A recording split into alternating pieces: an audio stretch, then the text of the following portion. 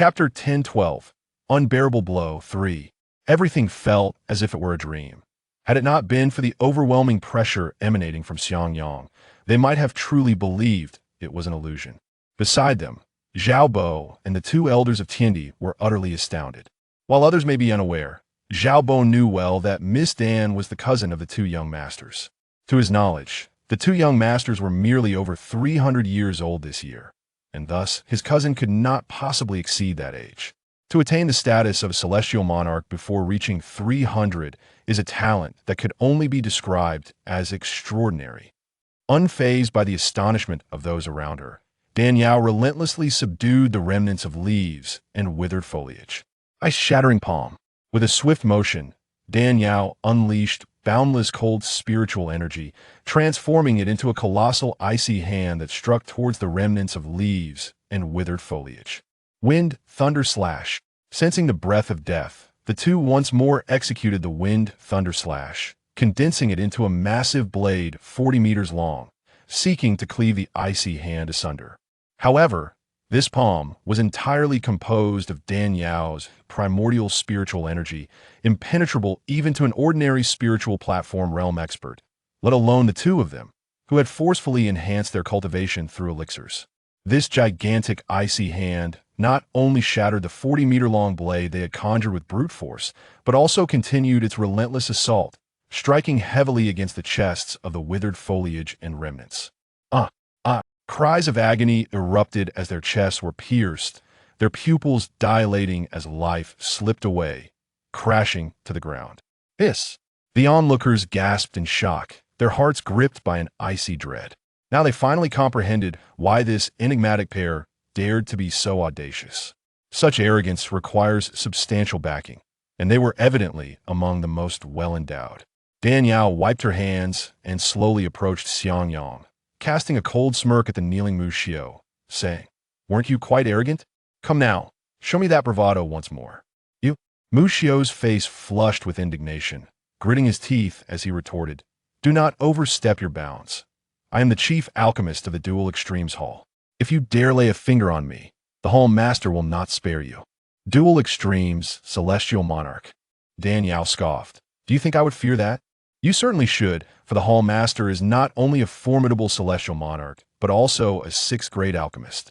Even the strongest celestial monarch must bow their noble head before him. Should you dare to kill me, prepare to be hunted to the ends of the northwest by countless half-step celestial monarchs and celestial monarchs alike." Mu Xiao was exceedingly confident in the influence of the Dual Extremes celestial monarch. After all, in the four great domains, with a population of hundreds of billions and over 1 million cultivators, there were merely a handful of celestial monarchs. Yet among these few celestial monarchs, only the Hall Master achieved the exalted level of a sixth-grade alchemist. Others either possessed sufficient cultivation but lacked alchemical prowess, or were adept in alchemy, yet deficient in cultivation. Only the Hall Master could embody both cultivation and alchemy, attaining an exceptionally high realm in both. Mu Xiao believed that as long as the Dual Extremes Celestial Monarch was invoked, even if the opponent were immensely powerful, they would still have to accord due respect to the venerable Hall Master. Dan Yao and Xianxiang exchanged a glance, both finding the situation utterly ludicrous. One was an 8th-grade alchemy emperor, while the other, having mastered the bridal garment divine art, automatically possessed 7th-grade alchemical capabilities. In terms of both cultivation and alchemical expertise, they overshadowed the so-called Dual Extremes Celestial Monarch by a considerable margin. How could they possibly fear such an ancient being? Ridiculous, truly ridiculous. The last time they felt this speechless was an eternity ago. Chapter 10:13 Unbearable Blow 4. Mu Xiao observed the silence between the two and mistakenly assumed that Dan Yao and Xianxiang were intimidated by the formidable reputation of the dual supreme celestial monarchs. Thus his fear dissipated. These two individuals, endowed with extraordinary strength, could simply release the old man. In return, he could introduce them to the dual supreme hall, allowing them to become esteemed elder protectors. The Hall Master was a connoisseur of talent, and should they agree to join, they would undoubtedly enjoy the most prestigious treatment, alleviating any concerns regarding cultivation barriers or insufficient elixirs, all of which the Dual Supreme Hall could effortlessly resolve. Mu Xiao, in a bold move, extended an olive branch to Dan Yao and Xiang Yang, believing that such powerful beings, accustomed to treasures, would not be swayed by anything trivial. The only thing that could truly captivate them was elixirs. Once a cultivator ascended to the celestial monarch realm, the path of cultivation became exceedingly arduous, with a mere breakthrough after millennia of hard work being uncertain at best. To overcome these cultivation challenges and rapidly enhance their prowess, the most effective method was to consume elixirs. For celestial monarchs, ordinary elixirs held no value. Only 6th grade elixirs could aid in their cultivation, and currently, only the dual supreme hall possessed them. Several celestial monarch elders had joined the hall solely for the elixirs. In the 4 great domains, no one could resist the allure of 6th grade elixirs, and these two were no exception. While Mu Xiao's words flowed like honey, enticing them with 6th grade elixirs, his heart seethed with resentment. How dare these detestable scoundrels treat him with such disdain and even slay the elders Kui and Qingyi. Once they arrived at the dual supreme hall, regardless of their strength, they could not escape death. The man could be easily dealt with, but the woman, with her fine figure and melodious voice, was a pity to kill. Instead, it would be preferable to cripple her cultivation and make her a bed slave, enjoying the pleasure she could provide. There were countless beautiful women in the world, yet those who could reach the celestial monarch level were rare. He was intrigued to experience what it meant to be with a female celestial monarch. As Mu Xiao harbored his vile thoughts, he remained oblivious that in Dan Yao and Xiang Yang's eyes, he was merely a petty jester unworthy of their consideration. Xiang Yang, noticing Mu Xiao's lecherous gaze fixed upon Dan Yao, could easily discern his wicked intentions, and a surge of fury ignited within him. To covet another man's woman, even if only in thought, was a crime deserving of death. 2 beams of purple fire shot from Xiang Yang's fingertips, searing towards Mu Xiao's eyes. Mu Xiao let out a wretched scream, clutching his eyes and rolling on the ground in agony. You bastard! I kindly recommended you to the dual supreme hall, and you dare to treat me so cruelly. Xiang Yang scoffed coldly. Your words might deceive a 3-year-old, but you think you can fool us? You truly overestimate yourself. Dan Yao added with derision. Indeed, do you take us for fools? With such meager skills, you think to dupe us? Dream on. Mu Xiao, choking with indignation, realized that no matter how eloquent his tongue, he could not escape death today. This was the price for provoking them. Remember to keep your eyes peeled in your next life, Dan Yao declared coldly. Mu Xiao, in terror, cried out, if you kill me, the Hall Master will not spare you. Just wait for your demise. What nonsense about the Hall Master. I couldn't care less. As long as he doesn't come to provoke me, everything is fine. If he is not sensible, I'll wipe out the dual supreme hall along with him. Dan Yao retorted, then swiftly struck Mu Xiao with her palm. Chapter 1014, to the Jade Valley. Mu Xiao flew like a broken scarecrow, crashing heavily and sliding along the ground before violently colliding with a wall.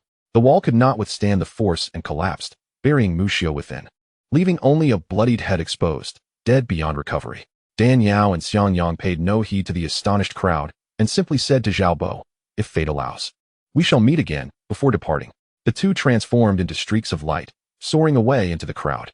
Ehua, for the first time, I feel the exhilaration of being a powerful being, Dan Yao exclaimed, flying alongside Xiang Yang, excitement evident in her eyes.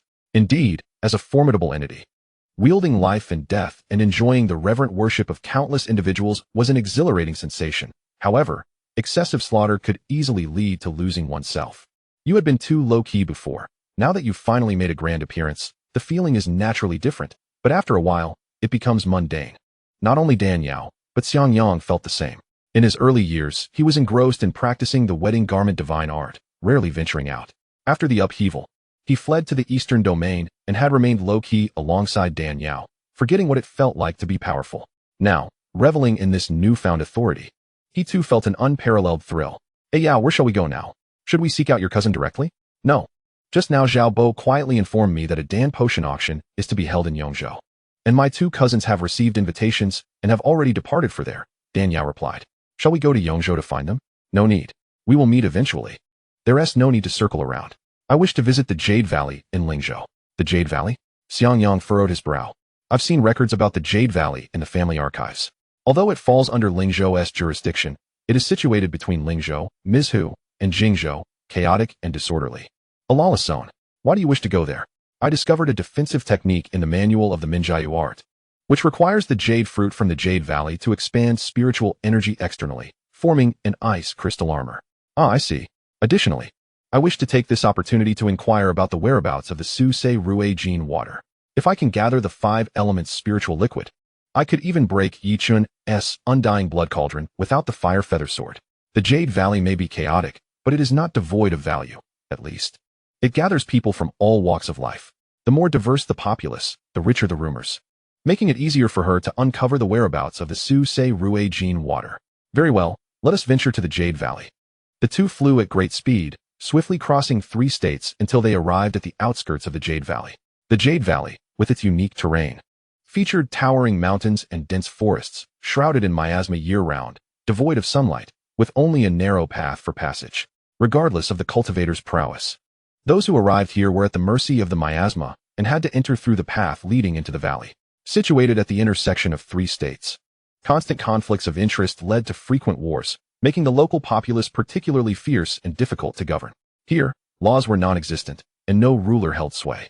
The only survival principle was survival of the fittest. The supremacy of the strong and the importance of power were vividly illustrated in this place. Chapter 10:15, Potato Soup. Here, it was both a paradise for the strong and a hell for the weak. To live a comfortable life, the only path was to grow stronger. After flying for some time, Danielle felt a bit fatigued and sought a dessert shop to rest, eager to indulge in something sweet, perhaps due to the climate. Upon arriving in the western region, Danielle developed an insatiable craving for sweets, almost to the point of obsession. "Ehua, what would you like to eat?" Danielle asked as she picked up the menu to order desserts. "Anything, as long as it's light and not overly sweet," Xianxiang replied with a smile. "All right, I'll order something for you." Suddenly, Danielle exclaimed, pointing at a sweet soup dish on the menu. "Awa, come look at this. What is this?" Xianxiang leaned over to take a look, puzzled. "Potato soup? That sounds rather strange. Potatoes are typically consumed through frying, sautéing, or deep frying. How could one possibly make a sweet soup from them?" "You must have misheard. It is not the potato itself, but rather the potato kernel.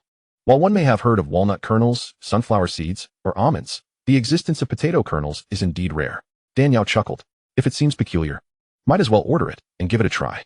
Xianxiang replied with a smile. "That suits me perfectly." Danielle then decided to add this oddly named potato kernel soup to their order.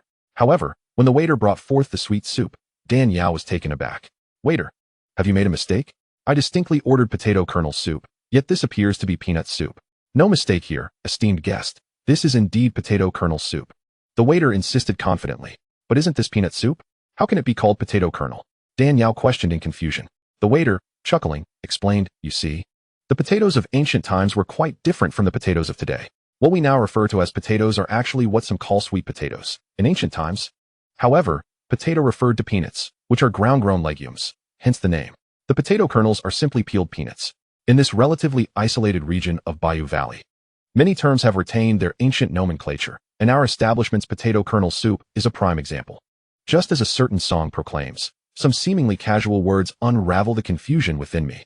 The waiter's elucidation regarding the potato kernel soup struck Danielle like a dazzling bolt of lightning, illuminating her thoughts. During this time, she had been grappling with the perplexities surrounding the refining of the void-breaking Dan, feeling as if something was amiss, yet unable to pinpoint it. Now, recalling the waiter's words, she was reminded of a friend from her past life, who had a penchant for researching ancient attire and spices. At that time, the pure Yuan musk tale was all the rage, and her friend, inspired by the character and Zionio's crafting of the pear-scented incense, became eager to experiment with her own concoctions. After countless attempts and a significant expenditure, she still failed to replicate the sweet pear fragrance depicted in the show. Eventually, she consulted an expert in ancient texts and discovered that the pear referenced in the incense was not the modern pear, but rather a type of wild pear known as the Xinjiang wood pear. Her friend had confused the most crucial ingredient, making her success impossible. Danielle mused that perhaps the recipe for the void-breaking Dan was correct, but the names of the medicinal materials had changed, preventing any successful refinement. "Yao, what are you pondering?"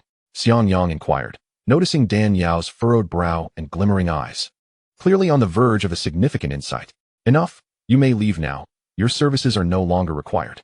Danielle casually handed a rare herb to the waiter. Upon seeing it was the coveted silver moon grass, the waiter trembled with excitement, akin to someone intoxicated. "Is this truly for me?" he asked, disbelief etched on his face. "Take it, consider it a reward," Danielle replied nonchalantly.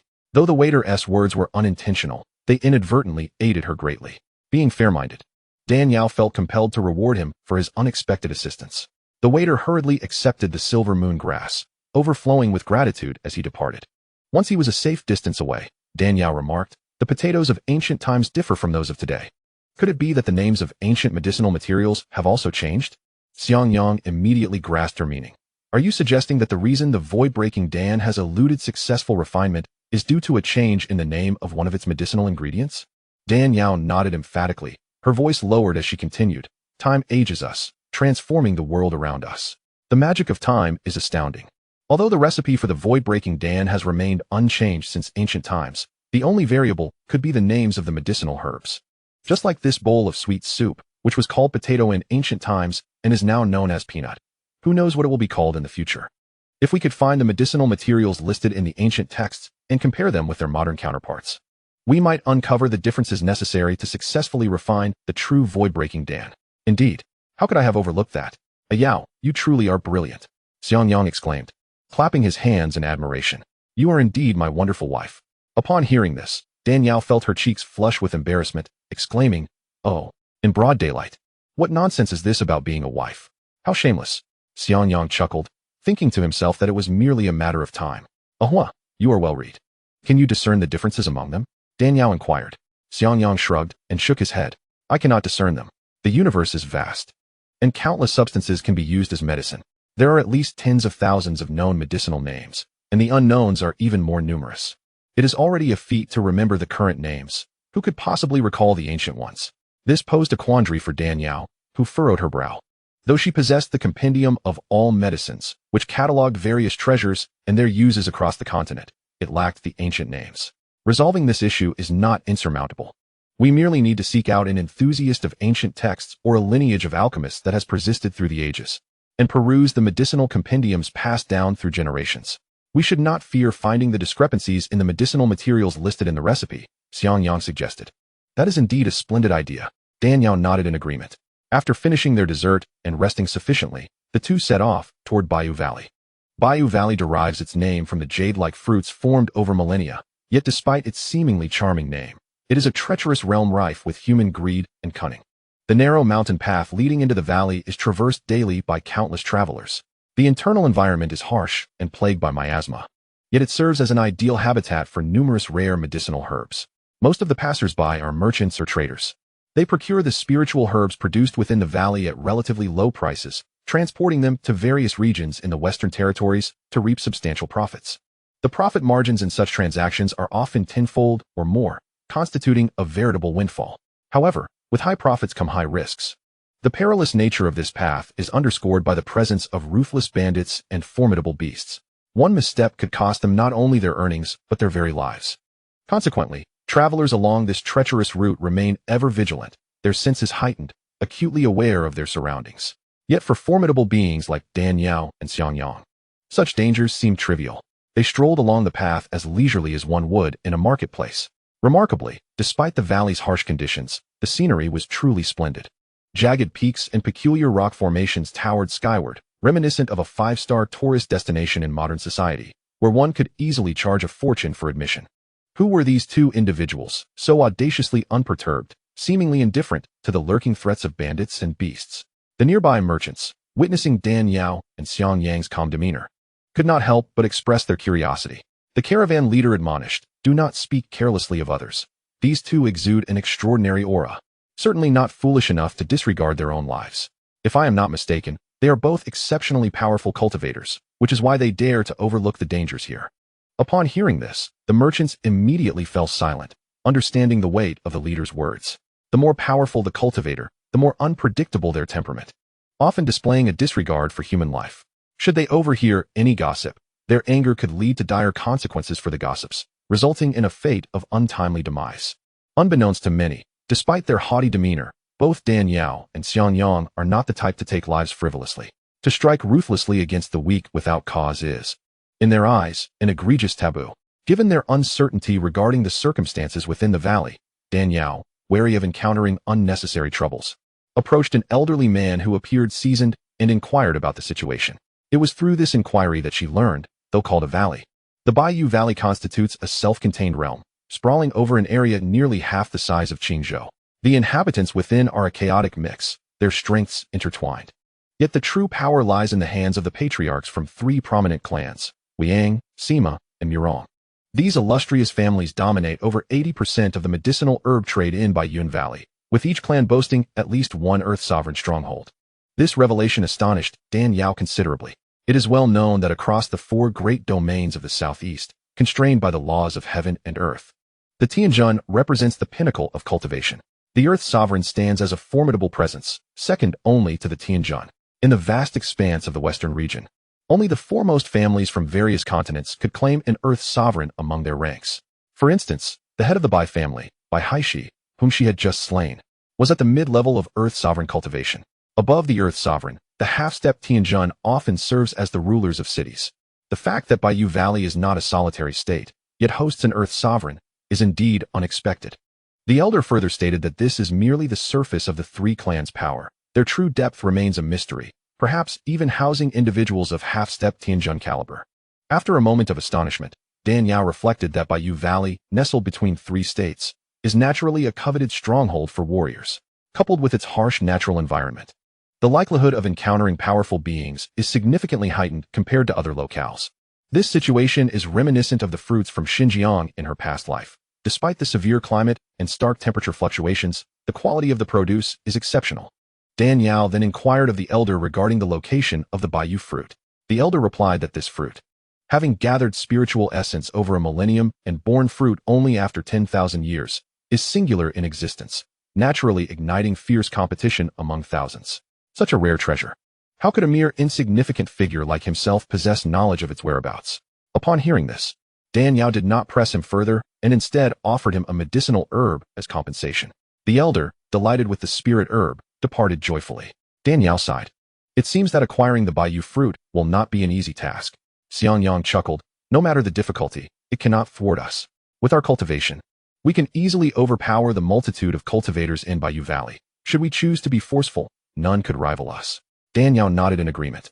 Just as they conversed, a sudden clash of weapons echoed nearby, accompanied by waves of spiritual energy. Dan Yao and Xiangyang exchanged glances, both understanding that the merchant caravan ahead had encountered bandits intent on murder and plunder. Such occurrences of violence and theft are commonplace along this mountain path. Adopting a mindset of avoiding unnecessary entanglements, Dan Yao and Xiangyang chose to press on. However, after walking a short distance, a woman suddenly fell from above, landing directly in front of Xiangyang. Indifferent to her plight, he swiftly sidestepped, allowing her to land unimpeded. The woman, having been struck and knowing she was destined for a harsh fall, was exhilarated to see a tall, masked figure standing at her landing spot, anticipating a heroic rescue. To her dismay, the unyielding Xiangyang evaded her, resulting in her crashing to the ground with a resounding thud. She landed face first, covered in mud. A sight of utter disgrace. Witnessing her injury and subsequent fall, Dan Yao shook her head in resignation, tossing a vial of healing medicine before turning to leave.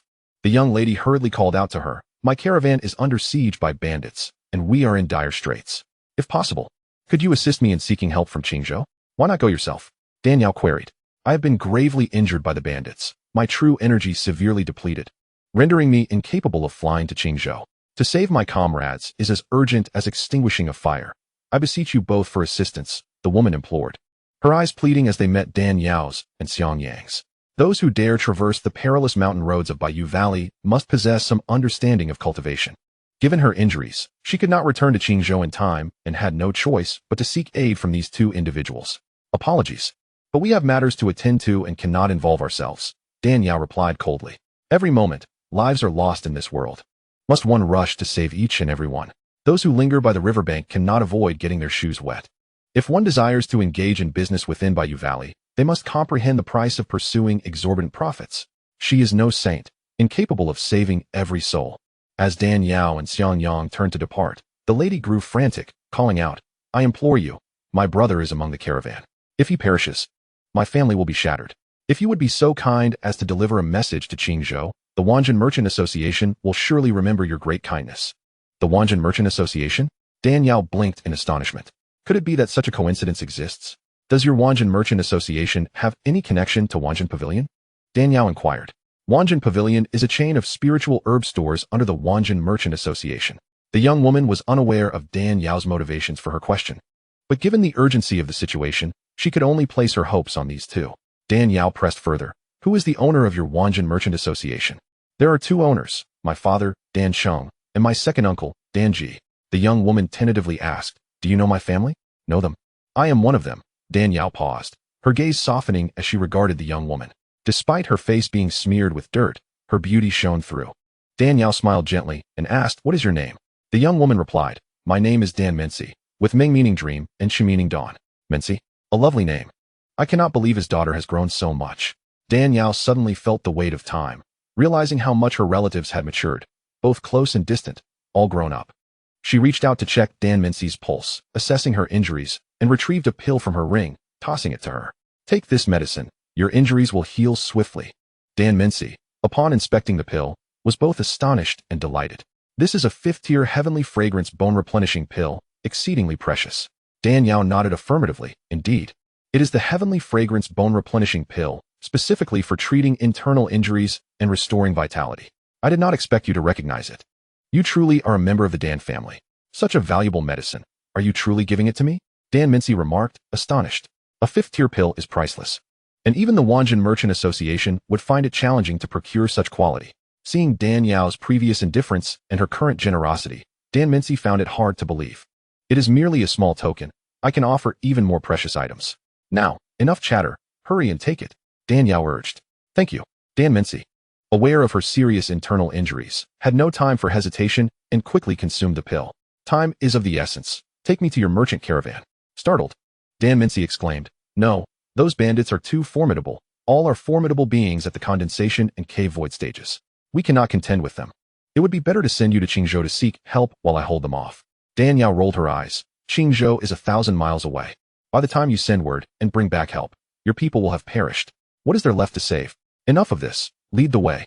The narrow mountain path of Jade Valley was riddled with numerous forks, shrouded in miasma, rendering orientation bewildering. Otherwise, she would have acted immediately.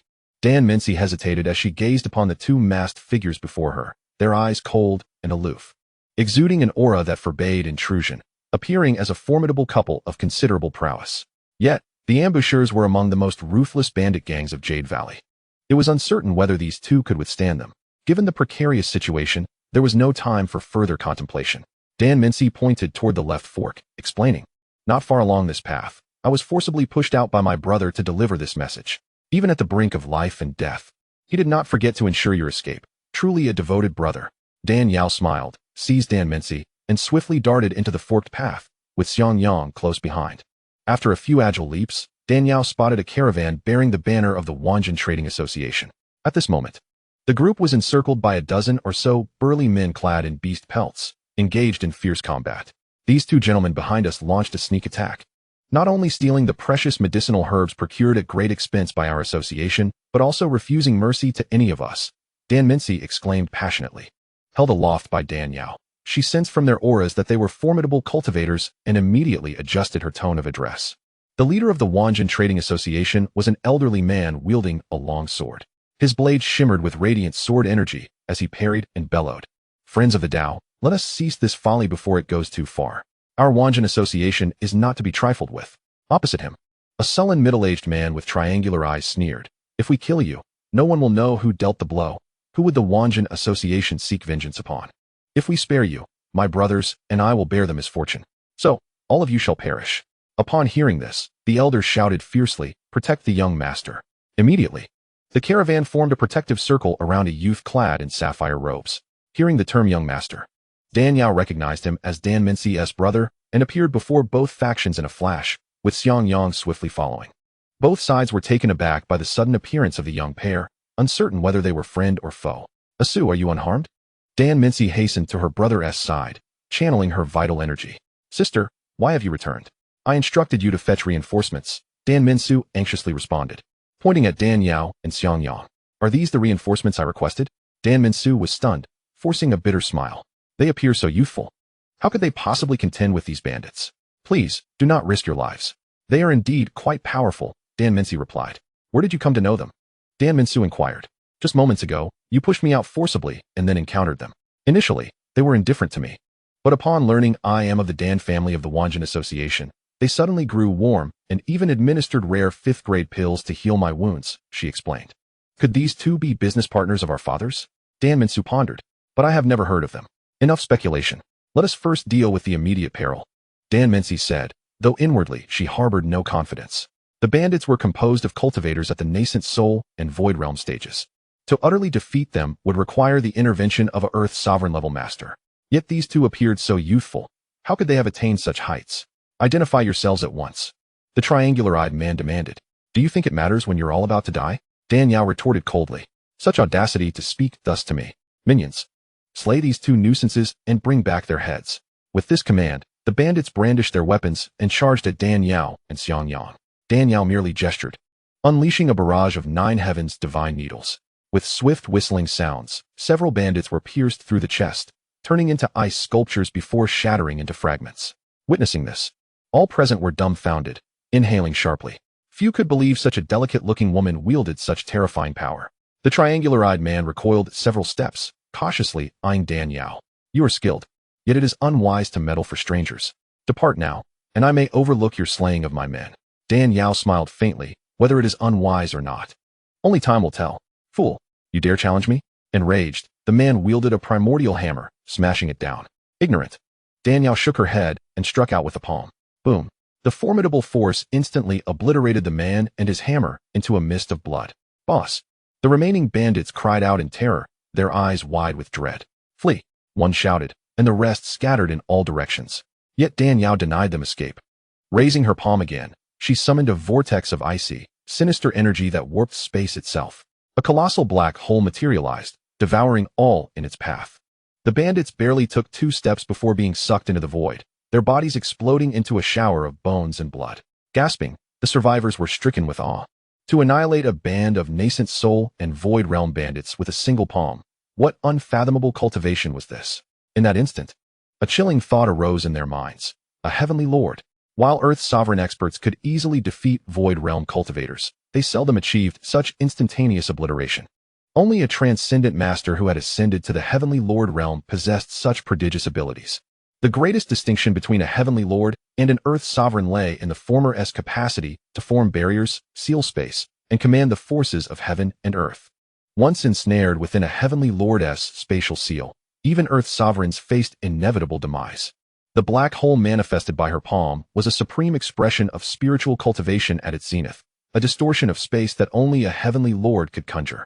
Dan Mensu's eyes widened in disbelief, her fair complexion pale. So terrifying. She looked so young. How could she be a heavenly lord? Even the elderly swordsman was visibly shaken, murmuring in astonishment. Dan Mensu remained silent, though her heart was equally astounded. She knew Dan Yao was powerful, but had never imagined to such an extent. Glancing at Dan Yao and Xianxiang, she mused that they resembled a couple. With the woman's formidable cultivation, the man was likely no less, perhaps also a heavenly lord. Though the cultivation standards in the western regions surpassed those of the southern and eastern regions, heavenly lord-level experts remained exceedingly rare. Only a handful of state governors and supreme powers possessed such masters, who typically secluded themselves in meditation, rarely venturing out. Thus, the practitioners from the western regions have only heard of the name of the celestial sovereign, yet have never laid eyes upon him. Today, however, it is remarkable that not one, but 2 celestial sovereigns have emerged, and their youth is utterly astonishing.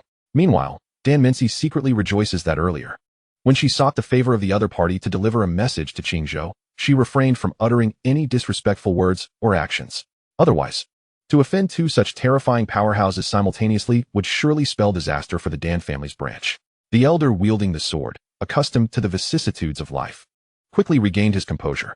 He sheathed his long sword and, with a grateful expression, bowed to Dan Yao and Xianxiang, saying, I am Zhang Fu, the procurement manager of the Wanjin Merchants Association. I am profoundly grateful for your assistance. How might I repay such a great kindness?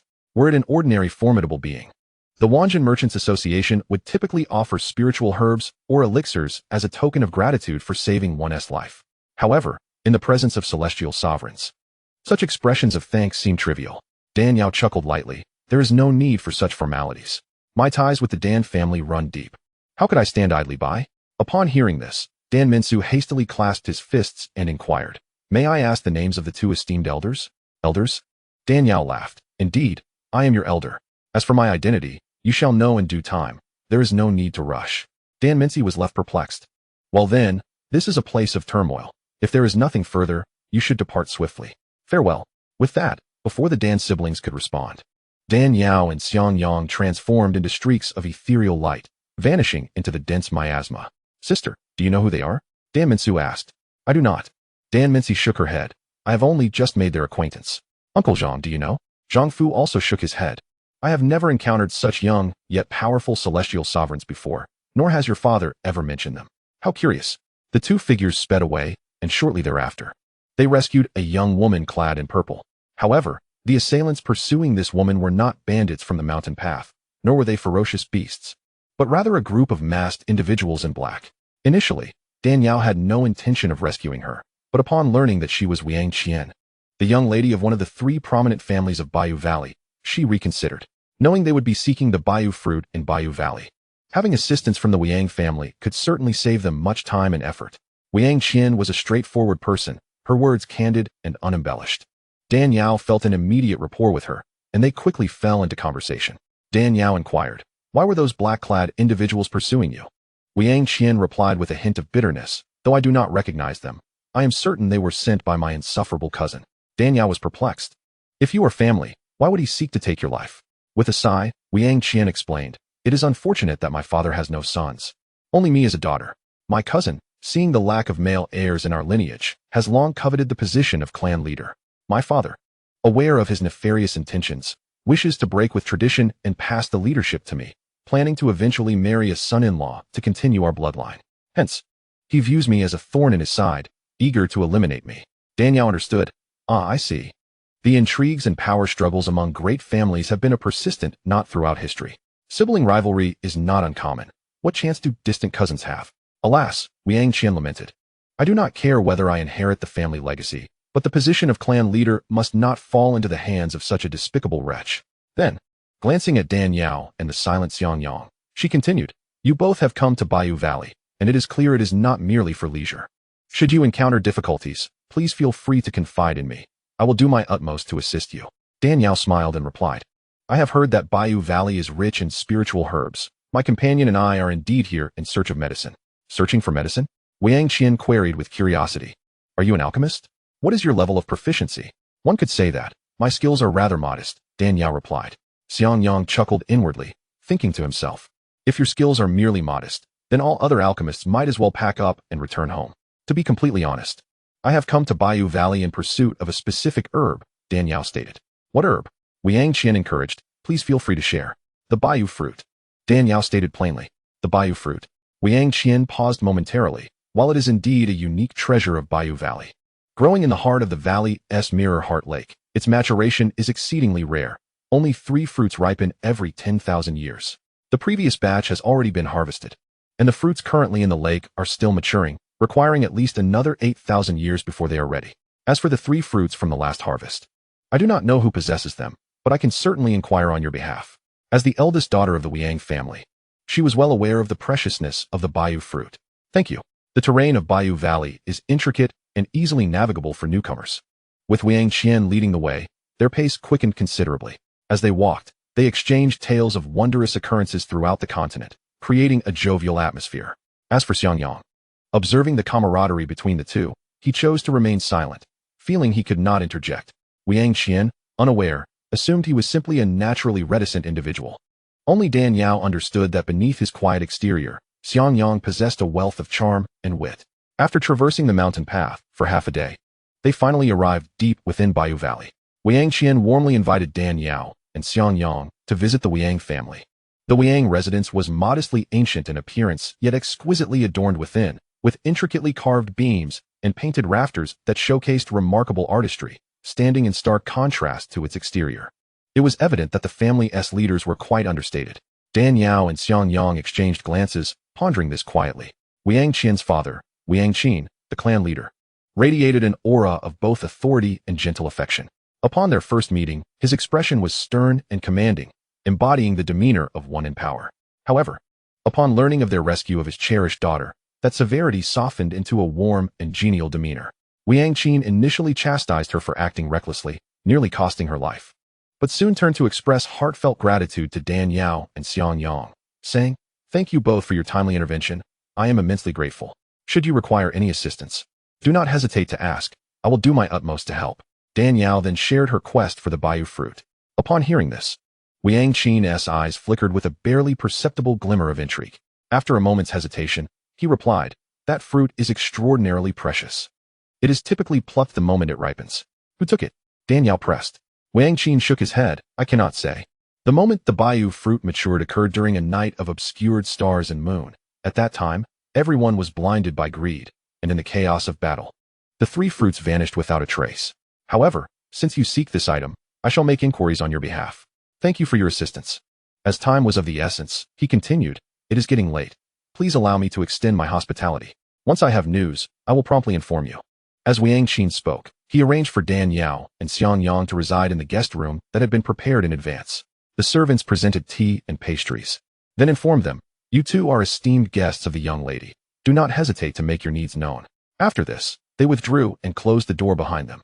Xianxiang glanced around, noting the exquisite decor and elegant furnishings of the room, which housed 2 beds and was impeccably tidy. He couldn't help but chuckle. The patriarch of the Ouyang family is quite accommodating. He has arranged for us to share a room. Indeed, Daniel nodded in agreement.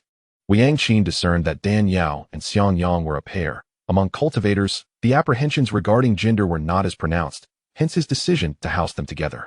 However, he remained unaware of the depth of their relationship or whether they had engaged in any intimate exchanges, which prompted him to place 2 beds in the room for their comfort. Xianxiang rolled around on his bed and remarked, "The mattress is quite soft, but I've heard the nights here can be rather chilly. Let me warm your bed for you." "Go away," Daniel retorted, pushing him away. "Aren't you the one who promised me your affection? We are a couple now," Xianxiang complained, his tone lingering. Daniel coolly responded, "Being a couple does not make us husband and wife. Don't take liberties with me.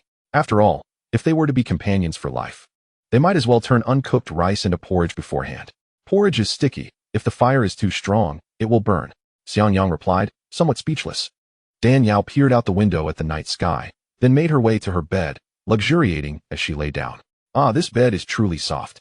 It's delightful to be alone," she sighed, stretching. "Be careful not to catch a chill in this cold weather," Xianxiang warned, grinding his teeth. "I have true qi protecting me. How could mere cold possibly affect me?" Daniel turned away, leaving him with a view of her back. At the same time, Ouyang and his daughter were engaged in a serious discussion in the study. Ouyang inquired meticulously about the peril she had faced earlier that day. Ouyang frowned. "Father, what are you suspecting? They are my saviors. You are still quite young and unaware of the treachery of human hearts. What if these 2 were sent by your cousin to approach you and stage a deceptive play?" Ouyang's gaze sharpened with icy vigilance. Ouyang shook her head vigorously. "That's impossible. They are not like that. How can you be so certain?" Ouyang countered. "Father, you do not understand. Both of them possess formidable strength. The group of assassins your cousin sent after me were not only formidable, but also vicious, determined to kill me. Yet, these 2 managed to dispatch them effortlessly. Such prowess is beyond what my cousin could afford." Recalling the assassination attempt, Ouyang felt a lingering fear. Resolving so many powerful foes with such ease, could it be that their cultivation has reached the Earth's sovereign realm? Ouyang was taken aback. Upon seeing Daniel and Xianxiang, he had sensed their capabilities were not as straightforward as they appeared, but he had not anticipated their strength to surpass his expectations. "I cannot be certain, but the likelihood of them being Earth sovereigns is quite high." Unlike the swift defeat of Dan Minci and Dan Minsu, Daniel and Xianxiang had deliberately restrained their display of strength, fearing it might alarm Ouyang. Thus, she had merely estimated their abilities to be at the Earth sovereign level. Even so, this level of power was enough to astonish the young lady of the Ouyang family. Ouyang narrowed his eyes. "If they are indeed Earth sovereigns, your cousin would not be able to afford their services. You must have been quite bold to invite them into our home." Ouyang studied her father intently. "When you mentioned the bayou fruit earlier, your expression shifted. Surely you know something about it?" Ouyang chuckled. "Your perception is quite sharp. Indeed, I am aware of certain details. While I do not know the whereabouts of the bayou fruit, there is one person who surely does." Ouyang eagerly asked, "Who?" "Your second grandfather, Ouyang Tsang." The following morning, Daniel awoke from a delightful dream. However, upon opening her eyes, she discovered Xianxiang beside her, having removed his mask. "Good morning, Ouyang," he greeted with a grin. "You scoundrel," Daniel exclaimed, kicking him away. "Are you taking liberties with me again?" "Who is taking liberties?" Xianxiang retorted, catching her delicate foot and playfully squeezing it. The sensation sent shivers through her, and she quickly retreated under the covers. Upon glancing down, she noticed a narrow gap separating them. Xianxiang had silently maneuvered the bed closer to hers using his spiritual energy while she slept. "You are too cunning," Daniel scolded, unable to suppress her annoyance. Xiangyang chuckled. This is merely a case of superior skills. After a playful exchange, they returned to serious matters. Xiangyang leaned close to Dan Yao's ear, breathing softly. Ah Yao, I recall that while in the southern region, you seem to extract a book called The Secret Record of All Medicines from your ring. It contains information about all the spiritual herbs on the continent. Can you not use its guidance to locate the Bayou fruit? Dan Yao felt a warm flush from his breath. If only it were that easy. Do you know why the Bayou fruit is called that? Xiangyang blinked. Is it not named for being a special spiritual fruit produced in Bayou Valley? Dan Yao shook her head. You have it wrong. The fruit existed first, which led to the naming of Bayou Valley. The reason it is called Bayou fruit is not merely because of its emerald hue, but because once it ripens, it possesses immense spiritual energy. It does not appear as a fruit, but transforms into a piece of green jade, blending into the jade deposits of Bayou Valley. Even the most skilled jade carver would struggle to identify it. Only those with great fortune and destiny can obtain this fruit. What? It can change its appearance? Xiangyang exclaimed in astonishment. Indeed, it disguises itself, which is why it must be harvested the moment it ripens and stored in a special jade box. Otherwise, once it escapes and mingles with the jade stones, it becomes impossible to find. If I hadn't read about it in the secret record of all medicines, I would not have believed such a miraculous fruit existed. Dan Yao sighed with a smile. Heavenly treasures possess spirit. They do not wish to be obtained by just anyone, and will employ various methods to protect themselves.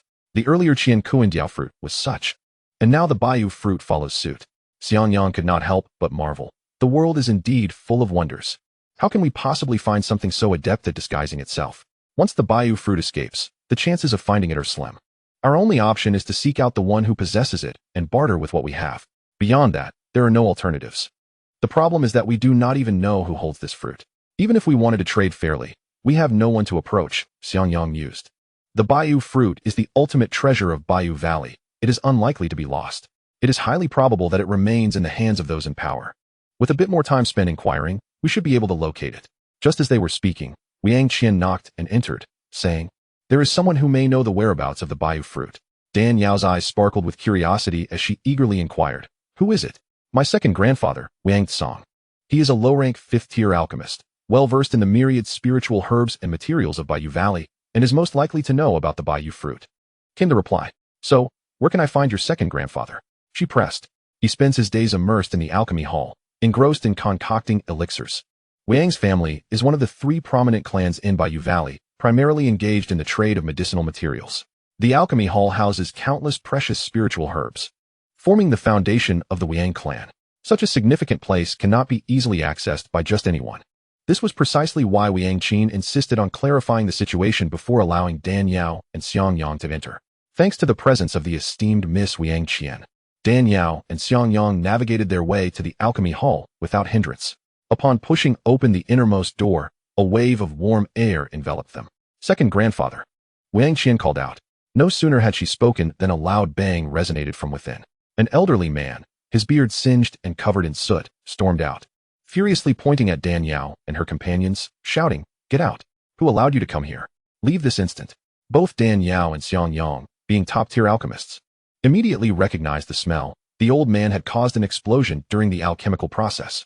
Ouyang had not anticipated her second grandfather would be concocting elixirs at such a critical moment, and quickly responded, Second grandfather. Get out. Did you not hear me? I told you to leave. I was on the verge of success, and if you had not disturbed me, the furnace would not have exploded. You have driven me to the brink of madness. Ouyang Tsong's alchemical failure had rendered all his previous efforts futile, and he directed his rage at the 3 of them. Ouyang could only smile wryly, knowing her second grandfather had no other passion in life apart from alchemy. When he faced failure, his temper would become particularly foul. Unfortunately, they had stumbled right into his ire. Ouyang had intended to inquire about the whereabouts of the Bayou fruit to repay the life-saving grace of Dan Yao and Xiangyang. Chapter 10:27. The Heavenly Fragrant Bone-Replenishing Pill. Now, it seemed that hope was utterly dashed. However, Dan Yao and Xiangyang were not the type to take insults lying down, and they exchanged cold smirks. What are you laughing at? Get out. Are you deaf? Ouyang Tsong glared at Dan Yao and Xiangyang, his tone irritable. Humph. To fail at the basic skills of alchemy and mistake an ice lily for a twilight blossom, yet you dare to shift the blame onto others? Do you still call yourself a master alchemist? Is that not rather ludicrous? Dan Yao's cool voice echoed in the alchemical chamber, piercing through Ouyang Tsong's facade of mastery and revealing the truth behind his failure. It turned out that Ouyang Song was attempting to concoct the heavenly fragrant bone-replenishing pill, the very elixir Dan Yao had administered to Dan Mincy the previous day. This pill was not only a sacred remedy for internal injuries, but also a crucial test for aspiring mid-tier, fifth-tier alchemists. A low-tier, fifth-tier alchemist could only smoothly progress to a mid-tier, fifth-tier alchemist by successfully refining the heavenly fragrant bone-replenishing pill. When this revelation struck, it was akin to thunder crashing down, leaving both Ouyang Song and Ouyang Qian in a state of shock. For Ouyang Song, a low-tier, fifth-tier alchemist, one of the most renowned in Bayou Valley, to have someone point a finger at him and accuse him of unworthiness as a master was simply unfathomable. Ouyang Qian was horrified, thinking, this is it. It's all over. As expected, Ouyang Song erupted in fury, bellowing, you little girl. Who do you think you are to criticize me? When I broke through to become a fifth-tier alchemist, you were probably still in swaddling clothes. Huh. Clinging to your age and acting arrogant. No wonder you have remained stagnant at the low-tier, fifth-tier for so many years, Dan Yao retorted with another cold laugh. Good heavens. Please stop. Ouyang Qian exclaimed, nearly in tears, casting furtive glances at Dan Yao, urging her to cease her provocations. Very well, very well. After living so many years, I have finally encountered someone as pompous as you. Ouyang Song sneered with a twisted smile, initially intending to teach Dan Yao a lesson. However, he quickly reconsidered, realizing that striking a junior would be beneath his dignity. So, he waved dismissively at the three, saying, enough. I cannot be bothered to squabble with a little girl like you. All of you, leave me be, or do not blame me for being rude. Unexpectedly, Dan Yao deftly moved to the alchemical furnace, grasping the medicinal materials on the nearby shelf. What do you think you're doing? Ouyang Song called out. What am I doing? You'll find out soon enough. Open your eyes and watch closely. With a graceful flick of her hand, Dan Yao unleashed a surge of intense qi from her fingertips, reigniting the extinguished alchemical furnace and commencing her refinement. Such technique. Ouyang Song was utterly astounded, murmuring in disbelief. When did you come to know such an extraordinary female alchemist? Second grandfather, is her alchemical skill truly that impressive? Ouyang Qian asked, her expression one of bewilderment. Impressive? It's astonishing. In all my years, I have never encountered such a flawless technique. Marvelous, truly marvelous. Ouyang Song exclaimed in admiration. Could it be? She claimed her alchemical skills were merely average. Ouyang Song nearly spat out a mouthful of blood. If this is what she considers average, then there are no true alchemical masters left in the world. Under the astonished gazes of the two, Dan Yao successfully completed the fire tempering process and produced the heavenly fragrant bone-replenishing pill. Take a good look. Do not continue to rely on your age, she declared, tossing the refined pill to Ouyang Song. Chapter 1028. A master, please hold on. This. Ouyang Song stared at the 5 flowing lines of the heavenly fragrant bone-replenishing pill in his hand, his eyes wide with disbelief. How is this possible? How can someone refine a top-grade heavenly fragrant bone-replenishing pill? Ouyang Song was momentarily dumbfounded, appearing as though possessed. Humph, rarely seen indeed. Dan Yao scoffed. It seems I have sought the wrong person this time. With that, she turned to leave. Master, please wait. Master, please wait. Ouyang Song hurriedly called out. His face contorted into a sycophantic grin, a stark contrast to his earlier rage. His obsequious demeanor left Ouyang Qian utterly astounded. She had never before witnessed her second grandfather display such ingratiating behavior. Ouyang Song was internally reeling from shock and awe. A mid-tier, fifth-tier alchemist could indeed craft the heavenly fragrant bone-replenishing pill, but to produce one with 3 lines was exceedingly rare. Typically, it would possess only 1 or 2. To surpass the limits and attain the quality of a top-grade pill, the alchemist's rank must be at least 2 levels higher than that of the pill itself. In other words, the individual before him was likely a 7th-tier alchemist. This realization sent Ouyang Song reeling. To become a 7th-tier alchemist, one must possess profound alchemical knowledge, and their own cultivation must reach the spirit platform realm. The 4 domains are bound by the laws of heaven and earth, making it exceedingly difficult for spirit platform experts to emerge, let alone a 7th-tier alchemist with such profound alchemical skills. This was nearly impossible. Of course, this condition is not fixed. If one is born with an extraordinary talent for alchemy, they could achieve this by surpassing the pill's rank by 1 level. Yet even so, a 6th-tier genius alchemist would be sufficiently astonishing. Ouyang Song forced a sheepish smile. My dear master, I beg your pardon for my earlier rudeness. Please, forgive this old fool. He raked his fingers through his disheveled hair, a result of the earlier explosion, and continued, could you kindly enlighten me as to where I went wrong? Ouyang Qian, witnessing this scene, felt as though she had been struck by lightning. In all her years, she had never seen her second grandfather wear such a fawning expression. Yet she simultaneously understood that with second grandpa's prideful demeanor, It would take a master whose alchemical prowess far surpassed his to win his respect. Just how exceptional was Dan Yao's alchemical skill to render her second grandpa in such a state? Under the unwavering gaze of the old man, Dan Yao couldn't help but twitch her lips and said, "Did I not just point out your mistake? You mistakenly used the ice lotus as the evening blossom." Ice lotus and evening blossom are two entirely distinct flowers, differing in color and appearance. However, once dried, they can appear as indistinguishable as cherries and wild cherries, leading to confusion. The reason the heavenly profound continent considers the heavenly fragrance bone-generating pill as an examination for mid-level 5th-tier alchemists is precisely because of the ease with which these two flowers can be mistaken once dried. Testing the alchemist's meticulousness. Alchemy is a meticulous craft. If one lacks attention to detail, it becomes exceedingly difficult to manage the finer points, which impedes the ability to produce higher-grade pills. Upon hearing this, Ouyang immediately rushed to the herb rack, feeling utterly embarrassed. Now I understand why I couldn't concoct the pill. It turns out I used the wrong ingredients. Chapter 1029, The Discovery. These wretched little brats. They followed the formula, yet still managed to mix it up. Just wait and see how I deal with them, he grumbled, switching out the herbs and beginning the process anew. Second Grandpa Ouyang opened his mouth, wanting to stop him. Dan Yao quickly interjected, "Do not disturb him. This time he will succeed." At her level of alchemical expertise, it was clear to her that Ouyang possessed the capability of a mid-level 5th-tier alchemist. It was merely due to a lack of meticulousness, neglecting certain details, that he had failed repeatedly.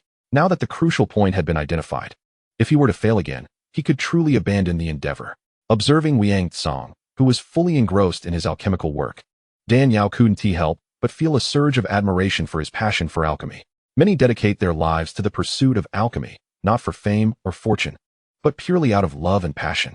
For them, alchemy is life itself, the essence of their very being. When asked why their eyes often brim with tears, they would respond, "Because my love for alchemy is profound." This was true for both Xianxiaaudiobooks and Ouyang. It is often said that the line between genius and madness is exceedingly thin, because so many are driven by a fervent passion, constantly researching and breaking through barriers. We witnessed the emergence of countless extraordinary pills. In contrast, Dan Yao suddenly felt somewhat inadequate, possessing such formidable alchemical abilities, yet lacking that genuine, heartfelt love. After approximately half an hour, a waft of fragrant smoke wafted from the alchemical furnace. "Haha, I did it. I succeeded. I finally succeeded," Ouyang exclaimed, jumping 3 feet high with the joy of a child who has just received candy. Holding the freshly concocted heavenly fragrance bone-generating pill, he suddenly recalled something and approached Dan Yao, bowing deeply. "Thank you for your guidance, Master." Dan Yao, who shared a peer relationship with Ouyang, felt unworthy of such deference and quickly supported him, saying, "I merely offered a slight suggestion. There is no need for such a grand gesture. No, wisdom knows no hierarchy. The accomplished are the true teachers, and this courtesy must be accepted," Ouyang insisted. With no alternative, Dan Yao accepted it and provided him with pointers on what to focus on to break through to a high-level 5th-tier alchemist. "By the way, second grandpa, we came to seek your assistance." Ouyang spoke up. Ouyang paused. "What do you need from me?" Dan Yao responded, "I seek information regarding the jade fruit." Jade fruit.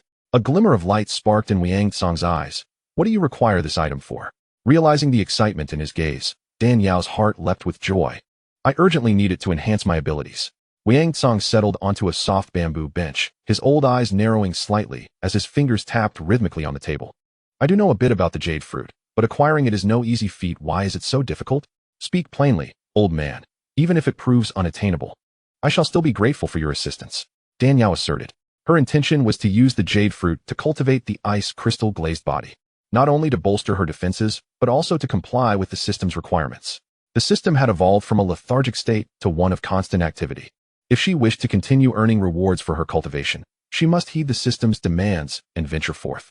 However, to embark on such endeavors, one must have a means of self-preservation. Chapter 1030, The Toxic Fruit. Without a safeguard, recklessly wandering could lead to her demise. The jade fruit was crucial for her cultivation. It was imperative that she obtain it. "Very well," Ouyang sighed. "I shall tell you. As far as I know, 2,000 years ago, 3 jade fruits ripened, igniting fierce competition among numerous powerful beings, one of which fell into the hands of the Murong family." "The Murong family?" Dan Yao's starry eyes glimmered with fervor. 2,000 years ago. Surely, it hasn't spoiled by now. Xianxiang, who had remained silent, finally spoke, dousing her enthusiasm with cold water. Dan Yao shook her head. "No? The jade fruit is unlike other spiritual fruits. Once plucked from the tree, Other fruits will rot within a few years regardless of preservation methods, unless stored in a spiritual vessel designed for such treasures. However, the jade fruit can transform into jade and possesses the properties of the stone, remaining unspoiled for millennia. As long as it is unused, it can be preserved indefinitely. Ouyang nodded in agreement. Indeed, the jade fruit is a millennium-old spiritual treasure birthed from the essence of heaven and earth. It does not rot easily. Dan Yao's starry eyes flickered with concern. After all these years, surely the Ouyang family has not consumed the fruit? Not exactly, but attempting to draw their attention is nearly impossible. Ouyang replied with a wry smile. Nothing is impossible.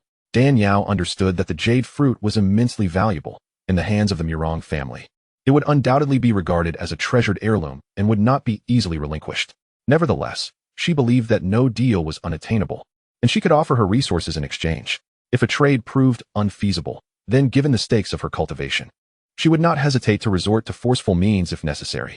Even if such actions were somewhat unscrupulous, she felt she could no longer afford to be concerned about morality. I can see that both of you are deeply versed in cultivation, but the jade fruit from the Ouyang family is not easily obtained. Even if you did acquire it, you would find it unusable, Ouyang observed, having discerned Dan Yao's true intentions. Why would it be unusable? Dan Yao queried, puzzled. The Ouyang, and Sima families are all titans in the herb trade of the Jade Valley, but the Ouyang family is unique. They not only have thrived in the herb business for generations, but also prioritize the training of alchemists and excel in the art of poison, particularly in the art of poisoning spiritual herbs. Poisoning spiritual herbs? Dan Yao gasped in disbelief. Wouldn't that ruin the medicinal properties of the herbs? No. The Ouyang family's poison is specifically designed to target those who covet their herbs, without damaging the herbs themselves. It's akin to venomous snakes. They possess poison to kill those who threaten them, but remain unharmed themselves. The jade fruit has been tainted with potent toxins over the 2 millennia. It has been passed down in the Ouyang family. Unless the family head personally intervenes to neutralize the toxins, even if you manage to seize the jade fruit, it would be rendered useless, and you would only harm yourself in the process. Dan Yao's heart sank at this revelation. Her brow knitted in concern. Is there truly no way to dispel the toxins? Useless. This is the secret method cultivated by the Ouyang family over several 100,000 years in the Jade Valley, derived from the toxic miasma and generations of managing herbal businesses. Even if you can concoct the 3-flower jade dew pill, a 6th-grade advanced elixir, it would be futile to dissolve it. The only solution lies in the direct intervention of the ruler himself. However, that old curmudgeon has a temperament as foul as a stone in a latrine, unafraid of death. No amount of coercion will yield results. Chapter 1031. The Pure Blood Curse. Without a life-saving trump card, blindly wandering will only lead to one's demise. I recall that the jade fruit grows in clusters of 3. We cannot rely on the one from the Ouyang family. Do you know where the other 2 are? Old sir? Dan Yao inquired. Ouyang stroked his long beard. Do not hold out hope for the other 2. They have long since been used. The only one we can count on is the Ouyang family. They cannot be robbed directly, but what? Dan Yao frowned slightly. I happen to know a way that could compel the Ouyang family to willingly relinquish the jade fruit. Oh.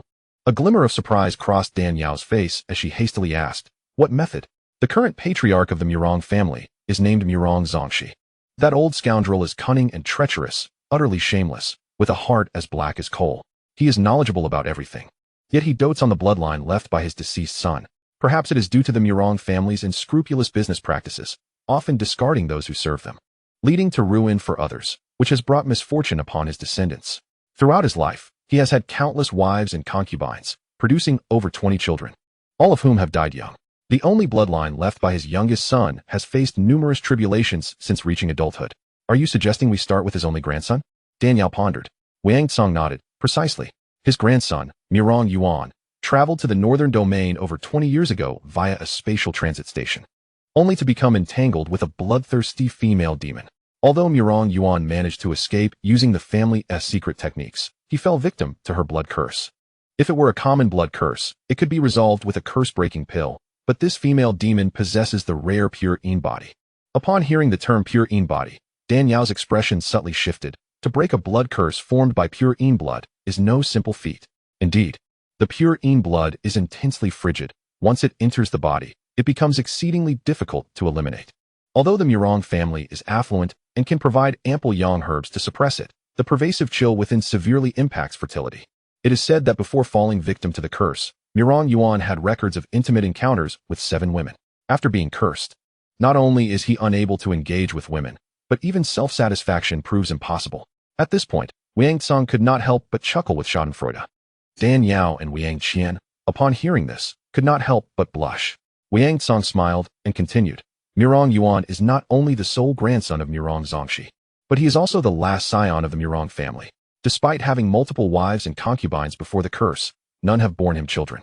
If this situation persists, the Murong family is destined for extinction. While the jade fruit is incredibly precious, it pales in comparison to the continuation of the family bloodline. Therefore, if you can dispel the chill within Murong Yuan and restore his fertility, you can then demand that Murong Zongxi present you with the jade fruit. Dan Yao nodded. I see. What method can dispel it? There are two approaches. The first is to use poison against poison, breaking the curse with another curse. Murong Yuan is afflicted by a pure yin blood curse, which is intensely cold. If we can find a man with a pure yang body and use his blood to cast a similar curse, it could neutralize the cold energy within Murong Yuan. However, pure yang bodies are legendary and exceedingly rare, making it nearly impossible to find one. Chapter 1032. Does he possess heavenly spiritual fire? Dan Yao and Xianxiang exchanged glances and smiled knowingly. While pure yang bodies are hard to come by, they happen to know someone in their midst who possesses such a gift. However, Kaiming is currently transporting the body of Shangwan Yu back for burial with his mother. If they were to summon him at this critical moment, it would surely disrupt the clandestine meeting between Shangwan Yu and Kim Uling. Moreover, pure yang blood, like pure yin blood, is an exceptional ingredient for alchemy and is itself a heavenly treasure. With the abundance of herbs in the Jade Valley, there are also numerous alchemists. If others were to learn of his pure yang body, they might be unable to resist the temptation to take action against him. With this thought, Dan Yao inquired, what about the second method? Ouyang replied, the second method involves the principle of extremes. The pure yin blood curse is at its coldest. If one were to consume another chilling substance, merging with it, it would yield a counteractive effect. The extreme yin would transform into yang energy. But this unorthodox approach carries significant risks. After much research, Murong Zongxi finally identified a method with minimal risk and no side effects. The Ziyun Union Pill. The Ziyun Union Pill? Dan Yao was familiar with this elixir. The Ziyun Union Pill is a 5th-grade elixir, comparable in grade to the Tianxiang Shinga Pill. But it is not among the highest quality of 5th-grade elixirs. However, its refinement is exceedingly challenging.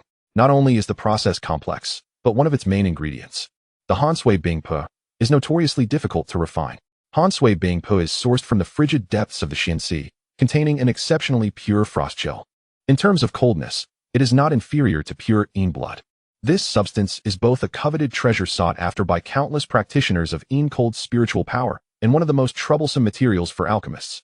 Ouyang stated, your skills in alchemy surpass mine by a considerable margin, so you should understand how challenging it is to refine Hansui Bingpe. To fully integrate it into the elixir requires the intervention of an alchemist wielding heavenly spiritual fire. Although heavenly spiritual fire may not be as rare as a pure yang body, it is still an exceedingly scarce entity. Even if one were to encounter it, there is no guarantee it could be refined into the alchemist's source fire, making this method likewise fraught with difficulty. I have also heard about Murong Yuan's situation. His health has been deteriorating rapidly. The Murong family has invested heavily, hiring numerous alchemists with spiritual fire, but all attempts to refine without it have ended in failure. It is said that in a few days, the Murong family will hold a grand alchemy exchange event, hoping to try their luck, but I find it highly unlikely. Ouyang shrugged. Ouyang, with a gleam in his eye, regarded Dan Yao. With your exceptional alchemy skills, you must know many esteemed individuals. If you can find an alchemist who possesses spiritual fire to assist in refining the Hansui Bingpe, you might indeed acquire the jade fruit. Dan Yao smiled. Heavenly spiritual fire, you say? How fortuitous. I happen to know an alchemist who possesses heavenly spiritual fire. What? He has heavenly spiritual fire? Ouyang and Ouyang Qian stared in astonishment at Xianxiang. Xianxiang remained silent, lifting his palm to reveal a mesmerizingly beautiful purple flame, which materialized vividly in his hand. Ouyang and Ouyang Qian's eyes widened in disbelief. Chapter 1033. The two were like onions. Spiritual fire, heavens above. It truly is spiritual fire. Am I dreaming? The legendary heavenly spiritual fire has appeared before me. Ouyang trembled with excitement. His aged face flushed as if he had indulged in too much wine. For alchemists, flames and cauldrons are their weapons. Especially when it comes to heavenly spiritual fire and top-tier cauldrons, they are akin to divine artifacts. A typical alchemist can consider themselves fortunate to refine the beast fire from magical beasts into their source fire. Yet, who would have thought that this masked young man before them possesses heavenly spiritual fire? Ouyang Tsong, though he had never obtained the ethereal fire of heaven and earth, was well aware that such flames were not created equal. They varied in quality and potency. The purer the hue of the flames, the higher their purity, the greater their lethality, and the superior the quality of the medicine produced. The purple flame before him, devoid of any impurities, resembled the primordial purple aura of mythic legends and emanated an extraordinarily powerful aura. Even a mere wisp of it sent shivers down his spine, for it undoubtedly represented the zenith of heavenly fire. The gazes of Ouyang Tsong and Ouyang Qian shifted once more towards Dan Yao and Xiangyang. Initially, they were astonished by the remarkable cultivation and alchemical prowess of these two young individuals. However, the revelation that they possessed a formidable spiritual fire, coveted by countless alchemists, left them in a state of profound disbelief and trepidation. These two were akin to an onion, with each layer peeled away revealing yet another surprise. They had thought they could see through the surface, only to realize how shallow their understanding truly was. It is often said that great masters produce exceptional disciples. Yet Ouyang Tsong pondered in silence about the identity of the extraordinary mentor who could cultivate such remarkable talents. With a chuckle, he remarked, "With the ethereal fire of heaven and earth, our endeavors will be greatly facilitated. Though my alchemical skills may not rank among the finest, they still hold some weight in the presence of the Murong family. Allow me to draft a letter of recommendation for you, which will ease your participation in the forthcoming alchemical exchange meeting, sparing you the cumbersome review processes." Ouyang Qian laughed. "Granduncle, I see that you wish to make old Master Murong indebted to you, so that in the future, you might procure some fine medicines from him?" Ouyang Tsong chuckled at her astuteness. Murong Yuan, shrouded in ominous energy, was no longer capable of fathering children, rendering him a source of disgrace for the Murong family. Not merely a crisis of lineage, but an indelible humiliation. Since the news had spread, the entirety of the Bayou Valley regarded it as a jest. Many malicious individuals privately derided Murong Yuan as a eunuch with unfulfilled potential, lamenting his failure to serve in the imperial court. Although Ouyang Tsong had not cured Murong Yuan, the letter of recommendation would still place the Murong family in his debt, for it was he who had recommended them. Without his letter, Murong's grandson would be destined to a lifetime of eunuchhood. Grateful for Ouyang Tsong's guidance regarding the whereabouts of the Bayou fruit, Dan Yao was more than happy to allow him to benefit from this arrangement. A letter of recommendation would alleviate her troubles while also garnering goodwill, a mutually beneficial transaction. With the alchemical exchange meeting still 4 days away, Dan Yao decided to reside at the alchemy hall. The Ouyang family had established themselves in Bayou Valley for hundreds of thousands of years, diligently operating a herbal medicine business. Their profound heritage was complemented by an extensive collection of ancient medicinal texts. For Dan Yao, who was eager to decipher the mysteries of the Pasu Dan, these texts proved invaluable. As she diligently compared the names of herbs in the texts with the formulation of the Pasu Dan, the days were filled with fruitful endeavor. Ouyang Tsong found himself at a loss for words, thrilled to encounter such a talented alchemist, and eager to capitalize on the opportunity. Thus, whenever Dan Yao had a moment to spare, he would approach her with a myriad of questions, leaving the servants and attendants of the Shangwan family utterly astonished, as if witnessing a ghost. Yet, Ouyang Tsong remained unfazed. He believed that knowledge knows no hierarchy, and that it is the adept who serves as a teacher. He never felt embarrassed to seek counsel from a younger individual. Dan Yao, having previously encountered a similar obsession for alchemy in Shangwan during her time in the southern region, found Ouyang Tsong's fervor for learning admirable.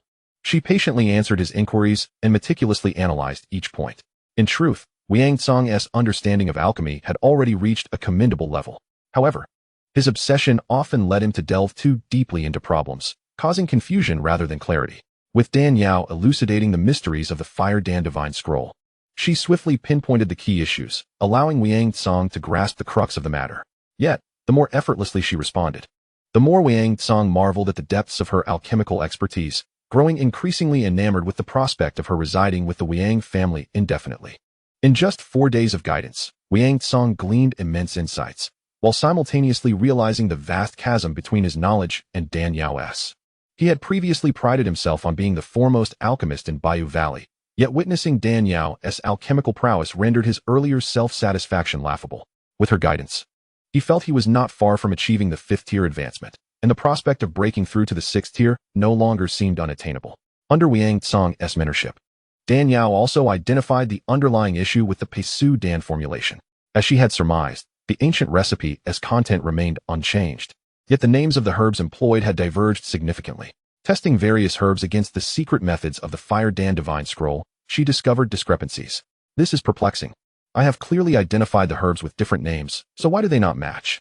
Dan Yao furrowed her brow tightly, nearly able to crush a fly in frustration. Could there have been an oversight? Xiangyang suggested. Dan Yao shook her head. That is impossible. I have cross-referenced several times. It is unlikely that I would overlook it repeatedly.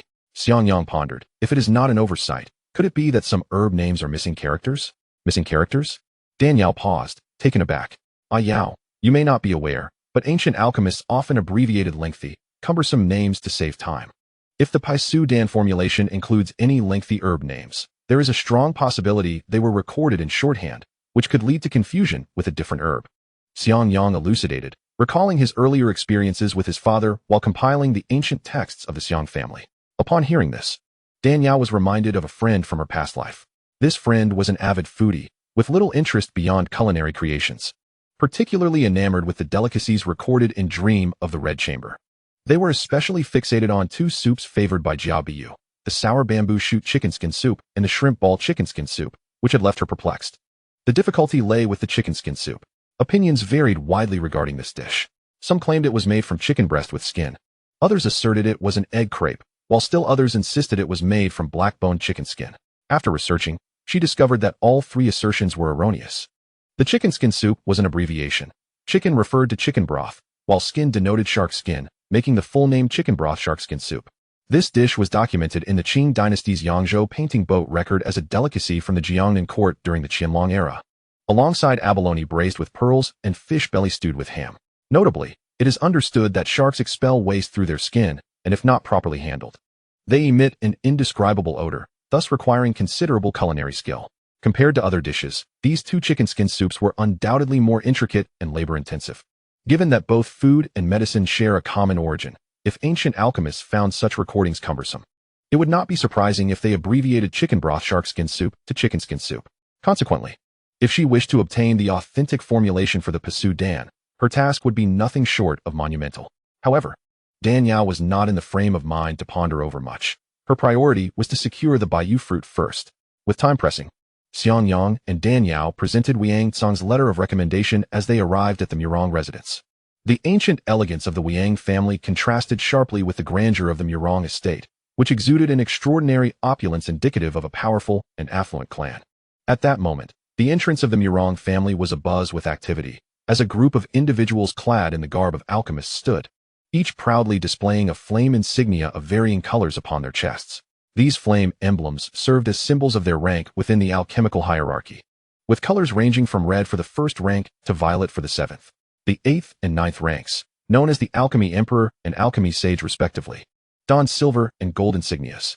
As for the elusive 10th rank alchemy deity, having shed their mortal coil, they transcended to become celestial beings, rendering any form of badge unnecessary.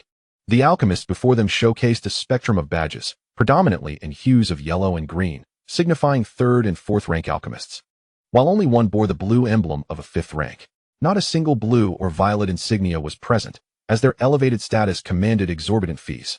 Only alchemists of 5th rank and above possessed the capability to concoct the Zun Union pill, which could potentially cure Murong Yuan's chilling affliction.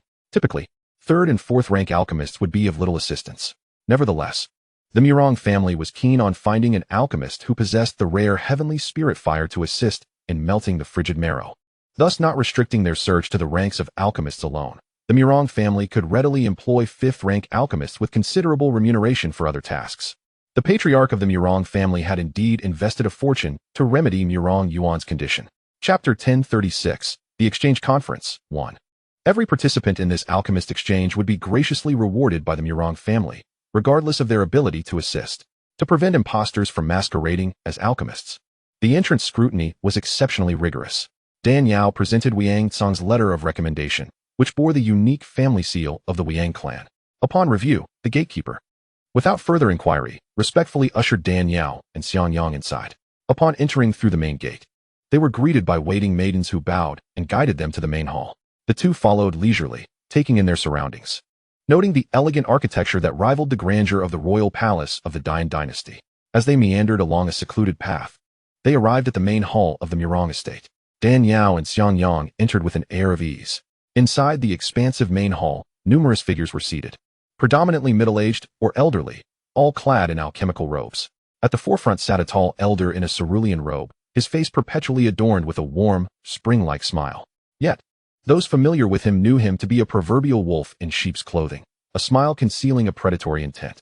Beside him stood a young man, adorned with a gold and purple crown and vibrant orange robes, a jade amulet hanging from his neck. The young man possessed striking features, yet an ominous aura lingered around him, his pallor betraying a hint of ill health, resembling a debauched air drained of vitality. As Dan Yao caught sight of the jade amulet around his neck, a flicker of intrigue passed through her eyes before she averted her gaze. A maid swiftly entered, bowing to the elder in the cerulean robe.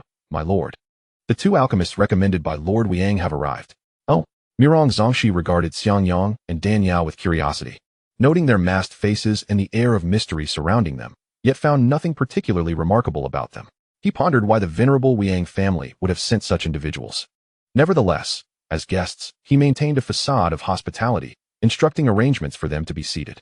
The other alchemists present, upon learning that the pair had been recommended by Ouyang Tsang, exchanged wary glances. Ouyang Tsang was a rare fifth-rank alchemist, renowned as the foremost master in the Bayou Valley. It was surprising that such an arrogant figure would endorse anyone. Were they here to assist or to undermine? Given that the alchemical profession often favored experience, most high-ranking alchemists were middle-aged or elderly, making the presence of youthful high-ranking alchemists exceedingly rare. Most attendees assumed Dan Yao and Xiangyang were mere pawns sent by the Ouyang family to fill the ranks. Only the young man in splendid attire beside Mirong Zongxi, the elder's grandson Mirong Yuan, regarded Dan Yao with a blend of surprise and intrigue. This was not solely due to her captivating presence, which was difficult for any young man to overlook.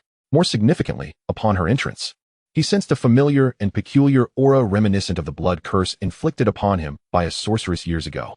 "Youthful as you are, what could you possibly achieve? Surely you are not here to partake in the feast without merit?" A sharp, derisive voice cut through the air. The speaker was a bald elder clad in alchemist robes, bearing a green insignia. Alchemists, proud by nature, often displayed arrogance, particularly those exceeding the fourth rank. He, a fourth-rank alchemist, had dedicated much of his life to attain this status. Thus, witnessing two youngsters, simply due to an endorsement from the elderly Ouyang, seated among them was irksome. Though small in stature, a scale can bear 1,000 pounds. Youth does not equate to lack of merit. Unlike certain individuals who rely on age to assert superiority and resort to petty insults, Dan Yao retorted without hesitation. "Old tigers do not roar. Yet you presume I am a feeble cat. You insolent girl, what did you say? Repeat that." The bald elder was immediately incensed. "I said you are shamelessly relying on your age. If your hearing is poor, seek out a physician rather than embarrass yourself here." Dan Yao shot back, her demeanor unapologetic. "Respect for elders and care for the young is a basic virtue. It appears you require a lesson." The elder, fuming with rage, advanced towards Dan Yao, declaring, "As a junior, I shall grant you 3 moves. After that, I shall teach you the importance of respecting your elders." Dan Yao chuckled coldly. "No need for 3 moves. 1 will suffice to defeat you." "Arrogance." The bald elder lunged forward, striking at Dan Yao with a powerful palm, the force radiating like a scorching blade. Dan Yao slowly raised her hand, matching his strike with her own.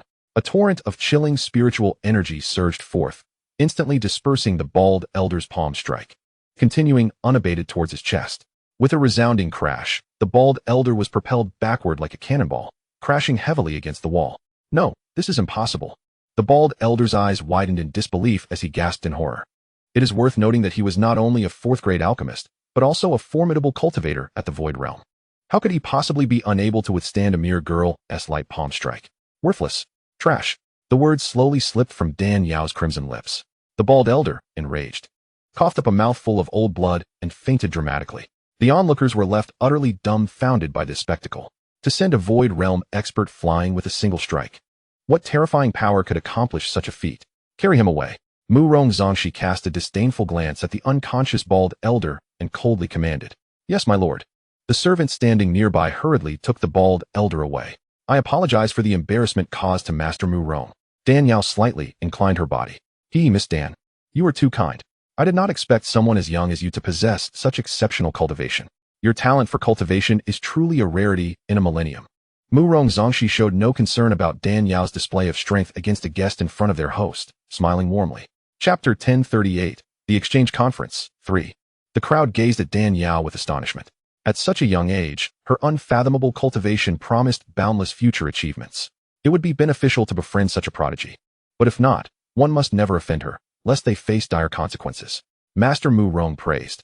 I merely possess a stroke of luck in my cultivation compared to others. Dan Yao smiled and seated herself once more, choosing not to speak further. As the gathering reached near capacity, the elder spoke succinctly. Mu Rong Zongxi cleared his throat gently, stood up, and surveyed the entire assembly. I have summoned you all under the guise of exchanging alchemical experiences. However, the true purpose is likely clear to all.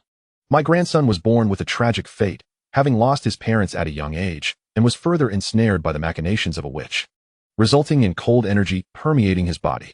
I now require a Zun Union pill to counteract this poison and restore his vital yang energy. Upon hearing this, the alchemists present shifted uneasily. One elder, adorned with a green emblem and the only 5th grade alchemist in attendance, stood up and said, although I have entered the ranks of 5th grade, I am merely a low-tier alchemist. The Zun Union pill is mid-tier within the 5th grade. How could I possibly concoct it? Is the Mu Rong patriarch jesting?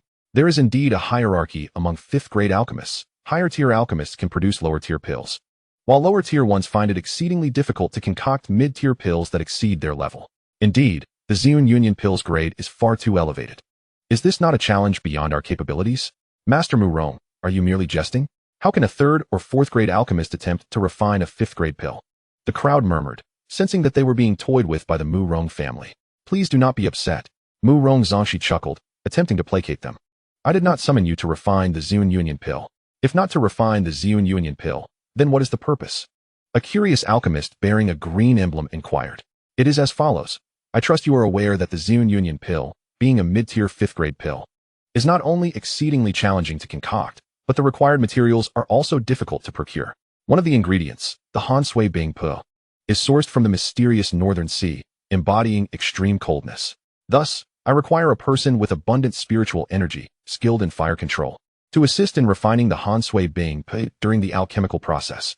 At this point, Mu Rong Zongxi gestured to his ring, and a jade box of Zhang Hai Nuanyu materialized in his hand. Upon lifting the lid, a pebble-sized ice-blue jade orb lay within, emanating wisps of frigid air, causing the temperature in the main hall to plummet several degrees. Mu Rong Zongxi pointed to the ice-blue orb and stated, "This is the Han Sui Bing Pu. I shall not waste words. Whoever can melt this jade orb and heal my grandson shall receive whatever they desire from me." Upon hearing this, the alchemists present revealed expressions of difficulty. The Han Sui Bing Pu is one of the rarest substances of extreme cold and yin energy in the world, and it is nearly impossible to effect without the use of heavenly spirit fire or a handful of extremely yang and firm substances. Dan Yao observed this and quietly asked, Ahua, without the use of the Zishan starfire, can your wedding dress technique handle that thing? Xiangyang smiled, of course. I can. The wedding dress technique is the embodiment of absolute yang and strength, capable of annihilating all things in the world. Aside from your Minjiayu technique, nothing can withstand the scorching intensity of this true energy. I could extinguish that thing with a mere flick of my finger. Chapter 1039, The Exchange Conference, 4. Xiangyang paused before continuing. Not just me. You could do it as well. Me? Dan Yao pointed to herself. Do you not possess the ability to reverse true energy? The Minjiayu technique flows with yin energy. If reversed, it becomes absolute yang. Though your spiritual energy may not match my intensity, it excels in its continuous and enduring nature. With just a bit more time, you two could melt that thing, Xiangyang remarked. The gathered crowd understood the formidable challenge posed by the Han Sui Bing Pu's icy resistance, exchanging glances, unsure how to respond. Mu Rong Zongxi, noticing their hesitation, smiled. While my Mu Rong family may not compare to those super clans boasting celestial experts, we have nonetheless established a firm foothold in the Bayou Valley for hundreds of thousands of years, with a legacy of heritage. We have accumulated a significant stockpile of various medicinal materials. I am certain that many of you masters have encountered difficulties in sourcing materials for your alchemical practices. As long as you are willing to exert effort, we can provide an unlimited supply of materials for those engaged in the medicinal business. The Mu Rong family is willing to supply at cost, without taking a profit. These words fell like a boulder into water, creating countless ripples. The phrase wealth and knowledge, poverty in arms holds true. While alchemists appear noble, it is an exceedingly costly profession. Aside from prodigies like Dan Yao, who possess a formidable halo, ordinary individuals aspiring to become outstanding alchemists must endure countless trials. Each practice session demands considerable financial investment, leaving most alchemists, aside from a select few high-tier practitioners, living in relative poverty. Even the wealthiest high-tier alchemists often grapple with a scarcity of materials. Mu Rong Zongxi's promise of unlimited supply was akin to a sugar-coated cannonball. It was as if a beauty-obsessed girl saw a VIP gold card for cosmetics, allowing her to purchase freely. Who could resist such temptation? Indeed, with great rewards come brave souls. An elder with jet black hair but snow-white eyebrows spoke up. Since Master Mu Rong has said as much, let us give it a try. Very well, after all. A trial bears no loss. Mu Rong Zongxi smiled in satisfaction, retrieving the Han Sui Bing Po from the jade box, flicking it with his finger, and suspending it in the air with spiritual power. As the Han Sui Bing Po was agitated by Mu Rong Zongxi's true energy, a flurry of frost and cold air dispersed, causing involuntary shivers among the onlookers. Such potent cold energy. The Han Sui Bing Po truly lives up to its reputation as the embodiment of the icy essence of the Northern Sea. The crowd could not help but exclaim in awe. Mu Rong Zongxi inquired with a smile. May I ask which master wishes to take the first attempt? A middle-aged alchemist wearing a green emblem stood up, clasping his fists towards Mu Rong Zongxi. I shall give it a try. I am curious to witness the extent of this substance's cold and in aura. Oh, so it is Master Lu Xian from the Lingzhou Xian Material Pavilion. My apologies. My apologies. Please proceed, Master. Mu Rong Zongxi replied with a smile. I dare not take the title of Master. Lu Xian humbly responded, flipping his palm to reveal a swirling mass of murky yellow flame, which then transformed into a writhing fire serpent. Dan Yao discerned that the flames were derived from a mystical beast known as the fire spirit python, having been refined into its very essence. Should the beast itself attain unparalleled strength, the flames it generates could rival the heavenly spirit flames. However, such a feat could only be achieved by an extraordinary demon with powers akin to those of the spirit platform or the divine void realm. The fire spirit python, with a cultivation limit equivalent to that of a human in the void realm, was hardly capable of contending with the chilling cold soul ice essence. Suddenly, the illusory fire python opened its gaping maw and swallowed the cold soul ice essence whole. To everyone's astonishment, the cold soul ice essence exhibited sentience. As the incompatible elements of ice and fire clashed, it sensed the heat from the python. In a flicker of blue light, an overwhelming wave of icy air surged forth, causing the fire python to dissipate into nothingness. With the creature's disappearance, its master, Lu Xian, coughed up a mouthful of blood and staggered back several steps. Master Lu, exclaimed the accompanying apprentice from the Immortal Materials Pavilion, rushing to support him. Lu Xian steadied himself, yet his complexion turned ashen. Such formidable cold soul ice essence. I am utterly powerless against it. My sincerest apologies.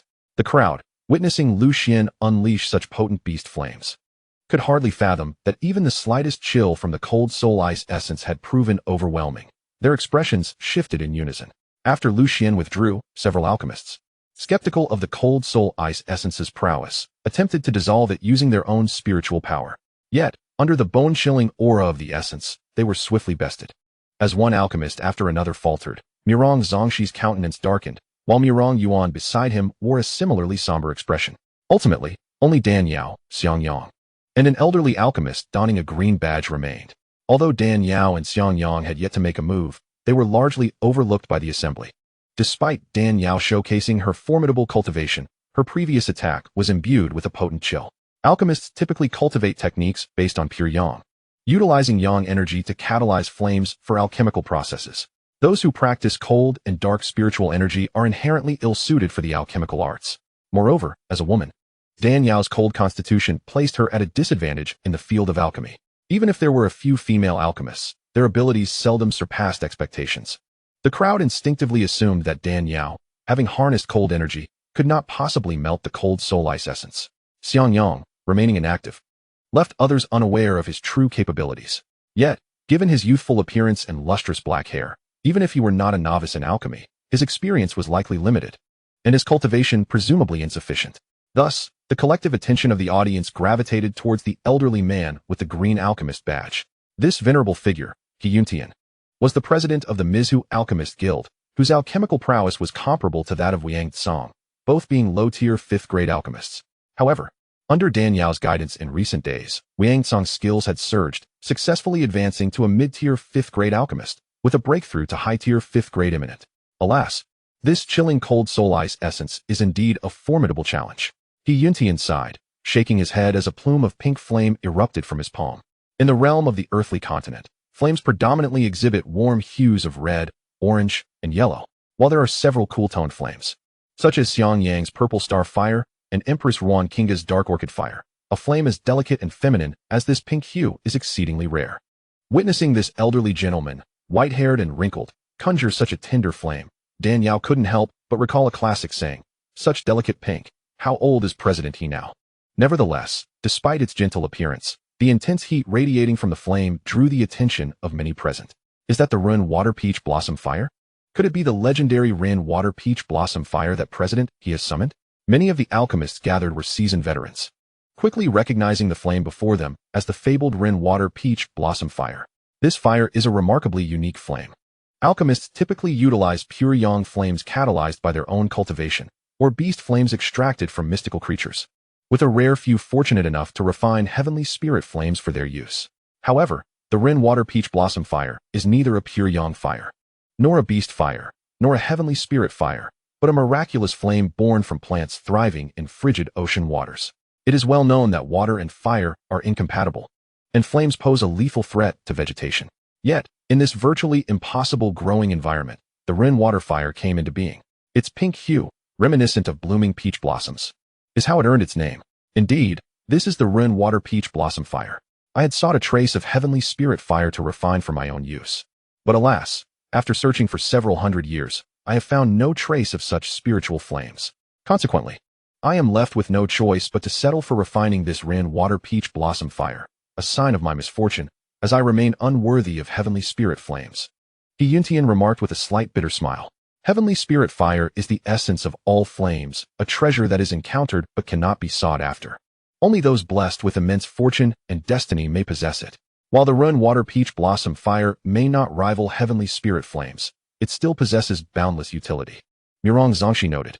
Although we did not find an alchemist with heavenly spirit fire this time, the Ren Water Peach Blossom Fire is also remarkable.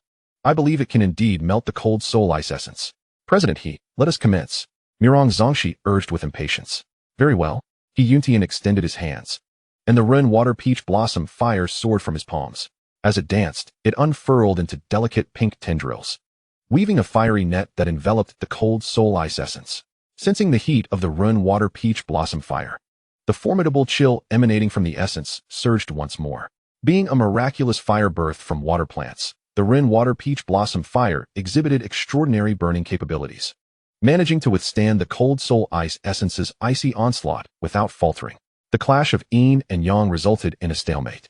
Although the heat produced by the Ren Water Peach Blossom Fire was significantly superior to that of the previous beast flames and pure yang flames, Ouyang Zongxi's expression remained grim. He sought a flame powerful enough to entirely refine the cold soul ice essence.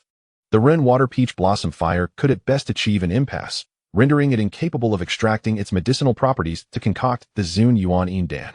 As time passed, the chill of the cold soul ice essence weakened, and the Ren Water Peach Blossom Fire lost its earlier vibrant pink hue. Observers could clearly see that this flame could only contend with the cold soul ice essence, but could not fully dominate or refine it. Indeed, the cold soul ice essence is a treasure of chilling properties. Even my peach blossom fire cannot contend with it. I fear, Ouyang clan leader, that you may be disappointed this time. Xianxian lamented, extinguishing the peach blossom fire and returning to his seat. Ouyang Zongxi's expression darkened to the point of almost dripping with despair. However, Ouyang Yuan spoke up. Grandfather, life and death are predestined. Perhaps this is simply my fate. Do not speak that way, Yuaner. I will surely find a way to heal you, Ouyang Zongxi replied, his heart heavy with anguish. After investing so much effort into hosting the alchemist exchange, he had expected to find numerous capable individuals who could refine the cold soul ice essence. Yet, to his dismay, all his efforts proved futile. Ouyang Zongxi, the venerable patriarch of a distinguished clan, possessed a temperament far from ordinary. With a constrained smile, he expressed his gratitude. I am deeply thankful to all of you for journeying such a great distance to offer your assistance. Though your efforts may not bear fruit, I remain profoundly appreciative. Shortly, I shall instruct my steward to present each of you with a modest token of gratitude. Despite the promised tokens of appreciation, the assembled alchemists, each a prominent figure in their respective provinces, felt no inclination to accept gifts from the Ouyang family. After all, none could dissolve the formidable cold marrow ice soul. To accept presents under such circumstances would only invite ridicule. As the alchemists prepared to take their leave, Fu Yuntian interjected, Clan leader Ouyang, there remain two esteemed gentlemen here who have yet to attempt. Perhaps they might try? Dan Yao and Xiang Yang's hesitation was not born of arrogance, but a strategic desire to dominate the negotiation. The jade fruit, a miraculous treasure formed over millennia, was too precious to relinquish lightly. Only when every alchemist present had failed to dissolve the cold marrow-ice soul, thereby demonstrating their collective impotence, would Ouyang Zongxi truly appreciate their value and be willing to offer the jade fruit as recompense. Naturally, this presupposed that none of the alchemists could overcome the icy artifact. Otherwise, any pretense of superiority would be shattered by a swift rival-esque success. Both Dan Yao and Xiang Yang were formidable Lingtai elites, their divine senses keen enough to detect the true capabilities of their peers, even those of equal rank. They observed that none present could melt the cold marrow-ice soul, thus felt no urgency. Unexpectedly, before they could speak, Dan Yao inwardly scoffed at Fu Yuntian's audacity for suggesting they try. The moment Fu Yuntian's words rang out, all eyes turned toward Dan Yao and Xiang Yang seated quietly in the corner, pondering silently, among so many, all powerless against the cold marrow-ice soul. What could these young novices possibly accomplish? Though Ouyang Zongxi understood the folly of judging by appearance, Dan Yao's earlier display of frigid spiritual power had already negated any chance she wielded formidable fiery might. As for the young man beside her, wearing a comical tear-faced cat mask, Ouyang Zongxi harbored no great expectations.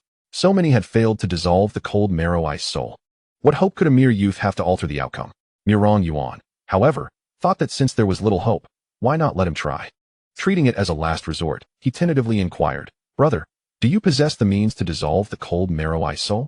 Xiang Yang rose, casting a sidelong glance, and replied coolly, "If I can, what will the Ouyang family offer me?" Ouyang Yuan froze momentarily, unprepared for such a demand for recompense at the outset. Nearby, the steward scolded, "Healing is always done before reward. There is no place for such immediate bargaining." Xiang Yang smiled indifferently. "If I dare ask for payment, it is because I am confident. I am curious, Elder Ouyang, what can you offer me?" Ouyang Zongxi's voice deepened. "Should you be the one to dissolve the cold marrow-ice soul, whatever you desire shall be yours." "Truly? I take your word," Xiang Yang said, his tone unwavering. "Good. I hope you do not forget your words," Ouyang Zongxi declared emphatically. Before Xiang Yang could respond, a white-haired elder burst forth angrily. "What impudence is this, daring to haggle before clan leader Ouyang? Do you really believe you can dissolve the cold marrow-ice soul?" Several alchemists nearby echoed his disdainful sentiments, their gazes hostile toward Dan Yao and Xiang Yang. The cold marrow-ice soul, impervious even to centuries or millennia of alchemical expertise, was no trivial matter. How could this youth presume to demand payment in advance? The alchemical profession revered strength above all. Arrogance was tolerated only when backed by genuine ability. They despised those who, lacking substance, boasted haughtily and demeaned others. Xiang Yang's quiet demeanor paired with his upfront demands marked him as such a braggart in their eyes. Unperturbed, Xiang Yang smiled calmly. "Whether I possess the skill or not, you shall soon see." The white-haired elder scoffed, "Such arrogance. As if the wind would not blow you down." Yet before he could finish, his eyes widened in terror, as if witnessing a specter. A violet flame suddenly rose in Xiang Yang's palm. With its advent, the once frigid hall, chilled by the cold marrow-ice soul, instantly transformed into an inferno of searing heat. What a formidable fire! Could this be the fabled celestial flame? Indeed, it was the celestial flame. A legendary heavenly fire capable of unleashing terrifying temperatures in an instant. The alchemists, all intimately familiar with fire, instantly recognized the violet blaze as the celestial flame, the incarnation of the essence of 10,000 fires. Except for Dan Yao, the crowd could hardly conceal their shock, mingled with awe, as they gazed upon the violet fire in Xiang Yang's hand. The celestial flame was the ultimate treasure coveted by countless alchemists. Its possession not only greatly enhanced combat prowess and the quality of elixirs, but also enabled the forging of medicines beyond the reach of ordinary practitioners. For instance, the purple rhyme primordial pill required the cold marrow-ice soul to be melted by the celestial flame. Even a 6th-rank medicine sovereign like the twin supreme heavenly lords could not concoct it without such fire. "Master, is that truly the legendary celestial flame in your hand?" Ouyang Zongxi's eyes sparkled with wild joy, tinged with disbelief that such a divine artifact had fallen into the hands of a mere youth.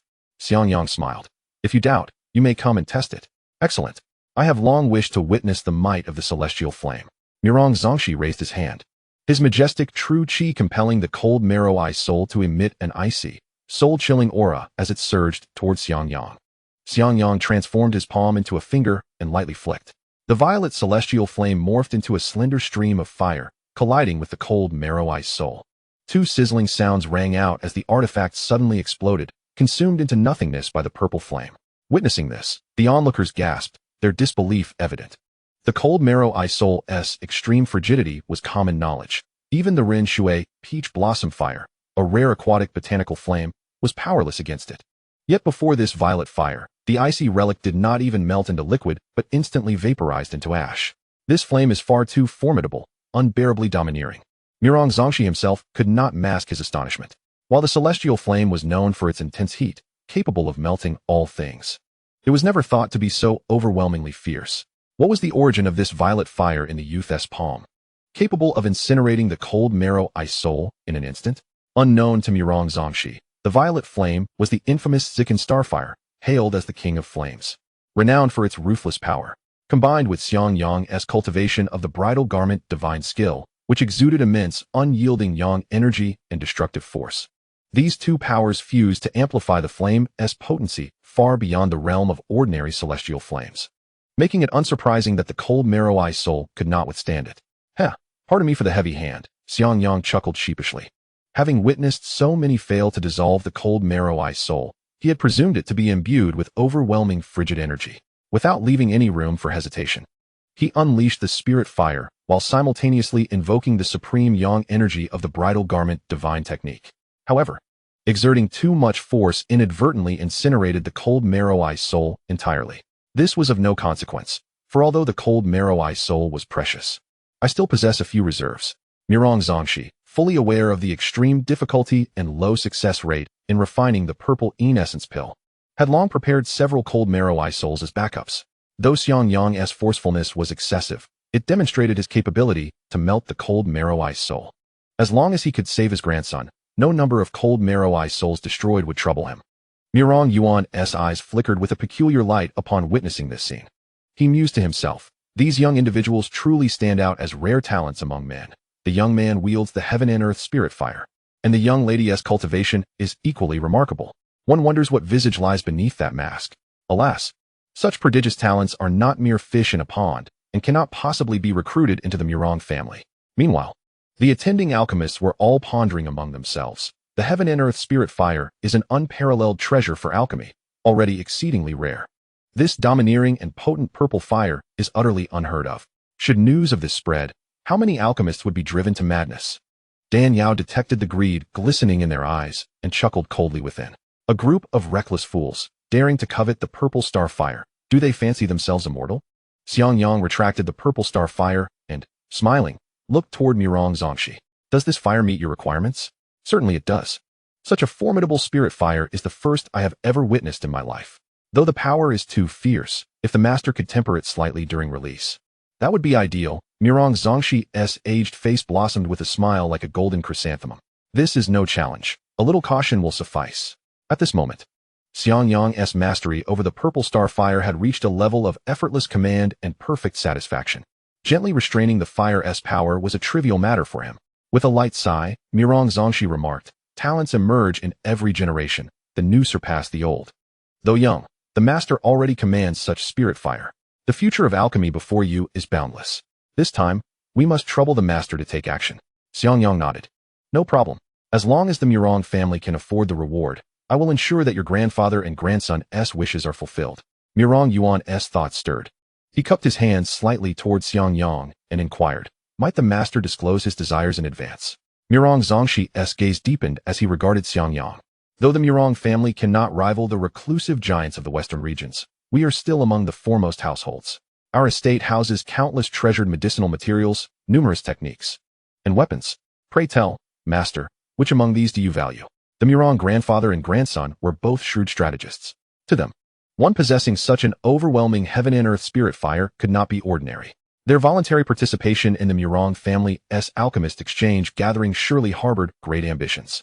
They feared that Xiangyang might make exorbitant demands, which would complicate matters. Thus, it was prudent to clarify terms in advance. Dan Yao and Xiangyang also feared that once Murong Yuan was cured, Murong Zongxi might be reluctant to part with the jadeite fruit. Negotiating terms beforehand would mean that even if the old man reneged later, resorting to force would not constitute outright plunder or breach of ethics.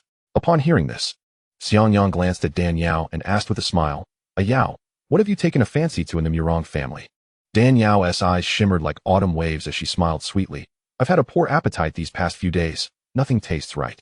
Perhaps a bite of the jadeite fruit might restore my palate. Her words made it seem as though the jadeite fruit were but street-vended stinky tofu, something casually sampled. Jadeite fruit. The assembly gasped in astonishment. The jadeite fruit, born of millennia of spiritual energy from Jadeite Valley, was a supreme treasure. Its appearance always sparked bloody turmoil. Due to the valley's unique nature, those able to obtain it were exceedingly few. Even natives of Jadeite Valley had only heard its name, never seen it. It was unimaginable that such a superlative spiritual artifact would reside within the Murong family. Murong Xianxia and Murong Yuan's faces paled in shock upon hearing this. The jadeite fruit was a secret treasure preserved for over 1,000 years by their ancestors, a family secret unknown even to many of the Murong clan's own. Whence did these two young people know of the jadeite fruit's existence in their household? Seeing the pair's astonishment, Danielle's confidence in the jadeite fruit's presence and intactness deepened. She smiled lightly. It seems the jadeite fruit truly is in the Murong family. Our journey was not in vain. Indeed, the jadeite fruit lies within the Murong family. Murong Xianxia admitted with composure, though his expression darkened further. However, this artifact was obtained through the perilous efforts of our ancestors and serves as the Murong family's heirloom treasure. If I were to bestow it upon outsiders, would that not dishonor our forebears? Therefore, I ask you to choose something else. Aside from the jadeite fruit, whatever you desire, I can provide. Danielle's countenance hardened.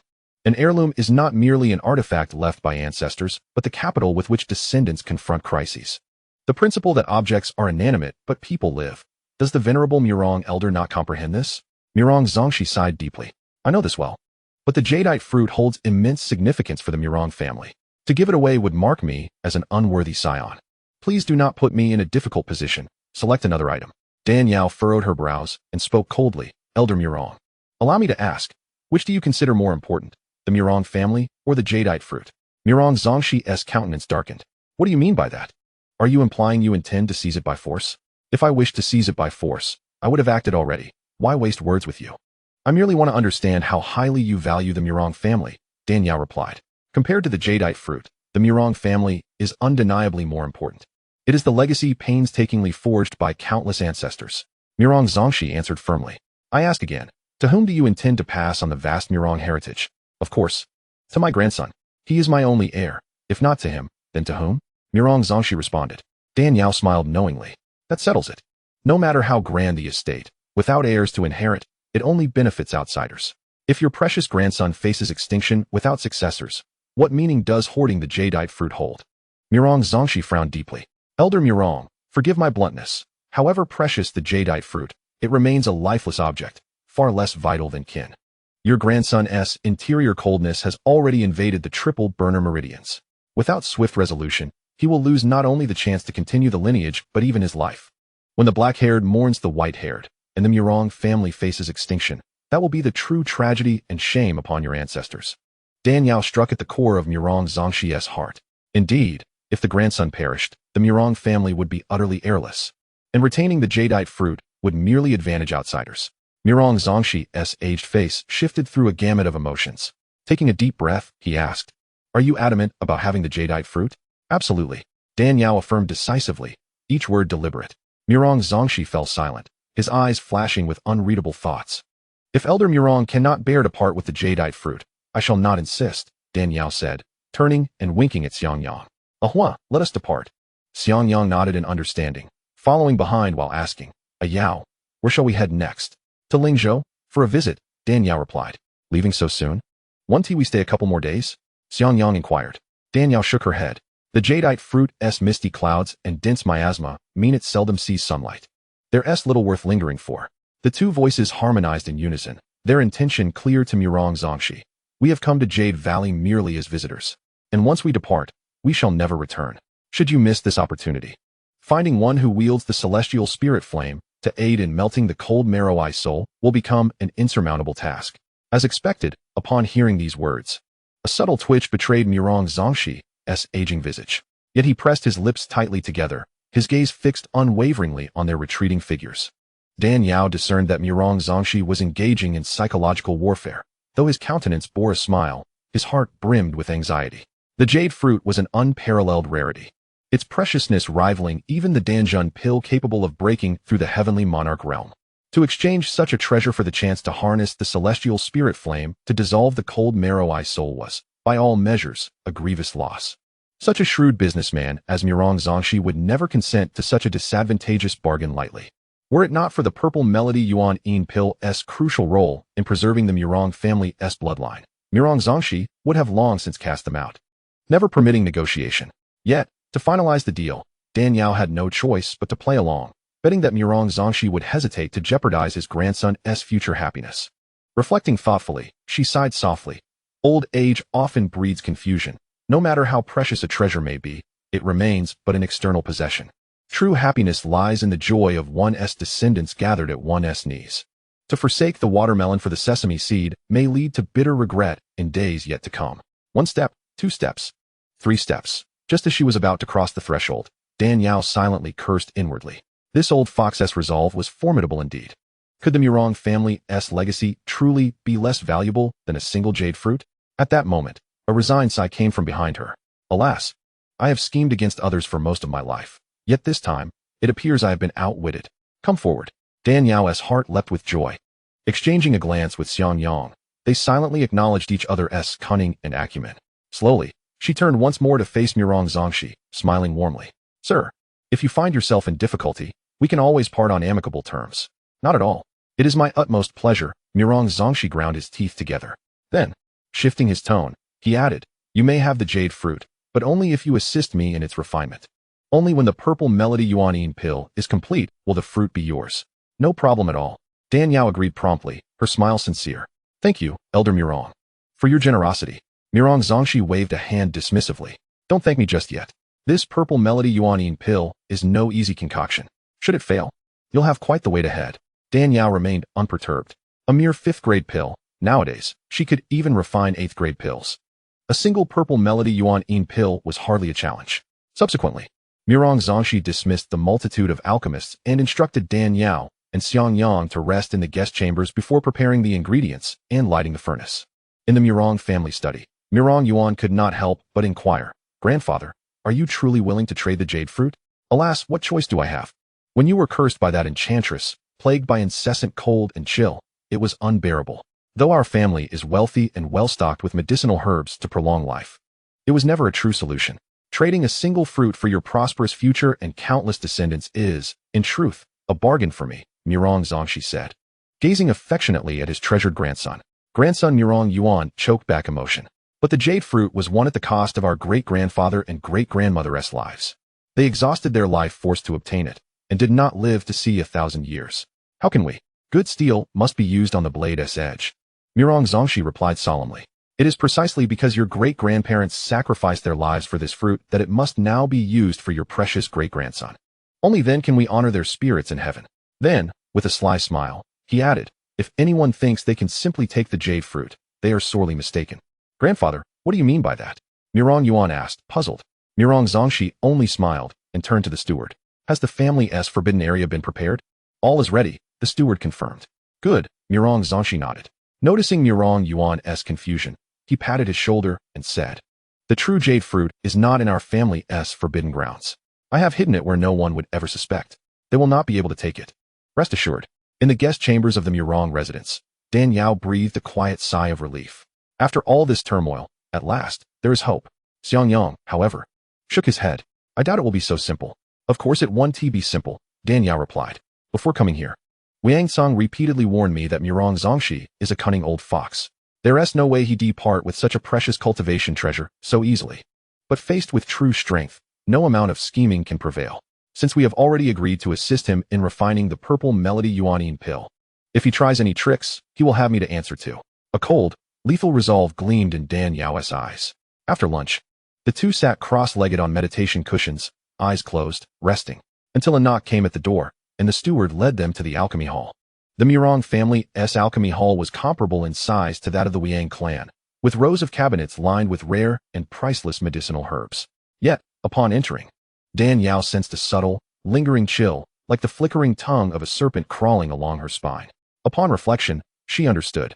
The Ouyang family specialized in poisons, which, like pills, required meticulous refinement to unleash their potency. This alchemy hall served not only as a place for pill concoction, but also for poison creation and extraction. hence the pervasive coldness. Upon their arrival, Murong Zongxi and Murong Yuan were already waiting. Dan Yao smiled gently at them. Elder Murong, Ahua has agreed to assist you in melting the cold marrow ice soul. Before we begin, may I have a glimpse of the jade fruit? Murong Zongxi's smile was thin and insincere. Why the rush? We agreed. Once you help me refine the purple melody Yuanine pill, the jade fruit will be yours. The pill is not yet complete. Dan Yao's voice was soft, coaxing. I merely wish to see it. Are you afraid I might seize it outright?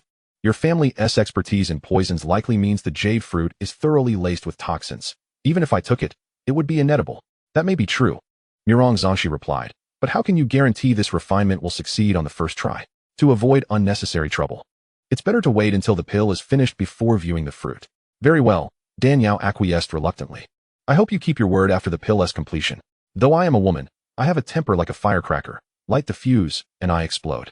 Should anyone dare to mock me, they will regret ever coming into this world. Xiangyang's right hand cradled a flickering purple flame, his voice cold. Likewise, I despise those who break their promises. If anyone tries to play games before me, I will unleash the fury of the Zikan starfire and see how many bones remain to burn. Murong Zongxi shuddered involuntarily, clutching his chest with a forced grin. I have always honored my word. As long as you can produce the pill I require, the jade fruit will be yours. Splendid, Dan Yao responded with a faint snort. Then inquired, shall we begin the fire? Not just yet, Murong Zongxi said. The master alchemist assisting my grandson is Ouyang, the foremost alchemist of Fengzhou, whose skills have reached mid-level 5th grade. I have already summoned him. Once he arrives, we shall commence. Upon hearing this, Dan Yao remained silent. Originally, she had intended to take the initiative to concoct the elixir herself. However, given that the Murong family had already lavishly hired another alchemist, it would be inappropriate for her to intervene. After all, the field of alchemy is governed by its own set of rules. Usurping another's role and encroaching upon their livelihood is a grave taboo. As a person of status, she naturally could not engage in such disgraceful behavior. For now, all that was required was for Xiangyang to assist in the refinement of the cold essence ice soul during the alchemical process. As time gradually passed, the much-anticipated figure of the so-called foremost alchemist from Fengzhou remained conspicuously absent. While Dan Yao remained patient, Murong Zongxi grew increasingly anxious and hurriedly dispatched someone to inquire. The report that came back, however, was disheartening. Patriarch, Master Ouyang has sent word that the son of the Fengzhou city lord has suddenly fallen ill, and all the alchemists in the city have been summoned to the city lord's residence to attend to him. He requests that the patriarch seek another expert. What? How could this happen? Murong Zongxi's expression darkened considerably. He had painstakingly found a formidable talent capable of melting the cold essence ice soul.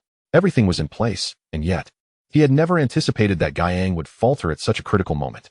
In this short span, where could he possibly find another alchemist capable of concocting mid-level 5th grade elixirs? Murong Zongxi was infuriated, though he had to maintain a cordial demeanor towards Dan Yao and Xiangyang. Since Master Ouyang is unable to come, might I trouble both of you to remain at the Murong residence for a few more days? Once Master Ouyang becomes available, he can assist us. The melting of the cold essence ice soul has a very brief efficacy. If it cannot be utilized immediately, it would quickly turn into a useless puddle of water. This necessitated that the person responsible for the melting must actively participate in the alchemical process, racing against the clock to successfully create the purple rhythm primordial elixir. Dan Yao shook her head. There is no need for that. I do not have so much time. Murong Zongxi became anxious. Miss Dan, why the urgency to leave? We might as well discuss further. There is no necessity. My point is, if Ouyang cannot come, it suffices for the two of us to handle the alchemy. Dan Yao asserted.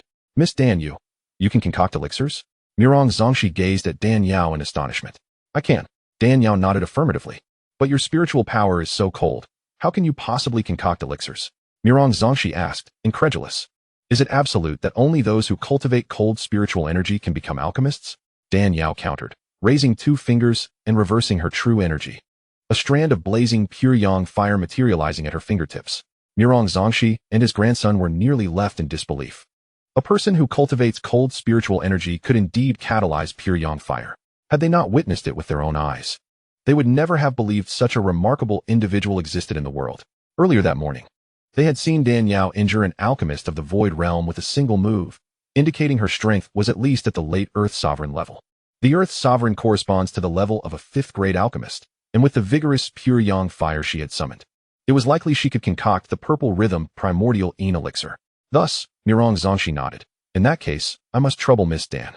Previously, I had entrusted Master Ouyang with the concoction of this elixir, promising him 10 medicinal herbs along with the remaining cold essence I soul as compensation. Now that he has broken our agreement, I shall transfer all these rewards to you. That sounds good. Dan Yao smiled brightly. After all, one should never refuse what is offered willingly. The cold essence I soul was an exceedingly rare cold object, and it would serve as a valuable aid for her cultivation.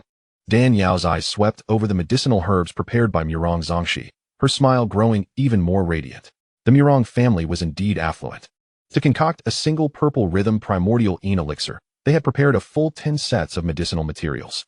Upon closer inspection, the coveted cold essence I soul, when counted, astonishingly totaled 14 pieces, not including the one Xianxiang had inadvertently melted away.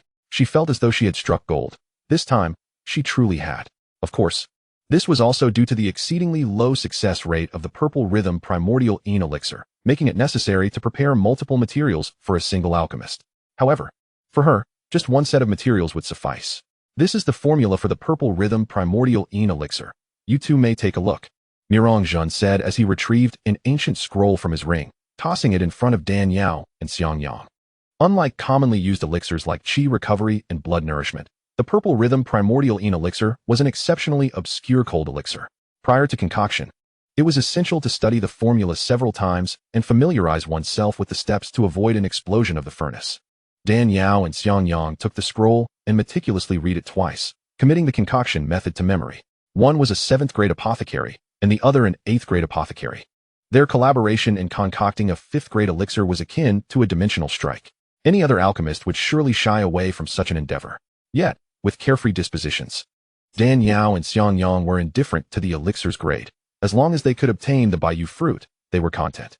Seeing that the two had memorized the concoction method, Murong Zongxi summoned the steward and commanded, during the alchemical process, no one is to disturb these two masters.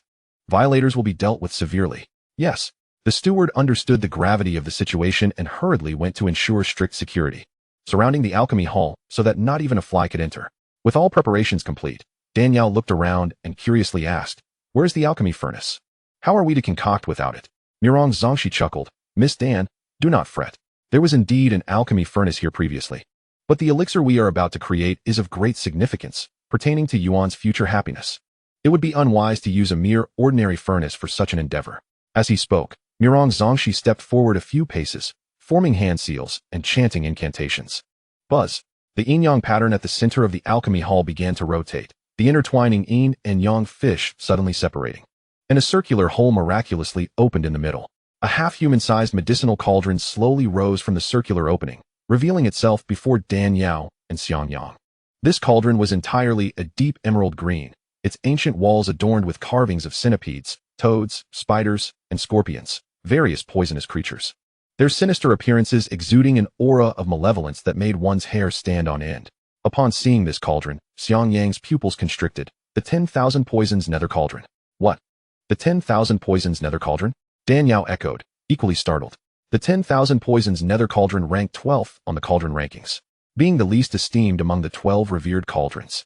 It was said to have originated in the ancient nether poison marsh, crafted from an extraordinary and massive piece of dark green metal, which had been subjected to toxic mists for millions of years and refined by the might of heaven and earth. Due to its unique formation environment, this cauldron possessed both medicinal and toxic properties. It could not only refine miraculous elixirs, but also concoct world-renowned toxic pills that even the other 11 cauldrons could not produce. Because of this, the cauldron garnered mixed reviews. Alchemists who specialized in toxicology adored it, while orthodox alchemists detested it, relegating it to the lowest position on the cauldron rankings. Despite its low ranking, the alchemical assistance provided by the 10,000 poisons nether cauldron was not in the slightest inferior to that of the 8th-ranked yin-yang twin fish cauldron. Even the 7th-ranked xianxiaaudiobooks cauldron in Dan Yao's possession was only slightly superior. It was truly unexpected that the most infamous cauldron on the cauldron rankings, the 10,000 poisons nether cauldron, would reside in the Murong family. Now, she finally understood why the Murong family excelled in poison. The lethal toxin embedded in the Bayou fruit was so potent that even a standard detoxification elixir could not neutralize it. This was all due to the Murong family's mastery of the 10,000 poisons nether cauldron and their comprehension of the extraordinary poisons contained within it, rendering it exceedingly difficult to resolve. You two have quite the discerning eyes to know the origins of this cauldron. You are not simple folk. Murong Zongxi regarded Dan Yao and Xiang Yang with a profound gaze. Dan Yao smiled gently, reversing her inner energy, and with a flick of her fingers, she catalyzed the pure yang fire, infusing it into the 10,000 poisons nether cauldron.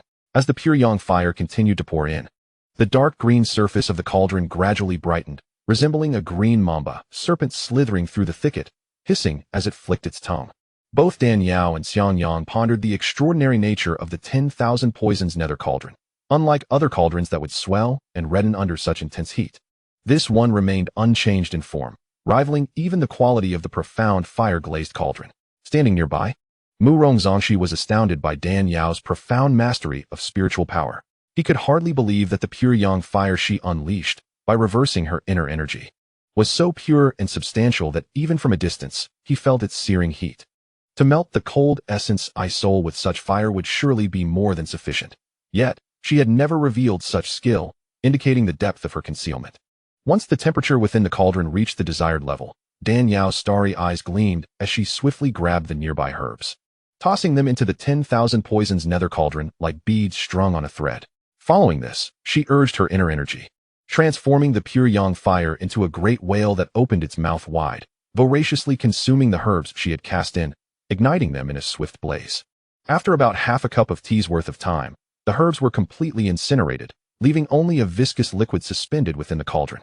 All the ingredients required for refining the purple rhythm yuan yin pill had been meticulously extracted. The next step was to melt the cold essence ice soul. This step was crucial and demanded rapid execution to ensure seamless continuity. Otherwise, all their preparations would be in vain. Aware of the stakes, Murong Zongxi urged, "Hurry." Xiang Yang extended his hand, summoning one of the ocean-warm jade boxes from the shelf into his grasp. Upon opening the lid, a chilling aura swiftly spread, causing the previously unbearable heat from the alchemy to dissipate rapidly. With a clap at the bottom of the box, he propelled the cold essence ice soul into the air. With a flick of his fingers, the purple zenith star fire shot forth like fine threads, yet it did not directly penetrate the cold essence ice soul. His fire was too potent. Should he scorch it directly, the ice soul would be instantly reduced to nothingness.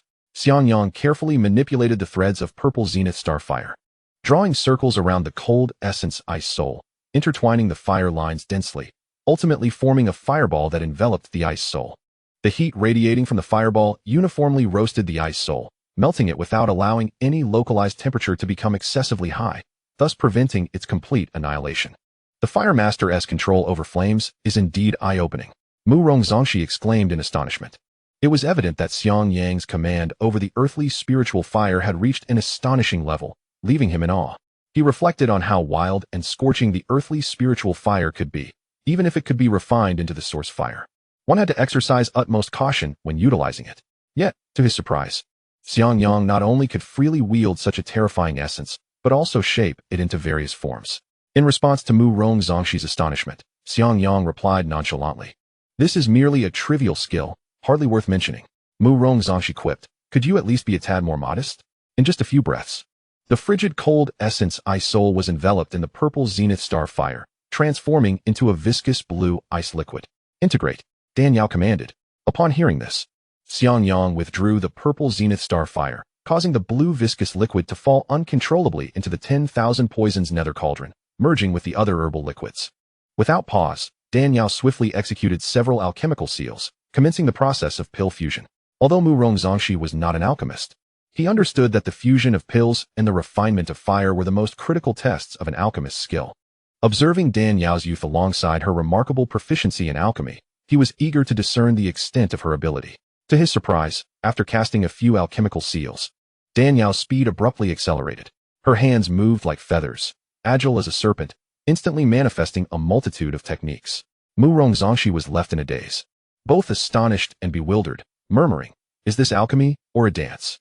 However, the continuous fragrant aromas wafting from the cauldron repeatedly affirmed that she was indeed performing alchemy, and the purple rhythm yuan yin pill was nearing completion.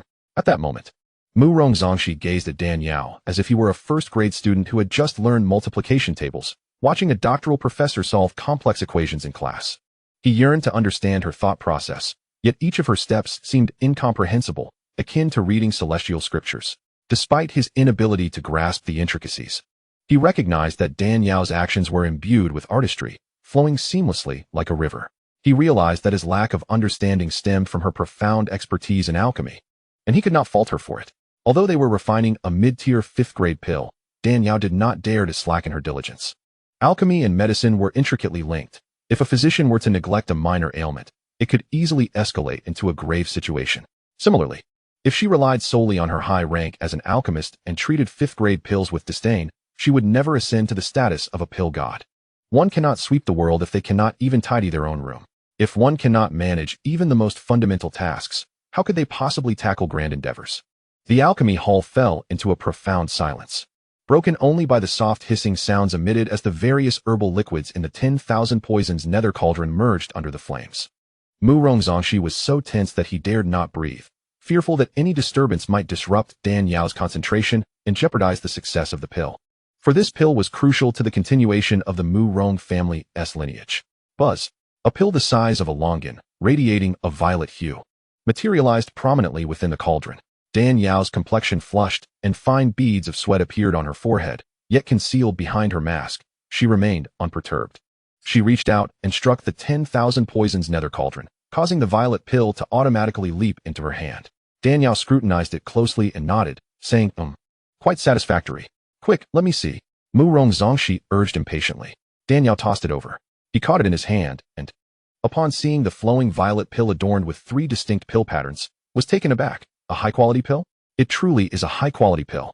This was still with Dan Yao intentionally withholding her full prowess. Otherwise, there would have been far more than just 3 patterns. Noticing Murong Zongxi's attention fixated on the freshly refined purple rhythm Yuanyin pill, Dan Yao shifted her gaze to the cold essence ice souls resting atop the nearby shelf. She had only utilized one of the several cold essence ice souls, and according to their previous agreement, the remainder was rightfully hers. With a mischievous smile, Dan Yao waved her sleeve, unceremoniously collecting the precious cold essence ice souls into her spatial ring. Then, turning to the elated Murong Zongxi, she chuckled lightly. Mr. Murong, I have successfully refined the purple rhythm Yuanyin pill that your grandson requires. It is now time for you to present me with the jade fruit, is it not? At her words, the ecstatic expression on Murong Zongxi's face froze momentarily. Murong Zongxi's eyes flickered as he forced a smile, saying, indeed, as per our prior agreement, I should provide you with the jade fruit, but what? Dan Yao inquired, raising an eyebrow. Murong Zongxi chuckled awkwardly and explained, you see, this jade fruit was procured by my ancestors at great peril, to prevent future generations from squandering such spiritual treasures.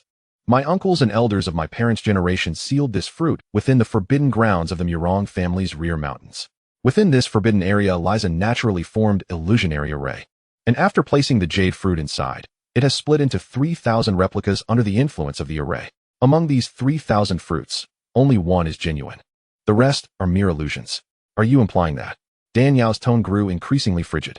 It is not that I am unwilling to give you the jade fruit, Murong Zongxi continued, but the illusionary array in the forbidden grounds is exceedingly formidable. Even I, as the head of the Murong family, cannot discern the true from the false. If you wish to obtain the jade fruit, you must delve into the array and search for it. However, this array is unique. Each time one ventures inside, only one fruit may be retrieved. Thus, whether you can acquire the authentic jade fruit will depend on your discernment. The implication in Murong Zongxi's words was clear, with 3,000 to choose from. If you fail to select the genuine jade fruit, do not blame me. Humph, Mr. Murong, Dan Yao retorted icily. We have sincerely offered our assistance in refining elixirs for you. Yet, upon achieving success, you persist in playing tricks. This hardly seems fair, does it? You cannot summon us at your whim and then expect to break promises without consequence. If you dare to deceive, you shall pay the price. Do not miscalculate, old man. With that, the purple starfire in Xiang Yang's palm surged, rapidly emanating an overwhelming heat. Murong Zongxi's aged visage twitched as he protested, ladies, do not be angered. I assure you, I harbor no intention of going back on my word. This arrangement was made by my ancestors, and as a junior, what power do I possess? When Miss Dan requested the jade fruit this morning, my reluctance to comply stemmed not only from my reluctance to part with such a treasure, but also from the difficulty in obtaining it due to the protective illusionary array. I suggested an alternative, yet you refused. What can I do? His tone was one of grievance, as if unaware that Dan Yao and Xiang Yang were merely seeking trouble. Dan Yao, upon hearing this, was seething with indignation. You cunning old fox, trying to play tricks on me, are you? Very well. If I fail to obtain the true jade fruit this time, I shall take your surname. Murong Zongxi, noticing Dan Yao's clenched teeth and furious demeanor. Dare not press too hard. His cunning eyes shifted again, and he proposed, I understand that this places you in a difficult position. How about this? Once you find the genuine jade fruit, I shall unconditionally neutralize the poison within it, allowing you to consume it without worry. Would that be acceptable? Dan Yao retorted angrily. Shouldn't the poison be resolved directly? How can you use it as a bargaining chip? Yet, Mirong Zongxi replied with a smile. I previously agreed to hand over the jade fruit, but I never stated I would neutralize the poison within it. All those present during the melting of the cold marrow ice were witnesses. I have not gone back on my word. Humph, you old fox. Quite adept at playing with words. But beware, cleverness may lead to your downfall, Dan Yao sneered. Xiang Yang, taken aback by Mirong Zongxi's cunning, pondered aloud, Ah Yao. What should we do? Should we resort to force and eliminate this old man? Not necessary. Dan Yao took a deep breath. Very well, we shall proceed as you suggest. But let me make it clear, our patience has limits. If you dare to play tricks again, not only will you perish, but the entire Mirong family shall follow you to the grave. With that, Dan Yao struck a blow towards the nearby medicine rack. With two resounding crashes, the rack, forged from platinum and black iron and impervious to thousands of years of alchemical flames, exploded into a heap of ruins. Are you a celestial lord? Mirong Zongxi exclaimed in shock. Dan Yao coldly responded, What if I am? What if I am not? If you know what is good for you, clean your eyes and cease your petty tricks before me. Why yes. Mirong Zongxi stammered, his eyes darting chaotically, unsure of what to think. Dan Yao and Xiang Yang, however, were undeterred by his schemes. In the face of their overwhelming strength, any trickery was futile. Those who dared to play games before them were destined for ruin. As the trio exited the alchemy hall, Mirong Yuan had been anxiously waiting for some time. Upon seeing them emerge, he breathed a sigh of relief and asked, Grandfather, did it succeed? Indeed. With the combined expertise of both masters, how could it possibly fail? Is that so? Splendid. Mirong Yuan exclaimed with unrestrained joy.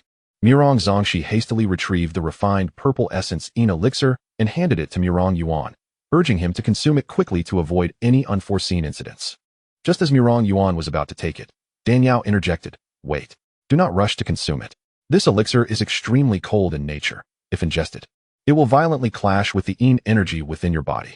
Without a strong practitioner to guard your heart meridian, the cold energy could very well lead to your demise. Her warning was not mere scare tactics. Using such a method of amplifying yin to counterbalance yin was essentially a perilous gamble. Any misstep could result in death. Grandfather. Mirong Yuan frowned as he glanced at Mirong Zongxi. With a sigh, Mirong Zongxi conceded, Very well. After I see off our esteemed guests, I shall assist you in refining it. For now, let us journey to the rear mountains together. All right. The three traversed a narrow path, perpetually buffeted by cold winds, until they reached the entrance of the forbidden grounds in the rear mountains. The entrance was shrouded by a grayish barrier. A spatial barrier constructed by a powerful spirit platform practitioner? Did an ancestor of your Mirong family ever reach the spirit platform realm? A flicker of surprise crossed Dan Yao's eyes as she beheld the enigmatic barrier. Indeed, our first ancestor. At a time when the spiritual energy of the four domains had not yet significantly diminished, cultivated to become a being of the spirit platform. However, such superlative beings are no longer possible today. This spatial barrier was erected by our ancestor using immense powers, capable of withstanding the assaults of numerous peak celestial lords. Mirong Zongxi said proudly. Quite impressive. Dan Yao nodded slightly. Mirong Zongxi assumed that by revealing his family's lineage of spirit platform practitioners, Dan Yao and Xiang Yang would regard him with newfound respect and restraint, even if they could not obtain the jade fruit. After all, this barrier, created by a spirit platform master, possessed formidable defensive capabilities. Not even a celestial lord could hope to breach it. Little did he know that the two standing before him were, in fact, true spirit platform practitioners. Even if the ancestor of the Mirong family were to be resurrected, he would not stand a chance against them. How could such a mere spatial barrier capture their attention? Mirong Zongxi, believing he had deciphered their intentions, felt an inexplicable sense of powerlessness in the face of Dan Yao and Xiang Yang. It was as if a drowning person struggled against the relentless current, unable to escape its grasp. He could not fathom where the problem lay or why he could not control the situation. Suppressing his inner unease, Mirong Zongxi retrieved a pitch-black jade talisman from his ring and affixed it to the recessed center of the spatial barrier. Boom! A tremendous surge of energy radiated outward, causing the spatial barrier to ripple and gradually dissipate. Please, after you. Mirong Zongxi gestured to Dan Yao and Xiang Yang. Unfazed by his schemes, Dan Yao and Xiang Yang strode confidently inside, followed closely by Mirong Zongxi and Mirong Yuan. As the four figures vanished, the spatial barrier automatically reformed, returning to its grayish state. Upon entering the forbidden realm, one is greeted by a deep azure lake, tinged with green, adorned with clusters of jade-hued lotus flowers. Each blossom cradles a fruit, glistening like jade, in a vibrant emerald hue. A cursory glance reveals thousands of these ethereal lotuses, each accompanied by an equal number of verdant fruits. Mirong Zongxi pointed at the surface of the lake and proclaimed, "This is the illusion array, a natural phenomenon of the forbidden land. Since our ancestors placed the jade fruit in the lake, it has manifested into thousands. With your discerning eyes, if you can identify the true jade fruit, I shall willingly present it to you without hesitation." Dan Yao replied with an indifferent expression, "If I identify the genuine jade fruit, you truly will not renege on your word?" "Absolutely not," Mirong Zongxi asserted with unwavering conviction. "Very well, you have spoken. If you retract your promise, do not blame me." Dan Yao smiled enigmatically and turned to Xianxiang. "Ahua, can you discern which one is the genuine jade fruit?" Xianxiang returned the smile with a peculiar twist. "Of course, such a small fruit cannot evade my keen perception." Mirong Zongxi chuckled coldly to himself. The audacity of these young ones to seek out the jade fruit was indeed laughable. Today, he would demonstrate the wisdom that comes with age. Dan Yao remarked, "Since you have recognized it, what are you waiting for? Bring forth that fruit." "Very well." Xianxiang leaped forward, poised to rush into the lake. Suddenly, he retreated, executing an agile somersault, and in the blink of an eye, had appeared before Mirong Yuan. Caught off guard, Mirong Yuan was startled and instinctively launched an attack, only for his power to dissipate like mist before it could reach its target. Before Mirong Yuan could retaliate, he found himself lifted into the air, held captive by Xiangyang's grip upon his back. This spectacle unfolded in a heartbeat. By the time Mirong Zongxi regained his composure, Xiangyang had seized Mirong Yuan's head, poised to unleash his energy, which would undoubtedly result in a catastrophic demise. Panic-stricken, Mirong Zongxi's face turned ashen, and he exclaimed, "What are you two doing? Do you not seek the jade fruit? Why seize my grandson?" Dan Yao retorted with a cold smirk, "Old Mr. Mirong, do you truly think we are blind? The jade fruits in the lake are mere illusions. Not a single one is genuine. The true jade fruit is far away, yet right before your eyes." With that, Dan Yao tore the jade amulet from Mirong Yuan's neck and raised it triumphantly, declaring, "This is the authentic jade fruit." Chapter 1056, The True Jade Fruit, 4. Witnessing the facade unravel, Mirong Zongxi's face drained of color. Dan Yao shot a sidelong glance at him. The most perilous places are often the safest. No one would suspect that the precious jade fruit, formed from millennia of condensed spiritual energy, hangs around the neck of the Mirong family's legitimate grandson. She continued with a series of disdainful chuckles. "Mirong Zongxi, you truly are a cunning old fox. Alas, your tricks may deceive others, but not me. The Manual of 10,000 Medicines clearly states that the jade fruit's greatest distinction from other spiritual fruits is its ability to transform into beautiful jade, concealing itself. In truth, as soon as they entered the Mirong family hall and beheld Mirong Yuan, she and Xiangyang recognized the jade fruit adorning his neck. Their reason for holding back was merely their desire to engage in a manner befitting honorable individuals, aiming to obtain what they sought through peaceful means. However, Mirong Zongxi, this old fox, repeatedly attempted to outmaneuver her, which she found utterly detestable. "Why the silence?"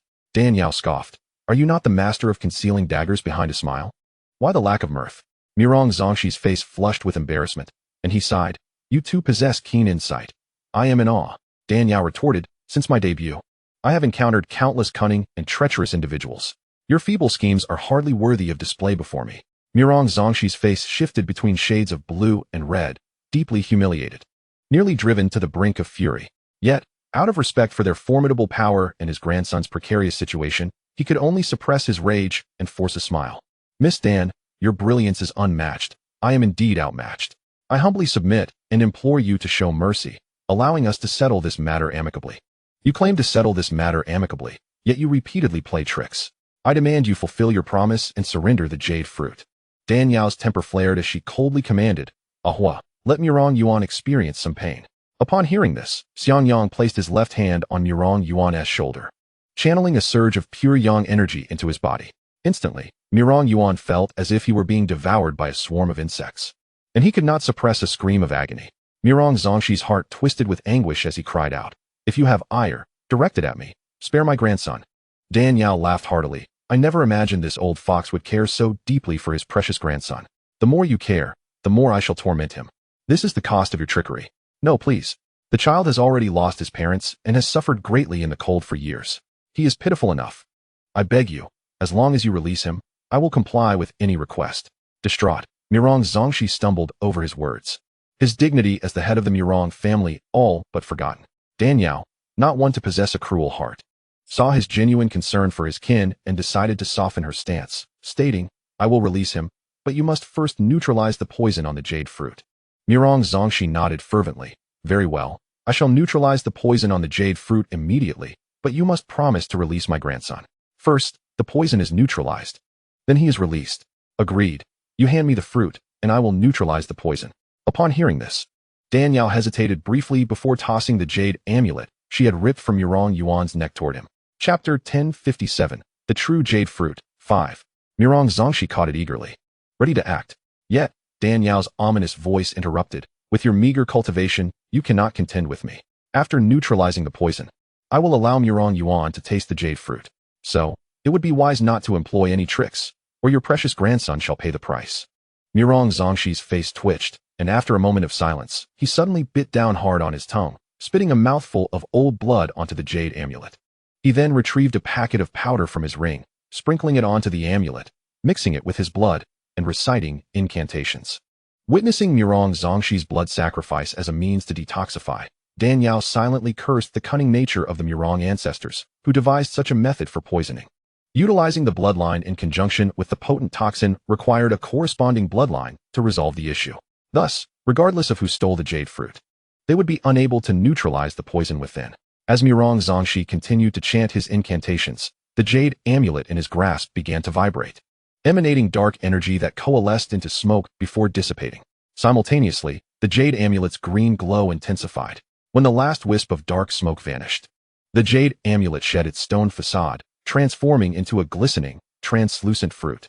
At first glance, this fruit appeared identical to the thousands floating upon the lake's surface. Yet, Dan Yao and Xianxiang could sense the immense essence of heaven and earth contained within this fruit. This is the jade fruit you desired. Here, take it, and swiftly release my grandson. Mirong Zongxi, with a pained expression, tossed the revealed jade fruit to Dan Yao.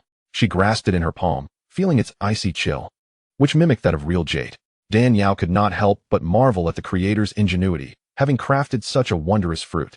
With a hand fashioned into a knife, she delicately sliced through the outer skin of the jade fruit, releasing a rich, emerald-green juice reminiscent of jade itself. After administering a small amount to Mirong Yuan to confirm its non-toxic nature, she solemnly stored the jade fruit in her spirit-concealing bottle. Is that satisfactory? Will you now release my grandson? Mirong Zongxi inquired, his expression dark and stern. Rest assured, my word is not as fickle as yours. Having made a promise, I shall indeed fulfill it. Dan Yao declared, turning to Xianxiang, release him. Fortune smiles upon you today. With a dismissive shove, Xianxiang pushed Mirong Yuan away. Ahua, our task is nearly complete. Let us depart. With the jade fruit secured, Dan Yao had no desire to pursue the 10 treasures previously promised by Mirong Zongxi. It was wiser to leave, lest further complications arise. Very well, let us go. The two figures shimmered and transformed into streaks of light, swiftly exiting the forbidden grounds, leaving behind the 2 generations of the Mirong family in bewilderment. Outside the forbidden area, Xianxiang remarked, Ah Yao, shall we simply let that old scoundrel off the hook? What else is there to do? The jade fruit is in our possession. Is there any need to kill him now, even if I do not slay him? A parting gift is in order. Oh, Dan Yao raised an eyebrow, intrigued. What kind of gift do you have in mind? With a mischievous grin, Xianxiang responded. Watch closely. He flipped his left palm, and the purple starfire surged forth. With a sudden pulse of his palm, the fire shattered into countless specks, transforming into an almost imperceptible purple powder. Xianxiang flicked his fingers, sending the purple powder into the murky expanse of the spatial barrier. Chapter 1058, One Person, Half. A dull knife inflicts the most persistent pain. The Mirong family, entrenched within this chaotic realm of the jade fruit, had endured the test of time, standing resolute due to this very spatial barrier.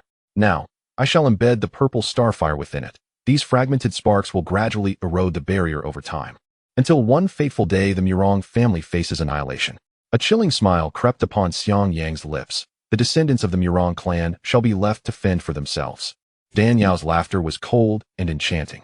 Those who sow the seeds of mischief shall reap the consequences. Mirong Zongxi would never have anticipated that his clever machinations today would lay the groundwork for his descendants' future calamities.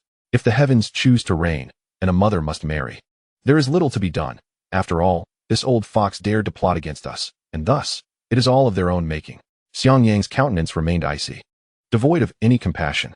After a moment's reflection, Dan Yao mused, it is wise to leave a thread for future encounters. Having secured the jade fruit, let us leave this matter as it is, lest we stir up further trouble. Very well, I shall restrain myself and refrain from igniting the flames for now. But I cannot shake the feeling that they will not let this matter rest easily. Dan Yao replied coolly, should he continue to court disaster, he shall not blame me. With a flash, the two departed.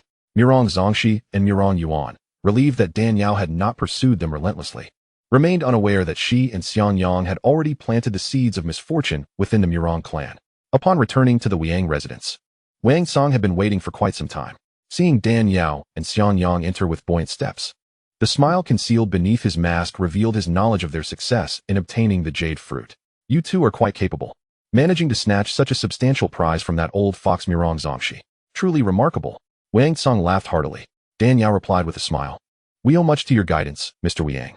Had you not provided us with detailed information on the jade fruit and Murong Zongxi's character, we might not have been able to outwit him so swiftly. Nonsense. It is your own abilities that truly matter. Otherwise, no amount of advice from this old man would have allowed you to gain such an advantage over the immortal from the Murong family. Their exchange of pleasantries continued, filled with joviality. After a while, the two returned to their guest room. Dan Yao retrieved the jade fruit from the spirit-concealing bottle to examine it.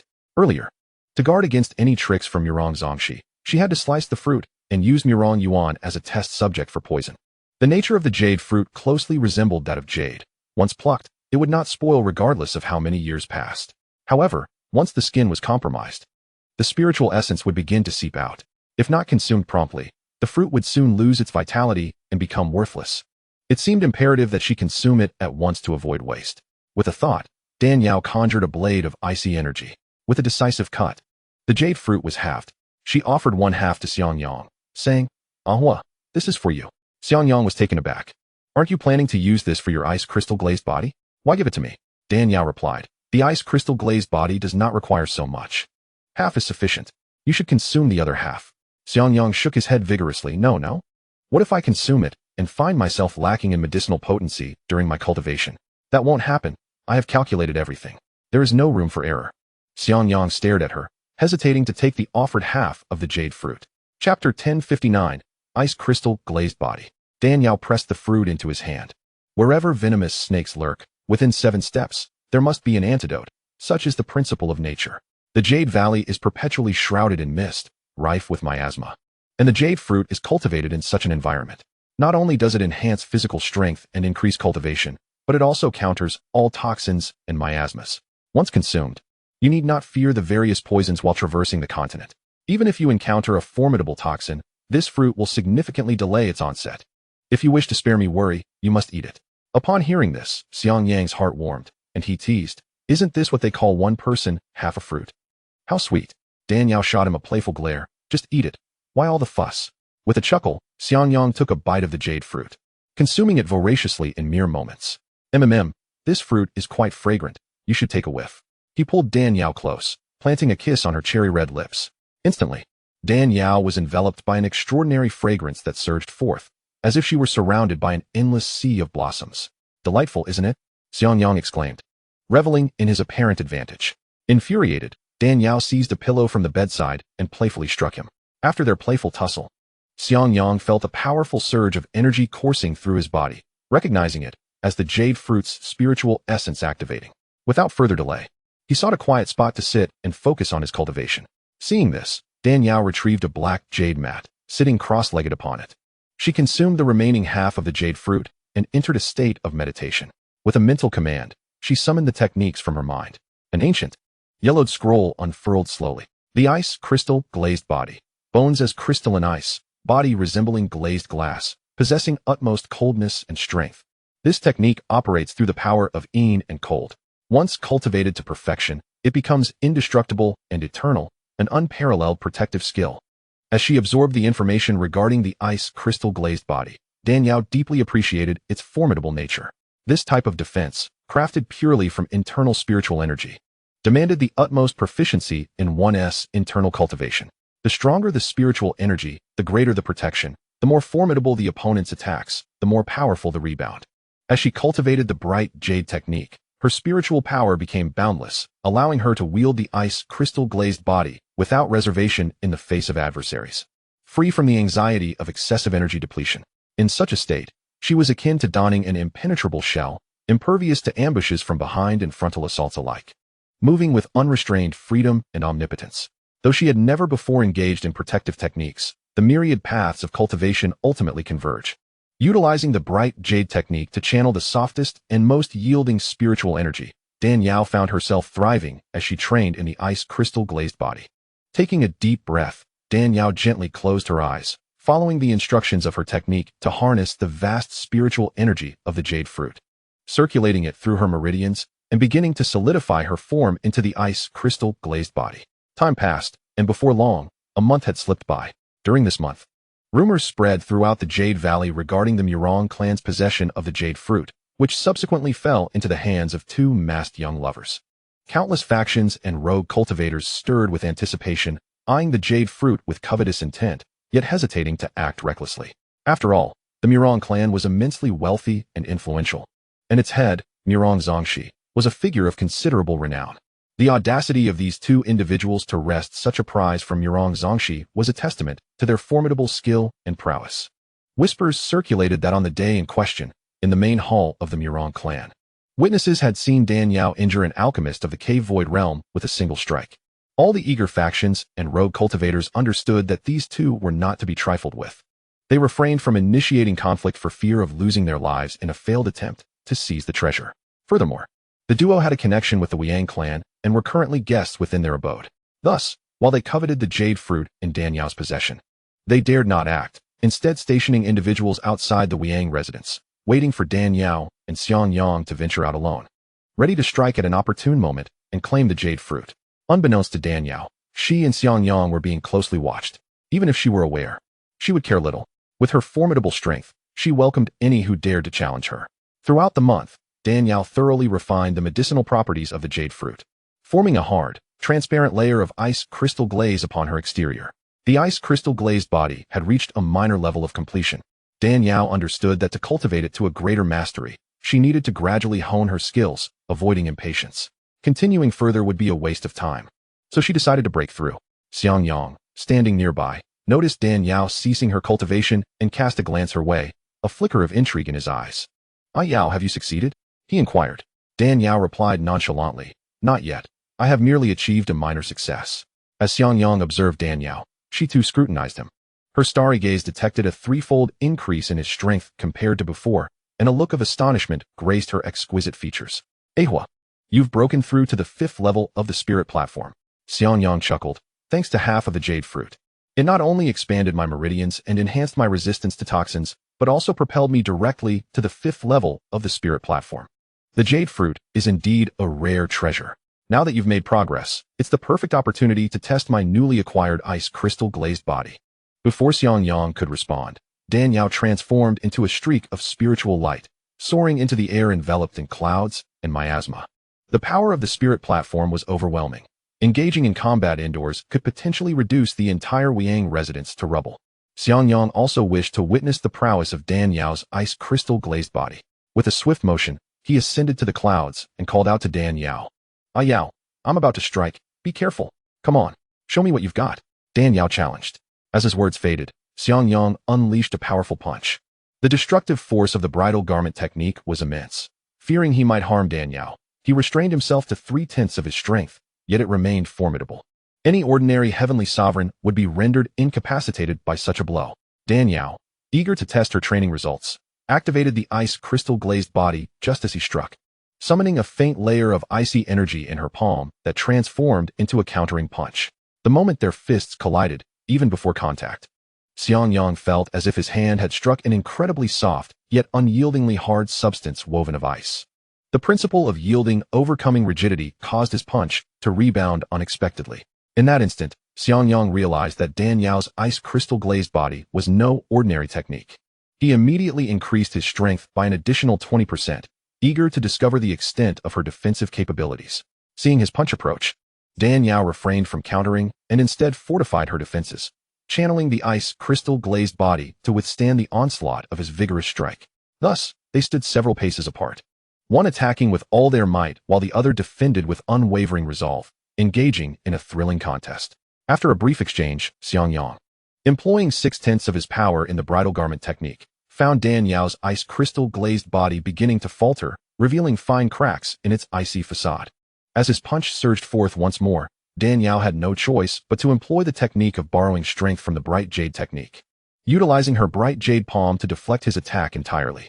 The two of them stood facing each other, sharing a hearty laugh as they withdrew their energies. Xianxiang remarked, "What an impressive ice crystal glazed body. It can withstand such a fierce attack. My Thunderfire Demon Suppression golden body pales in comparison." Dan Yao felt a surge of delight at his words. She knew the fearsome power of the bridal garment technique. And with Xianxiang harnessing the strength of the purple heavenly star fire, his strikes were imbued with destructive force capable of obliterating everything in their path. Before such power, even those at the spirit platform realm would find it daunting, and even those at the divine void realm would tread cautiously. Dan Yao had never anticipated that her ice crystal glazed body could withstand a full force strike from the bridal garment technique. However, being able to endure 6/10 of its might left her immensely satisfied. 6/10 of the bridal garment technique's power was equivalent to that of a peak 9th level spirit platform cultivator, and even with their utmost effort, they might not match her resilience. With the ice crystal glazed body bolstering her defenses, she no longer needed to fear ambushes. Reflecting on this, Dan Yao smiled softly.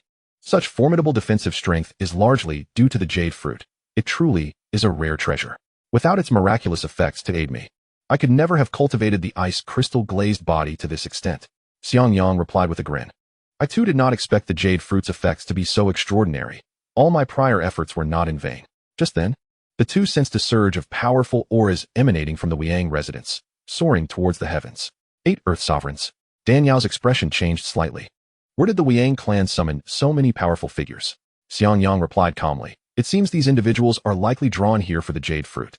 I suspect so.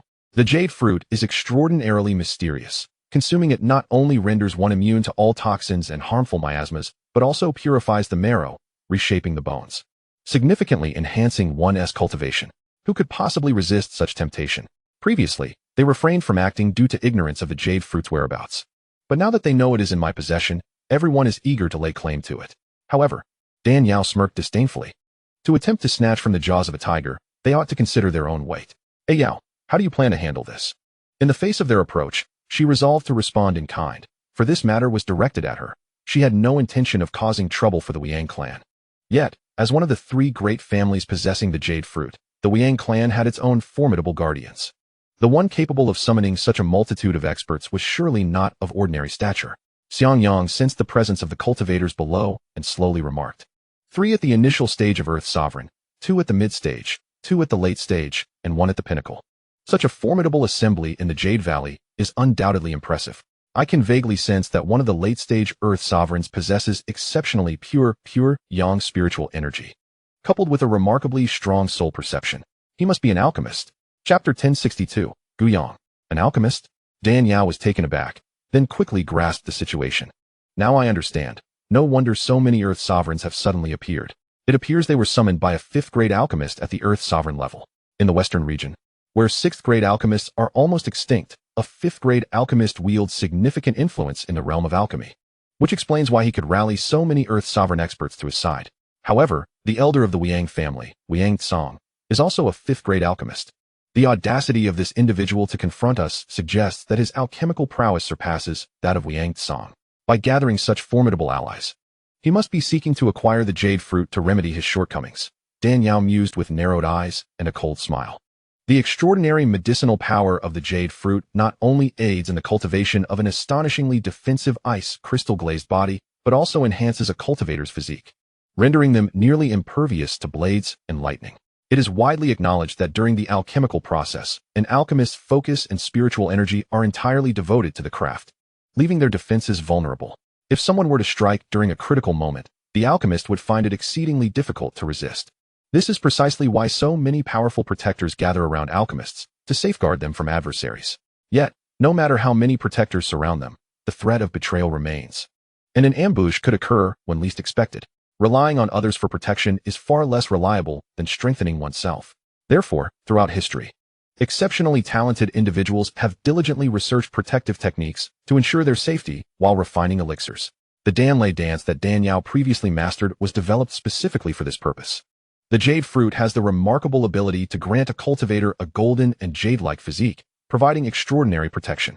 Hence, its allure for alchemists is rivaled only by the heavenly spiritual flames. With this fruit, an alchemist need not fear ambushes and can mitigate some of the damage caused by Danlei strikes. What alchemist could possibly resist such temptation? Dan Yao sighed lightly. The visitors do not come with good intentions. Let us descend and investigate. Xiangyang nodded in agreement, and together they descended. In the Ouyang family's main hall, the head of the family, Ouyang Qin, stood shoulder to shoulder with the elder Ouyang Tsang, silently facing the group across from them, an ominous tension hanging in the air.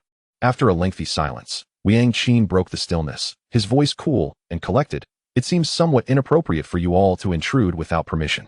Although my Ouyang family may not be a major clan in the western region, we are at least a reputable household. I advise you to leave before I lose my temper. Otherwise, you shall bear the consequences. Haha, such grandiosity. You must be the patriarch of the Ouyang family, a lean, gray-clad elder stepped forward, smiling at Ouyang Qin. Indeed, I am Ouyang Qin. And you are? Ouyang Qin's icy gaze swept over the slender elder, inquiring, with a slight smile. The elder clasped his hands and replied, I am but a humble man, Ouyang by name. You may call me Ouyang. Ouyang Qin's expression changed dramatically. You are the esteemed Master Ouyang, the foremost alchemist in Fengzhou? Ouyang. Upon hearing this name, Dan Yao and Xiangyang, who had just descended from the clouds, furrowed their brows. This Ouyang was none other than the 5th-grade mid-tier alchemist who had been summoned by Murong Zongxi with a hefty sum to concoct the Zun Union pill for Murong Yuan. Unexpectedly, the son of the Fengzhou city lord fell ill, prompting an urgent call for Ouyang to provide treatment, hence the missed appointment. At that time, both Dan Yao and Xiangyang sensed something amiss. Why did the city lord's son fall ill precisely at this critical juncture? However, they were preoccupied with the jade fruit and chose to disregard it. Now, seeing Ouyang suddenly appear at the Ouyang family, they exchanged knowing glances, understanding each other without words. Given Ouyang's status, it was inconceivable that he had come to the Ouyang family without having thoroughly investigated the situation. The only ones privy to the details, aside from them, would be Murong Zongxi and Murong Yuan. Thus, it was evident that Ouyang must have inquired with Murong Zongxi about the circumstances before coming to confront them. Having witnessed Dan Yao's alchemical skills, Murong Zongxi would naturally recognize that her abilities far exceeded those of Ouyang. In the world of alchemy, strength is paramount. Higher-ranked alchemists are not to be trifled with. If Ouyang were aware of Dan Yao's alchemical prowess, he would not dare to openly provoke the Ouyang family. This leads to only one conclusion. Murong Zongxi must have concealed her undertaking of the Zun Union pill and incited Ouyang to confront her, hoping to see them both suffer in the ensuing conflict while he reaps the benefits. At this thought, a chilling murderous intent erupted from Dan Yao's eyes. So you wish to play games? Very well, I shall indulge you. Xiangyang's eyes also betrayed his anger. Initially, he had contemplated sparing the Murong family to avoid further complications. However, given this old fool's relentless schemes against him and Ouyang, he could no longer hold back his wrath. With a flick of his thoughts, the purple star flame in his palm connected to the spatial barrier of the Murong family's forbidden area, and the hidden sparks began to smolder. The ultimate trump card of the Murong family, which had endured for millennia in the Jade Valley, was about to be reduced to ashes. Ouyang. So you are indeed Ouyang. Ouyang Tsang and Ouyang Qian expressed mild surprise upon hearing the name. Yet, their astonishment was fleeting, and their faces bore no hint of apprehension. Setting aside the cultivation levels of Xiangyang and Dan Yao, Ouyang Tsang, as a 5th-grade mid-tier alchemist, was more than capable of holding his own against Ouyang. After all, both were 5th-grade mid-tier alchemists, who could claim superiority. Ouyang Qin smiled faintly. So you are Master Ouyang. It is an honor to meet you. Patriarch Ouyang, you are too kind. I have come today with a sincere desire to meet that remarkable young couple who stood out at the Alchemist Exchange meeting a month ago. I have heard they have been residing in the Ouyang family recently. May I request an audience with them? Ouyang's face was adorned with a smile, his words courteous, yet carrying an undeniable sense of coercion. In response, Ouyang Qin shook his head. I'm afraid they are currently in seclusion, focusing on their cultivation and cannot be disturbed. I must ask you to leave. Patriarch Ouyang, I am here with genuine intentions. How can you refuse me so outright? Ouyang's smile turned frosty. Is this not a breach of hospitality? Breach of hospitality? Ouyang Qin scoffed. You arrived uninvited. What right do you have to claim the status of a guest? Since you are not a guest, where does the matter of hospitality arise? Ouyang's face turned a shade of green. Master Gu, why waste words with them? Just attack and dismantle the Ouyang family. We shall see if that young couple does not come forth, shouted a bearded man beside Ouyang. You dare. Ouyang Qin glared with fury. The Ouyang family is not a place for you to run amok. If you wish to destroy my residence, you must first step over my dead body. Humph. I had no idea such arrogance stemmed from a thief like you.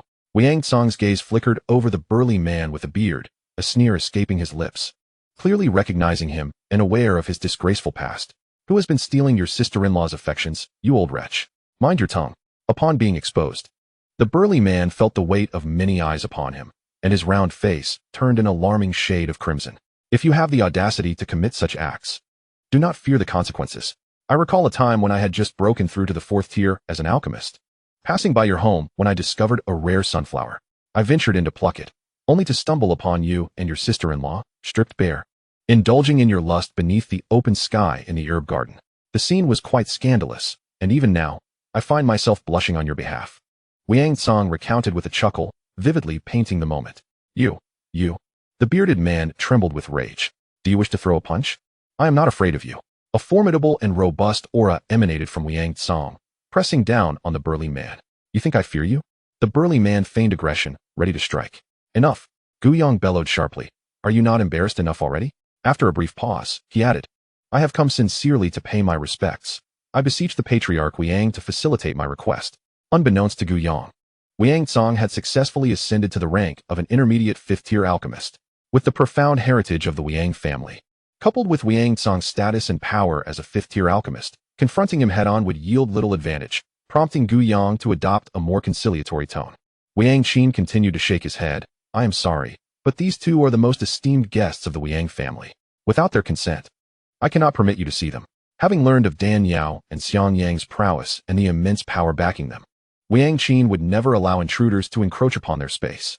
Seeing Ouyang Qin's repeated refusals, Ouyang could not help but feel vexed and immediately released the aura of a ground-level powerhouse, calling out, I am Ouyang.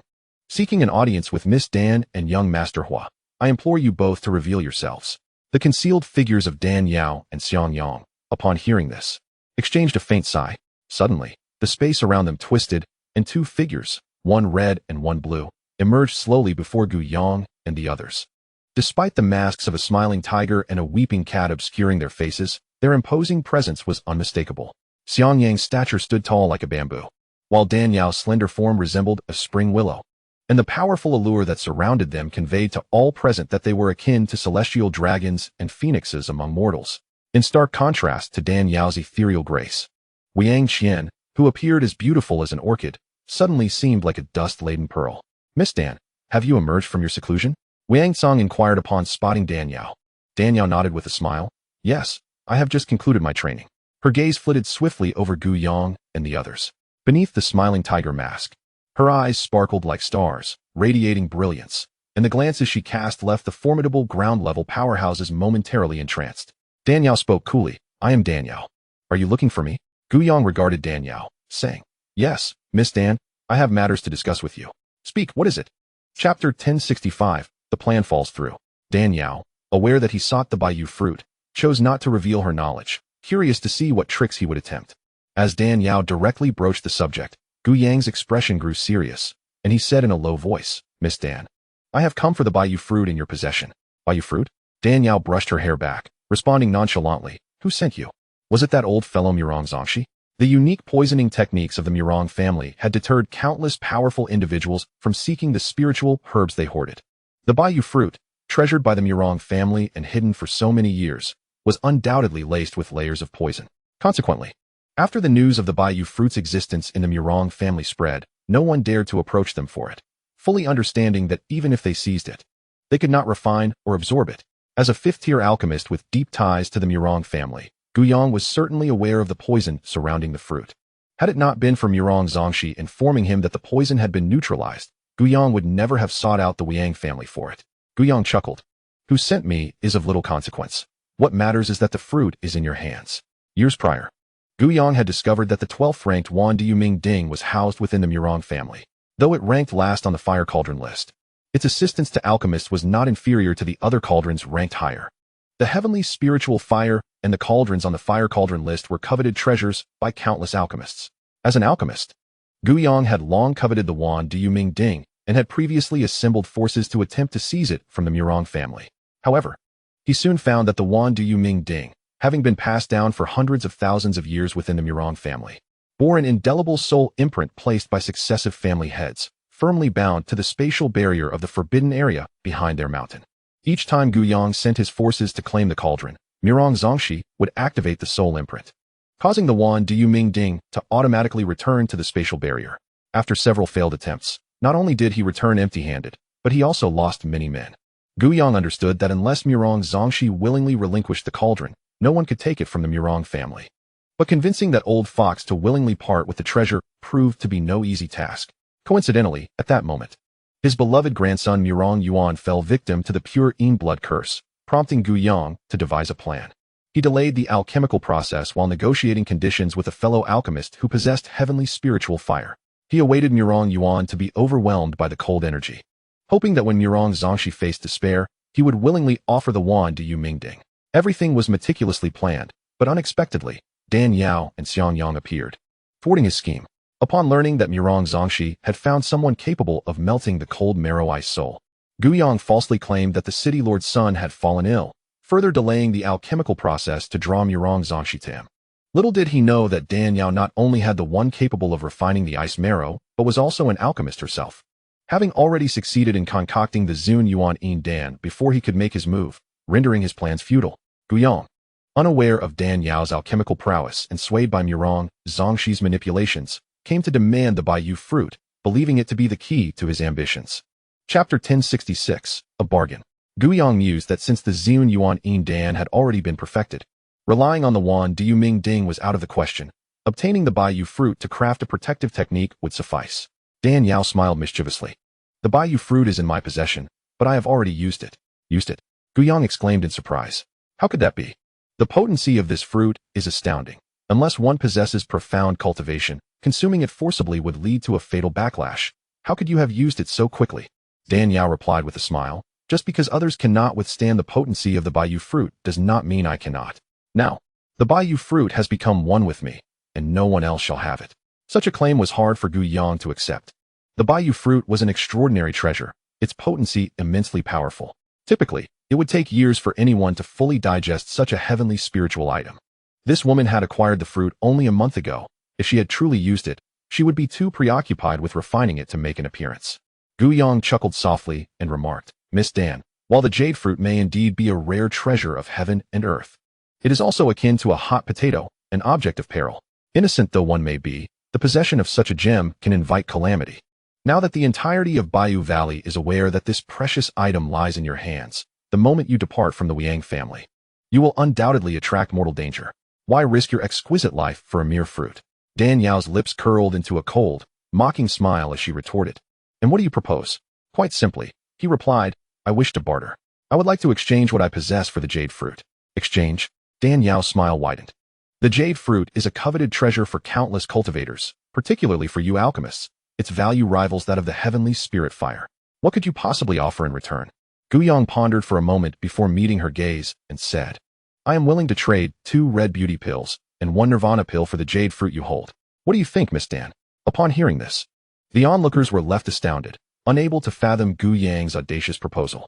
Dan Yao and Xianxiang shared a look of incredulity. The red beauty pill, a 5th-grade elixir specifically crafted for women, was, as its name suggests, simple yet potent. Consuming it would allow one to retain youthful beauty for a century. In a world where time erodes vitality, and barring the practice of the Minjiu technique, maintaining eternal youth is nearly impossible. The fear of aging is a source of great distress for female cultivators. Thus, even though the effects of this pill last but 100 years, it drives many women into a frenzy. However, the red beauty pill cannot be consumed continuously. As the saying goes, 3 is a limit. A woman may only take 2 throughout her lifetime. Exceeding this would hasten her aging. Nonetheless, the allure of this elixir remains immensely powerful for female cultivators. In comparison, the nirvana pill is even more intoxicating.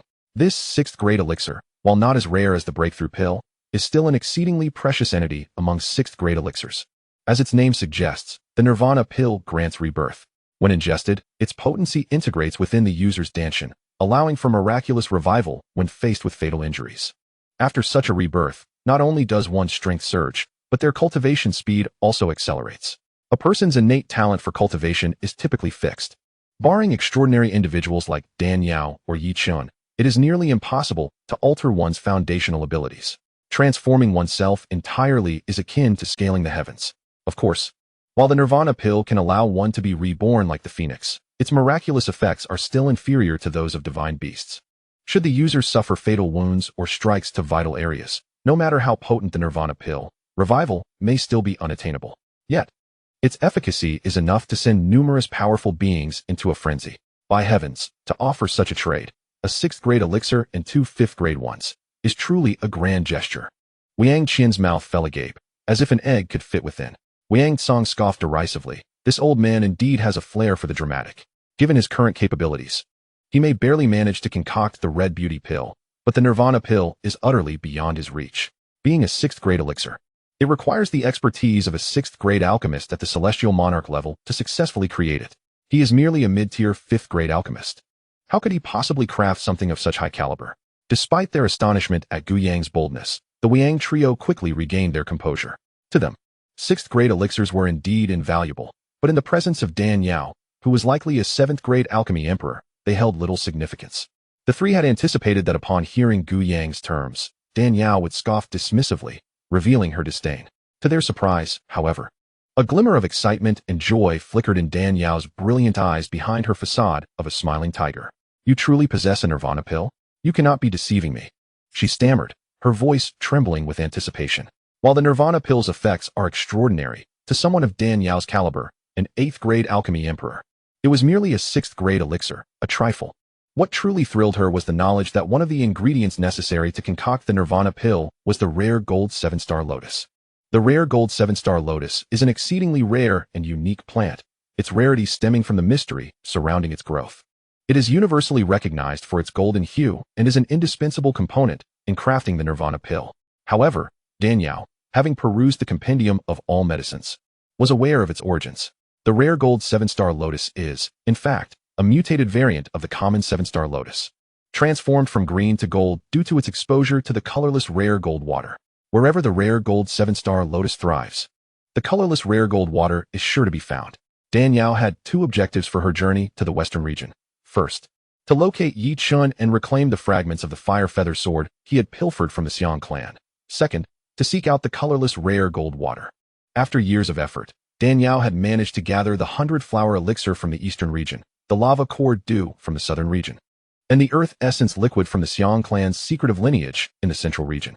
Now, she was only missing the colorless rare gold water from the western region and the ice spring from the northern region.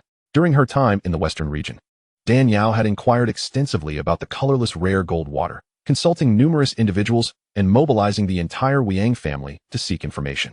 Yet, she encountered no leads, as if the colorless rare gold water had never existed. Just as she was at a loss for where to search next, Ouyang had unexpectedly presented her with a golden opportunity. The rare gold 7-star lotus is an indispensable material for concocting the nirvana pill. Knowing who crafted this elixir could lead her to the whereabouts of the colorless rare gold water. Seeing Dan Yao so visibly excited, Ouyang wore a proud smile, knowing that no one could resist such a grand proposal. Rest assured, it is indeed genuine, provided you are willing to part with the jade fruit. Not only will the nirvana pill be yours, but the red beauty pills as well, Ouyang affirmed. Dan Yao's gaze sharpened, and she shook her head. The nirvana pill is a 6th-grade elixir. With your abilities, how could you possibly create it? You must be deceiving me. Ouyang insisted. I am not lying. I truly possess a nirvana pill. I refuse to believe it unless you show it to me, Dan Yao provocatively challenged. At her words, Ouyang hesitated momentarily before accessing his spatial ring and producing a gleaming golden pill imbued with a crimson hue. Upon sighting it, Dan Yao instantly recognized it as the nirvana pill. A hand of ice, formed from concentrated spiritual energy, materialized in an instant. Before Ouyang could react, this icy hand, swift as lightning, seized him. What are you doing? Ouyang exclaimed in shock, his eyes nearly bulging from their sockets. Release Master Gu, cried the powerful companions who had accompanied Ouyang, rushing to intervene. With a thunderous explosion, an array of potent qi erupted, flooding the hall and surging toward Dan Yao. Humph! Dan Yao coldly huffed, her eyes glinting with icy brilliance as her long hair danced without wind. Boom! Boom! A formidable pressure surged forth, rapidly spreading like a river bursting its banks, bearing down upon the assembly of powerful beings. In the face of the oppressive aura emanating from Dan Yao's spiritual realm, the renowned Earth sovereigns faltered, collapsing to their knees, shattering numerous azure bricks beneath them. This irresistible, overwhelming divine force sealed their primordial spirits, striking at their very souls, instantaneously imprisoning their true essence, rendering them utterly immobile. How could this be? What manner of power is this? My heavens, how can this woman possess such formidable cultivation? The Earth's sovereigns were aghast, their faces flushed crimson as if crushed under the weight of a mountain, desperately attempting to rid themselves of this pressure, yet finding themselves utterly powerless. A smile played at the corners of Dan Yao's mouth as her icy gaze fixed upon Ouyang. You are a peak celestial monarch? Ouyang, his throat constricted by an icy grip, appeared as though possessed by a living specter of death, staring at Dan Yao with eyes wide with terror, filled with disbelief and dread. He never anticipated that Dan Yao's cultivation would reach such an inconceivable height. After all, he was a late-stage Earth sovereign. Yet in the presence of this overwhelming pressure, he felt as fragile as a mere chick. This terrifying force enveloped him, seeping into his very being like quicksilver, providing him no resistance whatsoever, each bone in his body feeling as though it might shatter. It was horrifying, truly horrifying. In all his life, he had never encountered such a fearsome power. The spiritual masters of the western regions had long become the stuff of legends, and Dan Yao's displayed prowess far exceeded that of an ordinary celestial monarch. Instinctively, Ouyang regarded her as an unparalleled being who had reached the zenith of celestial monarch cultivation. Chapter 1069, A Sinister Scheme. The pressure released by Dan Yao, while directed solely at Ouyang and his associates, also weighed heavily upon Ouyang Tsang and Ouyang Qin, who stood nearby, causing them to perceive the immense strain. They were aware of Dan Yao and Xiang Yang's considerable strength, yet they never anticipated Dan Yao could be this powerful. It was inconceivable for an ordinary celestial monarch to exude such a terrifying aura. Was she truly at the peak of celestial monarch status? Or was she a half-step spiritual realm master? Ouyang's exclamation echoed like a thunderclap among the powerful beings, leaving them utterly astonished. What does it mean to be a celestial monarch?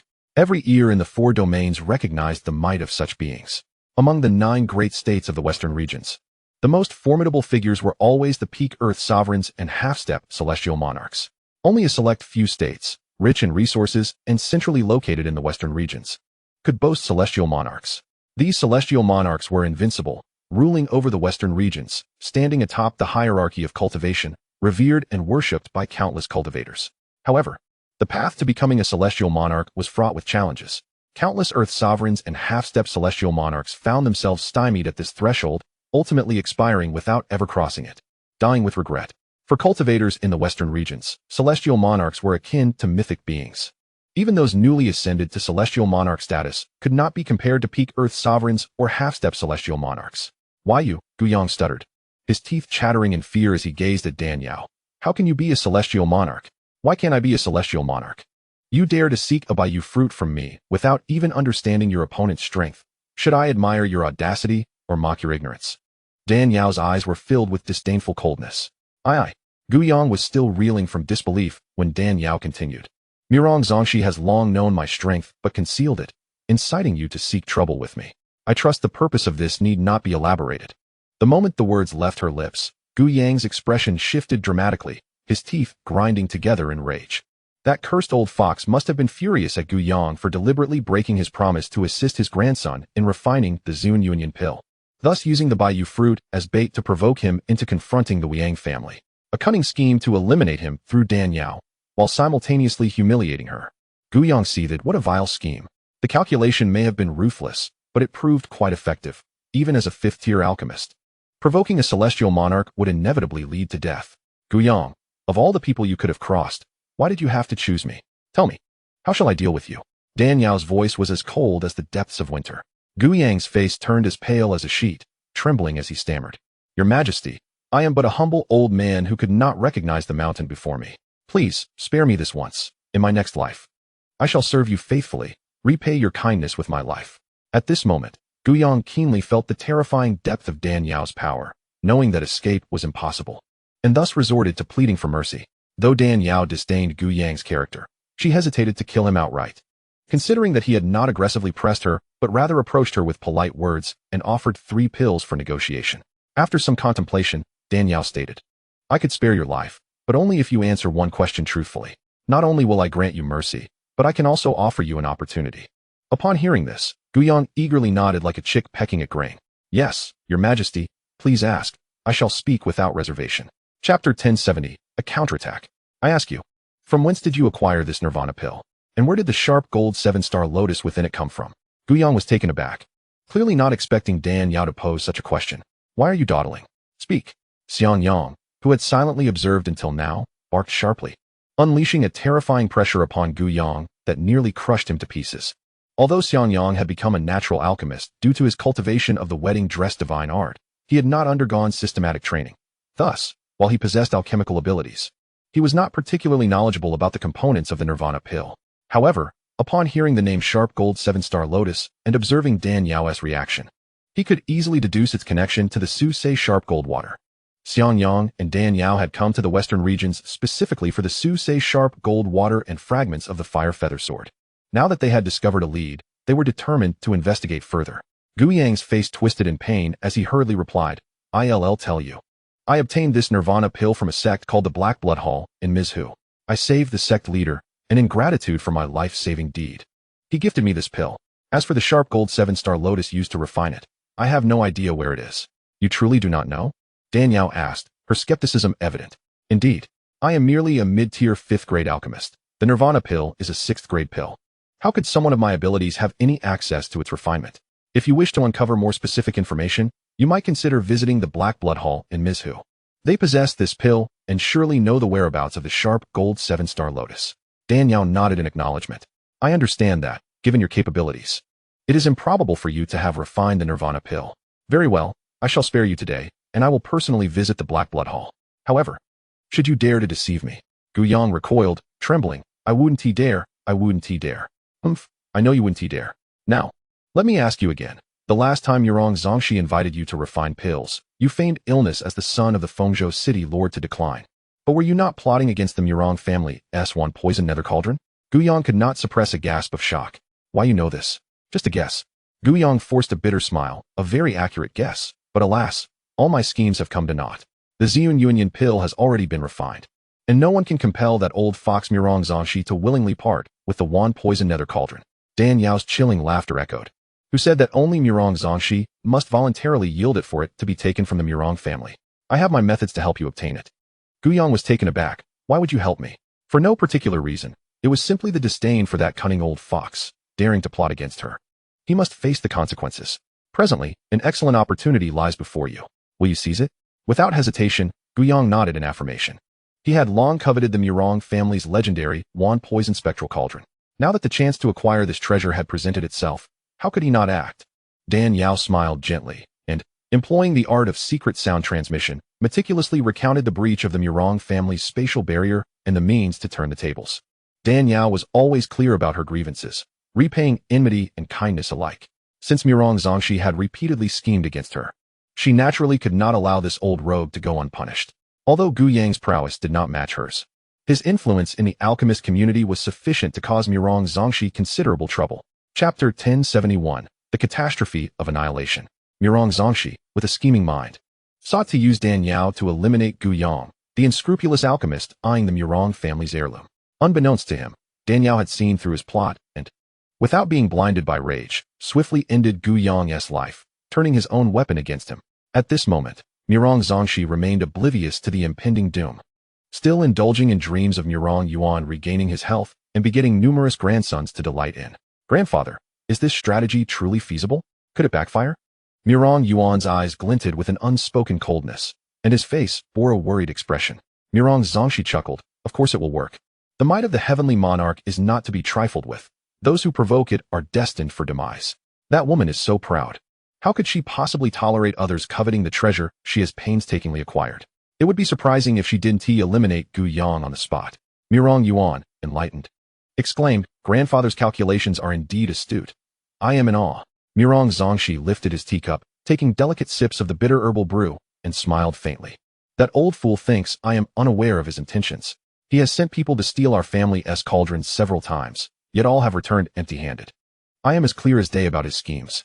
The only reason I have bided my time is to utilize his alchemical skills. Now that the Ziyun Union pill is successfully refined, I can no longer afford to keep him. Settling old and new scores together will be most gratifying. With that, Murong Zongxi slammed down his teacup with a chilling laugh. For him to perish at the hands of a heavenly monarch would indeed be a stroke of luck. Indeed, grandfather. A heavenly monarch is rare, especially a female one. If such a fate befalls him, it could indeed be considered his destiny. Murong Yuan replied, a smile playing upon his lips. And what of the Baiyu fruit? Shall we truly allow her to benefit from it? Murong Zongxi sighed. What other choice do we have? They are undeniably formidable. Their powers are unfathomable. Not just our family, but even the combined might of all experts from Baiyu Valley would struggle against them. Speaking of which, Murong Zongxi chuckled darkly. I rather enjoy their strength. The stronger, the better. Murong Yuan frowned in confusion. Why is that? For the common man, possessing treasures invites calamity. The Baiyu fruit is a rare gem nurtured by the spiritual essence of Baiyu Valley for millennia, coveted by both cultivators and alchemists alike. Now that it is in that woman's possession, how could there be any reason not to seize it? Especially for the Sima family. Suddenly, Murong Yuan gasped in realization. The Sima family, one of the three great clans, has an elder who has secluded himself, rumored to have failed in his ascension to heavenly monarch, resulting in his paralysis and passing the chieftain position to his son. Yet, these are merely rumors, with no one to verify them. Could the Sima family be eyeing the Baiyu fruit? Murong Zongxi nodded, yes. The medicinal properties of the Baiyu fruit are miraculous, capable of mending the damage caused by failed breakthroughs, precisely what that old coot from the Sima family desperately needs. Over the years, they have sent countless people to seek information about the Baiyu fruit, yet to no avail. Now that they know it is in that woman's hands, how could they refrain from acting? With the three great families of Baiyu Valley in a constant struggle, having a heavenly monarch appear here is a rare opportunity. How could we not exploit it? Murong Yuan soon understood. Grandfather, you intend to use that woman to annihilate the Sima family? Chapter 1072, The Catastrophe of Annihilation, 2. Precisely. The spiritual platform of the western regions is desolate, and the heavenly monarchs are the mightiest among us. Currently, the Sima family is unaware that this man and woman are both heavenly monarchs. Should they attempt to seize the Baiyu fruit, they will face utter devastation. Once the Sima family is obliterated, I will then orchestrate a conflict between Ouyang Jie and Ouyang Qian over the position of heir, inciting internal strife within the Ouyang family, leading to their endless infighting, and ultimately exploit their vulnerability to annihilate them. In this way, Baiyu Valley will belong to the Murong family. Ha! Murong Zongxi's laughter rang like a bell, sending chills down the spine of those who heard it. One peach can slay many warriors. Grandfather is truly remarkable. Murong Yuan laughed. Murong Zongxi patted his shoulder affectionately. Once I have eradicated the Sima and Ouyang families and unified Baiyu Valley, I will pass the chieftain position to you, making you the unparalleled sovereign of this realm. Murong Yuan's face lit up with joy. Thank you, grandfather, for planning this for me. Murong Zongxi gazed at his grandson, whose complexion grew increasingly rosy, a smile of satisfaction gracing his aged face. The future of the Murong family, the continuation of its lineage, rested upon this child. While he still possessed some vigor and clarity of mind, he would ensure all necessary calculations were made, paving a smoother path for the future ahead. As Murong Yuan left the study, he couldn't help but gaze at the overgrown, desolate grave beside the forbidden grounds of the back mountain. A cold smirk curling at the corners of his lips. The position of chieftain? Unifying Baiyu Valley? Becoming the unrivaled sovereign? Did he think such actions could atone for the sins of the past? He could never forget how, before her death, his mother had bitten her silver teeth and forced him to swear vengeance. For the sake of enhancing the family's poisonous arts, Murong Zongxi had used his maternal family as test subjects, resulting in their utter ruin. He would destroy the Murong family. He would ensure the Murong lineage came to an end. Cold hatred gleamed in Murong Yuan's eyes. The next moment, he returned to his previous demeanor, the gentle and affable young scholar. As he turned to head back to his room, a figure clad in black, bearing a massive sword, appeared at the entrance of the Murong residence. Brother, you're late. The alchemist exchange has already concluded, the gatekeeper informed. Upon hearing this, the black-clad youth's expression froze. Disbelief etched on his face. How could that be? Wasn't the alchemist exchange supposed to commence in 3 days? How could it end so quickly? The gatekeeper chuckled. Brother, you've lost your mind, haven't you? The alchemist conference concluded over a month ago. This news has been widely circulated. How is it that you're only realizing it now? The black-clad youth murmured. Impossible. This cannot be. I distinctly remember it from the original text. Could it be? He hurriedly inquired about the details of the alchemist conference. When he learned that a masked young couple wielding celestial spiritual fire had successfully refined the Zune Union pill, he could not help but clench his fists in fury. Damn it, it's that detestable transmigrator again.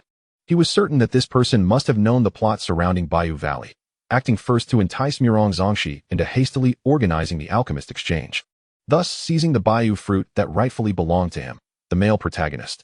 The black-clad youth seethed with rage, fantasizing about tearing apart Xiangyang and Dan Yao. After sending Ouyang and his entourage away, Dan Yao shook her head in exasperation. Why did some people insist on provoking her? Dan Yao was already quite displeased with Mirong Zongxi's machinations. With the Bayou fruit now within reach, she had no intention of holding a grudge against him. Chapter 1073, The Catastrophe of Annihilation 3. Little did she expect that this cunning old fox would remain unrepentant, repeatedly plotting against her and using her as a pawn. A strong person possesses their own dignity. Having cultivated to the realm of the spirit platform, she could easily disregard the multitude of cultivators beneath that level, determining life and death with but a thought, extinguishing them with a mere flick of her hand. Dan Yao had long accustomed herself to a low profile, and being the soul of a modern individual, she was reluctant to commit acts of senseless slaughter, lest she provoke karmic retribution. Yet, the opponent persisted in taking advantage of her kindness. She had no desire to instigate trouble, but that did not mean she feared it. Since Mirong Zongxi was so obliviously reckless, she would not hesitate to strike back with formidable force. The benevolent are often taken advantage of, and the gentle are often ridden. One is simply too soft-hearted. Xiangyang scoffed disdainfully, stating, in my opinion, someone like him deserves a severe lesson to truly understand the consequences. Dan Yao lightly exhaled, biting her pearly teeth as she replied, one blow would hardly suffice. If even a heavenly sovereign can meet their end, how much more so for a mere spirit platform cultivator? I intend for the Mirong family to vanish completely from this world. However, we must not underestimate this old fox. Mirong Zongxi, for the Mirong family has operated within the Jade Valley for many years. A strong dragon cannot suppress a local snake. Even with Ouyang and the other 7 Earth sovereigns, it may not be enough to annihilate the Mirong family. Rest assured, I have made preparations. When I disclosed the plan to Ouyang, I secretly slipped him a talisman that can unleash the power of a heavenly sovereign. Unless the founder of the Mirong family is resurrected, no one shall be able to reverse this fate. Xiangyang chuckled lightly. Very well. Mirong Zongxi is indeed a cunning old fox, and Ouyang is no saint either. Let them take each other out, sparing us from getting our hands dirty.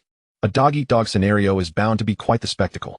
Dan Yao smiled with an exceptionally cold and enchanting demeanor. The Mirong family spies had been closely monitoring the movements of the Ouyang family. As Ouyang and his companions departed, these spies hurriedly relayed the news to Mirong Zongxi. Upon hearing this, Mirong Zongxi slammed his palm onto the table, causing a powerful surge of spiritual energy to shatter the wooden surface into splinters. Grandfather, what shall we do? The fact that Ouyang is alive means that the woman named Dan has seen through your schemes, and this spells trouble. Mirong Yuan furrowed his brows. What is there to panic about? No matter how formidable that woman may be, she is merely a heavenly sovereign.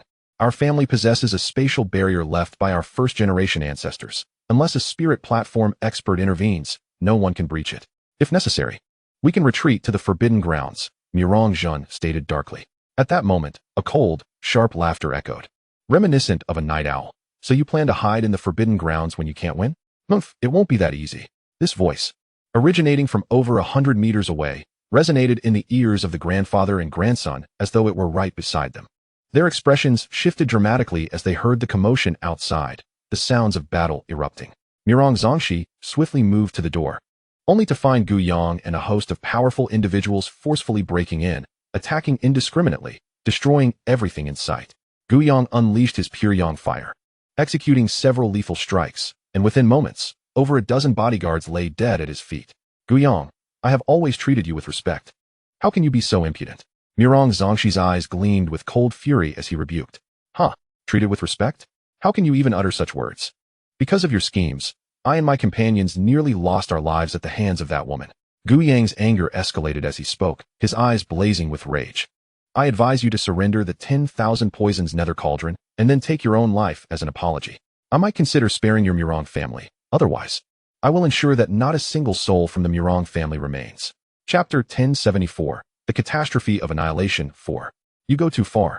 You wish to take the 10,000 poisons nether cauldron? Dream on. Mirong Zongxi's face darkened to the point that it seemed ink could drip from it. With a roar, a surge of formidable spiritual energy erupted from him. He then raised his hand, conjuring a massive poisonous handprint that surged forward with a foul stench, aimed at Ouyang. Old fool, you dare to disrespect me? Today, neither you nor your grandson will leave alive. Facing Murong Zongxi's poisonous handprint, Ouyang remained unperturbed, unleashing a torrent of spiritual energy that coalesced into a countering strike. Bang! The clash between the palm strike and the poisonous handprint resulted in an instantaneous shattering of the latter. Ouyang was struck by the residual force, sent hurtling backward into a nearby lotus pond, emerging like a drenched chicken. Half-step Heavenly Sovereign. The 8 Earth Sovereigns accompanying Ouyang watched in shock as Murong Zongxi's poisonous handprint injured Ouyang, who was at the late stage of Earth Sovereign. You've hidden your strength well, old fox. You've actually broken through to half-step Heavenly Sovereign. Ouyang, drenched and disheveled, stared in disbelief at Murong Zongxi. He had thought he understood Murong Zongxi well enough, only to discover that he had concealed his true power. Humph, you only just realized this? It's too late now. That woman failed to kill you. I'll personally send you to the afterlife. Murong Zongxi gradually ascended into the air, his half-step Heavenly Sovereign aura radiating unabashedly. The overwhelming pressure caused the Earth Sovereigns to change color in fear. Murong, old ghost, do not think that I fear you just because you have reached half-step Heavenly Sovereign. No matter how strong a half-step Heavenly Sovereign may be, they cannot compare to a true Heavenly Sovereign. I shall let you experience the might of a Heavenly Sovereign. A force far surpassing Murong Zongxi erupted from Ouyang, overwhelming in its might. Murong Zongxi's face paled as he beheld the snowflake-patterned jade talisman manifesting in Ouyang's hands. His voice trembling in disbelief. Heavenly Sovereign Talisman? Indeed, it is the Heavenly Sovereign Talisman. Ouyang declared triumphantly. How could this be? How did you come by it? Did that woman give it to you? Has she lost her mind? Murong Zongxi was astounded beyond measure, unable to believe that Ouyang possessed such a treasure. The Heavenly Sovereign Talisman is the essence of a Heavenly Sovereign's true energy, typically only formed when a Heavenly Sovereign nears the end of their lifespan. Created to protect their family. This woman appears so young. She cannot be on the verge of death. So how could she willingly sacrifice her cultivation to bestow the Heavenly Sovereign Talisman upon Ouyang? Little did he know that Dan Yao's spiritual energy was inexhaustible, and a mere Heavenly Sovereign Talisman was nothing more than a trifling matter to her. Clutching the Heavenly Sovereign Talisman tightly, Ouyang's smile grew increasingly frigid. Do not inquire how I obtained this item. In any case, your Murong family is doomed today. Hand over the 10,000 poisons nether cauldron, and I might show mercy by leaving you with a complete corpse. Otherwise, once I unleash the power of the Heavenly Sovereign Talisman, I shall reduce you to dust, leaving you without a trace. Under the influence of the snowflake-shaped Heavenly Sovereign Talisman, the entire Murong family felt an unprecedented weight upon them. Some of the weaker servants and guards found their spiritual energy unable to circulate, as if frozen by an unseen chill, rapidly solidifying in place. This sudden change instilled fear in countless individuals, causing them to scatter in panic like startled birds. Murong Zongxi's expression darkened further, his face resembling that of a disgruntled football player. Chapter 1075. The Catastrophe of Annihilation. 5. Ouyang, do you truly wish to eradicate my Murong family? Murong Zongxi bellowed in a sharp tone. You sought my life first. Do not blame me for being merciless now. I shall destroy your Murong family. Prepare to meet your end. Ouyang did not waste words on him, directing a stream of true energy from his fingertip into the Heavenly Sovereign Talisman. The talisman erupted with a brilliant blue light, emanating an aura as deep as the ocean, powerful beyond measure, enveloping the entire Murong family in an instant. Everyone, heed my command. Activate the Poison Dragon Great Formation.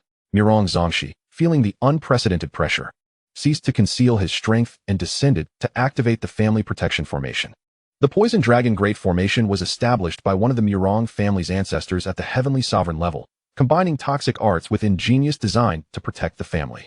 Although this formation may not rival the spatial barrier left by the first-generation ancestor in terms of might, it was still sufficient to withstand the assault of a Heavenly Sovereign.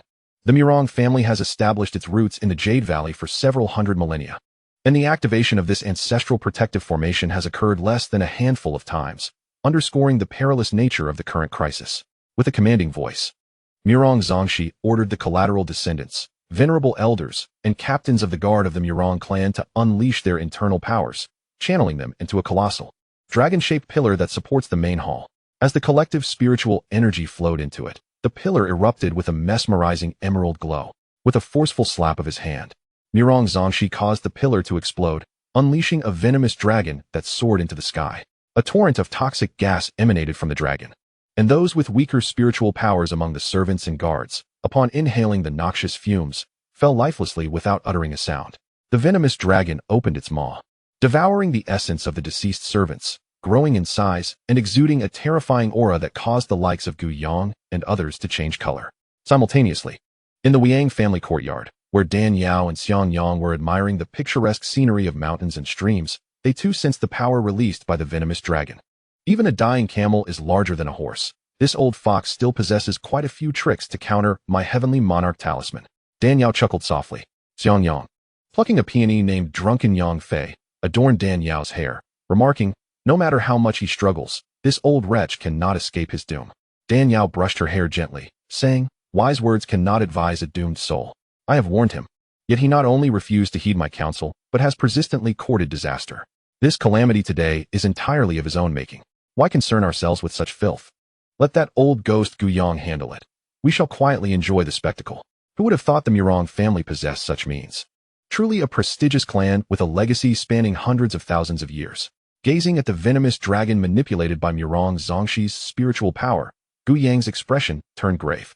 He continuously altered his hand gestures, declaring, I shall see whether your venomous dragon formation is mightier or my heavenly monarch talisman. Urgently channeling his spiritual energy, Ouyang unleashed the full power of the talisman. Although the Murong family's ancestors who established this venomous dragon formation were among the most formidable of heavenly monarchs, having poured their heart and soul into this formation capable of withstanding a strike from a heavenly monarch, the heavenly monarch talisman in Ouyang's possession, a manifestation of Dan Yao's Minjiu essence, possessed an extraordinarily enduring power. While other talismans could be used only 2 or 3 times, this particular one could unleash a series of attacks, each more potent than the last. The venomous dragon might withstand 1 or 2 strikes, but it could not endure such a relentless barrage. Chapter 1076, The Catastrophe of Annihilation, 6. Under the astonished gazes of the Murong family, the heavenly monarch talisman in Ouyang's grasp shot forth countless icy needles, surging toward the venomous dragon like a tempest. Boom! The dragon exhaled a plume of black toxic mist, meeting the icy needles head-on. The two forces collided, causing the surrounding space to ripple with energy. Although it appeared as though the heavenly monarch talisman and the venomous dragon were locked in a fierce stalemate, the cultivators present could distinctly sense that the talisman had not yet unleashed its full potential. With a few more attacks, once the talisman's power was fully unleashed, the venomous dragon would inevitably be pierced by the icy needles, crumbling into nothingness. I repeat, surrender the 10,000 poisons nether cauldron and offer your life as atonement. And I shall spare your Murong family. Otherwise, today shall mark your utter annihilation. Ouyang declared coldly.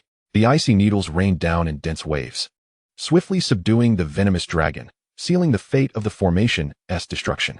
Dream on if you think you can have the 10,000 poisons nether cauldron. I would rather destroy it than let it fall into your hands, old ghost.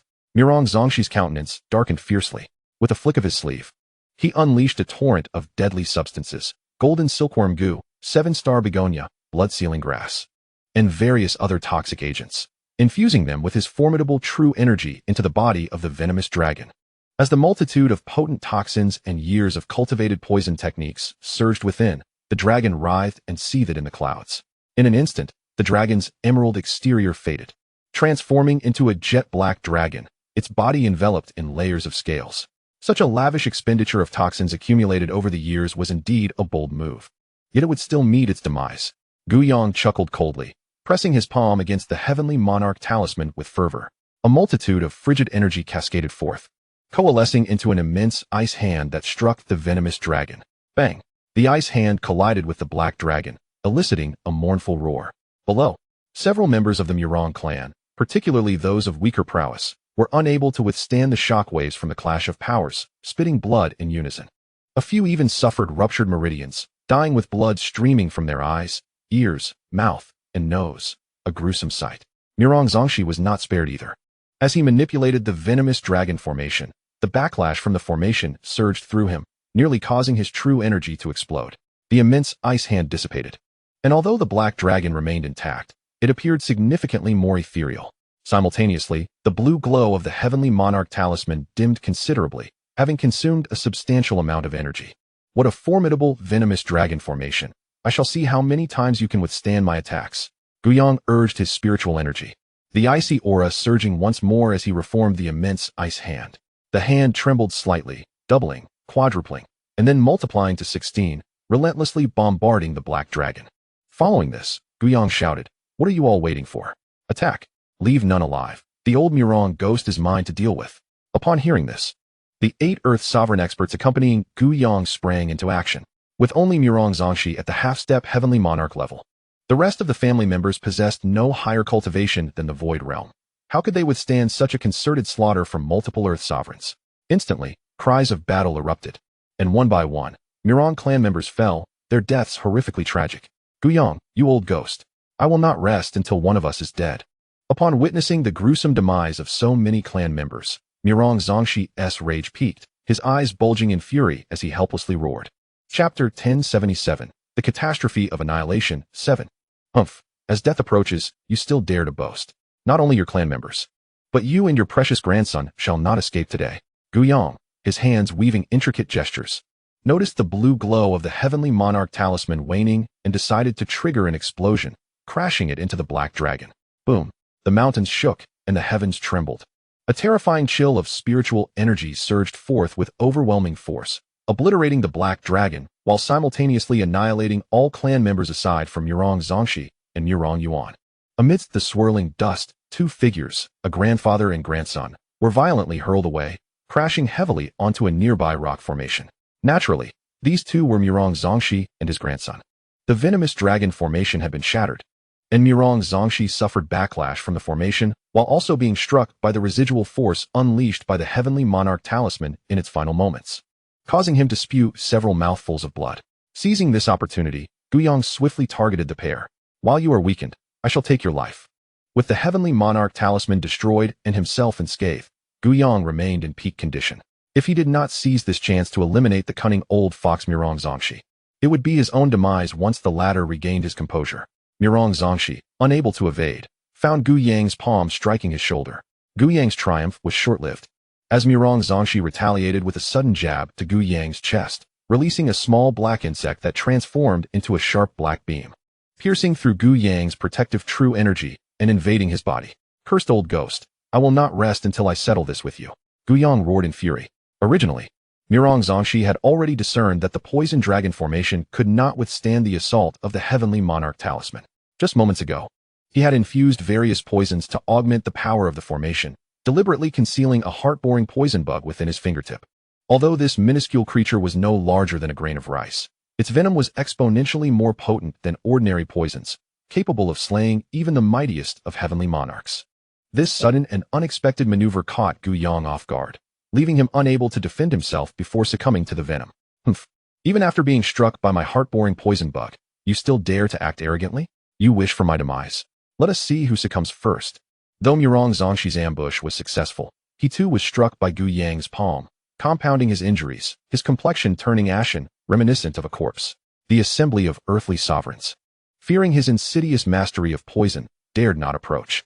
Seizing the opportunity, Murong Xianxia flicked his sleeve, scattering a cloud of toxic powder, and swiftly rushed into the forbidden area of the back mountain, cradling Murong Yuan. Once they entered the spatial barrier, Murong Xianxia exhaled a sigh of relief. Yuaner, we are safe now. This spatial barrier was established by our first ancestors, reinforced by the spiritual energy of successive clan leaders, and its residual power remains. Unless a spiritual stage expert intervenes, none shall breach it. However, Murong Yuan suddenly gasped, clutching his chest in agony, rolling on the ground in pain. Murong Xianxia was alarmed, repeatedly asking, Yuaner, what is wrong? Murong Yuan, in torment, lamented, I know not what ails me, but my chest pains fiercely, as if thousands of insects are gnawing at me. The heart-boring bug. How could it be the heart-boring bug? Murong Xianxia was taken aback, then realized, this heart-boring bug, being as elusive as Mercury, must have been triggered by the formation my grandfather activated, and you were too close to me, inadvertently falling victim to the poison. What shall we do? Grandfather, I won't die, will I? Murong Yuan writhed in pain, curling up like a large caterpillar, continually squirming on the ground. No, this heart-boring bug, though formidable, is not without cure. Murong Xianxia hastily retrieved a yellowish pill from his ring and placed it in Murong Yuan's mouth. Here, take this medicine, and I shall use my energy to expel the heart-boring bug. After Murong Yuan swallowed it, the excruciating pain ceased immediately. Murong Xianxia took a deep breath, extending his palm slowly to rest upon Murong Yuan's back, as he circulated his spiritual energy. An unusual blend of medicinal and toxic essence permeated Murong Yuan's body through his garments. Despite his own grievous injuries, he prioritized expelling the poison from Yuan's system. He was fully aware that this action would exacerbate his own wounds, severely depleting his vital essence. Even if he survived this ordeal, his cultivation would be significantly impaired, making it arduous to regain his peak form. Yet, for the sake of preserving the last ember of the Murong lineage, he cast aside all else. As his spiritual energy continuously flowed into Murong Yuan, the pallid hue of Murong Zongxi's face gradually morphed into a deathly gray, akin to a flickering candle in the wind. At any moment ready to extinguish, Murong Yuan offered a wry smile. "Grandfather, you are truly kind to me, risking your own vitality to heal my wounds despite your severe injuries. Silly child, you are my treasured grandson. It is only natural for me to do whatever it takes for you," Murong Zongxi replied with a faint smile, hastening his energy deeper into Murong Yuan's meridians, seeking the heart-boring bug to expel it, yet he could not locate it. How could this be? Where has this heart-boring bug hidden itself? "Grandfather, stop searching. The heart-boring bug is not within me." Murong Yuan shook his head. Murong Zongxi was taken aback. "Not within you? Yet you were in such agony just moments ago." Hee. It was all an act. Murong Yuan grinned sinisterly, suddenly unleashing a powerful palm strike against Murong Zongxi's chest. With a resounding cry, Murong Zongxi was sent flying, crashing through several stone pillars before colliding with the cavern wall. Another mouthful of blood erupted from his lips as he gazed in disbelief. "Yuaner, why? Why?" Murong Yuan smirked ominously. "Are you not the one who prides himself on your cunning intellect? How could you not see through it?" Murong Zongxi stood there, bewildered and at a loss. "Attempt to channel your energy, then you shall comprehend," Murong Yuan urged. Upon doing so, Murong Zongxi discovered that the vital essence stored within his danshan felt as though it had plunged into an unfathomable abyss. The faster he attempted to circulate it, the more it dissipated. Murong Zongxi inhaled sharply. "The soul-biting hand? You have learned the heavenly sorrow and earthly grief soul-locking technique." Murong Yuan grinned malevolently, nodding in affirmation. "Indeed. Yuaner, do you understand that this heavenly sorrow and earthly grief soul-locking technique is the most nefarious technique throughout history? Why would you forsake our clan's numerous techniques to pursue this one? Have you lost your mind? Who taught you?" It turned out that the cultivation method of the heavenly sorrow and earthly grief soul-locking technique was inscribed in ancient texts, recorded within the illustrious One Poison Abyss cauldron, which was the mother of this technique. As for the handwritten copies discovered by Dan Yao and Xiang Yang from the corpse of the Kingfu, they were merely transcriptions. The Wan Poison Abyss cauldron was originally the treasured artifact of the Wan Poison sect, one of the super sects of the Central Domain. Over several 100,000 years ago, a violent internal conflict erupted within the Wan Poison sect. Amidst the chaos, a disciple seized the opportunity to steal the Wan Poison Abyss cauldron, adopting a new identity and journeying to the western regions, where he married and established his own lineage. This individual was none other than Murong Yuan's first ancestor, Murong Ting, and thus the Wan Poison Abyss cauldron became a familial heirloom passed down through generations. By a stroke of fate, Murong Ting encountered a sage proficient in ancient scripts, who helped him decipher the inscriptions within the cauldron, revealing that the tadpole-like characters were the methods of cultivating the heavenly sorrow and earthly grief soul-locking technique. Due to the malevolence of this technique, it required the blood, flesh, and soul of a close relative as its foundation to awaken its sinister power. Fearing that his descendants would succumb to the allure of the technique and turn against one another, Murong Ting sought to eradicate it. However, with the technique inscribed within the Wan Poison Abyss cauldron, destroying the technique would also mean the obliteration of the cauldron.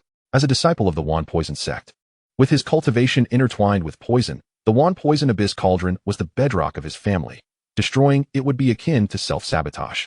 Left with no choice, Murong Ting opted to destroy the translated method while sealing the cauldron's inscriptions with secret arts, preventing future generations from viewing them. Simultaneously, he recorded the terrifying aspects of the heavenly sorrow and earthly grief soul-locking technique in the clan's admonitions, strictly forbidding future descendants from practicing it. Those who disobeyed would have their cultivation obliterated and be cast out of the family.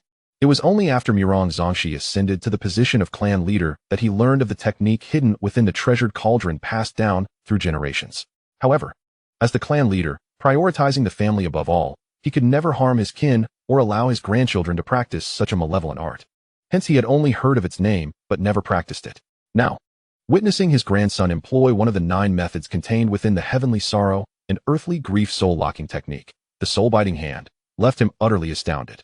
As for why the ghostly sect of the Eastern Domain and the imperial family of the Southern Domain's dynasty also possessed methods derived from the heavenly sorrow and earthly grief soul-locking technique, it was due to various fortuitous circumstances. The wand poison abyss cauldron continued to be passed down through the descendants of the Ouyang family. Yet, this method of transmission had always favored males over females. Boys could learn all of the family's ultimate techniques and inherit everything, while girls were relegated to mere superficial knowledge, often used as tools for inter-family alliances. Several tens of thousands of years ago, the Ouyang family produced an exceptionally talented woman.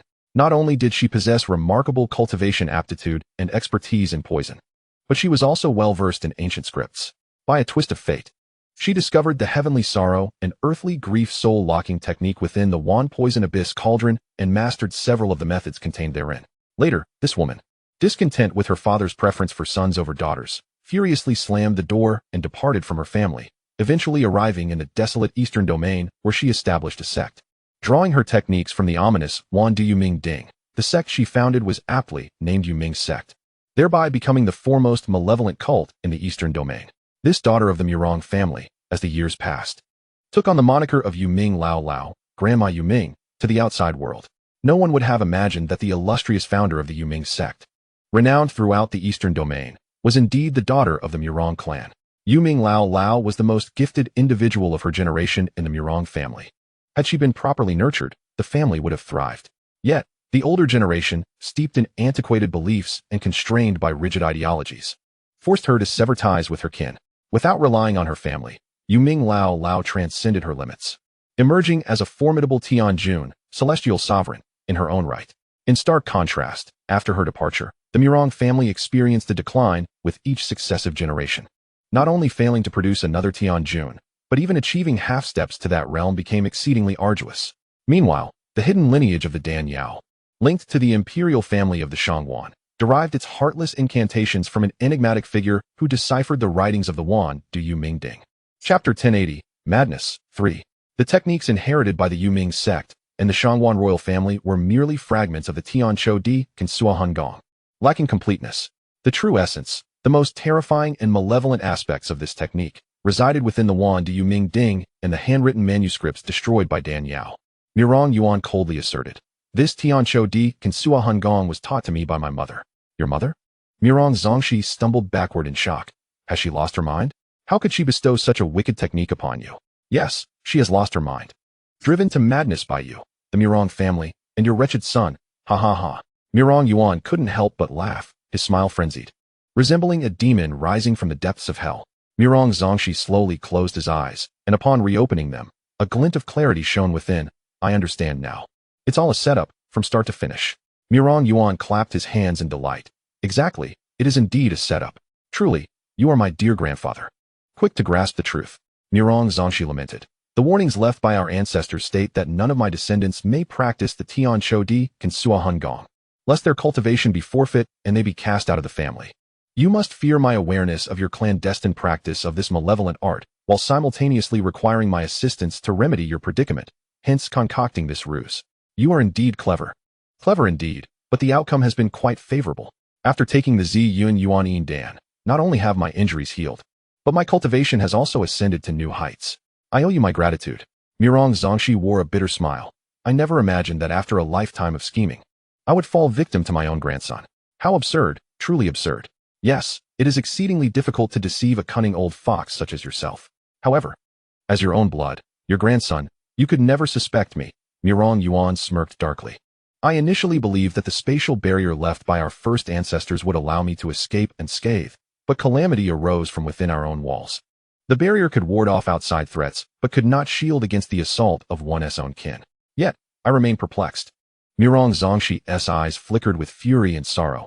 For so many years, I have cherished you as my heart and soul, cradling you in my hands for fear of losing you, nurturing you to the best of my abilities. I even relinquished the Bayou fruit for your ailment. Why have you treated me this way? I do not understand. I truly cannot comprehend. Chapter 1081, Madness, 4. Haha, there are many things you cannot fathom. Regardless, you have succumbed to the soul-biting hand, and your demise is inevitable. I might as well share another revelation with you. Mirong Yuan smiled serenely. Akin to the enchanting yet toxic blossoms of the oleander quietly blooming in a secluded corner of the garden. Your son, my biological father, along with those children of yours who met untimely ends, I am responsible for their deaths. I consumed their blood and souls while practicing the Tianqiao Di Kansuahun Gong. It is due to the consumption of so many kin souls that I have become unable to absorb further nourishment, leading me to the brink of madness.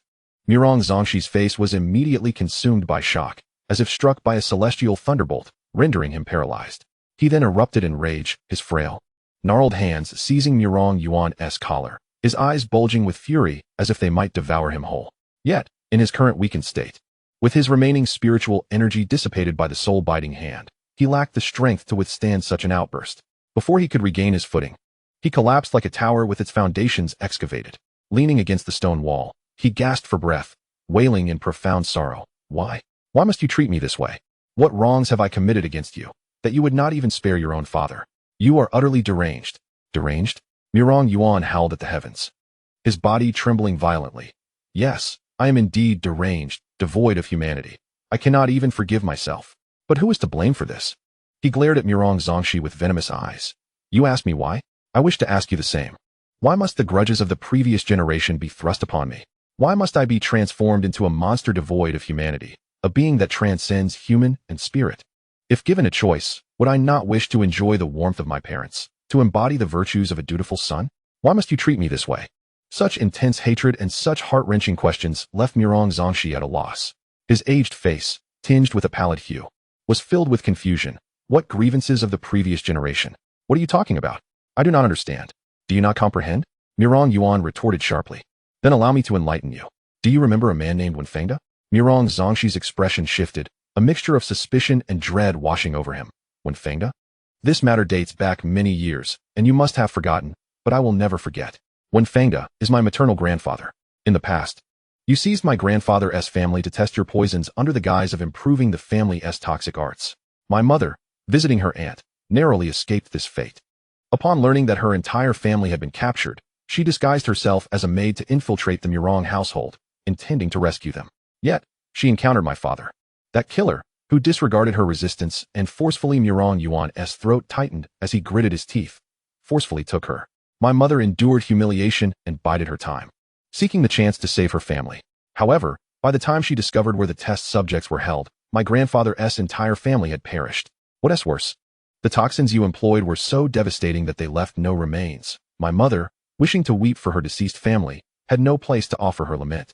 Murong Zongxi's heart raced with trepidation. So, you seek revenge for your grandfather's family?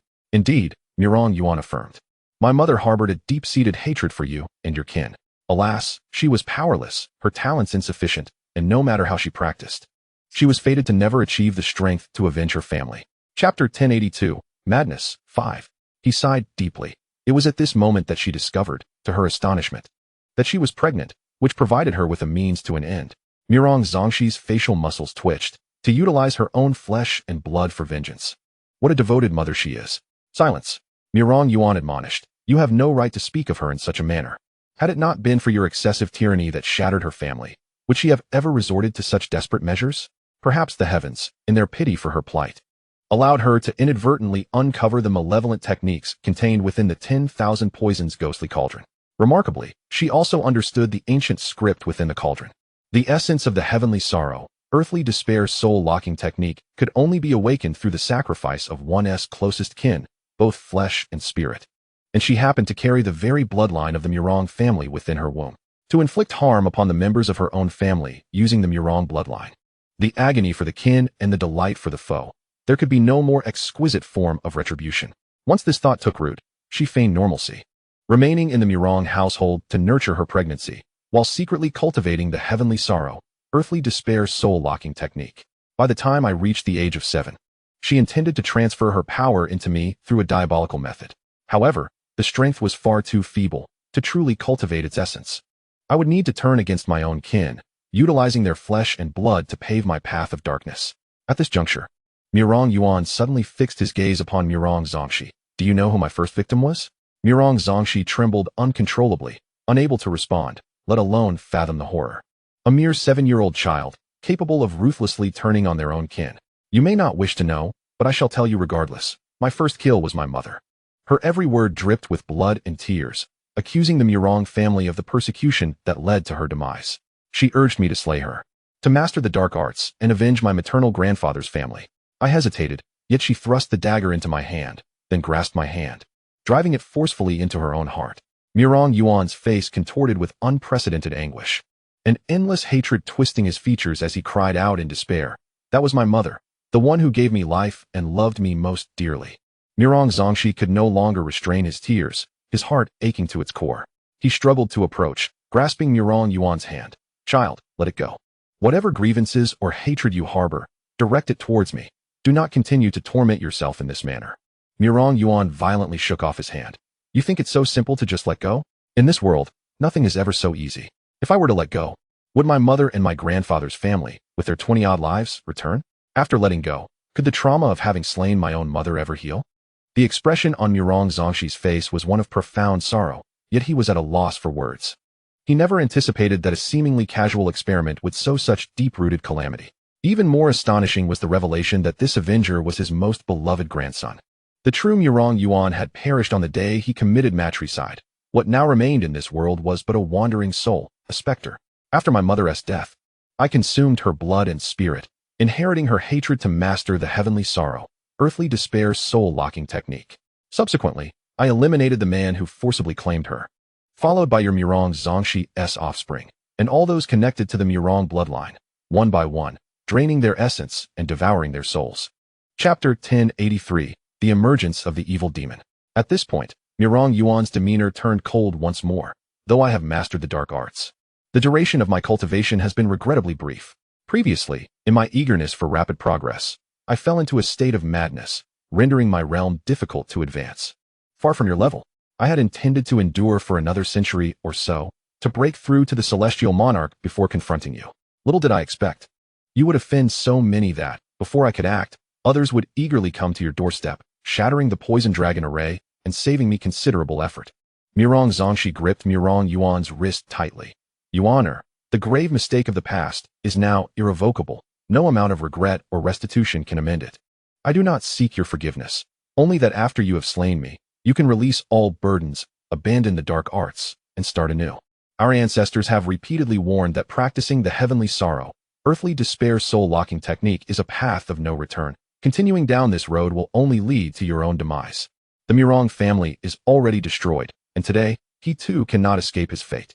Yuaner is the last of our bloodline, and no matter what, he must safeguard this last sprout. Yuan let out a disdainful laugh. I have already stated that Yuan is dead. What fear does a mere husk have of death? The heavenly sorrow, earthly despair soul-locking technique has resurfaced because of you. Once I eliminate you, the architect of my suffering, my demonic heart will be fulfilled, and my dark powers will reach their zenith, allowing me to soar freely across the skies. With a maniacal laugh, Yuan exuded an overwhelming aura of malevolence, overwhelming Zongxi in an instant. The once great Zongxi fell, meeting his end at the hands of his beloved grandson. No one could have foreseen that he would perish at the hands of the one he cherished the most. Having absorbed Zongxi's flesh and spirit, Yuan's entire being radiated an ominous glow, an overwhelming wave of malevolence reaching the heavens, stirring up tumultuous storms. Dan Yao and Xianxiang engaged in their tea. Sensed the sudden influx of this dark energy, their expressions shifting dramatically. How could this be? Was not Zongxi the strongest of the Murong family? From whence did this malevolent force arise? Dan Yao's gaze fixated on the forbidden grounds of the back mountain, shrouded in layers of dark mist. Even with her spiritual sight, she could discern nothing, yet her heart raced with alarm. Instinctively, she sensed that an extraordinarily powerful demon had emerged from the Murong family. With the rise of the evil demon, calamity loomed over the continent. Xianxiang cast a grave glance at Dan Yao, concern etched across his face. The bridal attire technique he practiced, alongside Dan Yao's Minjiu technique, were both of the purest nature, impervious to evil, brimming with righteous energy.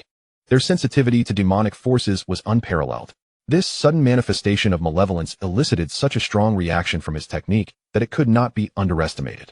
What a terrifying aura! Was this a human or a demon? A storm of dread surged within Dan Yao. It was the first time since her arrival in this world that she sensed such a fearsome malevolence.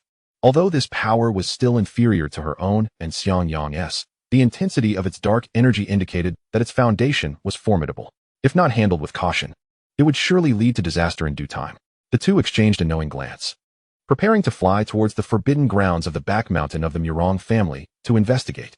Suddenly, a cascade of purple flames erupted from the forbidden grounds, rapidly spreading outwards. In mere moments, vast swaths of purple fire enveloped the entire Ouyang family, transforming it into a sea of flames. Chapter 1084. The Extraordinary Abilities of the Medicinal Cauldron. Due to the rapid spread of the flames, Ouyang and the other earthly sovereign powerhouses were caught unawares. Consumed entirely by the fiery tongues, their wails echoing in despair. When the two arrived and looked down, they beheld the Ouyang family reduced to a desolate wasteland. What a formidable demon, capable of igniting the purple mist star fire I had concealed within the spatial barrier, incinerating everything to ashes. Xianxiang observed the scene before him. His handsome visage darkened with grave concern. What of the 10,000 poisons ghostly cauldron? Dan Yao snapped back to reality, extending her spiritual awareness to scan the surroundings. Yet she found no trace of the cauldron. The 10,000 poisons ghostly cauldron was a rare treasure born of heaven and earth, renowned for its resistance to high temperatures. It could not be so easily destroyed. Xianxiang, equally perplexed, fell silent for a moment before suddenly recalling something, his expression shifting dramatically. Could it be? What is it? Dan Yao inquired, noticing his contemplative demeanor. Xianxiang spoke in a solemn tone. Within the ancient scrolls of the Xiang clan, I once came across the 12 sacred alchemy cauldrons inscribed on the fire cauldron ranking. Beyond their use in alchemy, each possesses a unique supernatural ability. The foremost among them, the Qianxiaaudiobooks just cauldron, holds the power to harmonize all things. The second-ranked immortal blood cauldron, once bound to one's primordial spirit, bestows immortality, allowing the bearer to endure eternally within the cosmos. Dan Yao inquired with curiosity, and what of my Xuanyan glazed cauldron? Aside from refining elixirs, does it harbor any special traits? Xianxiang replied, indeed. Your Xuanyan glazed cauldron ranks 7th on the fire cauldron list, and is renowned as the most exquisite among them. Its unparalleled beauty enhances the refinement of beauty-preserving and youth-retaining elixirs, while ordinary beauty pills maintain one's youthful visage for a decade. Those concocted with your cauldron amplify the effect threefold, extending vitality for at least 30 years. Such a marvel? Dan Yao exclaimed in astonishment. In this realm of mystical cultivation, the most lucrative trade is that of women and children. Reflecting on the exorbitant fees of beauty salons and children's training classes in her past life, she recognized the same principle prevailed here. Elixirs that retard aging and preserve youth wield irresistible allure for female cultivators and frequently fetch high prices at auctions. She had never anticipated that the system-bestowed Xuanyan glazed cauldron would not only be the aesthetic crown jewel of the fire cauldron ranking, but also offer potent aid in beauty enhancement. A delightful surprise indeed. Yes, Xianxiang affirmed, the Xuanyan glazed cauldron is dubbed the gold magnet of the fire cauldrons.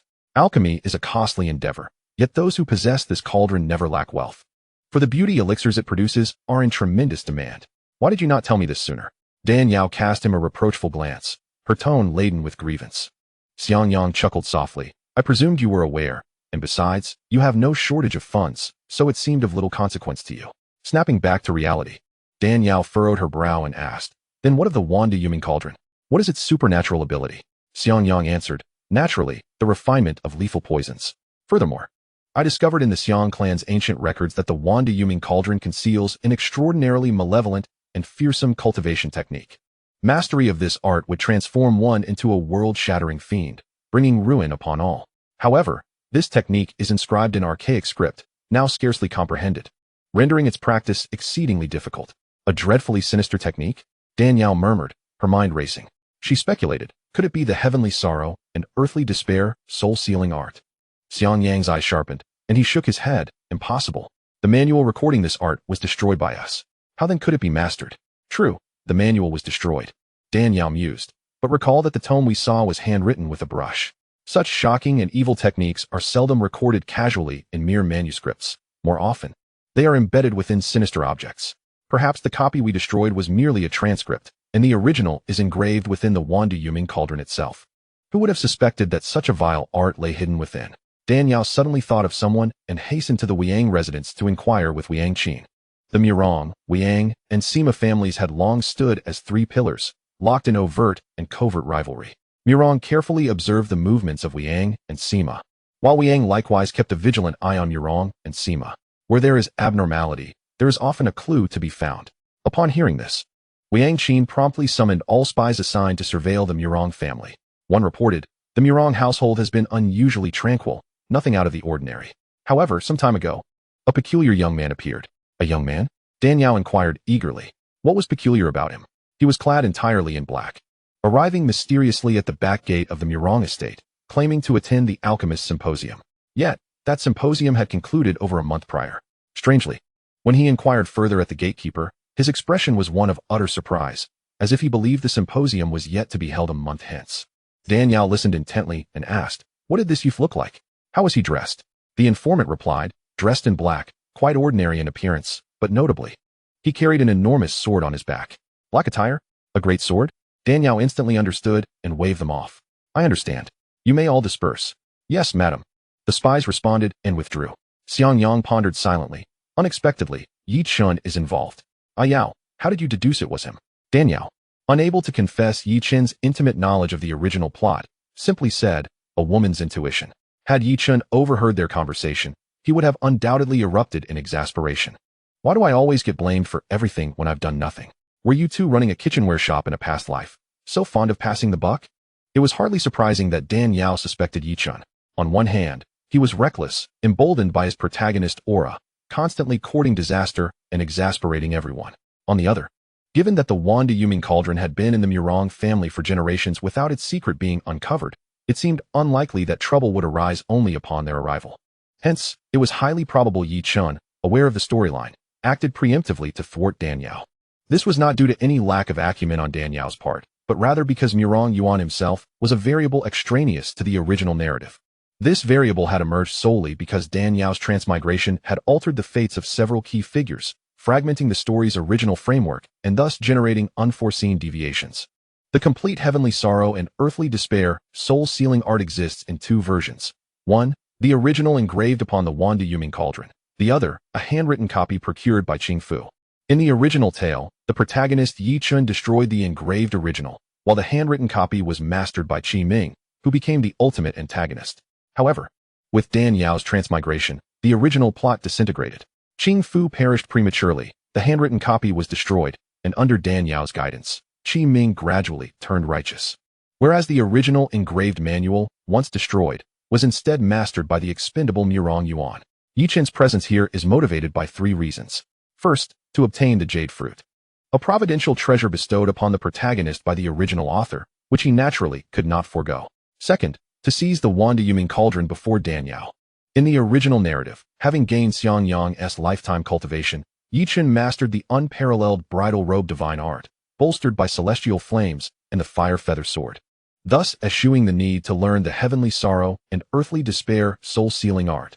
Daniel's emergence disrupted his fortunes, stripping him of the bridal robe divine art, the celestial flames, and the divine aid of Wu Chongyang, compelling him to reconsider his strategy.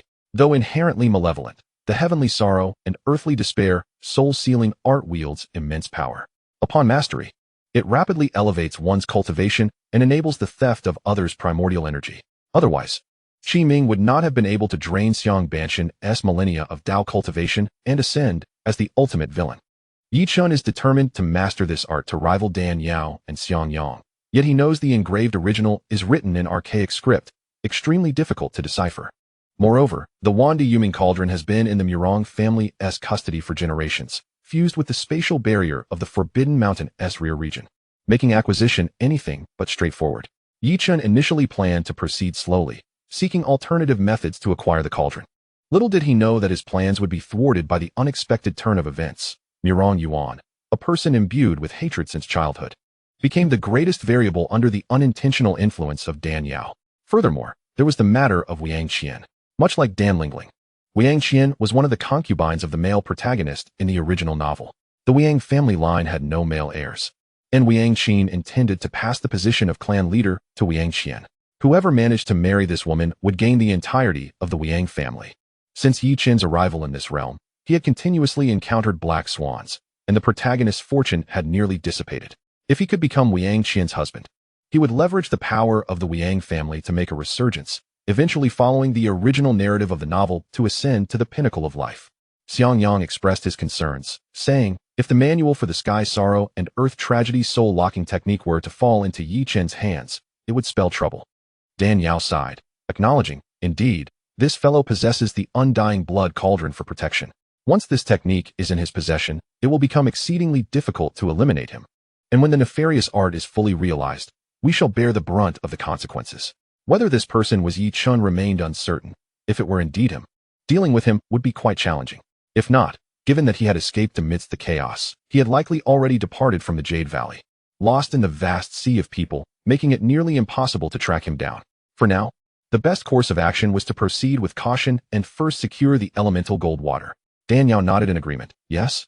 We only need 2 more types of elemental liquid.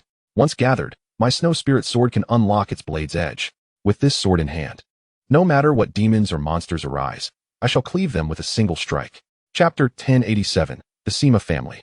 Xiangyang remarked, moreover, the undying blood cauldron's defense can only be breached by the fire feather sword and the snow spirit sword. Given that this scoundrel appears here, it likely bodes ill. Securing the elemental gold water is paramount, and we should depart at once. This suited me well. Leaving early would spare us further troublesome encounters. The next day, the two bid farewell to Ouyang Qin. Ouyang Qin felt a twinge of reluctance, while Ouyang Tsang appeared as sorrowful as if he had lost his mother. It was a rare opportunity to meet a master alchemist of Dan Yao's caliber, and he still had many unanswered questions. However, the two were resolute in their departure, and the Ouyang family dared not insist, watching them leave with heavy hearts. In the deepest recesses of the Jade Valley, miasma ran rampant, and poisonous gas filled the air, rendering it perpetually shrouded in darkness. Any ordinary cultivator without extraordinary treasures or skills would succumb to the toxins within moments of venturing too deep. Yet, at the very heart of this toxic wasteland stood a residence, seemingly unremarkable in size and appearance. However, under the veil of poison and miasma, the estate thrived with an unusual vitality. The endless toxins dissipated within 10 paces of the mansion. The grand entrance bore the flamboyant inscription, Sima Residence. This was the abode of the Sima family, the foremost of the 3 great clans in the Jade Valley. In terms of deep-rooted heritage and family influence, the Sima family surpassed both the Murong and Ouyang families, reigning as the strongest entity in the Jade Valley. At this moment, the Sima family was engulfed in shock over the sudden annihilation of the Murong clan. It was well known that the Murong family had stood firm in the Jade Valley for over 100,000 years. Throughout these millennia, various factions had risen and fallen, but the Murong family remained steadfast, never wavering. Thus, the saying in the Jade Valley, flowing powers, ironclad Murong family. Although the overall strength of the Murong family did not match that of the Sima family, their longevity was unparalleled. Such a cataclysmic event left everyone astounded. Upon receiving the news, Sima Feng, the head of the Sima family, immediately dispatched individuals to investigate. However, due to the rapidity of the upheaval and the fact that all but Murong Yuan, the mastermind behind the scenes, had been reduced to ashes, no information could be gleaned. It was presumed that Murong Zongxi had offended some unknown, unparalleled powerhouse and had suffered the consequences, leading to his demise. Father, the jade fruit has been present for over a month. When do you intend to act? Sima Feng inquired respectfully, gazing at a figure before him. This figure, seated in a wheelchair and clad in a deep crimson robe, appeared remarkably youthful, embodying the refined charm admired by countless young maidens. Yet, within the Sima family, no one dared to regard him as a young man, for this seemingly youthful gentleman was none other than Sima Qingyun, the old patriarch of the Sima family and father of Sima Feng. Sima Qingyun was the most gifted cultivator the Sima family had seen in nearly 10,000 years. Over a millennium ago, he had already reached the threshold of the half-step celestial monarch. More than a century prior, he had brushed against the threshold of the celestial monarch, only to be disturbed at the crucial moment by an enemy's sonic attack, resulting in a failed breakthrough and leaving him paralyzed. These two possess considerable strength, and with Ouyang Tsang and others in tow, they will be quite a handful. We can wait until they leave the Ouyang family before we make our move to seize the opportunity, Sima Qingyun said calmly. Chapter 1088, The Scheme. He yearned to act immediately to reclaim the jade fruit and restore his mobility. However, following his failed attempt to reach the celestial monarch, his meridians were in disarray, limiting his spiritual power to a mere fraction. How could he take action? With Sima Feng and a few other skilled members of the clan, they were utterly incapable of simultaneously contending with both the Ouyang family and this enigmatic couple. Isn't my father concerned that the jade fruit might be utilized by them if we delay? Sima Feng urged. Sima Qingyun replied, unhurriedly, the jade fruit is an extraordinary treasure, possessing immense medicinal properties. Even celestial monarchs would not dare to consume it recklessly. It must be mixed with other medicinal herbs to create the jade pill for complete absorption. While the jade fruit is the primary ingredient, it also requires the collection of Xianhuang earth essence from 1,000 miles away to concoct the pill. The efficacy of Xianhuang earth essence is unique and fleeting. It must be harvested fresh at the moment of use. Given their reluctance to waste the jade fruit, They will surely depart from the Jade Valley to gather the Xianhuang earth essence. Therefore, we need only lie in wait at the valley entrance to intercept the jade fruit. Sima Feng's eyes sparkled with realization. Indeed, Xianhuang earth essence must be freshly harvested for medicinal use. By guarding the valley entrance, we need not fear their escape. A brilliant insight, father. The father and son duo had comprehensively deduced the situation, but overlooked Dan Yao's formidable prowess. While ordinary cultivators would certainly hesitate to consume the jade fruit recklessly, both Dan Yao and Xianxiang were powerful spirit platform cultivators, with well-honed vital energy and stable meridians. No matter how potent the jade fruit's medicinal properties, it would not overwhelm them. It was precisely because everyone assumed Dan Yao could not handle the jade fruit's potency that she had been able to cultivate her ice crystal glass body in peace over the past month. Just then, a scout from the Sima family rushed in, exclaiming, "Old patriarch, clan leader, the masked couple has left the Ouyang family. Is it true?" Sima Feng exclaimed with delight. "Indeed, I witnessed it with my own eyes. However, it is peculiar. The two did not seem to conceal their whereabouts at all, but rather strode out of the Ouyang family's main entrance with great bravado. This news has spread quickly. Clan leader, you must give the order to act swiftly, lest someone else snatch the opportunity." Upon hearing this, both Sima Feng and his father furrowed their brows. What sort of game were these young lovers playing? Were they unaware that the jade fruit was a hot commodity? With so many eyes upon them, they should have snuck away discreetly instead of brazenly parading themselves, as if they were daring others to take notice. This was tantamount to courting disaster. Even if they were both exceptionally talented and powerful, they could not withstand the myriad of traps laid by various factions. Sima Qingyun murmured thoughtfully, "Could it be that the jade fruit has already been relocated? Perhaps they deliberately emerged to draw the attention of various factions, enabling the bearer of the jade fruit to secretly slip away under cover. That seems unlikely. Such a precious treasure would never be entrusted casually to others. What if that person resorts to betrayal? That would be a tremendous loss. Alternatively, could these two intend to confront head-on the numerous cultivators coveting the jade fruit?" His brows knitted tightly. "There is a possibility," Sima Feng reported, "according to our intelligence. Over a month ago, these two attended the alchemist conference at the Murong clan. The woman, displeased, struck a Dongxiu realm alchemist with a single move. One move to injure a Dongxiu realm cultivator? Sima Qingyun exclaimed in astonishment. That means she must possess at least late Earth sovereign cultivation. Chapter 1089, System. Signing in at Jade Valley. Sima Feng continued, "Youngsters tend to be arrogant. To have cultivated to Earth's sovereign at such a tender age surely breeds boundless pride. It's no surprise they openly left the Ouyang clan, disregarding the covetous eyes of powerful factions." Sima Qingyun shook his head. A touch of youthful arrogance is harmless, but excessive pride courts disaster. These two, overestimating their strength, fail to realize that two fists cannot withstand four hands. Even with Earth's sovereign prowess, they cannot withstand a siege by so many. Isn't that advantageous? Strutting out boldly spares us the trouble of searching everywhere, Sima Feng chuckled. Sima Qingyun remained silent, but harbored an uneasy suspicion. Has there been any movement from the Ouyang clan? The scout's report came promptly. No. The 3 generations of the Ouyang family shut their gates after sending the two out. It seems they intend to stay uninvolved. Maintain surveillance on the Ouyang clan. Report any developments immediately, Sima Qingyun commanded. Understood. As the scout departed, Sima Feng urged, "Father, we cannot wait any longer. Staying here will only let others seize the jade fruit."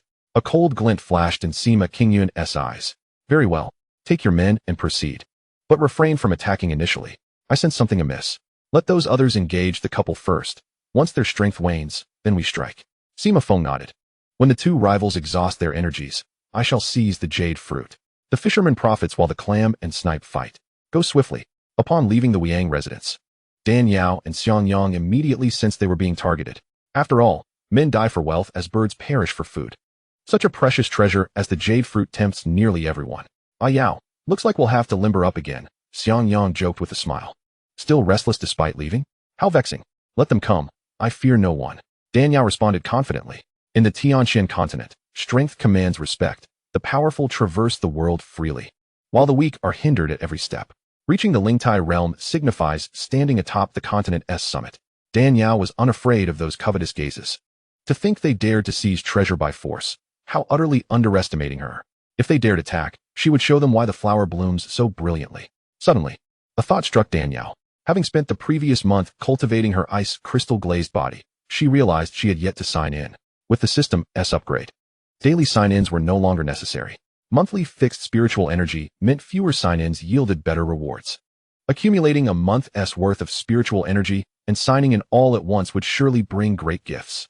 Moreover, Jade Valley itself is a wondrous place nurturing the jade fruit. The combination might produce unforeseen surprises. With this in mind, Dan Yao silently invoked, System. Sign in at Jade Valley. Ding. Sign in successful.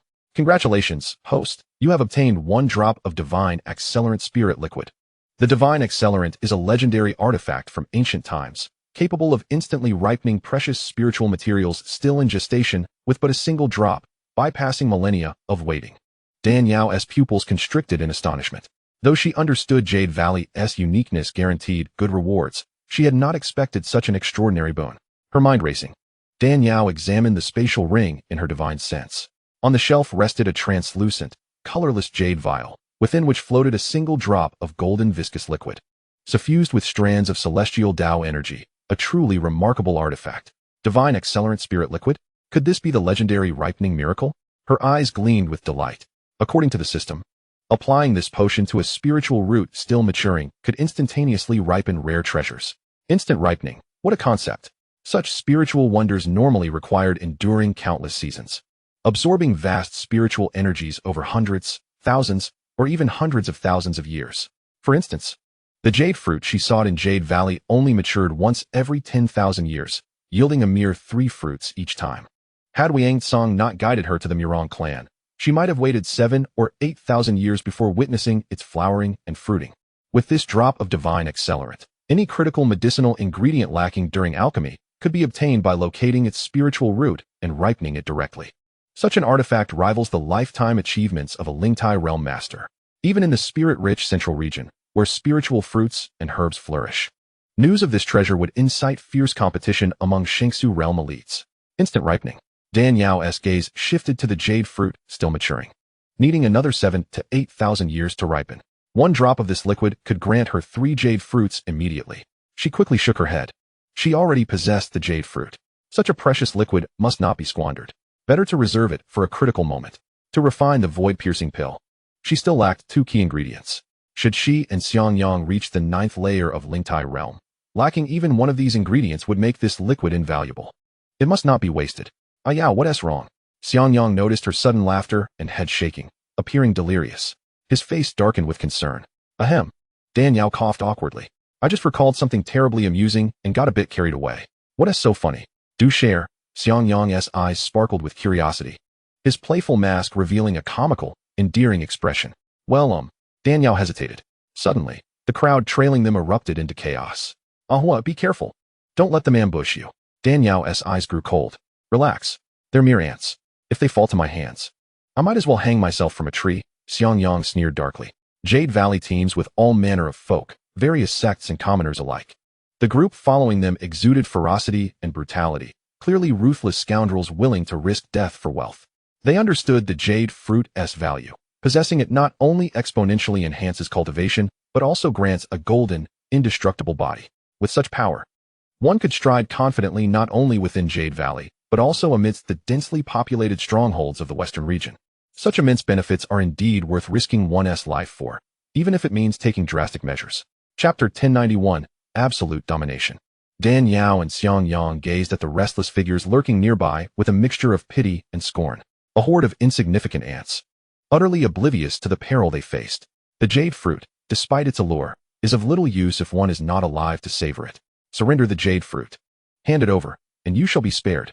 In an instant, a dozen figures emerged, brandishing weapons that, empowered by their spiritual energy, glinted ominously as they surged toward Dan Yao and Xiangyang.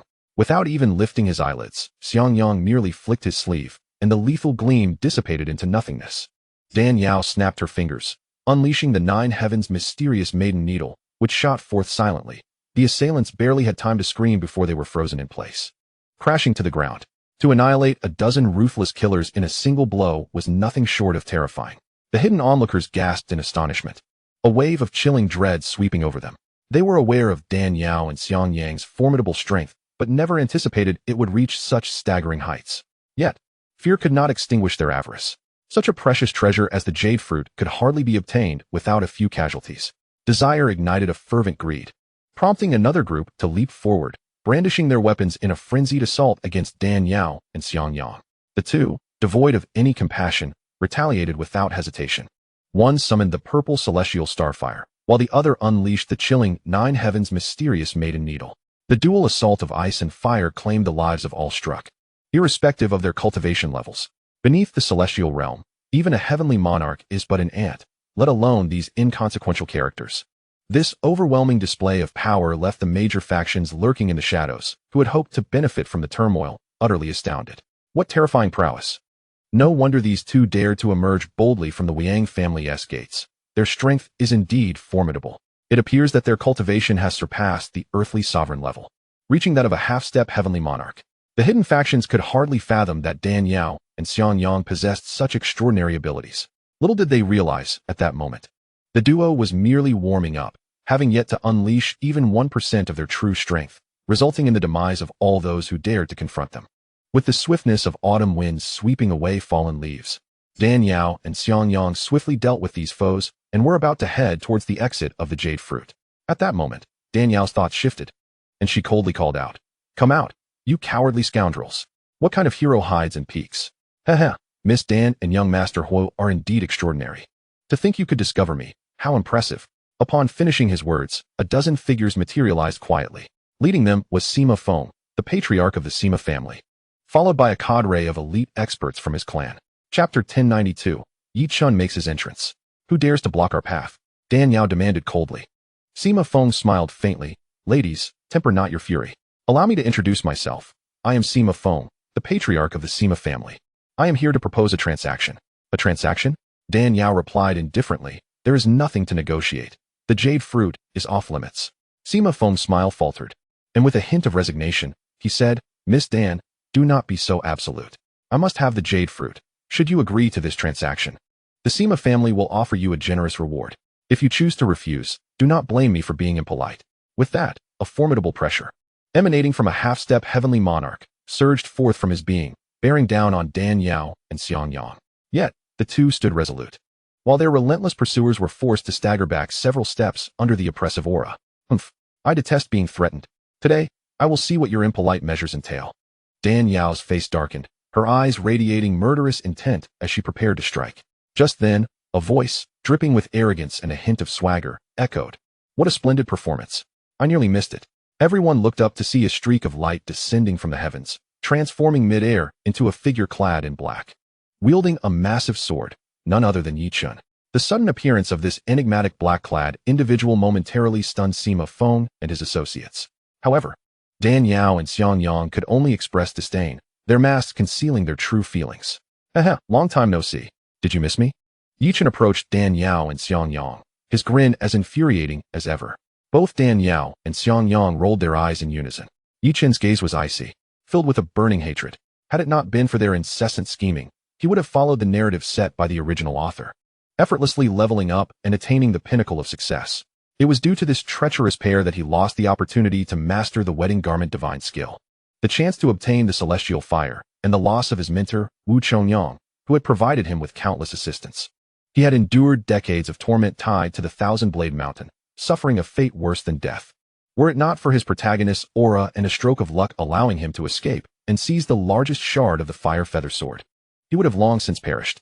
Yi Chun, with a heart as cold as ice, harbored a vendetta. He fled to the western regions to evade the pursuit of the Xiang family, yet he never forgot who had caused his downfall. His presence here today was solely to exact revenge. "Surprised to see me?" Yi Chun spat venomously at Dan Yao and Xianxiang. Dan Yao glanced at him, a cold smirk gracing her lips, surprised indeed. "After causing such a colossal mess in the central domain, you dare to show your face here? You have quite the audacity. I was hunted down to the western regions, all thanks to you treacherous scoundrels." Yi Chun's gaze pierced through Dan Yao and Xianxiang like a chilling dagger. "I am here today to reclaim the pain you inflicted upon me, with interest." Chapter 1093, A Green-Eyed Monster. "Humph, do you possess the capability for such a feat?" Xianxiang scoffed. "A defeated foe, and you speak so boldly." Dan Yao echoed dismissively. "What arrogance! I was merely a novice when you two mercilessly trampled me. Now, I am no longer the same as before. Today you shall pay the price." With that declaration, a formidable pressure akin to a mountain erupted from Yi Chun, overwhelming the space around him.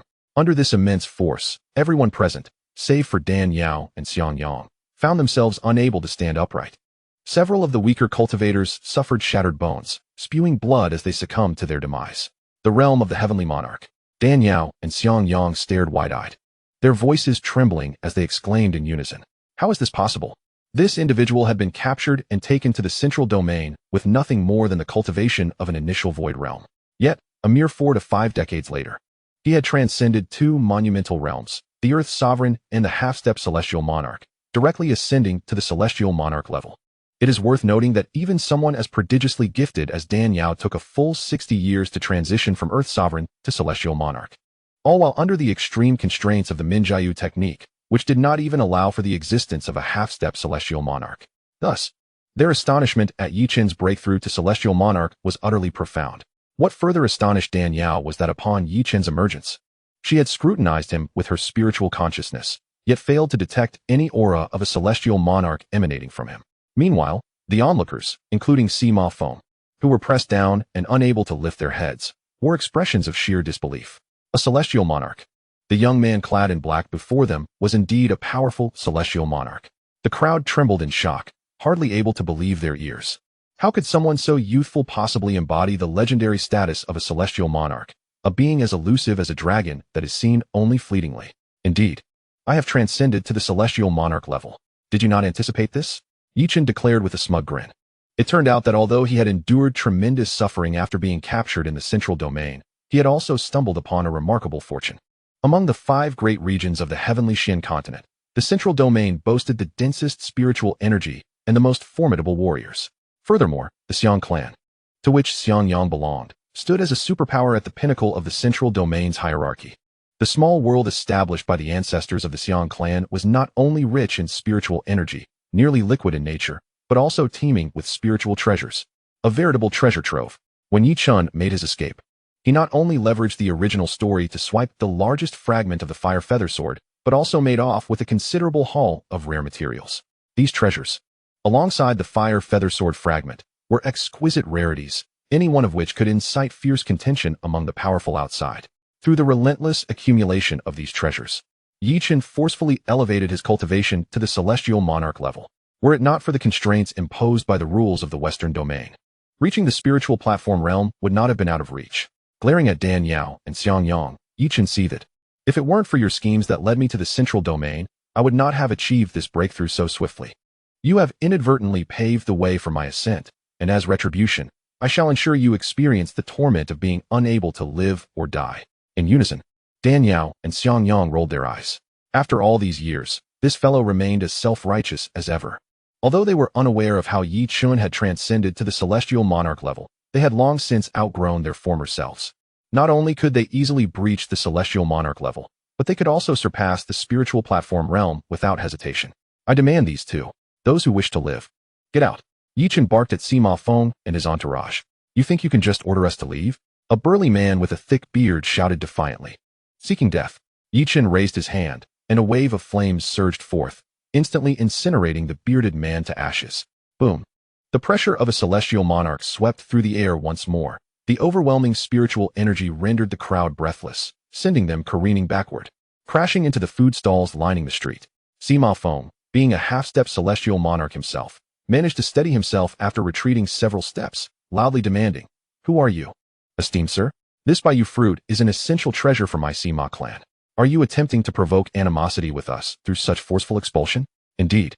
The treasures of heaven and earth belong to the capable. This Bayou fruit is not exclusive to one family. What gives you the right to seize it?" Another leader from a powerful faction echoed loudly. "By virtue of my status as a celestial monarch, you insignificant insects dare to act arrogantly before me? Depart at once, or I shall eliminate you all." Yi Qin's demeanor was exceedingly domineering. Yet, at this moment, he indeed possessed the power to back it up. "Leave, or die. The choice is yours," Yi Qin commanded fiercely. The noble Sima Feng, his face etched with despair, implored. "My father failed in his ascension to celestial monarch and suffered a backlash of true energy, leaving him paralyzed. We urgently require the Bayou fruit in the young lady's possession for his healing. I sincerely hope you can. The Bayou fruit is not something your Sima clan can covet. If you do not depart, I will annihilate your entire clan." Yi Qin's voice brimmed with an unassailable authority. "Your Excellency, please, quell your anger. We shall leave at once." Despite their reluctance to relinquish the Bayou fruit, they had no choice. The power of a celestial monarch was far too fearsome for them to contend with. Remaining here posed not just a threat to the Bayou fruit, but perhaps even to their very lives. Sima Feng could only lead his elite cadre away in disappointment. Observing this, the others promptly retreated as well. Yi Chun, witnessing the dispersal of the crowd, turned his gaze once more to Dan Yao and Xian Yang. The two remained remarkably composed, akin to spectators enjoying a performance, seemingly unaffected by the tumult around them. Yi Chen's irritation grew, and he fixed his gaze on Xian Yang. Do you have nothing to say to me? Say what? Xian Yang responded, somewhat bewildered. They say when compatriots meet, tears flow freely. Yet here, it was more akin to a compatriot stabbing another in the back, repeatedly robbing me of opportunities and bringing me to such dire straits. Do you not feel even a twinge of guilt? Huh. Xian Yang was beset by a multitude of questions. He hailed from the central domain, while Yi Chen came from the northern domain. When had they become compatriots? As for robbing opportunities, when had he ever taken anything from Yi Chen? Seeing Xian Yang's expression, Yi Chen assumed he was merely playing dumb and retorted angrily. The king covers the earth tiger. What comes next? You truly do not know? In her heart, Dan Yao silently replied. The pagoda suppresses river demons or chicken stew with mushrooms. What did you say? I cannot understand you, Xian Yang replied, befuddled. Continue to feign ignorance, you ancient fox. What kind of farce are you trying to put on? Yi Chen fumed. Dare to act without the courage to acknowledge it? What sort of man are you? What dare to act without acknowledgement? I have no idea what you're talking about. If you want to fight, then fight. Why waste words? Xian Yang replied impatiently. Dan Yao listened, perplexed. She understood Yi Chen's temperament quite well. Isn't it strange that he harbors such animosity towards me and Xian Yang, yet does not immediately resort to violence? Something is definitely awry. Yi Chen, filled with indignation, suppressed his anger and continued. Both of us traversed from the same world. We should have supported each other. Yet, you, driven by selfish motives, have repeatedly plotted against me. Are you not afraid of retribution? Xian Yang, listening to Yi Chen's nonsensical tirade, felt akin to being pelted with a basket of rotten eggs, leaving Xian Yang utterly vexed. What nonsense about traversing from the same world? Was this fellow out of his mind? Yi Chen continued. We are both lost souls in a foreign realm. Why must we harm one another? As long as you agree to cooperate with me from the start, I can overlook all past grievances. Partnering with me will only bring you benefits. Xian Yang remained speechless. Dan Yao could not help but roll her eyes.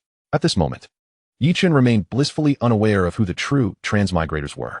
Casting a glance at Xian Yang, he added, your presence has altered the original narrative framework, resulting in my inability to obtain the treasure map and unlock the fire pill cave. Not to mention the whereabouts of the fourth fragment of the fire feather sword hidden within that cave. What?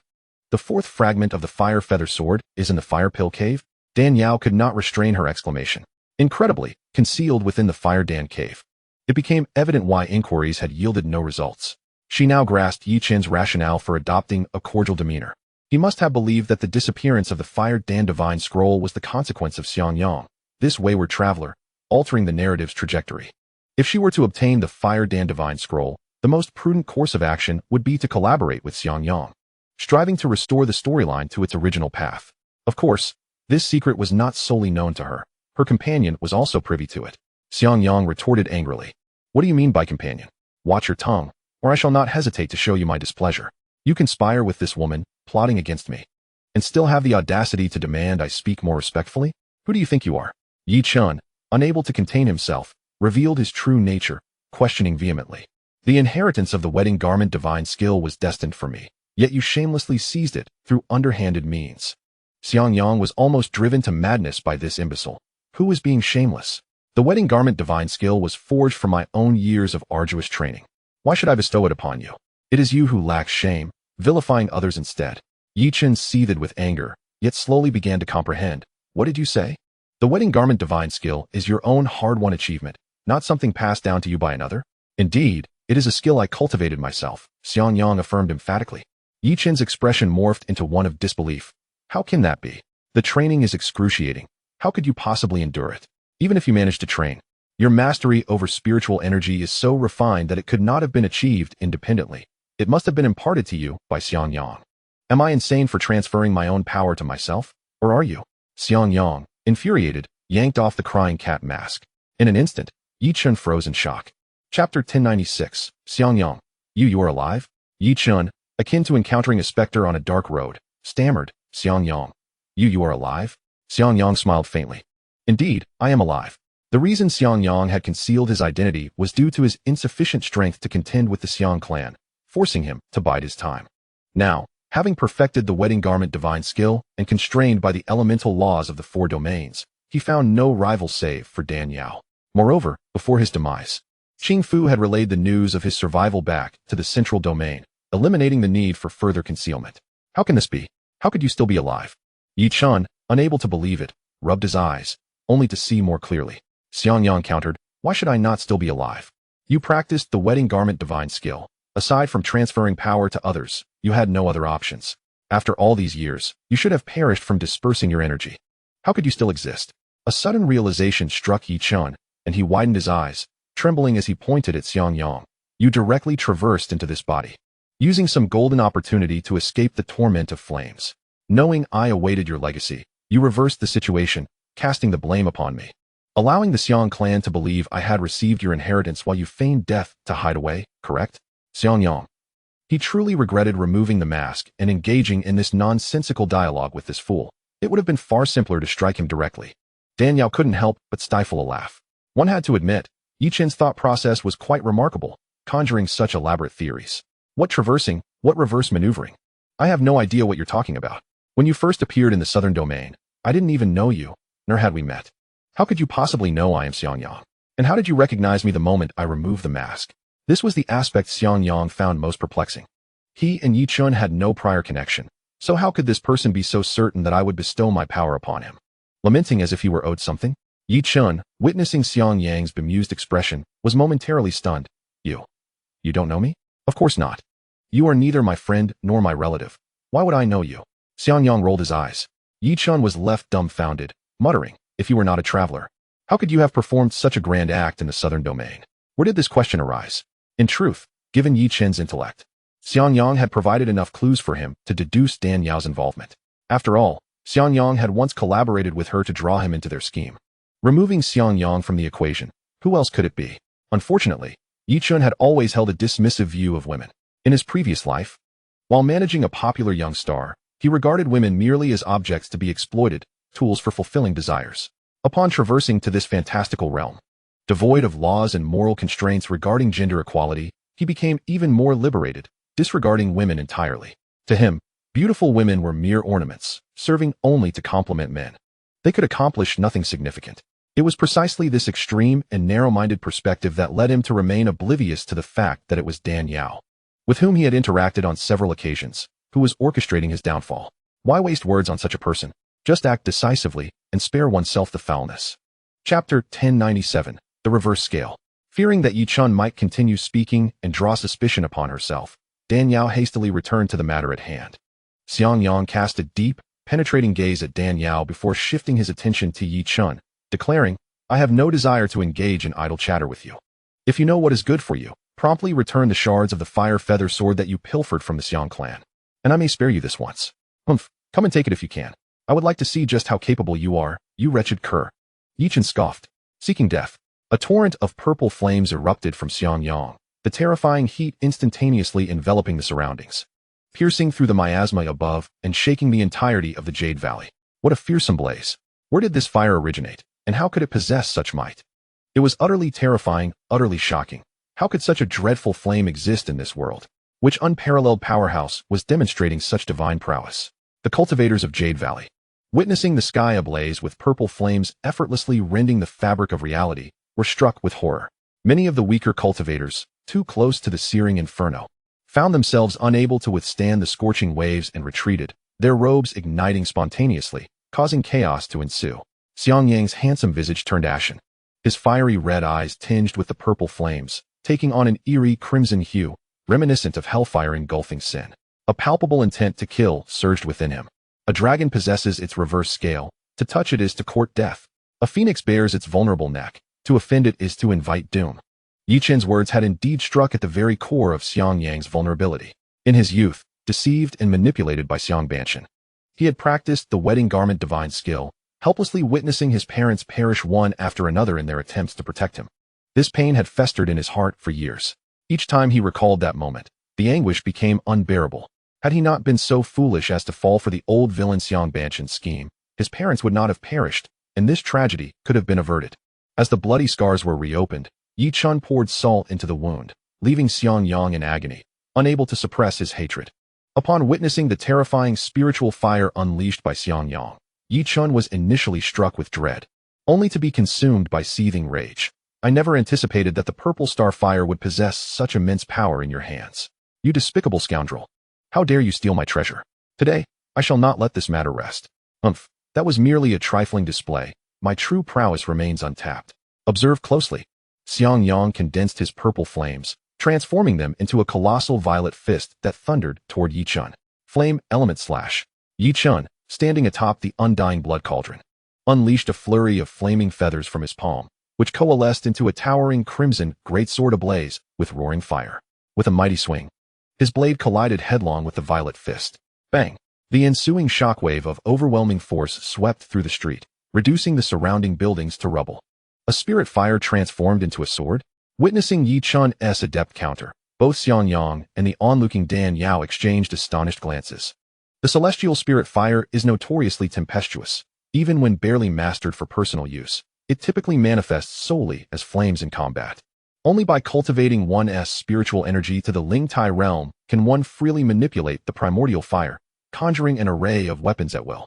Yet, unexpectedly, Yi Chun, having ascended to the rank of Heavenly Lord, managed to manifest the celestial spirit fire into a blazing sword. Moreover, this fellow's lustful obsession was once his downfall. Having been outwitted by Dan Kingly years ago, he lost the purple star flame. Chapter 1098, The Illuminated Sword Heart, Part 1. I recall when he attended the alchemist assembly, wielding a hideously unsightly, earth-toned pig-liver red Zuan poison fire. Now, the red greatsword he conjures is of impeccable hue. What could account for this transformation? Take another strike of my blade. Having suffered repeated setbacks, Yi Chun's triumphant blow filled him with elation. He unleashed another slash. Sword chi erupted, surging towards Xiangyang. Overestimating yourself. Though Xiangyang's previous strike was formidable, it was deliberately restrained, employing merely a fraction of his strength. As Yi Chun's sword chi advanced, Xiangyang flipped his palm. A torrent of searing, profound spiritual energy surged forth, forcefully suppressing the blade's energy. Shattered. The wedding garment divine technique fused with the purple star flame, forming a dual-hued blaze of red and purple that fractured the sword chi, striking the red greatsword. With a clang, the greatsword fragmented inch by inch, rapidly exploding into nothingness. Simultaneously, Yi Chun emitted a muffled groan, blood seeping from the corner of his mouth. Despite seizing absolute advantage, his techniques nonetheless startled Dan Yao and Xiangyang. Ahem. The wedding garment divine technique is indeed formidable, truly the most fierce and robust martial art in existence. Yi Chun wiped the blood from his lip with the back of his hand, murmuring with resentment. You are no slouch yourself. I did not expect your strength to have advanced so much over these decades. But it is still too soon for you to challenge me, Xiangyang said coolly. Dan Yao stood quietly aside, keenly observing the duel. She hoped to exploit this confrontation to probe his true capabilities and seize an opportunity to coerce out the fire feather sword fragments. Yi Chun's expression darkened. 30 years east of the river, 30 years west. Your wedding garment divine technique is indeed mighty, but I have not wasted these decades. Today, I shall reveal my genuine prowess. Pausing briefly, he suddenly bellowed, illuminated sword heart. Forming intricate hand seals, he summoned countless fiery feathers from within, which, upon contact with the ambient spiritual energy, transformed into streams of sword chi. The sword chi permeated the heavens and earth, obliterating all in its path. As it traversed, the void shattered like paper windows pierced by a finger. The piercing blade stirred blazing storms of flame, leaving all distant cultivators watching agape, trembling in awe. Dan Yao and Xiangyang were again taken aback by this technique. They could sense that this sword chi's sharpness rivaled, if not surpassed, that of the Snow Soul sword. Of course, this was only because the Snow Soul sword remained unsealed. Once unsealed, no divine weapon besides the fire feather sword could match its might. Sword chi forged from mere true chi would be utterly powerless before it. Nonetheless, this sword chi was terrifying enough. Unaware of Dan Yao and Xiangyang's thoughts, Yi Chun was brimming with confidence in the pure yang sword chi unleashed by his illuminated sword heart technique. Having suffered grievous losses before, he would not have dared confront Xiangyang and Dan Yao without this method. Xiangyang, how do you find my sword chi? Your critique is most welcome. Yi Chun twisted the sword chi into a tempestuous gale, hurtling it towards Xiangyang. Facing the relentless onslaught, Xiangyang remained unmoved. Smiling faintly, your technique indeed bears some merit.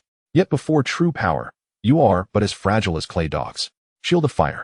Once more, The red-purple flames surged from Xianxia's palm, spreading like a tidal wave to form a colossal shield. Chapter 1099, The Illuminated Sword Heart, Part 2. The dense sword chi struck the shield, shattering like eggs against stone. With a flick of his finger, the shield transformed into a fiery net, ensnaring Yi Chen tightly. Caught unprepared, Yi Chen was enveloped completely. Intense flames ignited above his head, instantly reducing his hair to ashes, leaving him a brilliantly bald genius. At this, Dan Yao burst into laughter. Huh? Xianxiang could not help but smile as well. He had originally intended to burn Yi Chen's clothes, exposing him and causing him public humiliation. However, mindful of Dan Yao's presence, he refrained from such an unsightly spectacle, opting instead to incinerate Yi Chen's hairstyle. Hair, to a man, is not merely a part of the body inherited from one's parents. It is also integral to one's visage. Some individuals, lacking symmetrical features, can refine their appearance through hairstyle to accentuate strengths and conceal flaws. Yi Chen was one such person. Now, with his hair utterly destroyed, the carefully cultivated image of a handsome youth was instantly shattered, reducing him to an unremarkable commoner lost in the crowd. Yi Chen's face darkened as he roared in fury. You dare burn my hair? I'll fight you to the death. Boom. A vast, scorching aura erupted from within Yi Chen. The surrounding air ignited fiercely. Blazing flames ascended his body, transforming into myriad fiery birds dancing about him. In that moment, Yi Chen resembled a deity birthed from fire itself. Flaming spirit beasts, fire dragons, fire birds, fire fish, fire whales, and fire insects whirled ceaselessly around him. Rolling waves of heat mingled with staggering sword chi filled the heavens and earth, carving rifts in the void. The distant cultivators witnessing this miraculous spectacle were struck dumb with awe. In all their years, they had never beheld such a formidable display. The heavens shifted color. Sun and moon lost their light. As far as the eye could see, the realm was engulfed in fire and an ocean of sword chi. Dan Yao raised her head, her divine eye illuminating the scene. Above Yi Chen's crown, she spotted a crimson, blood-red sword hilt suspended in midair, connected to a small segment of a bright, vivid red, blood-like fragmented blade. The fire feather sword fragment. Dan Yao gasped in astonishment. How can you harness its power? After shattering, the fire feather sword's sharpness dissipated into nothingness. Only by assembling all 5 fragments and gathering the sword spirit could its divine might be rekindled. Without unification, these shards were mere scrap metal. In earlier years, Yi Chen's residual soul master could wield the fragment's power solely because of the peculiar nature of the alchemist's fire puppet. No one had imagined that Yi Chen could internalize the largest fire feather sword fragment and fully exploit its strength. At last, Dan Yao comprehended why Yi Chen had been able to manifest such formidable sword chi to contend with the purple star flame. It must have been through the power of the fire feather sword fragment. Yi Chen glanced at Dan Yao, remarking, Your eyesight is commendable. You've discerned that I am channeling the power of the fire feather sword fragments. Women often have long hair but limited insight, yet your perception is surprisingly astute. Dan Yao rolled her eyes, thinking how disdainful he was towards women, unaware that he was being outmaneuvered by her. Catching a glimpse of Xianxiang pondering over the fire feather sword fragments, she inquired, have you discerned something? Xianxiang squinted and replied, I have heard my father speak of a legendary sword technique known as sword heart clarity, said to originate from the divine state, the foremost of the 9 regions in the western wilderness. This technique was created by a sword enthusiast who devoted his life to the sword, never marrying. Taking the sword as his spouse, his passion transformed into love, and from love to understanding, resulting in a miraculous resonance with the sword, where sword intent and heart align. Upon mastering sword heart clarity, even ordinary iron can become a formidable weapon, let alone the divinely infused fire feather sword. Dan Yao was taken aback. Are you suggesting that he has mastered sword heart clarity, allowing his heart to commune with the sword and awaken the long-dormant spirit of the fire feather sword? Xianxiang nodded affirmatively. Indeed, this was the true reason he forsook the other great domains to come to the western wilderness. Yi Chen scoffed in surprise. I didn't expect you to know this. No wonder you've read the original text. Xianxiang rolled his eyes. Indeed, I practiced the unparalleled sword heart clarity from the sword clan of divine state in the western wilderness, without needing to gather the other fragments. I can unleash the power of the fire feather sword. Today, I shall make you both turn to ash beneath its might, never to be reborn. Although his cultivation was inferior to that of Xianxiang, who had perfected the marriage garment divine art, with the enhancement of the fire feather sword fragments, he was capable of slaying any cultivator at the celestial monarch level. Unless a formidable spirit master intervened, his demise was inevitable. Dan Yao and Xianxiang exchanged glances. a glimmer of calculation passing between them. Their prolonged banter with Yi Chun was merely a ploy to draw out the fragments of the fire feather sword. As expected, Yi Chun believed he could engage Xianxiang on equal footing with his own cultivation, but if he unleashed the fragments, his end would be sealed. Given Yi Chun's animosity towards them, he would not miss the chance to strike ruthlessly. Enough with the chatter. If you have the ability, come at us. If not, spare us your empty words. Dan Yao taunted, her hand poised to unleash the 9 heavens Xiannu needle. Die. At that moment, Yi Chun remained oblivious to Xiangyang's feigned weakness as he fully activated the power of the fire feather sword fragments. A torrent of sword energy surging forth like fiery dragons, intent on tearing Xianxiang apart. Bring it on. A fierce and overwhelming force erupted from Xiangyang's body.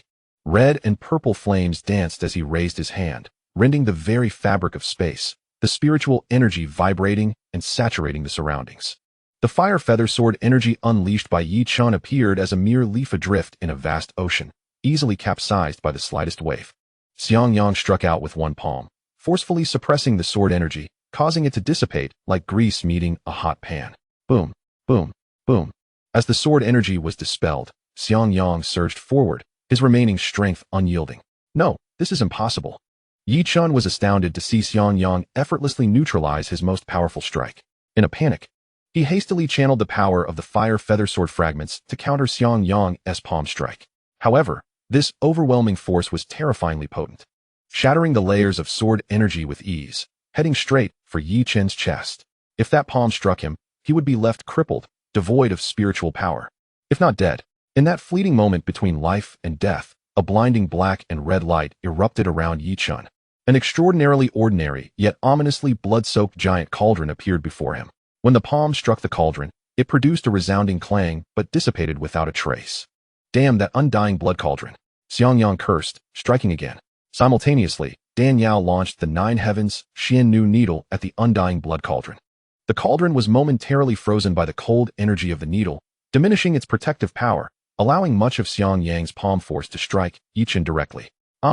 Yi Chun's agonizing scream echoed as he was hurled away like a discarded rag.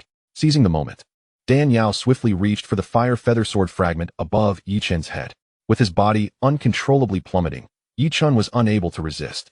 Yet, upon touching the fire feather sword fragment, an intensely scorching aura was released. Had Dan Yao not achieved a level of cultivation that allowed her to withstand it, her hand would have been charred to a crisp. Nevertheless, her palm was still searing. The fire feather sword, a relic of ancient divinity, retained formidable power even in fragment form. With a thought, Dan Yao harnessed her ice crystal glazed body, enveloping the fire feather sword fragment with an overwhelming cold energy, forcibly extracting it. The speed of her action was akin to a flash of lightning, astonishingly swift. Before the onlookers could comprehend what had transpired, the largest fragment of the fire feather sword had already fallen into Dan Yao's grasp. Simultaneously, Yi Chun crashed heavily to the ground, his body sliding along the stone-paved street, leaving a long trail of blood before colliding with a grand stone archway, causing it to collapse in a cloud of dust. Witnessing this scene, the surrounding cultivators were astounded. They recognized that the black-clad youth wielding the colossal sword was indeed a genuine celestial monarch. Coupled with the fire feather sword fragment and the secret technique of sword heart clarity, he could unleash the fire feather sword energy, placing him above his peers. However, no one anticipated that such a formidable figure could not withstand a single strike from the man in red, indicating the latter's even more terrifying prowess. Sima Feng, who had feigned retreat but secretly observed from the crowd, felt a rush of relief upon witnessing the events unfold. Fortunately, the black-clad youth intervened. Otherwise, not just him, but even the Sima family would likely face annihilation. As the dust settled, the formerly arrogant Yi Chun lay amidst rubble, appearing as though he had been subjected to unspeakable torment, his body charred and trembling, blood spewing from his mouth, his eyes wide open, resembling a fish unable to close its eyes in death. You. Yi Chun realized the formidable nature of the marriage garment divine art. Unbeatable among equals, yet he had not anticipated Xiangyang's strength to be so outrageous. He had thought that with his celestial monarch cultivation and the fire feather sword fragment, he could at least achieve a stalemate, but he never imagined that Xianxiang would be so overwhelmingly powerful that he could not withstand even a single attack. Had it not been for the undying blood cauldron activating its miraculous life-preserving ability, absorbing most of the force, he would have been utterly obliterated. Dan Yao laughed. What are you stammering for? With such feeble means, do you think you can contend with us? You truly are unaware of your own mortality. Yi Chun, in a fit of rage, spat out a mouthful of blood. Xiangyang, how has your spiritual power suddenly become so formidable? What secret technique have you employed to enhance your cultivation? Xiangyang remained silent. Dan Yao interjected. He has not employed any secret technique. Our strengths have always been on par. How could that be? Yi Chun stammered. Just moments ago, we were evenly matched, and his strength was only marginally greater than mine. How can this be? Dan Yao chuckled. That was his deliberate show of weakness, luring you into a trap. Yi Chun was left speechless in astonishment. Dan Yao continued. Over these decades, your cultivation has advanced by leaps and bounds, yet neither Ahua nor I have slackened in our training. You were once no match for us, and it remains the same now. His feigned weakness was merely a tactic to draw out the fragments of the fire feather sword you pilfered from the Xiang clan. Yi Chun was taken aback. Draw out the fire feather sword fragments. Dan Yao nodded. Indeed. We have been old friends for quite some time. Do you think I wouldn't understand you? When Ahua and I learned from the spies sent by the Ouyang family that you had appeared at the Murong clan, I sensed that you would inevitably seek to assert your presence before leaving the Jade Valley. Thus, we devised a strategy to draw you out and expose the fragments of your fire feather sword. Xiangyang added. Either a Yao or I could easily overpower you. However, you are quite the slippery adversary. Even if we were to defeat you, acquiring the fire feather sword fragments from you would prove exceedingly difficult, given your cowardly nature. If we were to vanquish you and threaten your life, you might yield the fragments. Yet, knowing you possess the undying blood cauldron and a life-saving token, you remain unafraid, rendering coercion futile. Thus, we resorted to this cunning strategy. At this point, Xiangyang scoffed. Had it not been for the desire to coax out the fragments of the fire feather sword, I would have long since suppressed you with a single blow, and there would have been no need for such lengthy discourse. Dan Yao coldly laughed. How laughable, you self-righteous fool. To think that possessing the fragments of the fire feather sword would enable you to contend with us. Such arrogance is truly beyond measure. You despicable wretches. Yi Chun trembled, clearly unable to endure such humiliation. Through gritted teeth, he spat. Vile. Deception is a time-honored strategy, Dan Yao replied with a smile. You have overestimated yourself, naively assuming that breaking through to the heavenly monarch would grant you victory over us, thus losing your necessary vigilance. Who can you blame for that? You two despicable scoundrels. Yi Chun shouted with fiery eyes. Return the fragments of the fire feather sword to me. They are mine. Dan Yao and Xiangyang regarded him with a dispassionate gaze, akin to spectators observing a jester on stage. After all the effort to acquire the fire feather sword fragments, would he simply demand their return? Who did he think he was? Dan Yao activated the spatial ring in her hand, absorbing the fragments of the fire feather sword, finally exhaling a sigh of relief. With 4 out of the 5 pieces collected, the legendary fire feather sword was on the brink of being restored to the world. This journey to the Jade Valley had indeed borne abundant fruit. Yi Chun, aflame with rage, exclaimed, Return the fragments of the fire feather sword to me, or I will not let this matter rest. You've already suffered such a crushing defeat, yet you dare to command us? Such audacity is a rare talent indeed. Dan Yao mocked. Nearby, the observing cultivators shared expressions of disdain and contempt. How could a dignified heavenly monarch speak in such a childish manner? It was truly beyond comprehension. Dan Yao chuckled. A tree that sheds its bark is doomed, and a person without shame is invincible. I have never encountered someone so shameless as you. After finally acquiring such a succulent piece of meat, do you think I would return it to you? You vile creature, how dare you humiliate me like this? I will fight you. Yi Chun lunged forward once more, flames of a pig liver hue surging from his palm, intent on incinerating Xiangyang and Dan Yao into ashes. Xiangyang was about to intervene to teach him a lesson when Dan Yao held him back, saying, You've already fought him for numerous rounds. You must be weary. Allow me to show him a taste of true power. Without waiting for Xiangyang's approval, Dan Yao ascended gracefully, her finger pointed, unleashing a force of mystical ice that collided with Yi Chun's poisonous flames.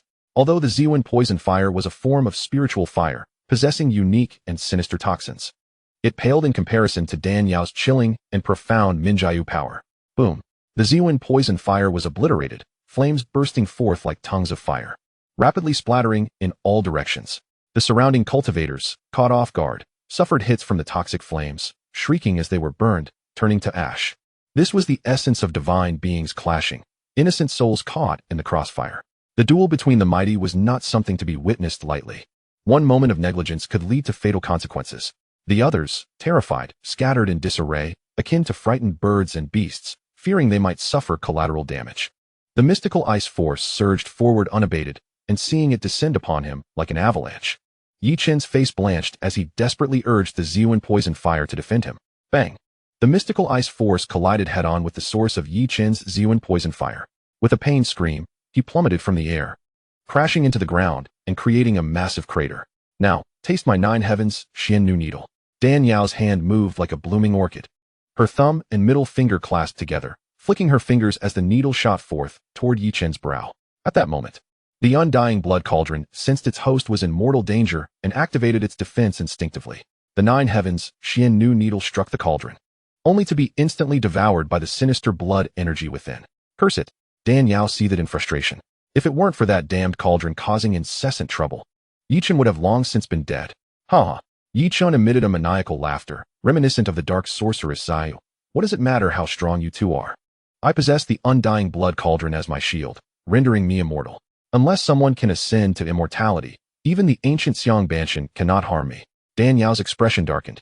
Do not forget that the Swipo sword in my hand is an ancient divine weapon, unmatched in sharpness and indestructibility. No matter how sturdy your undying blood cauldron, I can cleave it asunder with a single strike. Yi Chen retorted, do not overestimate your abilities. I know well that your Swipo sword has yet to be sharpened. Only when the fire feather sword and Swipo sword are honed can the true power of the ancient divine weapons be unleashed to shatter the undying blood cauldron. If that were not the case, I would have long since perished under your blade. How could you allow me to live until now? With an incisive observation, Yi Chen pointed out that the Swipo sword remained unsharpened, sneering dismissively. Upon learning that Dan Yao wielded the Swipo sword, known to be on par with the fire feather sword, Yi Chen had indeed felt a pang of panic, fearing she might destroy the undying blood cauldron with a single strike, leading to his own demise. However, after mastering the sword heart clarity and awakening the fragmented spirit of the fire feather sword, he came to understand the profound bond between the fire feather sword and the Swipo sword. Both were ancient divine weapons, a pair of swords intertwined in spirit and deeply in love, a male and female counterpart. What is love in this world, that it compels life and death to be pledged? Your words are but a whisper against the vastness of the world, amidst layers of clouds and the twilight of distant mountains. To whom does your shadow belong? After the fire feather sword shattered, the Swipo sword felt an overwhelming sense of desolation, having locked its blade 1,000,000 years ago. Unless the fire feather sword or the 5-element spirit liquid is assembled in their entirety, no one shall dare to sharpen the Snow Soul sword. Without being sharpened, the Snow Soul sword stands no chance of cleaving through the impregnable defenses of the undying blood cauldron. It is precisely this understanding that emboldens Yi Chen to appear unreservedly before Dan Yao and Xianxiang, standing firmly atop the undying blood cauldron. Yi Chen fixes his gaze upon Dan Yao and Xianxiang. I, Yi Chen, am the child of destiny born from the confluence of fortune and fate, seizing the creation of heaven and earth, embodying the mighty power of the cosmos, reigning supreme over the world with unparalleled arrogance. No matter how formidable your strength or cunning your methods, you shall never claim my life. Though I am presently outmatched, I am immortal and eternal, existing as long as heaven and earth endure. One day, I shall see you perish without so much as a grave to mark your end. Dan Yao and Xianxiang, witnessing his brazen boasts, were instantly gripped by a sharp pang of frustration. This scoundrel, lacking in strength, yet so adept at provocation. What, speechless now? Yi Chen taunted with a smile. Not speechless, Dan Yao retorted venomously, but conversing with trash like you only sullies my tongue. Renowned for her biting tongue, Dan Yao had never lost such verbal duels. Yi Chen was infuriated beyond measure. Indeed, with the undying blood cauldron protecting you, I cannot kill you, but do not forget. This cauldron's divine power activates only when your life is truly threatened. Mere flesh wounds will not provoke any response. At this, Dan Yao cast a sly glance at Xianxiang. Ahua, do you recall how Black Valley tormented this bastard back then? Of course, electrocuting his manhood. Xianxiang responded with a sinister grin. We remember. He perhaps does not. Why not help him recall? Dan Yao's enchanting smile was as captivating as it was deadly. Good thing she wore a mask, or else countless souls might have been ensnared. I was just about to suggest that. Yi Chen's face turned ashen, instinctively shielding his most vulnerable parts with his hands. Don't be nervous. I shall be gentle, Dan Yao said with a cruel kindness, unleashing the 9 heavens mysterious needle, commencing a torturous acupuncture regimen akin to that administered by the infamous nurse Rome Mama. Yi Chen hastily evaded, only to find the needles, as if endowed with sight, relentlessly targeting the fleshiest areas of his body. His buttocks and thighs were pierced in swift succession, eliciting agonized screams reminiscent of a slaughtered pig, an exquisite torment of sour agony. Xianxiang, no less devious, conjured the purple star flame in his palm, shattering into countless sparks that transformed into fiery needles. These, too, mercilessly targeted Yi Chun's lower regions. The twin needle assault of ice and fire left Yi Chun howling in pain, cursing incessantly. Gritting his teeth fiercely, he produced several richly aromatic pills, flicked them with his fingers, and ignited the ancestral poison flame, hurling it towards Dan Yao and Xianxiang. Explosions rocked the battlefield, forcing them to stagger backward.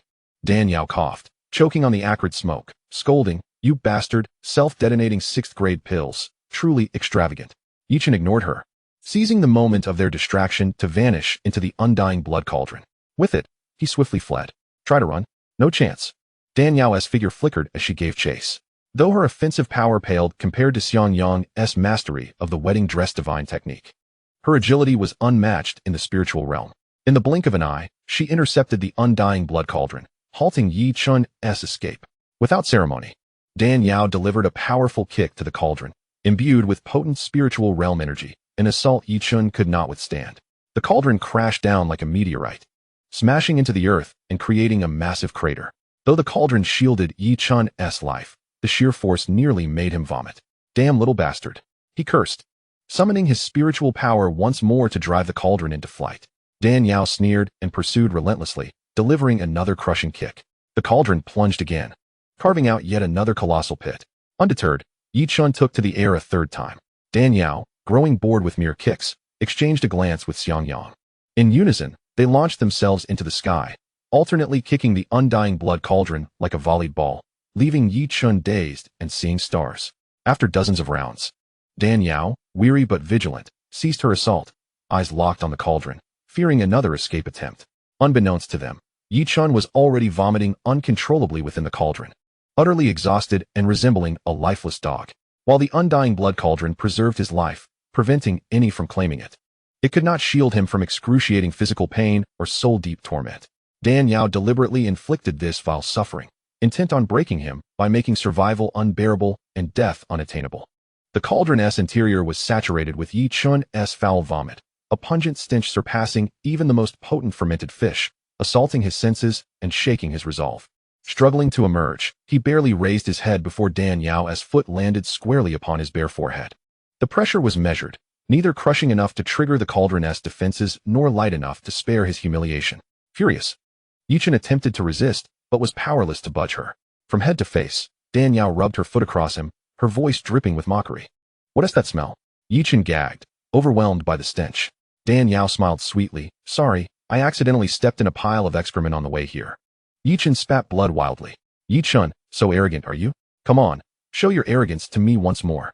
Claiming to seize the creation of heaven and earth, to embody the cosmos' grandeur, do you really think you're some grandish? Dan Yao pressed her foot mercilessly against his face, grinding it as she ridiculed him, savoring every moment. Since encountering this scoundrel, his absurd confidence had disgusted her to no end. Now, finally, she relished the chance to trample him thoroughly. Master of the world? Supreme and unmatched? Show me your supremacy once more. She jeered, using her feet as a mop to scour his face until he was unrecognizable. Compounded by the earlier chicken droppings, an unrelenting double blow. Yi Chun, believing himself the transcendent hero and savior of this realm, had swelled with pride, arrogantly considering himself the unrivaled sovereign of all.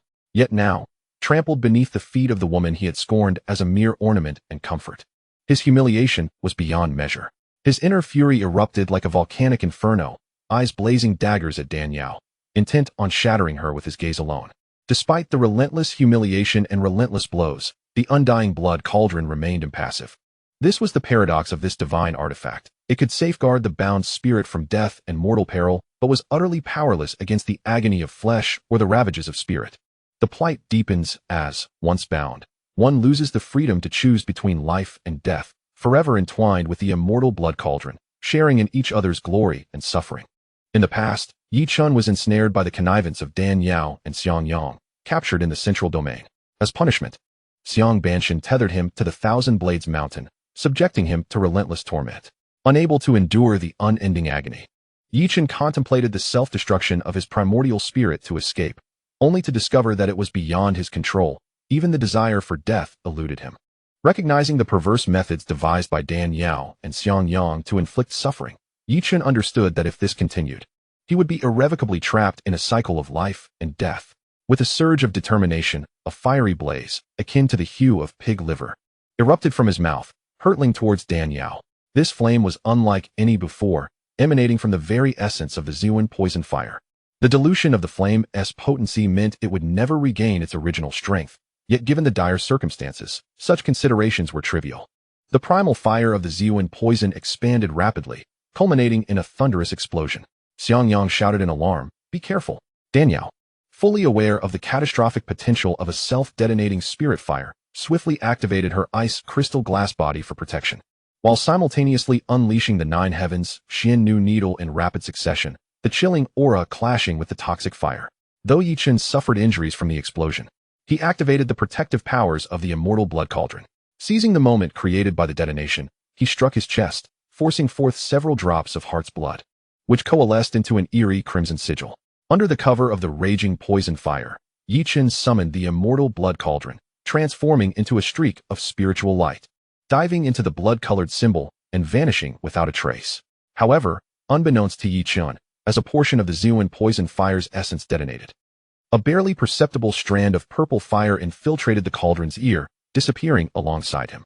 When the toxic flames dissipated, Dan Yao focused intently, but Yichen's presence had vanished entirely, leaving only the blood sigil and a massive pit in the ground. Damn it, he let that rascal escape again. Dan Yao fumed, stamping her foot in frustration.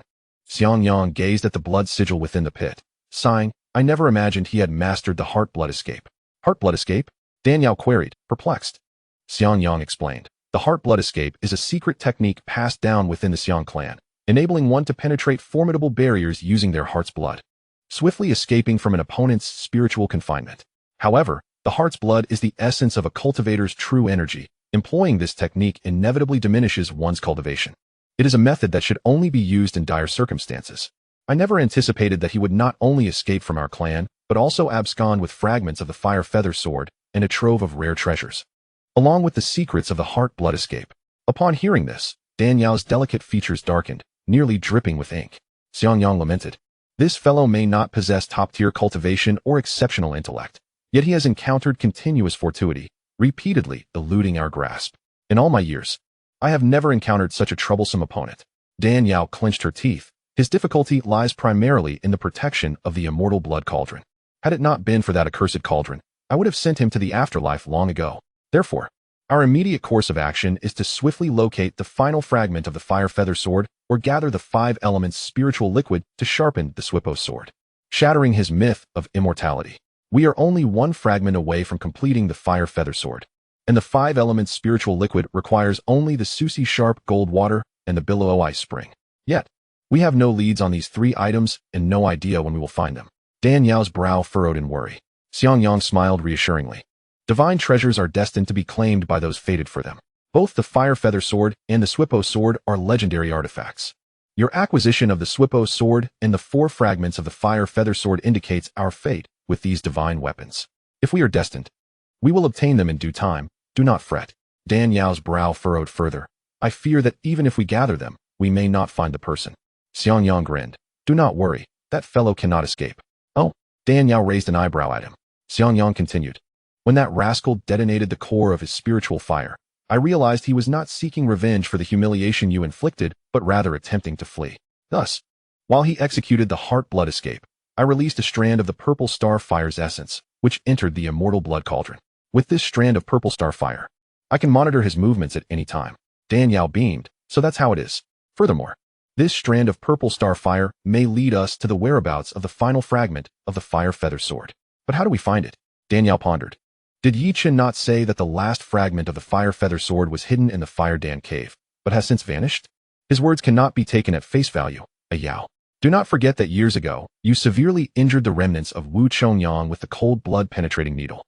Afterward, Wu Chongyang, unable to reclaim his form, was instead absorbed by Yichen, gaining millennia of wisdom and life experience. The Yichen of today is no longer that impulsive youth. He is now a cunning and shrewd individual. Did you not also fall into his schemes alongside Dan Kingley? Thankfully, your strength was sufficient to slay Haigu, thereby thwarting his plans. Hence, we cannot fully trust his words. Leaving the Jadeite Valley, Dan Yao nodded in agreement. Indeed, this fellow possesses Wu Kongyang's wisdom and is unlikely to speak the truth.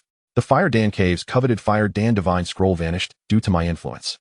But that does not mean the fragment of the Fire Feather Sword also disappeared. A cunning rabbit has 3 burrows. It is entirely possible he secured 2 fragments of the Fire Feather Sword, fearing we would capture him entirely, and thus feigned the disappearance of the last piece along with the Divine Scroll, making it impossible for us to find it, no matter how far we search. Xianxiang stated solemnly. The Xiang clan's defenses are formidable. This fellow not only escaped from within, but also made off with numerous treasures. We must not underestimate him. However, after taking such a significant loss at our hands, he has undoubtedly become a frightened bird. Utilizing him to locate the final fragment of the Fire Feather Sword may prove challenging. After a pause, he added, he has sustained grave injuries and forced himself to use the heart-blood escape, leaving him severely weakened. Without a decade or 2 to recuperate, it is improbable he will recover fully. To seek the last fragment through him, we may have to wait for some time. Dan Yao remarked, after our encounter today, I am certain that the practitioner of the heavenly sorrow and earthly despair soul-locking technique, who obliterated the Murong family, is not Yi Chun, but someone else entirely. This individual is profoundly cunning, exploiting my actions against the Murong family to seize the 10,000 poisons nether cauldron and cultivate sinister techniques, making him exceedingly difficult to confront. Presently, we do not even know the identity of our foe. Even if we wish to eliminate him before he reaches full power, we have no means to do so. Xianxiang replied gravely, our only course of action is to strengthen ourselves as swiftly as possible to better confront the impending crisis. If we can cultivate to the divine void realm, we shall fear nothing. We have a long journey ahead before reaching the divine void realm. If we wish to expedite our breakthrough, the only solution is to refine the void-breaking pill. The formula for the void-breaking pill remains unresolved, and we are still missing 2 primary ingredients. It is enough to drive one to despair. Xianxiang gently tousled Dan Yao's hair, chuckling, why fret so much? The boat will find its way when it reaches the bridge. The refining of the void-breaking pill is indeed cumbersome, rather than aimlessly searching. It would be more prudent to seek assistance. Your 2 cousins have been in the western regions for years and are involved in the medicinal trade. They must possess valuable knowledge. Why not consult them? Yes, that is precisely my intention. I have been in the Jadeite Valley for quite a while now, and they should have returned from the auction in Yongzhou. Let us go. As they exited the Jadeite Valley on foot, the pair began to feel fatigued and sought refuge in a nearby inn for the night. Xianxiang sat in meditation, absorbing the spiritual energy of heaven and earth. As I opened my eyes, I beheld Dan Yao standing beneath the window, gazing thoughtfully at the clear and luminous moonlight. Yao, what troubles you? Xianxiang inquired, his hand unconsciously playing with the 3,000 strands of Dan Yao's hair that cascaded over her shoulders. Dan Yao, still fixated on the moonlight, replied quietly, it is nothing. Merely pondering some matters that I find difficult to articulate. Speak your mind. There is no need for concealment. Have we not practiced together for numerous years? Do you not regard me as one of your own? Xianxiang's brows knitted together in a manner that suggested he bore an immense grievance. You think too much. It is not that I do not consider you one of my own. If that is the case, then why the hesitation? What purpose does this reticence serve? I do not wish to deceive you. It is merely that I do not know how to broach the subject. After witnessing Yi Chen's nonsensical ramblings before Xianxiang, Dan Yao yearned to reveal to him that she was indeed the person Yi Chen sought. Yet how could she voice such a revelation? What if, upon hearing it, Xianxiang regarded her as a specter or something else entirely?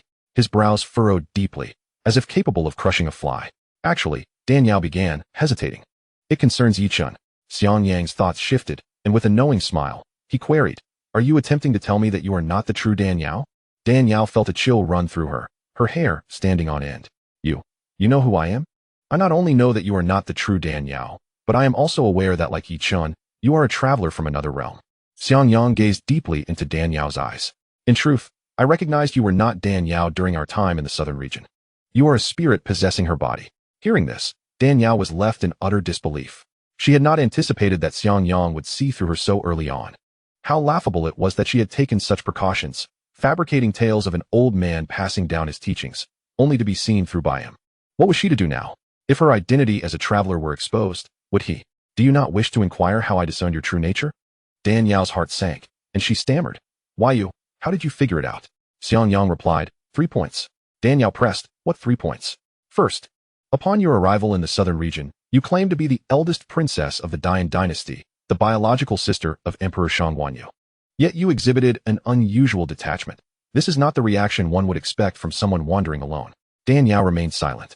Xianxiang chuckled lightly, of course. This alone does not prove anything. After all, your cultivation of the Minjiayu technique, which is chilling and cold, may account for such aloofness. However, the second point that raised my suspicions was your response upon encountering Yichun. It was exceedingly strange. You had no prior acquaintance with him, and he was unaware of your existence. Why then did you seem intent on targeting him and devising a series of traps?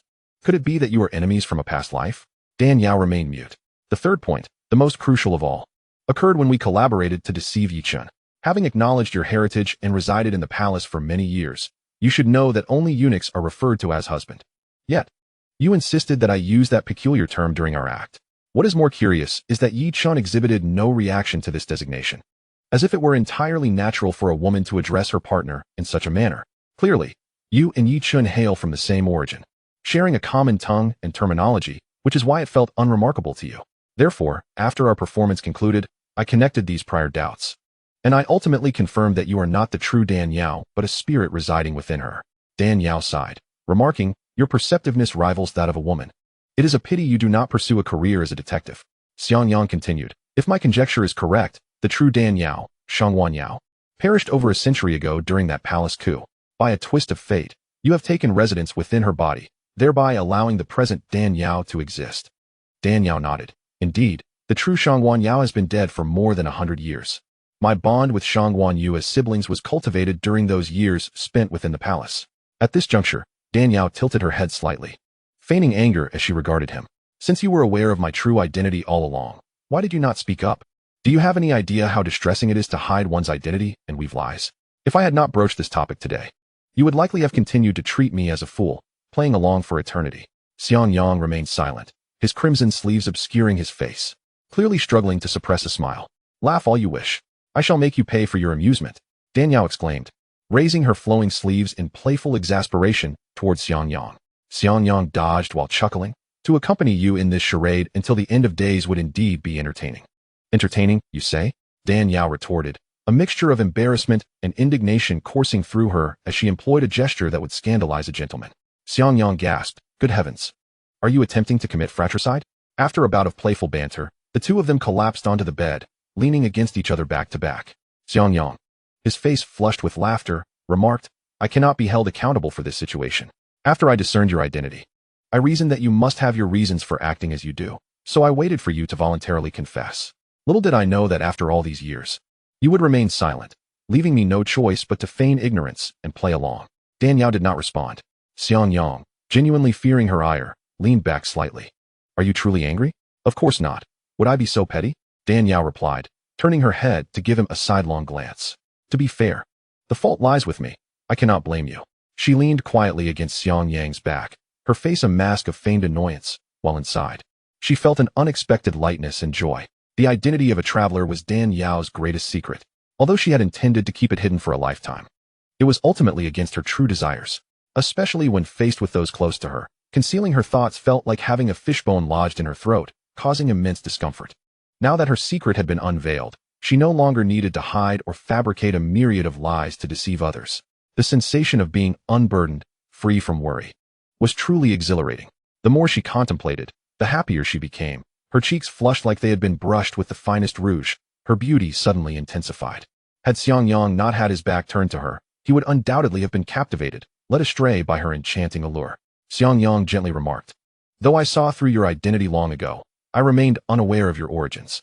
I initially assumed you were merely a gifted female cultivator from this land who, after enduring various tribulations, was compelled to forsake her physical form and inhabit another's body in order to be reborn. It was only upon hearing Yi Chen's disjointed remarks that I suddenly comprehended. You are the fellow countryman he referred to, having traversed from another world. Dan Yao nodded yes. Both he and I are souls from different realms, brought together by fate, allowing me to arrive in this extraordinary land. Xiangyang, puzzled, inquired. Since you both hail from the same place, you should logically assist each other. Why then do you persist in scheming against him? Do you believe I am deliberately targeting him? Not at all. After all this time spent together, I know your character well enough. You are not the type to cause trouble for no reason, nor are you narrow-minded. I simply cannot grasp your motivations for such actions. Dan Yao rose once more, walking to the window to gaze at the moon suspended in the night sky. Do you truly wish to know? Xiangyang nodded earnestly. Anything related to you is of utmost importance to me, not for any other reason, but for your sake. Dan Yao turned her back to him and let out a long sigh. The continent through which my soul has traversed is not a specific parallel world, but rather a realm within a book. A world within a book? Xiangyang was taken aback. Dan Yao turned to face him. Yes, it is indeed a world from a book. I do not comprehend what you mean by a world from a book. What is a parallel world? Dan Yao succinctly explained the world building of modern online novels, as well as concepts such as crossing over and golden fingers. Xiangyang straightened up in astonishment, his voice trembling. Are you implying that the Tianxian continent we currently inhabit is a creation of an online writer specializing in fantasy? Dan Yao nodded. Precisely. At first, I was unaware and thought I had crossed into a parallel world. But it wasn't until Yi Chun appeared that I realized I had entered a harem story crafted by a male author, and Yi Chun is the protagonist of this narrative. What? Yi Chun is the main character? Xiangyang gasped. How could someone as arrogant and despicable as him possibly be the protagonist? I understand that this is hard for you to accept, but Yi Chun is indeed the protagonist. However, he is a character possessed by a soul from modern society. The original male lead might have been a good person, but once Yi Chun took over, he became utterly corrupt. It is truly a case of divine injustice for such a wretched individual to inhabit the main character's body. Dan Yao sighed. In truth, Yi Chun's character has little to do with me. As long as he does not repulse me or create trouble, I would prefer to ignore such filth. Ahua. Do you know why I must target him so relentlessly? Xiangyang shook his head. The reason is simple. He is the male protagonist of the novel. The male protagonist? Xiangyang was bewildered. I do not understand. Dan Yao elaborated. In the world of online novels, it is said that two tigers cannot coexist on the same mountain, be they male or female.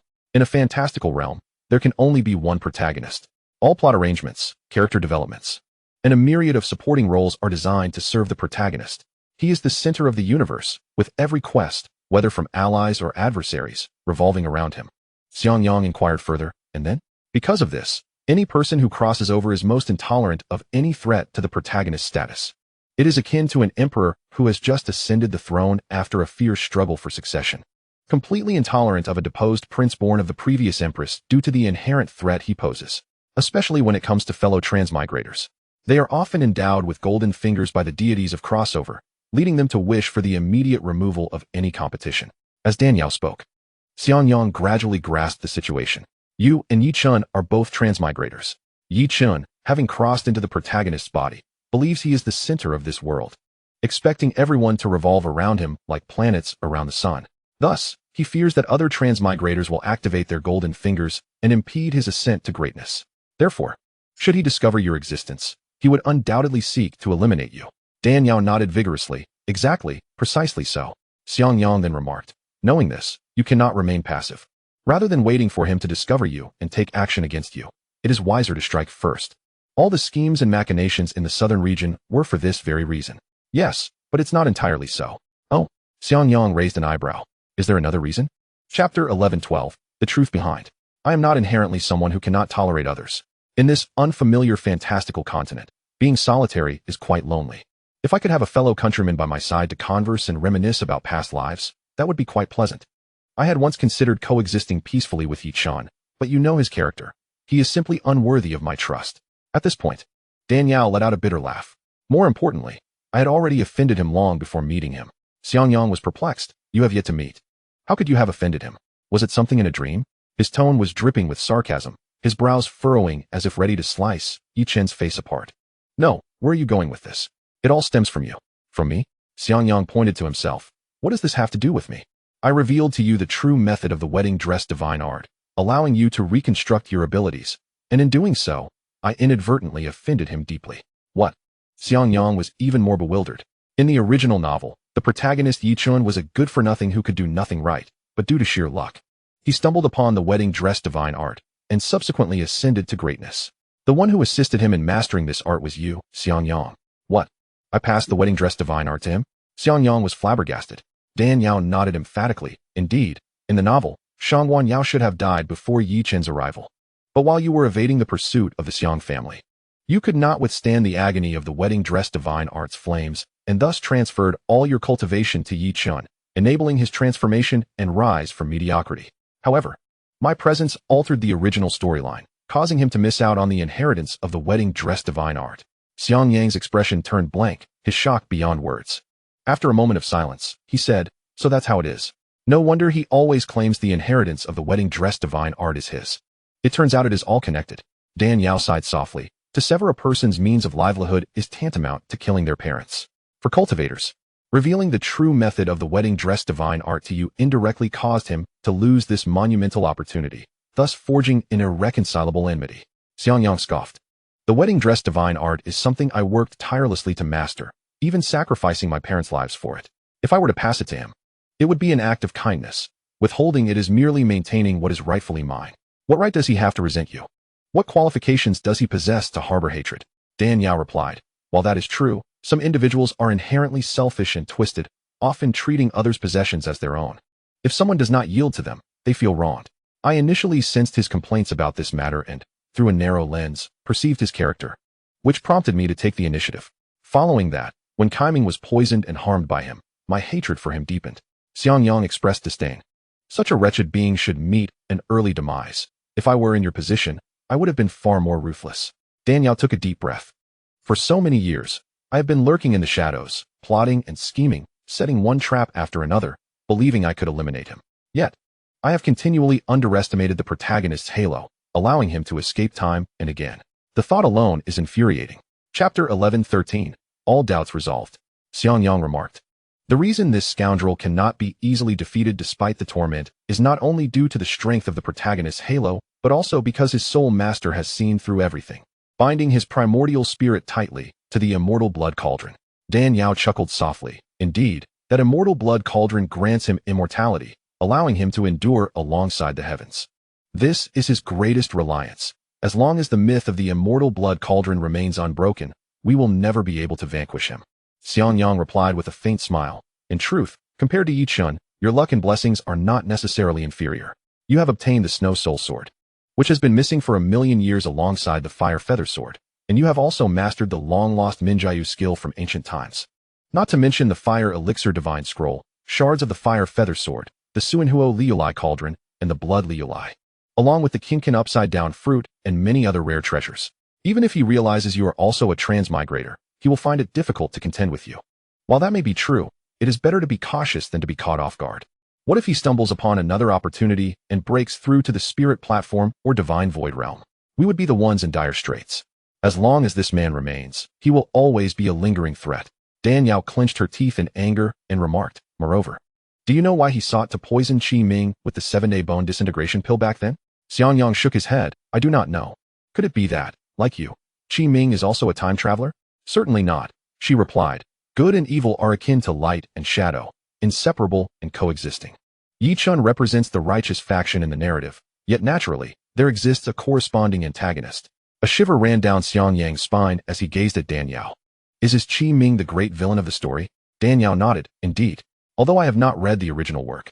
Based on Yichun's immediate aggressiveness upon encountering Qi Ming, coupled with Qi Ming's mysterious lineage and his possession of a pure yang body, I have come to the conclusion that he is the ultimate antagonist in the narrative.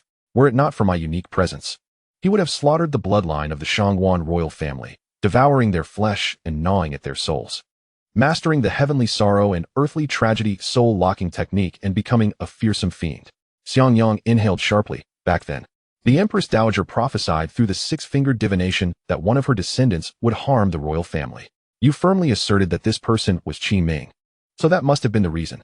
Dan Yao affirmed. Yes, but at that time, I struggled to disclose my identity as a time traveler to you, unable to elaborate. Yichun is intent on replicating the success of the original work, and thus cannot allow Qi Ming to be an impediment. He sought to eliminate him before he could grow. Had it not been for my intervention, Qi Ming would have perished under his schemes long ago. Upon hearing this, Xianxiang finally unraveled all the uncertainties in his heart. It turned out that his beloved Ouyang had traversed from the modern world into this tale, which explained why she had fabricated a story about an old man with a white beard to conceal her true identity. Even more surprising was the enmity between Ouyang and Yichun, who, even before their meeting, had become sworn enemies. Xianxiang drew a deep breath. Ouyang, it is best that as few people as possible know about your origins. Even if Qi Ming is your own nephew, you must not disclose this to him. Do you understand? I understand, she replied. I had planned to keep this secret buried until the end of my days. Had it not been for Yichun's interference, spouting nonsense that made you see through my connection to him, I would not have revealed so much. Chapter 11:14. Restoration of the Fire Feather 1. At this juncture, Dan Yao sighed. I fear nothing, except that Yichun might recklessly disclose our secrets. That would truly be troublesome. A ruthless smile flickered across Xiangyang's face. Thus, We must devise a swift plan to eliminate him. Once he is dead, no one else will learn of your secret. To eradicate this scoundrel, we must first shatter the myth of the undying blood cauldron. However, we currently lack a fragment of the fire feather sword, and 2 essential elements for the 5-element spirit liquid to sharpen the snow soul sword, making it quite challenging, Dan Yao lamented. Xianxiang tilted his head in contemplation, and an idea suddenly struck him. A Yao, if the unopened snow soul sword cannot defeat him, why not attempt the fusion of the dual swords? Fusion of the dual swords? Dan Yao was taken aback. Yes, the fusion of the dual swords. Do you recall when I previously mentioned that the fragment Yi Chun obtained from the Xiang clan, which connects the hilt to the blade, is the largest among the 5 fragments of the fire feather sword? The hilt is where the sword's spirit resides. Now that we have gathered 4 fragments, we can restore the fire feather sword. We merely lack the sword tip. The power of the fire feather sword would be significantly diminished, roughly equivalent to an unsharpened snow soul sword. If one snow soul sword cannot breach the undying blood cauldron, what if we wielded 2? Upon hearing his words, Dan Yao's eyes brightened. Indeed, the fire feather is incomplete, and the snow soul is unsharpened. Why not combine the 2 swords, complementing each other's strengths and weaknesses? It may unleash an unexpectedly great power to destroy that cursed blood cauldron. The 2, being action-oriented, immediately set their plan into motion. They descended the stairs, vacated their guest room, and transformed into streaks of spiritual light, soaring forth. Subsequently, they sought a secluded and hidden location to commence their restoration efforts. The fire feather sword itself possesses profound spirituality. As long as the 5 fragments are placed together, sensing each other's existence, they can automatically restore themselves into a complete sword. However, with only 4 fragments gathered, forcing the restoration of the fire feather sword would require external assistance. Gazing at the tranquil and secluded valley, where the gentle sound of flowing water could be heard, Dan Yao smiled faintly, raising her delicate hand. A grand cauldron and 4 fragments, as radiant as pigeon blood rubies, emerged and hovered midair. It was the Suanhuo Liulai cauldron and the 4 fragments of the fire feather sword. Dan Yao inquired, "Ahua? You only know how to refine pills and not weapons. Do you know the method of smelting?" Xianxiang nodded yes. The method of weapon smelting is quite similar to pill refining. As long as one knows how to refine pills, restoring it is not difficult. Dan Yao exhaled a breath of turbid air. After all, the fire feather sword is an ancient divine weapon. Forcibly restoring it with external forces is no simple task. My firepower is insufficient. It is better if you handle it.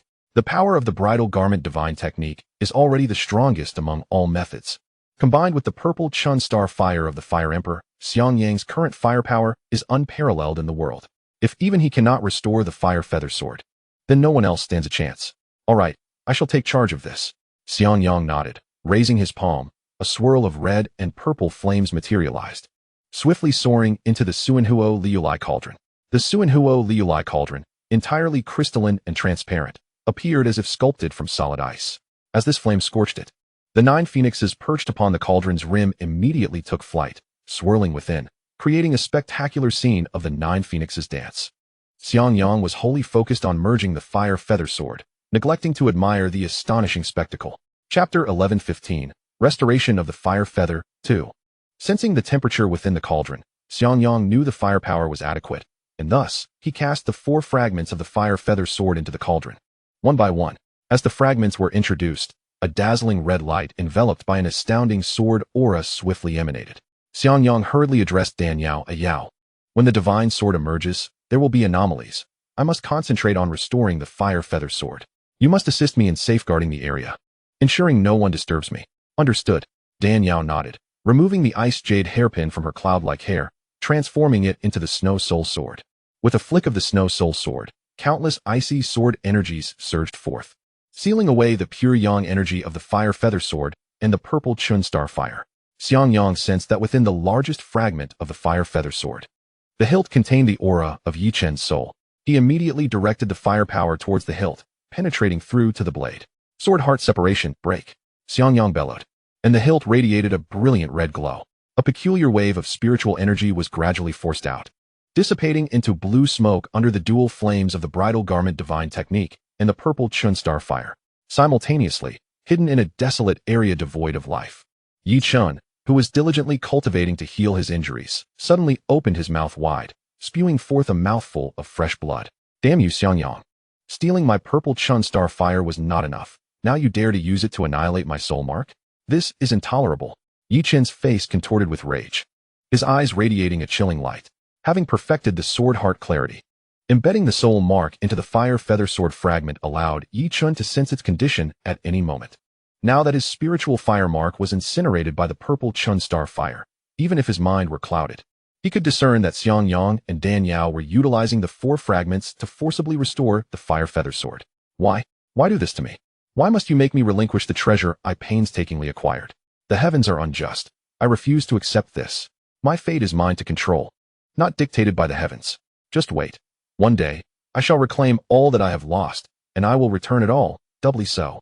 The fire feather sword, renowned alongside the snow soul sword as one of the 2 unparalleled divine weapons, ranks second among the 10 extraordinary treasures of the Tianxian continent, earning the title of the Emperor of Swords. This sword, embodying the essence of utmost rigidity and brilliance, possesses extraordinary might, with its fiery aura sharp and unmatched. The endeavor to forcibly assemble the 4 fragmented pieces into a remnant sword through external means proves to be a formidable challenge. Even those endowed with the celestial spirit fire would require no less than 7 days and nights to achieve success. However, with Xiangyang's mastery of the unparalleled Jiuwei divine skill, harmonized with the Zikan star fire, his fiery prowess surpasses that of other alchemists wielding the celestial spirit fire. While others need 7 days and nights, he can accomplish it in merely a day and a night. The dual flames of crimson and violet incessantly forge, transforming the originally crystalline and transparent Sunhuo Liulai Ding into a striking hue of red and purple, appearing exceedingly enchanting. At that moment, a colossal surge of red light erupted from the cauldron, soaring into the clouds. The blood-red brilliance transformed the surrounding skies into resplendent fiery clouds. This sudden phenomenon startled the powerful beings and sects within a radius of several thousand miles centered around the valley. Numerous reclusive elders, sensing this extraordinary force, emerged from their secluded meditations. Gazing at the piercing crimson light ascending into the heavens, bewilderment and astonishment painted the faces of many, as they struggled to comprehend the origin and magnitude of this red luminescence. Chapter 11:16, Restoration of the Fire Feather Sword, 3. Such formidable sword energy. Such terrifying power of the Crimson Sun's blazing fire. This overwhelming pressure could only be emitted by ancient divine weapons recorded in ancient texts. Could it be? The powerful figures from the western regions exchanged uncertain glances, feeling an indescribable sense of dread emanating from the blood-red pillar of light. Boom. Amidst the astonished gazes of countless cultivators, the red light pierced through the clouds, traversing the sky. Under the refraction of sunlight, it transformed into a magnificent array of colorful sword light. The emergence of a divine weapon heralded the arrival of a legendary artifact.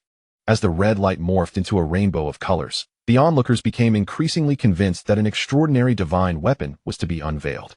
The 7-colored sword light unfurled like exquisite, luxurious silk. Suddenly, the cry of a phoenix echoed, and a fire phoenix ascended from the 7-colored sword light. Though not a physical entity but a manifestation of sword energy, its impact was substantial. The fire phoenix sword spirit, heralding the emergence of the legendary fire feather sword. The ancient beings, each having lived for thousands of years, felt tumultuous waves of astonishment rise within them as they beheld the soaring fire phoenix. The younger generation, lacking in experience, might not recognize the fire feather sword, but they were well aware of its legendary status. The fire feather sword, a divine weapon of lore, stands as a peerless existence alongside the snow soul sword. Such a divine artifact is coveted not only by celestial lords and those of the Lingtai rank, but even by immortal beings who have transcended to the realm of the divine. Yet, during the ancient wars, this sword fell into the hands of malevolent forces, causing countless deaths and staining the ground with innocent souls, leading to divine wrath and its shattering into 5 pieces scattered across the 5 major regions of the southeast, southwest, northeast, and northwest. In contrast, the snow soul sword, feeling the loneliness of the fire feather sword's disintegration, could find no remedy for its sorrow, ultimately sealing its blade and vanishing from existence. The fire feather sword lay shattered for millions of years, believed to have become mere legend, with no prospect of reemergence. Yet, unexpectedly, the sword surfaces at this moment. And even more astonishingly, this group of ageless beings finds themselves witnessing a legendary sword that existed solely in ancient texts during their lifetimes. The western regions, characterized by the auspicious sign of the white tiger and the golden earth, boast the most extensive array of weapons on the Tianxian continent. However, the divine weapons treasured by the major forces pale in comparison to the fire feather sword. For the fire feather sword is a divine artifact birthed by the heavens and earth, unmatched by any other gaudy trinket. The fire feather sword has emerged? How is that possible? Lacking the final piece of the sword tip, how could they possibly achieve restoration? Hidden deep within, recovering from injuries. Yichen fixed his gaze upon the seven-colored sword light and the fire phoenix sword spirit in the distance, his eyes unable to conceal his astonishment. And he seethed with rage. With his soul imprint erased, Yichen could surmise that Dan Yao and Xianxiang were forcibly attempting to restore the fire feather sword.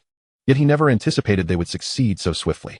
With their despicable and treacherous powers, if they were to acquire the fire and snow dual swords, how would he ever seek vengeance?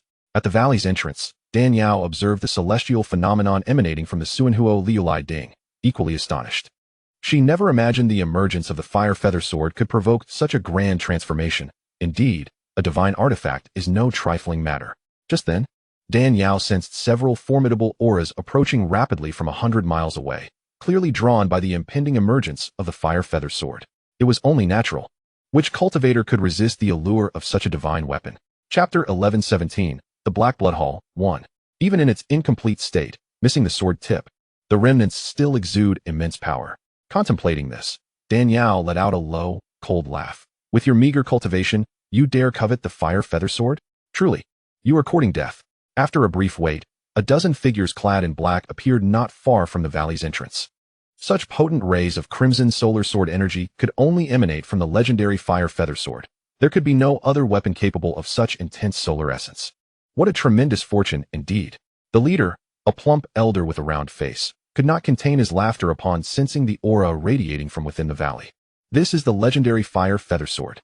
With this sword, even if he possessed merely the initial stage of a celestial lord's power, he could trample over many seasoned celestial lords and dominate the western regions. Congratulations, Hall Master. With this sword, you will be the paramount powerhouse, commanding both wind and rain, exclaimed the elders and disciples behind the plump elder, eager to flatter. Indeed, with the fire feather sword in hand, encountering gods would mean slaying gods, and encountering Buddha would mean slaying Buddha. The Black Blood Hall shall reign supreme in the western regions, the plump elder proclaimed, swiftly making his way toward the valley's entrance. Dan Yao, observing their approach, felt a glint of icy killing intent in her eyes. Who are you? How dare you obstruct my path? Withdraw at once. The plump elder, noticing Dan Yao firmly guarding the valley's entrance, bellowed in anger. You need not know who I am. You are unworthy of possessing the fire feather sword. If you wish to avoid death, I suggest you leave quickly. Otherwise, do not blame me for being merciless, Dan Yao retorted coldly. Impudent. How dare you speak to the Hall Master in such a manner? You seek death. One of the black-bearded elders shouted, raising his long blade and unleashing a wave of blade energy toward Dan Yao. Seeking death, Dan Yao flicked her fingers, and the 9 heavens Xian Nu needle shot forth, instantly shattering the blade energy and piercing directly toward the black-bearded elder. Caught off guard, the elder was struck in the brow by the needle, letting out a cry of agony before collapsing lifelessly to the ground. The plump elder and the others were struck with terror at the sight of Dan Yao dispatching the black-bearded elder with a single needle, involuntarily retreating several steps. A celestial lord? Are you also a celestial lord powerhouse? The plump elder regarded Dan Yao warily. The black-bearded elder was a formidable figure on the brink of becoming a half-step earth venerable, for this woman to annihilate him in one move. Her cultivation strength was clearly beyond that of an earth venerable, undoubtedly a celestial lord.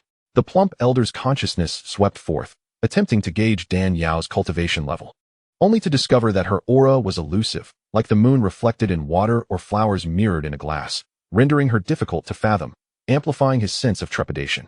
Dan Yao let out a cold huff, offering no response but instead stating icily, repeat that, and leave this place, or you shall bear the consequences.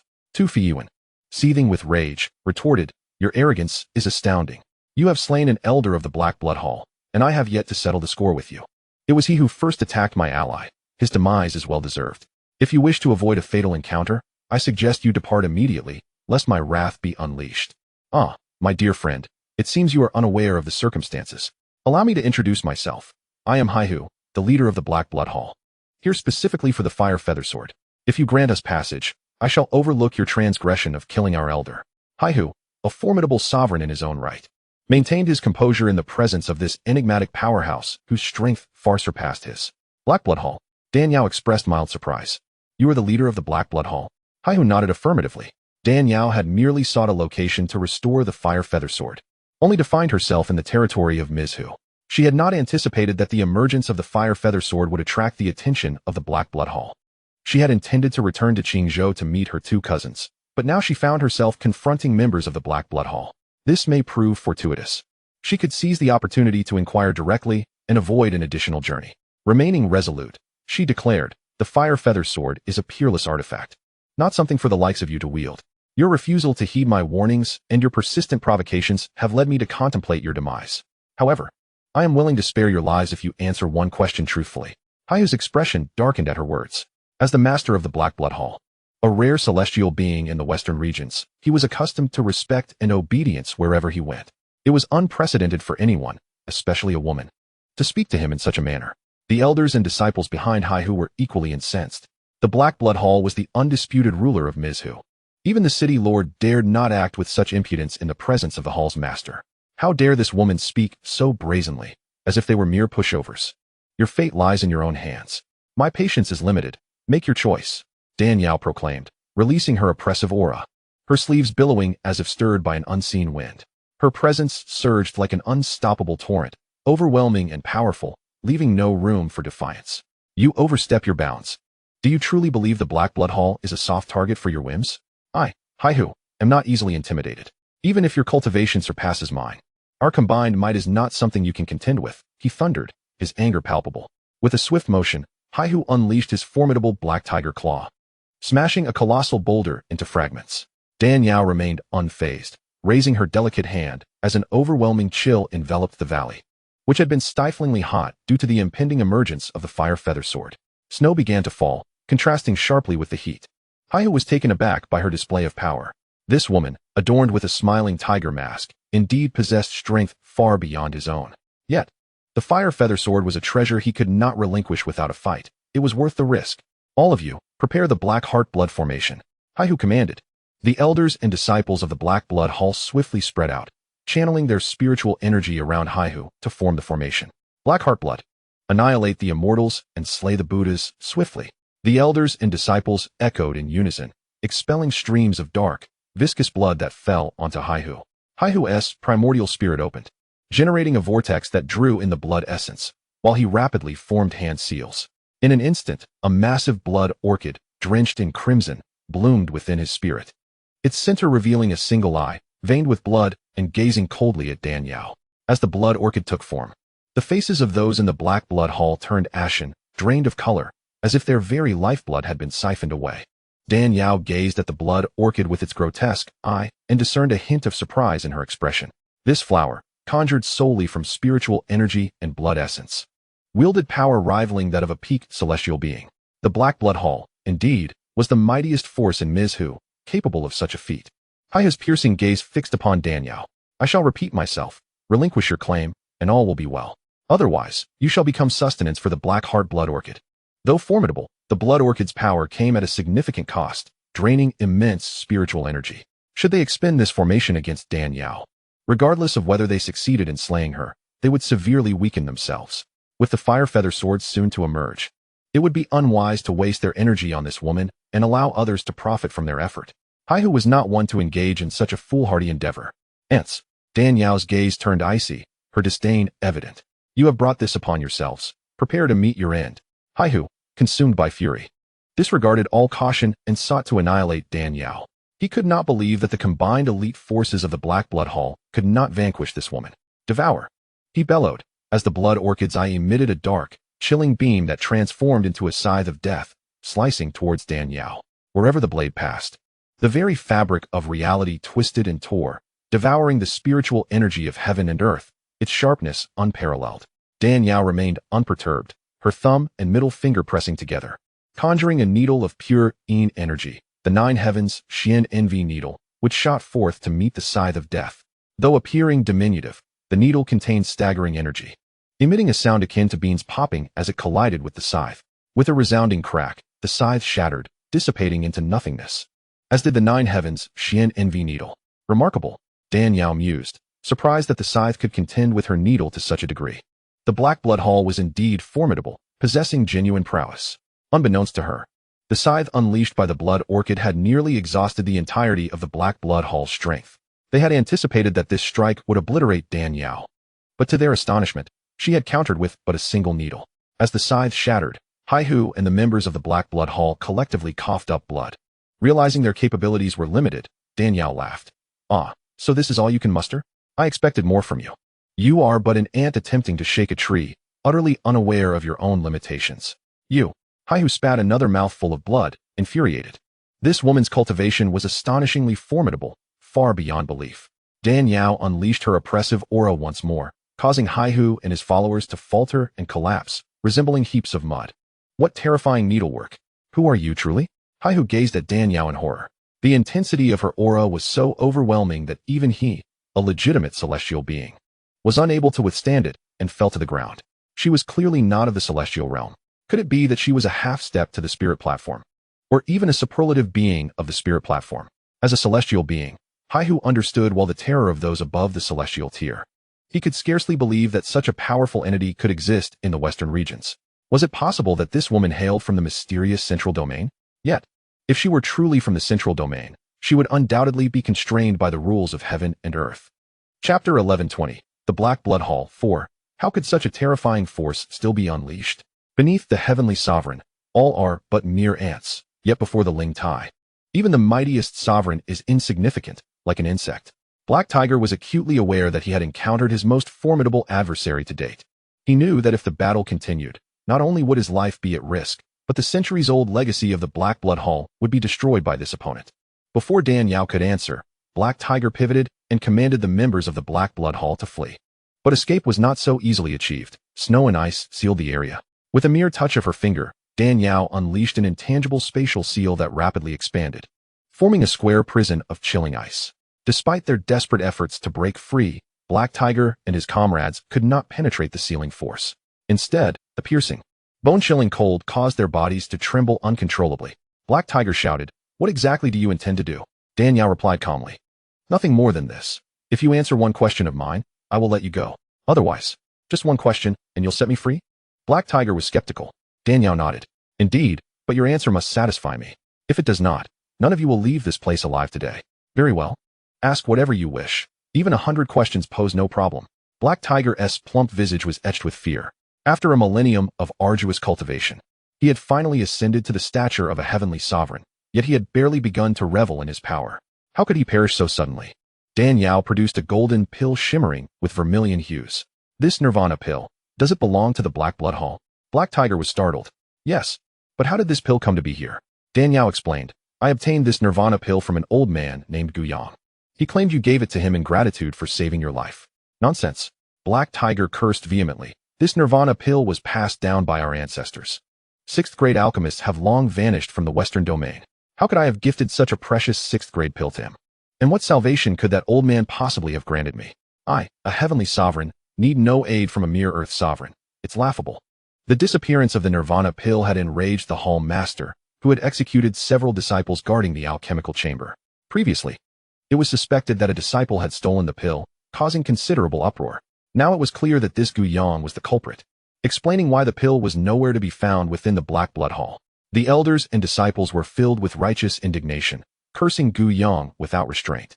Black Tiger fumed, roaring, "Where's that old wretch? I shall tear him limb from limb and feed his remains to the dogs." Danyao shook her head. "You will never find him. He perished in mutual slaughter with the patriarch of the Murong clan of the Jade Valley.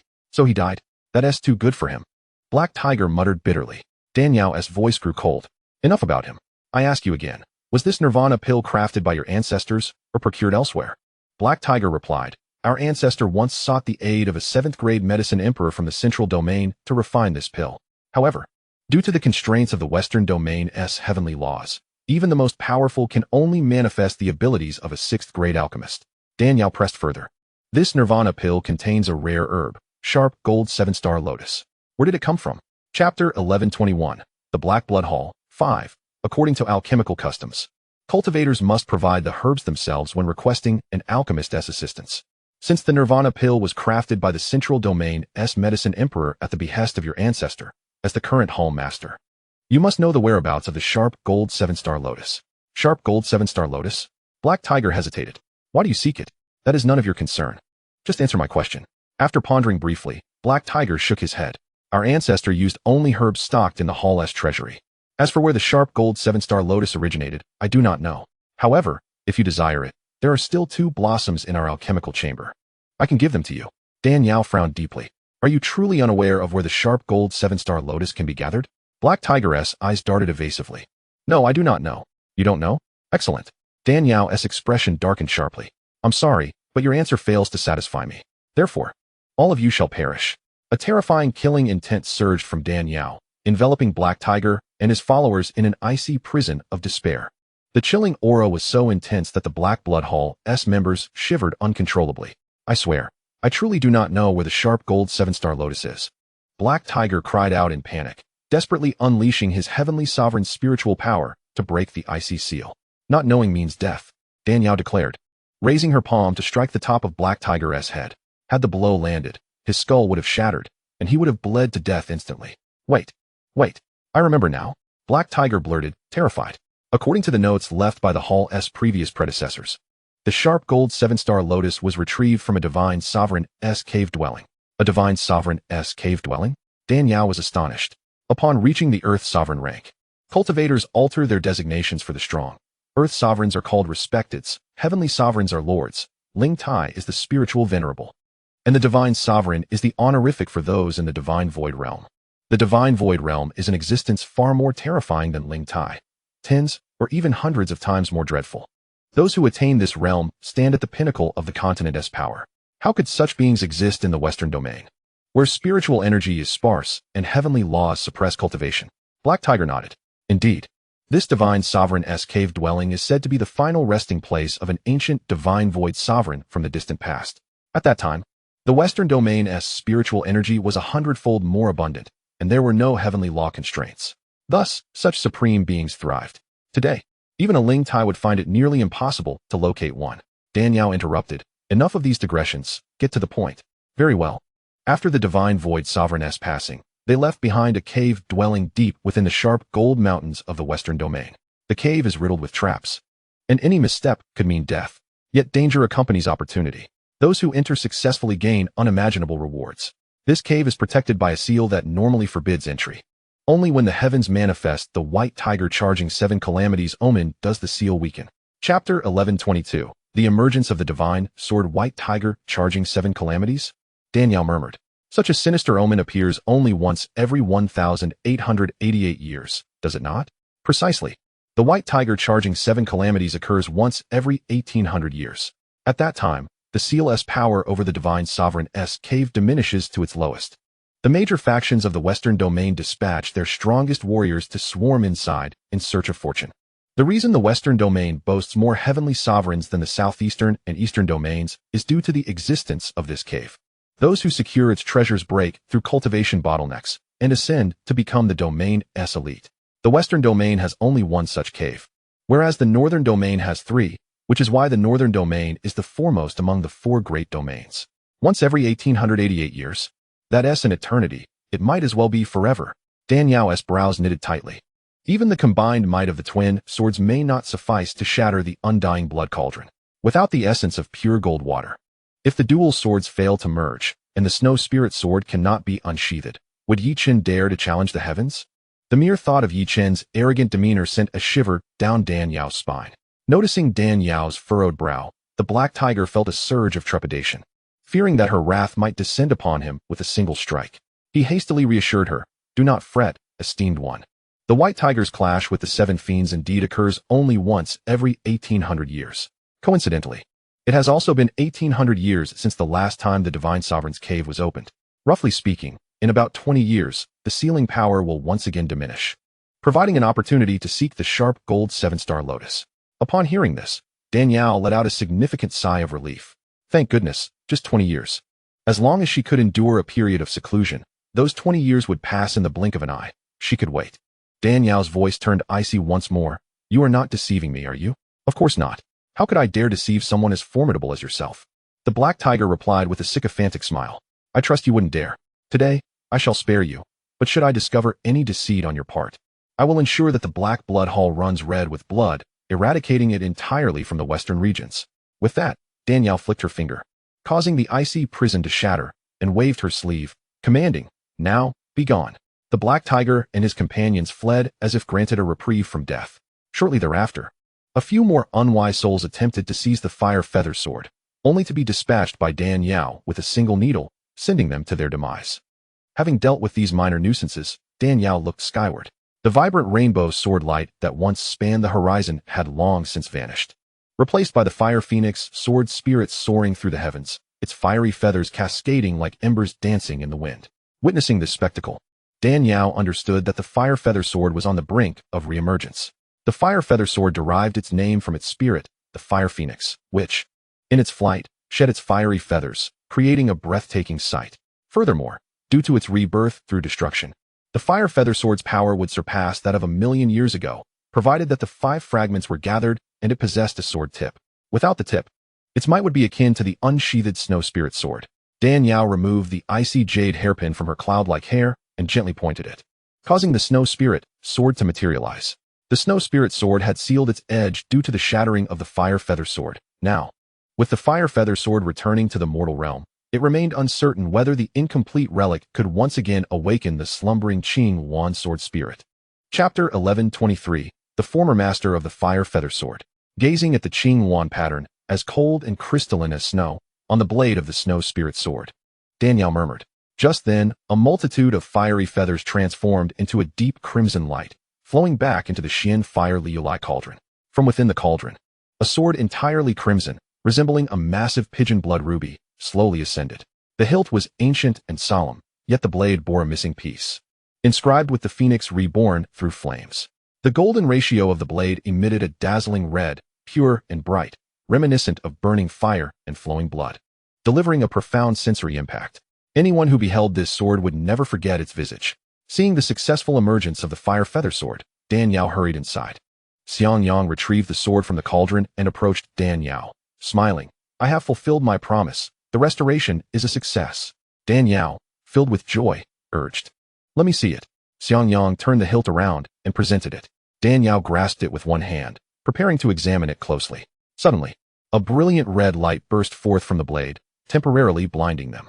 When the crimson glow subsided, a sea of flames revealed itself before them. Deep within the flames sat an elder with red hair, surrounded by blooming red lotuses and dancing fire phoenixes, an ancient and powerful aura emanating from him. This is... Both were taken aback, unable to comprehend the transformation before them.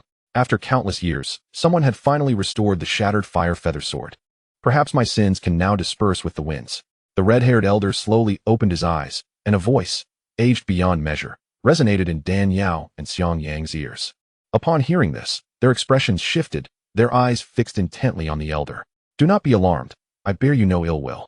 Even if I did, in my current state, I could not harm you, the elder remarked, recognizing their wariness with a chuckle. Dan Yao, however, did not relax her tense demeanor and inquired solemnly. May I ask for your esteemed name and why you have appeared here? The elder did not respond but cast a penetrating glance at Xiangyang. Such pure yang energy. Your spiritual power is formidable. No wonder you managed to restore the fire feather sword with only 4 fragments. Xiangyang gazed at him, suddenly recalling the records from his family scriptures, and stammered, Why, you are the former wielder of the fire feather sword, the fire feather evil god. Dan Yao's initial reaction to this revelation was not shock, but rather a mental retort. Fire feather evil god. Why not call him the fire cloud evil god? Huh. To think that after millions of years, someone still recognizes this old man. Young one, your knowledge is impressive, indeed.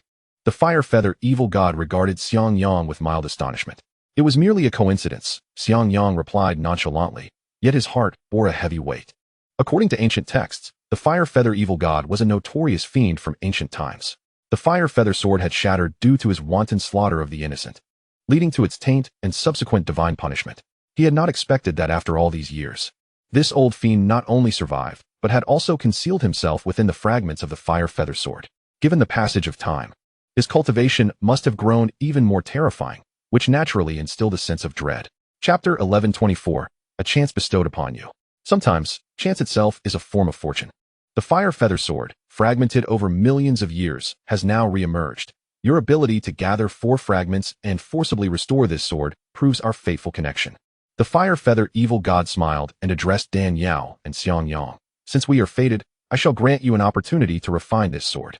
An opportunity to refine it? Dan Yao queried, perplexed. Is there no normal way to refine this sword? The fire feather evil god laughed. Of course not. You must understand. In my former life, I was a colossal figure of evil, committing countless atrocities, with an insatiable desire for self-preservation and possession.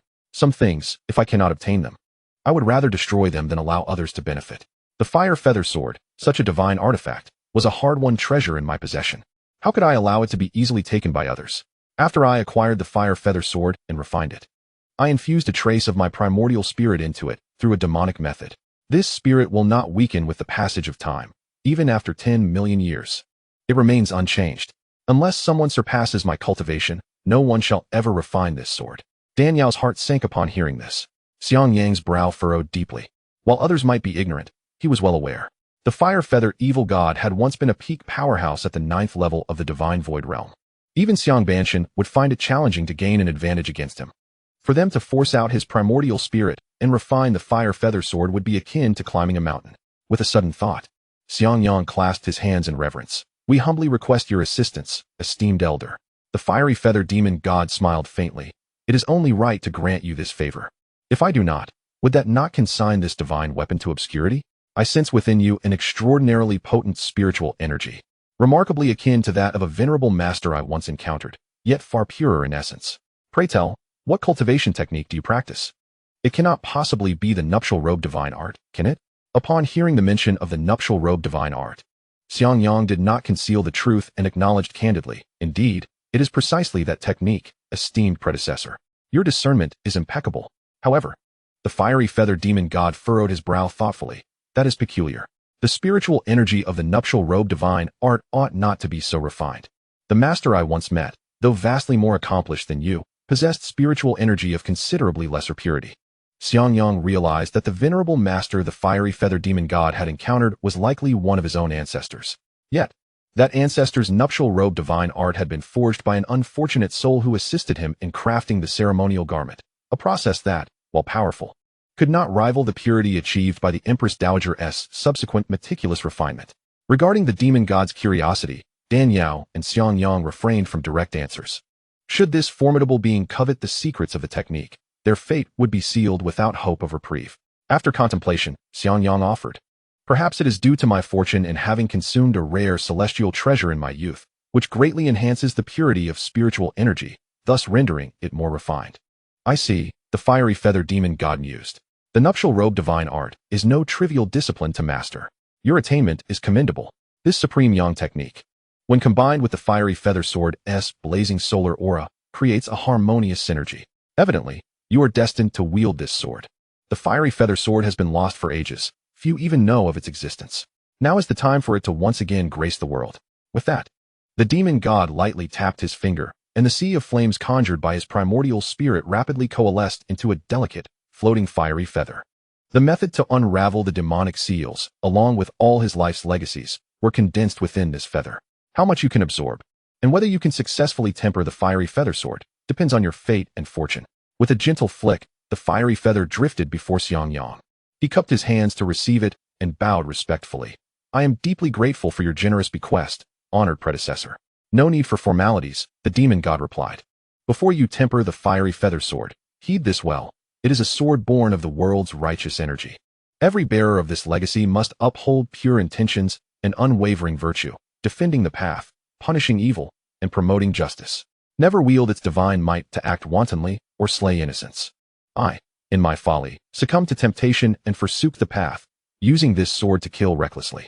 This brought upon me the wrath of heaven and man alike, culminating in my dismemberment.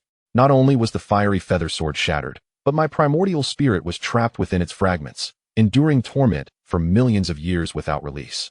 The demon god sighed deeply, his voice laden with profound remorse. Xiang Yang was astonished. So your primordial spirit endured millennia of suffering because the celestial punishment was sealed within the shattered fiery feather sword? Precisely, the demon god affirmed. Throughout those countless years, I was incessantly pierced by the sword's malevolent energy, a divine retribution for my abuse of this sacred weapon. This cautionary tale must not be forgotten. You must never repeat my mistakes, lest your fate be far more grievous. Remember this solemnly. Xiang Yang's expression grew solemn as he nodded earnestly.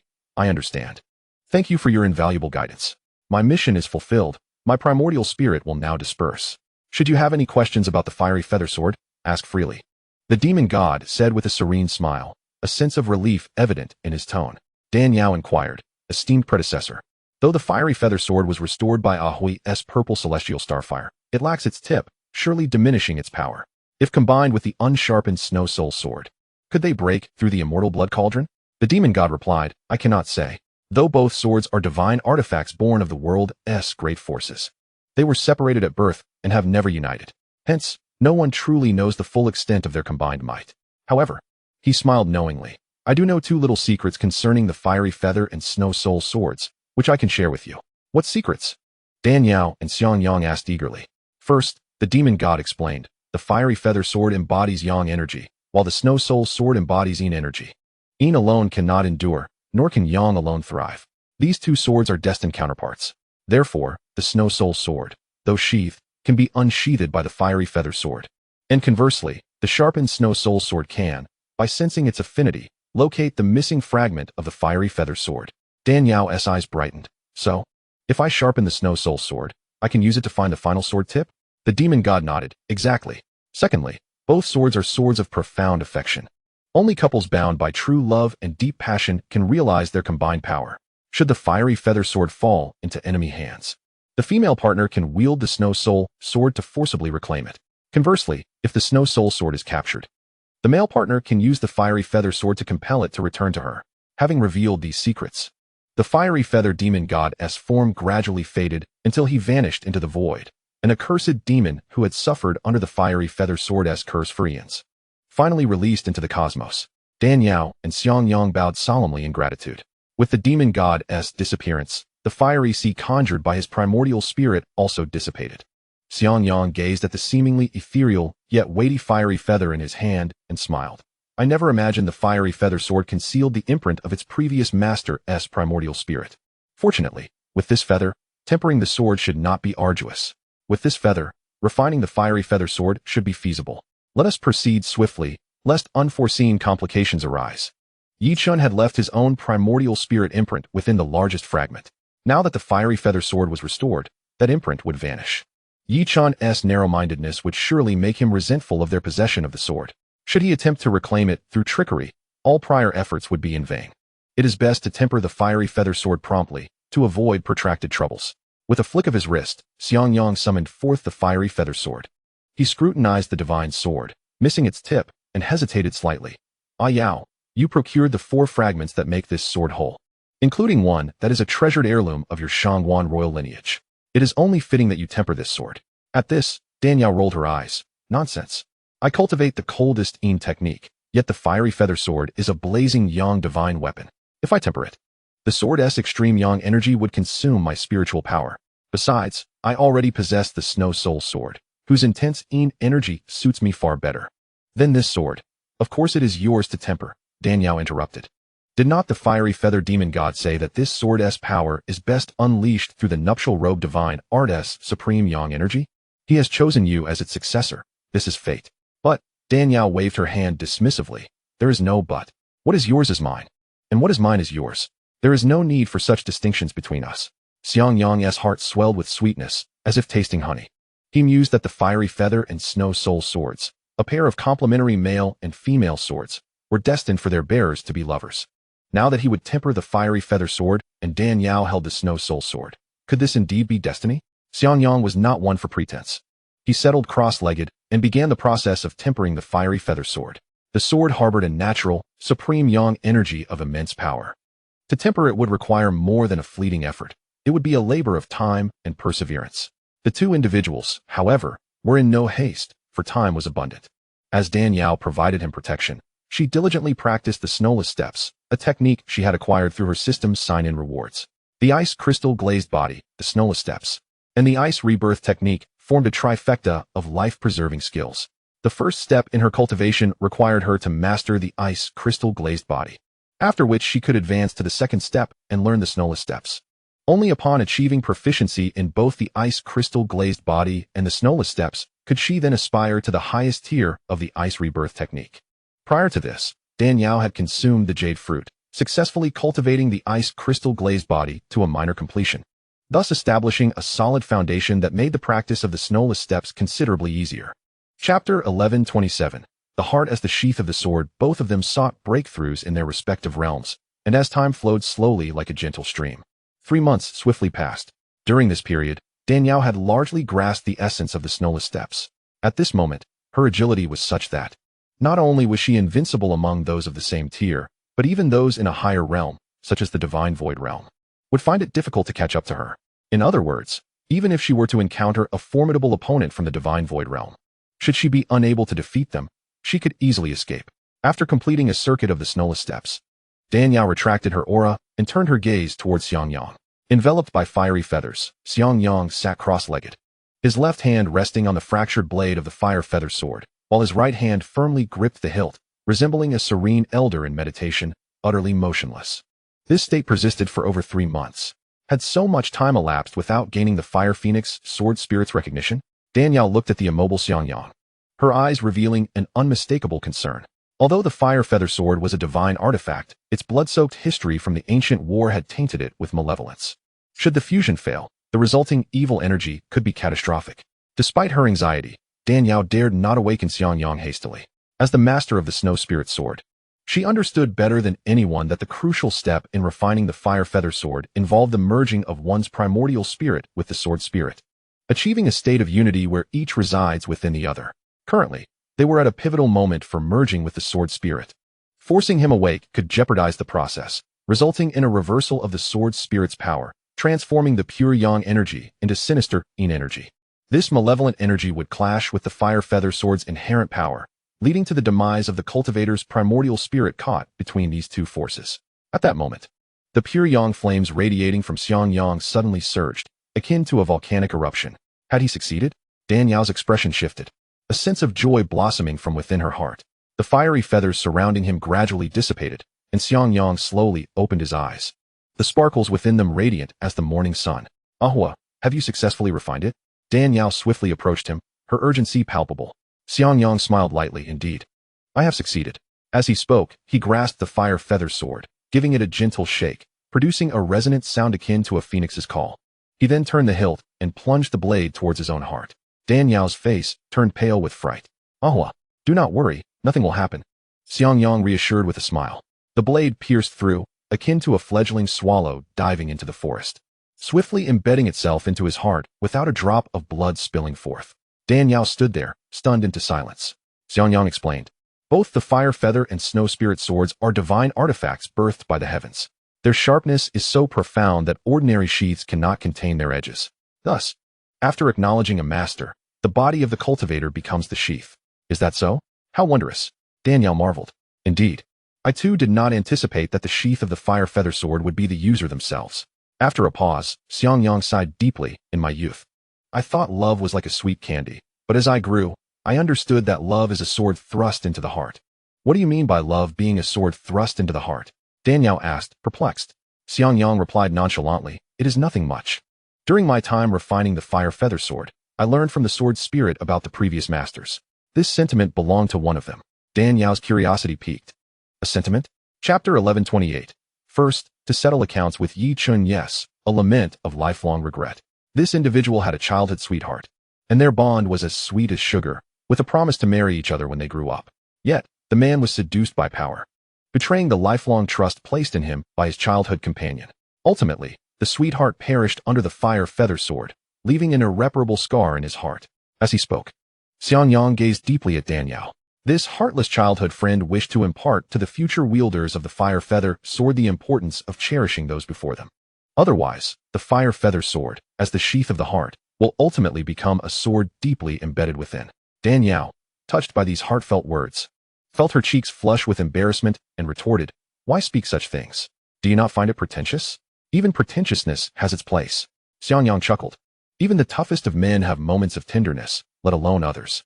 Eager to shift the topic, Danielle inquired, if you can store the fire feather sword within your heart, why can't I do the same?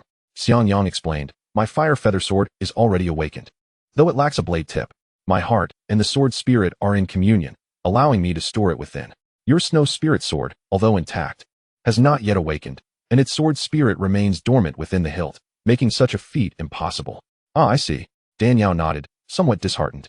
I had hoped that restoring the fire feather sword would awaken my snow spirit sword upon sensing its presence, but but it seems that is not the case.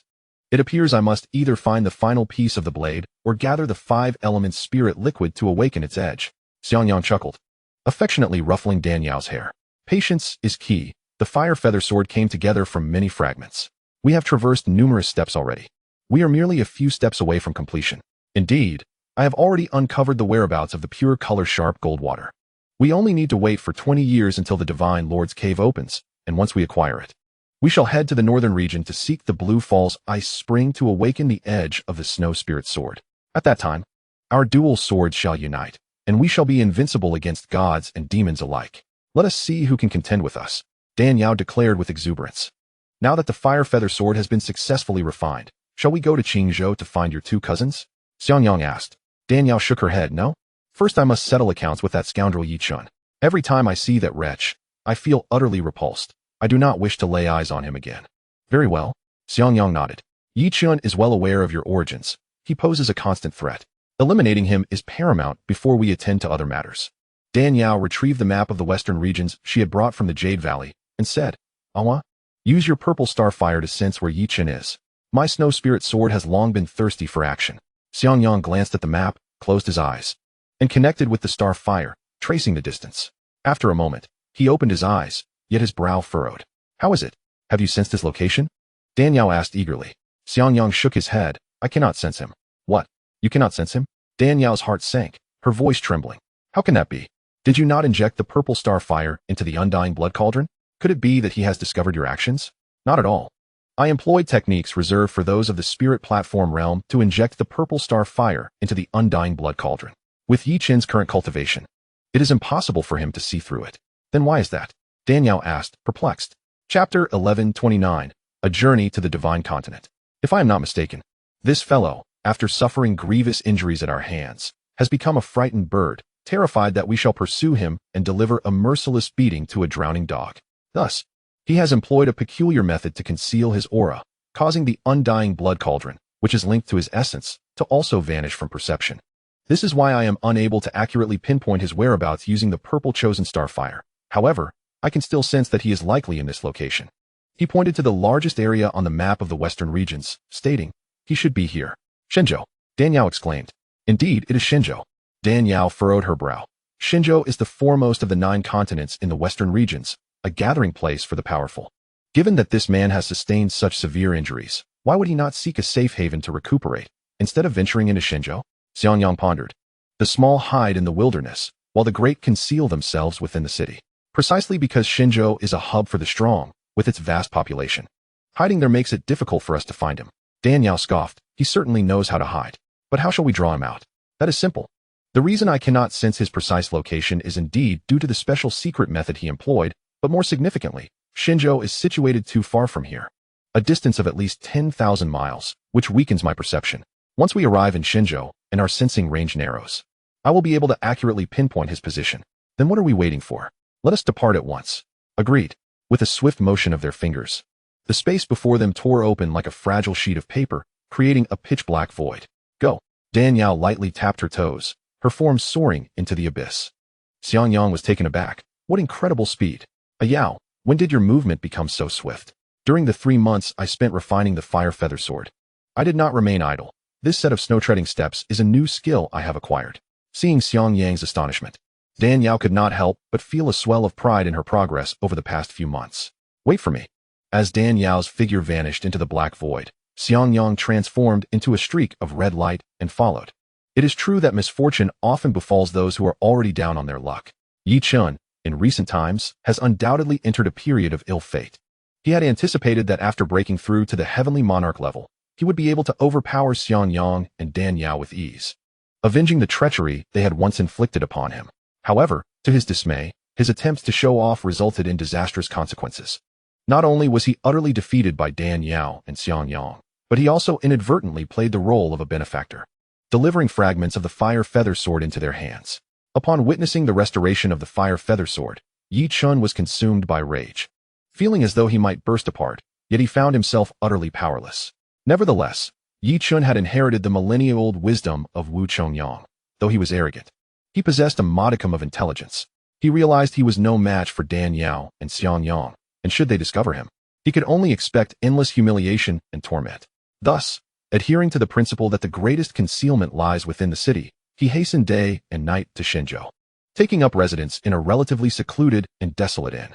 One day, Yichen used the undying blood cauldron to refine a batch of superior medicinal pills, which he brought to the largest auction house in the city to exchange for healing elixirs.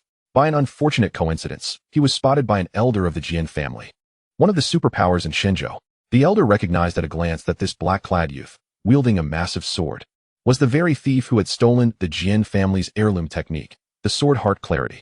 He understood that he was no match for Yichen and, fearing to alert the prey, dared not take action. Instead, he hurried back to report the matter to the patriarch of the Jian family. Upon hearing this, the patriarch immediately organized the family's experts to set a trap and capture Yichen. However, Yichen's capacity for causing trouble was not to be underestimated. A joint effort by the Jian family's experts to encircle him ultimately allowed him to escape. In the end, it was only the intervention of the Jian family's elder, who was at the late heavenly monarch stage, that succeeded in apprehending the thief. In a narrow alley at the center of Shenzhou City, a sudden surge of spiritual energy erupted. Following this, the fabric of space warped, and two beams of spirit light, one red and one blue, shot forth from the rift. These two streaks of light moved with astonishing speed, akin to phantoms, disappearing in the blink of an eye. Startled, a cleaning lady dropped her broom, exclaiming, "Ghosts! There are ghosts! Ahua, where's that fellow?" The blue light transformed into a figure, donning a cat mask with a sorrowful expression, and strolled leisurely along the street. He should be to the east. The red light morphed into a tall figure, pointing towards the east. These two figures were none other than Dan Yao and Xiang Yang, both powerful beings at the spirit platform level, capable of tearing through space to appear anywhere in the western regions. Even though Mizhu and Shenzhou were 10,000 miles apart, they could instantly arrive using their spatial shifting techniques. Then let us search to the east. We cannot let him escape this time. A cold glint of murderous intent flickered in Dan Yao's eyes. Indeed, in Shenzhou, I can still lock in on his position with my purple chosen starfire. If we search eastward, we are certain to find him, Xiang Yang affirmed. The two set off towards the eastern part of the city. After searching for about an hour, Xiang Yang sensed a powerful fluctuation of purple chosen starfire at a certain location. Yao, it is here. Following his indication, Dan Yao looked up to behold an ancient and majestic mansion, radiating a profound sword intent that sent shivers down the spine. Yet, the plaque at the center of the entrance bore no inscription like those of other families. Instead, it was embedded with a golden sword adorned with jade. Dan Yao furrowed her brow slightly. How peculiar. Why is there no inscription on this plaque? Without words, how would anyone know which family this belongs to? Xiang Yang scrutinized it. This must be a family connected to the sword, hence there is no need for a name. A discerning eye would recognize the sword on the plaque and know which family it represents. A family associated with swords? Dan Yao's mind raced. Could it be at that moment? They sensed several presences approaching from their direction. Turning to look, they saw a group of 7 or 8 individuals clad in loose white robes, a mix of men and women, young and old, each adorned with a red sword embroidered on their shoulders, clearly members of the same family or faction. Alas, that fellow named Yichen is truly a stubborn old coot. After being caught and tortured by the ancestor for so long, he remains so arrogant, lamented one graceful young woman. There is no choice. A tree that does not shed its bark is doomed to die, and a person who loses their face is invincible. Such brazen scoundrels are the hardest to deal with, remarked a youth beside the elegant maiden. Upon hearing this, the group could only shake their heads in resignation. Another added, speaking of him, his audacity is remarkable. He dares to steal our family's time-honored techniques. He must be tired of living. Indeed, we of the East Gate Jin family are among the foremost in Shenzhou, and our ancestor is one of the few late heavenly monarchs in the western regions. How dare this brat stir up trouble on our turf? Is he seeking death? Exactly. He should consider who we are. To dare pilfer the sword heart clarity is to court disaster. Now that he has been captured, he shall find no way to escape alive. Tisk, tisk, our patriarch's methods are renowned for their effectiveness. Once this brat falls into his hands, his life will be forfeit. The group chattered animatedly as they proceeded into the mansion. Dan Yao and Xiang Yang concealed themselves nearby, and upon hearing this exchange, they immediately understood. So, it turns out that the extraordinary sword technique, sword heart clarity, was stolen by Yi Chun from the Jian family. No wonder the purple chosen star fire could sense his presence here. Xiang Yang raised his gaze towards the plaque embedded with the golden inlaid jade sword, murmuring softly. So this is the sword family. No wonder there are no inscriptions on the plaque. Yao, what shall we do next? What else can we do? Now that we know Yi Chen's whereabouts, We shall directly confront the head of the sword family to demand his release. If he refuses, humph, Dan Yao's gaze was cold. After years of covert conflict with Yi Chun, her patience had long since worn thin. This time, she was determined to resolve the matter once and for all, to avoid prolonged complications. Indeed, with our strength, we could easily dominate the western regions. If a fight can settle this, there is no need for us to meander about, Xianxiang declared. At this moment, within the clandestine conference chamber of the sword family, several figures stood to the left and right, the foremost being a middle-aged man clad in a yellow robe. This man, dressed in yellow silk, was none other than Jian Nanchun, the patriarch of the Jian clan. Jianren, how are preparations for my instructions coming along? Jian Nanchun inquired. Patriarch, everything is ready. We await your command to extract the fire feather sword fragment from that boy's body. However, Jianren hesitated. The method we intend to use comes at a significant cost. Are you truly certain that the legendary fire feather sword fragment resides within him? Jian Nanchun replied with a sly smile. I am absolutely certain. That boy has been secretly practicing the sword heart enlightenment technique, believing it grants him mastery over any sword in existence. Little does he know that the Jian clan possesses the ability to discern which divine weapon he manipulates through this art. When our ancestor captured him, he discerned through his keen insight that the boy was using this technique to wield a fragment of a sword hilt in battle. With merely a shard, he has unleashed such formidable power. Aside from the legendary fire feather and snow spirit swords, no other sword fragment could accomplish such feats. Is that so? I did not expect that boy to be so fortunate as to encounter even a fragment of the legendary fire feather sword, Jianren exclaimed in astonishment. A young man seated nearby inquired curiously, Patriarch, is the fire feather sword truly that formidable? Indeed. This sword is the product of the primordial yang energy of heaven and earth merging with a millennium-old fire crystal, resulting in an unparalleled divine weapon. Even in ancient times, it was sought after by countless superpowered beings. Who would have thought that our Jian family would be so fortunate as to stumble upon such a treasure? Truly, it is a stroke of immense fortune. Jian Nanchun could not suppress his laughter. The young man chuckled. How unfortunate that we only possess a fragment. If only we had the complete sword. To possess even a fragment of such a divine weapon is already a blessing beyond measure. How could one dare to covet the complete sword? As long as the patriarch can extract the fire feather sword fragment from this boy, even a mere shard, when wielded through our Jian family's sword heart enlightenment, would unleash astonishing power beyond imagination. At that time, not only in the divine continent, but even in the western regions, no one would dare to challenge our Jian family, an elder with yellowed beard proclaimed. By the way, our ancestor, through secret methods, has discerned that Yi Chun once engaged in combat utilizing the power of the fire feather sword fragment against a man clad in red. This individual was remarkably fearless in the face of the sword's energy, indicating formidable strength. There was also a woman by his side. Due to the limitations of the secret technique, our ancestor could not discern their appearances. Have you investigated their backgrounds? Jian Nanchun suddenly inquired. Jianren shook his head. No? It seems these two appeared out of nowhere. I have no leads to pursue. Even if there are no leads, we must investigate. The fire feather sword fragment is of tremendous significance. If word of this spreads, it will undoubtedly attract the covetous eyes of other cultivators. We must find a way to silence these two to ensure our safety, Jian Nanchun declared coldly. Understood. You may all withdraw. I wish to see that boy, Jian Nanchun stated as he rose and turned towards the water dungeon. Inside the dungeon, Yi Chun was bound by chains, submerged in a toxic water that pierced to the bone. At this moment, he was thrashing about in the water, tugging at the steel chains while cursing vehemently, Jian Nanchun. You old bastard, let me out of here. Otherwise, one day I will turn the tide and make your Jian family bleed rivers and face ruin. Bled rivers? Face ruin? Such audacity. A cold snort suddenly echoed as Jian Nanchun approached slowly. Momentarily stunned, Yi Chun recognized Jian Nanchun and immediately shouted in anger, Old bastard. Release me at once, or I will not let this go. Jian Nanchun sneered. You are already a prisoner at my feet. How dare you be so arrogant? Very well. I shall not bother to argue with you. If you are willing to hand over the fire feather sword fragment, I will let you go. I have told you countless times, the fire feather sword fragment is not with me. Are you deaf? Unable to comprehend human speech? Yi Chun retorted angrily. You can deceive others, but not me. The fire feather sword fragment is far too precious. With your temperament, how could you allow it to be taken from you so easily? It seems you won't shed tears until you see the coffin, Jian Nanchun said, not believing Yi Chun's words. In his view, Yi Chun was likely attempting to redirect blame, hoping to lure him into conflict with that man in red, resulting in mutual destruction while he would reap the benefits. As for why the Jian family ancestor was unable to discern that Dan Yao had taken the fire feather sword fragment, it was simply because Dan Yao had acted too swiftly. By the time he reacted, the fragment was already gone. Coffin and tears have nothing to do with me.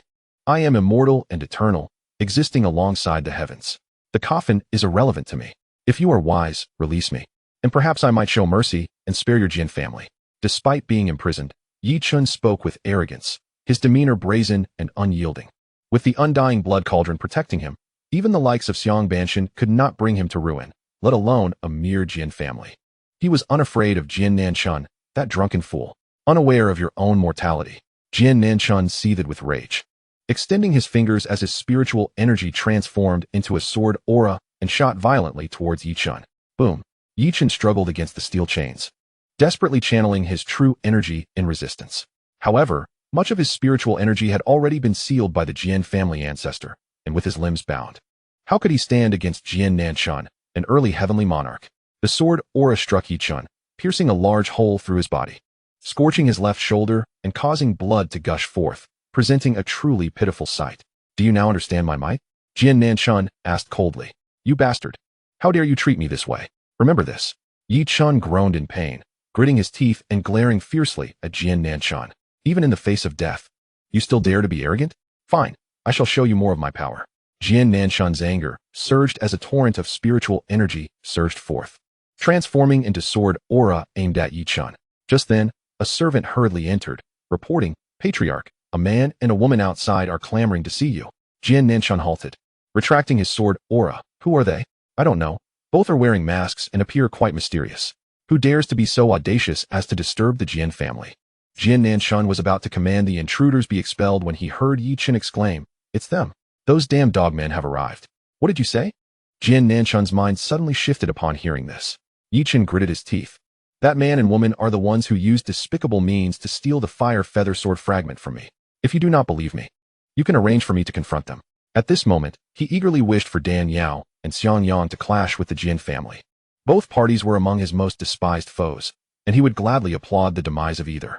Upon hearing this, Jian Nanchun promptly commanded, Escort these two to the main hall for tea. I shall personally receive them. Additionally, arrange for several elders to accompany us. Yes, sir. The Jian family servants bowed respectfully and immediately led Dan Yao and Xiangyang to the main hall for tea. Though unaware of Jian Nanchun's intentions, Dan Yao and Xiangyang understood that today's encounter would not be easily resolved. However, given their current cultivation levels, as long as they avoided the central domain, they could traverse the four great domains, east, south, west, and north, with impunity, unafraid of any tricks the Jian family might play. Seated quietly in the main hall, savoring their tea, Dan Yao's eyes wandered over the myriad sword-related decorations and furnishings, prompting her to marvel at the Jian family's profound obsession with the sword. It was no wonder their ancestors had forged the peerless sword-heart enlightenment technique. Reflecting on this, Dan Yao mused that the Jian family's foundation, rooted in the sword path and empowered by the miraculous sword-heart enlightenment skill, must be exceptionally profound. Perhaps signing in here would yield unique rewards. With this thought, Dan Yao silently invoked, System, sign in. Ding. Sign in successful. Congratulations, host. You have acquired the Heavenly Heart Sword Bone. The Heavenly Heart Sword Bone is intangible and invisible, colorless and formless, a supreme innate root coveted by countless sword cultivators. When implanted within the body, all sword techniques under heaven can be effortlessly comprehended and mastered, rapidly enhancing one's prowess. Furthermore, those possessing the Heavenly Heart Sword Bone can intuitively comprehend sword techniques related to their weapon, creating new sword arts. The higher the weapon's grade, the more formidable the techniques born from it. Chapter 1134, Courtesy Precedes Conflict. The Jian family's ancestor, born with the Heavenly Heart Sword Bone and thus in harmony with the sword, created the extraordinary sword heart enlightenment sword technique. Hearing the system's explanation, Dan Yao was elated beyond measure. The Heavenly Heart Sword Bone could absorb and utilize all sword techniques across the world and independently forge new sword arts. Her most powerful weapon was the Snow Soul Sword. This sword bone was tailor-made for her. With its aid, she could craft sword techniques attuned to the Snow Soul Sword's unique qualities, unleashing its utmost strength. They say what suits one best is truly the finest. Previously, she had wielded the Snow Soul Sword by channeling sword techniques acquired through sign-ins. Though potent, these techniques were not specifically designed for the Snow Soul Sword, and thus could not fully unleash its power. It was akin to using a third-party charger on a phone. No matter how well made, prolonged use risks damaging the battery or device, never as safe or reliable as the original manufacturer's. Within her mind, Dan Yao glimpsed the sword bone shimmering with dazzling sword light inside her spatial ring. With but a thought, she could integrate it into her body, becoming an unrivaled sword prodigy. Yet she chose not to rush this fusion. After all, they were amidst the Jian family, under many watchful eyes.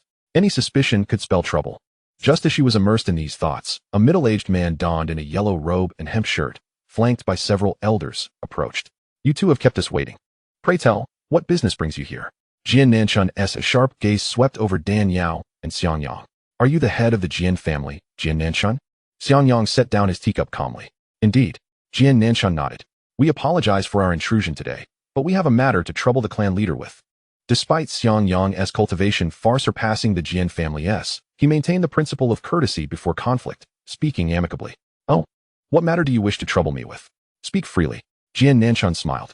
Upon hearing this, Xianxiang glanced at Dan Yao. Dan Yao parted her crimson lips. "We have come to the Jian family, seeking a man named Yi Chun. I heard he was invited here as a guest. If possible, we request you hand him over to us." At these words, the expressions of the Jian family members present shifted dramatically. Jian Nanshan said, "That fellow Yi Chun is indeed here in my Jian family. May I ask what business you have with him?" Dan Yao replied, "Nothing else, simply that we find this brat insufferable and desire his life. If you agree to surrender him, we might still be friends. If not, and what then?" Jian Nanshan's face darkened ominously. "Then do not blame us for unleashing carnage and destroying your Jian family's foundation." At this declaration, the main hall fell deathly silent, so quiet that the fall of a pin could be heard.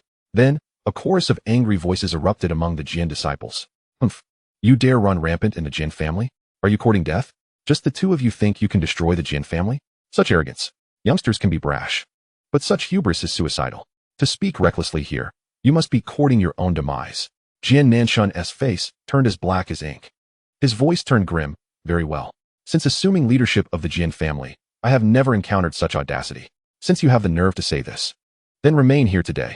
With a grand gesture, dozens of sword chi beams swept in through the windows, coalescing into figures wielding gleaming swords who encircled Dan Yao and Xianxiang. Undeterred, Dan Yao smiled lightly. "I had intended to show you some courtesy, but you shamelessly spurn it. Very well, if you desire death, I shall grant it. Such arrogance! I'm eager to see what you two are capable of." Amid her defiant laughter, a formidable aura surged from Jian Nanshan's body. Under this oppressive force, the teacups and utensils shattered, scattering tea and snacks across the floor. Meanwhile, the sword-wielding Jian warriors glared furiously at Dan Yao and Xianxiang, awaiting their leader's command to tear these insolent youths to shreds. "Attack!" Jian Nanshan's order rang out. The Jian family's cultivators, ranging from nascent soul to void refinement stages, rapidly channeled spiritual power into their long swords, which flared with brilliant sword light as they lunged toward Dan Yao and Xianxiang.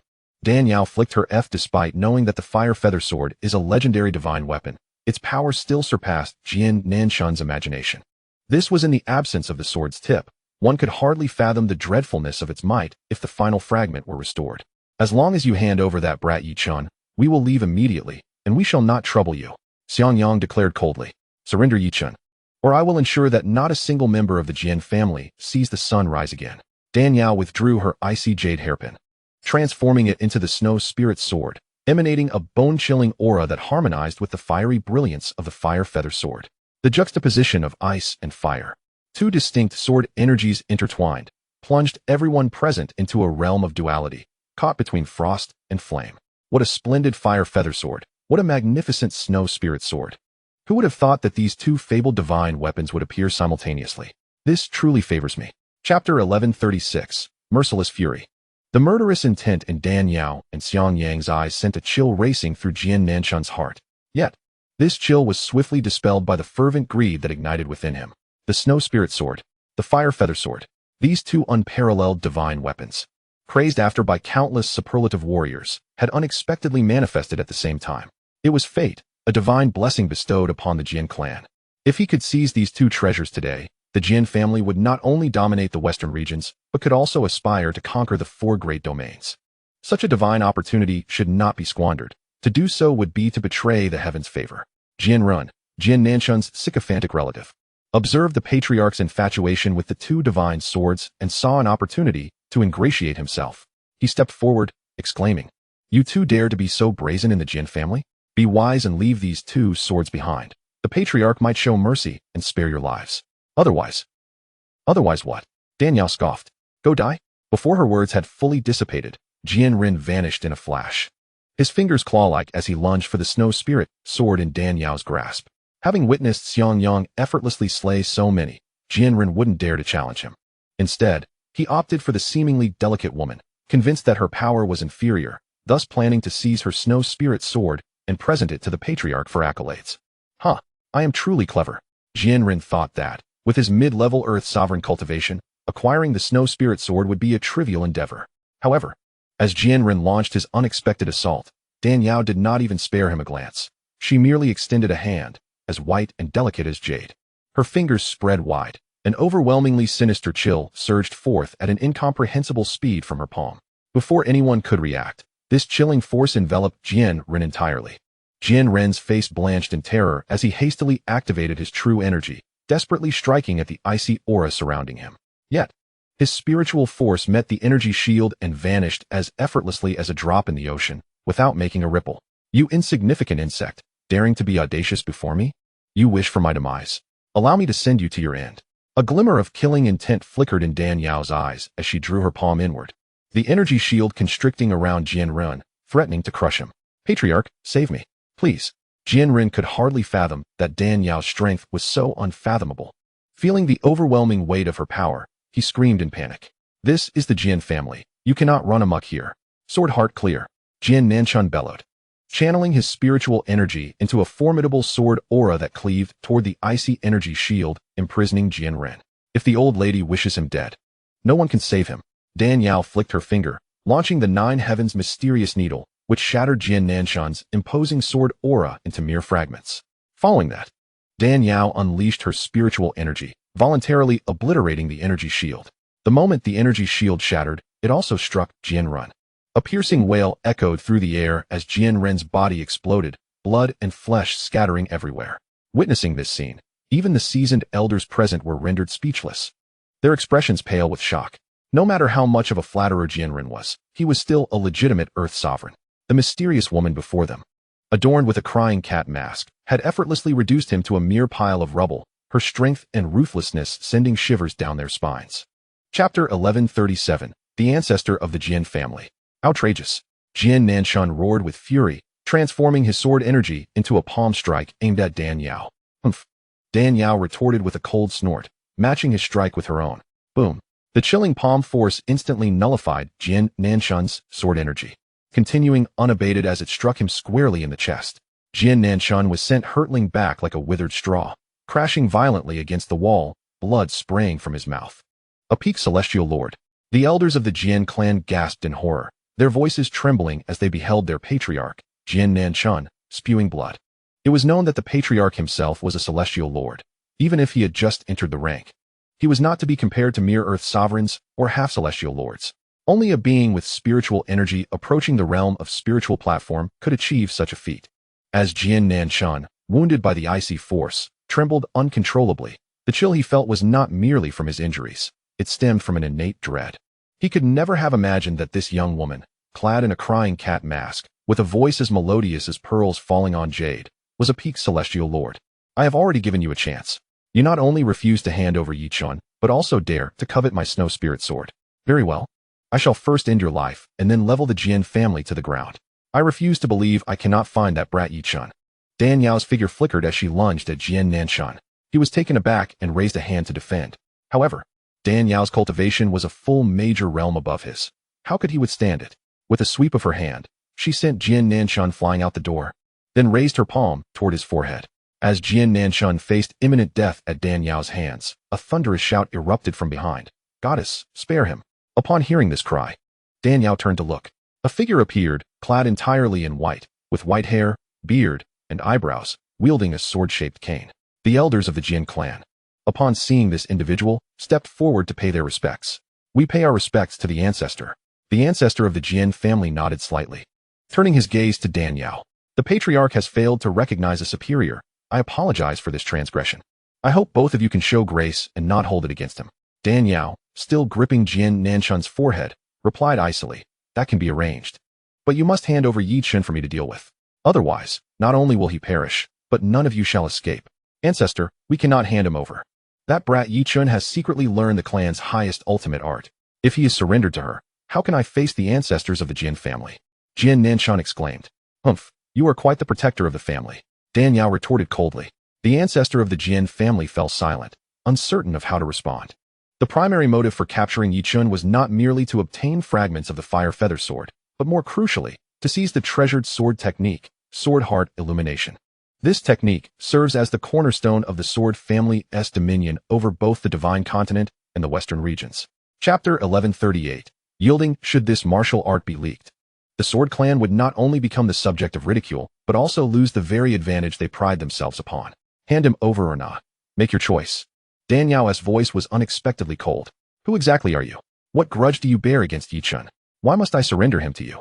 Jian Nanshun lifted his gaze to Dan Yao, his voice hoarse. Who I am, and what enmity I have with Yi Chun, is none of your concern. Suffice it to say, he is my designated target. Surrender him, and I will spare your sword clan. Refuse, and not one of you here will survive. Jian Nanshun, steadfast in protecting the clan's secret technique, adopted a posture of unyielding defiance, yet this did not move Dan Yao to respect. Instead, impatience grew within her. Answer quickly. Our patience is finite. Xianxiang spoke coldly, an overwhelming and terrifying aura suddenly surging forth from within him, causing all present to pale. Even the sword clan's patriarch, who had reached the late Heavenly Lord stage, trembled under the oppressive pressure. Aware that the sword clan was on the brink of ruin, the patriarch hastily said, "Please calm yourselves. I will arrange for that young man, Yi Chun, to be brought here at once. Kindly wait." "No," Jian Nanshun protested. "That young man has learned sword heart illumination. What if?" "Silence. The sword clan is on the verge of destruction. There is no time to consider the future." The patriarch retorted angrily. "I am the rightful head of the sword family. You have no say here." Having rebuked him, the patriarch then forced a conciliatory smile toward Dan Yao and Xianxiang. "Yi Chun will be here shortly. Please wait a moment." Dan Yao said nothing, standing silently. Yet her palm still pressed firmly against Jian Nanshun's head. Should she release her inner energy, he would perish instantly. The elders and sword clan guards witnessing this scene were chilled to the bone. Who could have imagined that Jian Nanshun, the once mighty and arrogant clan leader, would one day be reduced to such a state? Even more astonishing was that the one holding his life in her hands was a young woman wearing a mask. It all seemed like a surreal dream. With Dan Yao's silence, the atmosphere descended into an eerie stillness. A palpable sense of oppression spreading through everyone's hearts as they speculated silently. What origins do these enigmatic young individuals possess, and how could their cultivation be so formidable? At that moment, Xianxiang sensed a faint yet familiar aura, subtle and elusive. Were it not for his keen spiritual perception and the fact that his cultivation method shared the same source as this aura, he would have been unable to detect it. Dan Yao noticed the peculiarity in Xianxiang's eyes and released Jian Nanshun, then approached him quietly. "What is it?" "I sense a peculiar, familiar aura," Xianxiang said gravely. "Familiar?" Dan Yao's expression shifted. "What kind of aura is it exactly? It seems concealed by some secret technique. But I can feel it resembles my own power." A chill ran through Dan Yao's heart. "You practice the bridal garment divine skill. The only power similar to yours is the Xuanyan 9 transformations of the Xiang clan. Could it be someone from the Xiang family? Very likely. Yet I feel this person is far from ordinary." Xianxiang replied solemnly. "They come with ill intent. We can only respond as events unfold. First, let us deal with Yi Chun, then handle this individual." Chapter 1139. An unexpected twist. Dan Yao nodded. Alarm bells ringing in her mind as she gripped the Snow Soul sword tightly, prepared to act at the slightest sign of danger. Shortly thereafter, 2 elders dragged in a man clad in black. His acromion was pierced by tempered steel, his spiritual energy suppressed by 70 to 80%, his hair disheveled and drenched, presenting a pitiful sight. Though 3 months had passed, Yi Chun's once burnt and brilliant forehead had grown hair once more. His tangled locks obscured much of his face. Yet the 2 recognized him instantly. Perhaps unable to endure Yi Chun's brazen curses, the elders forced the foulest rag into his mouth before bringing him forward. Upon seeing Dan Yao and Xianxiang, Yi Chun's fury ignited. A scorching torrent of ancestral wrath erupted from his mouth, incinerating the rag, and he bellowed. "So it's you 2 despicable lovers. What are you doing here?"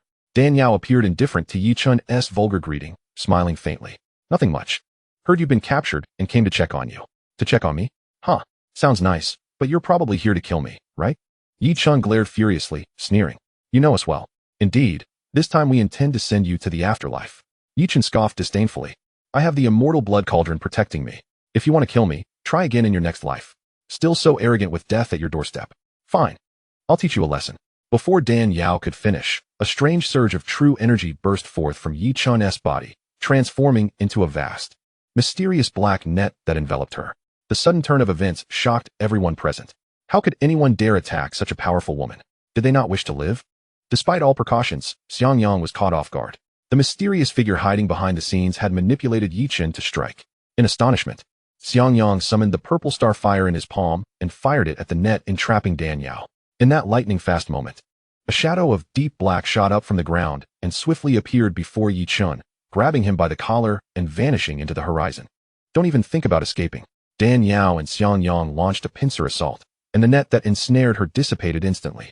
Seeing the black shadow whisk Yi Chun away, Dan Yao immediately activated her snowless footsteps, pursuing at a speed beyond the eye's perception. Xiangyang followed closely. A crimson streak in the sky.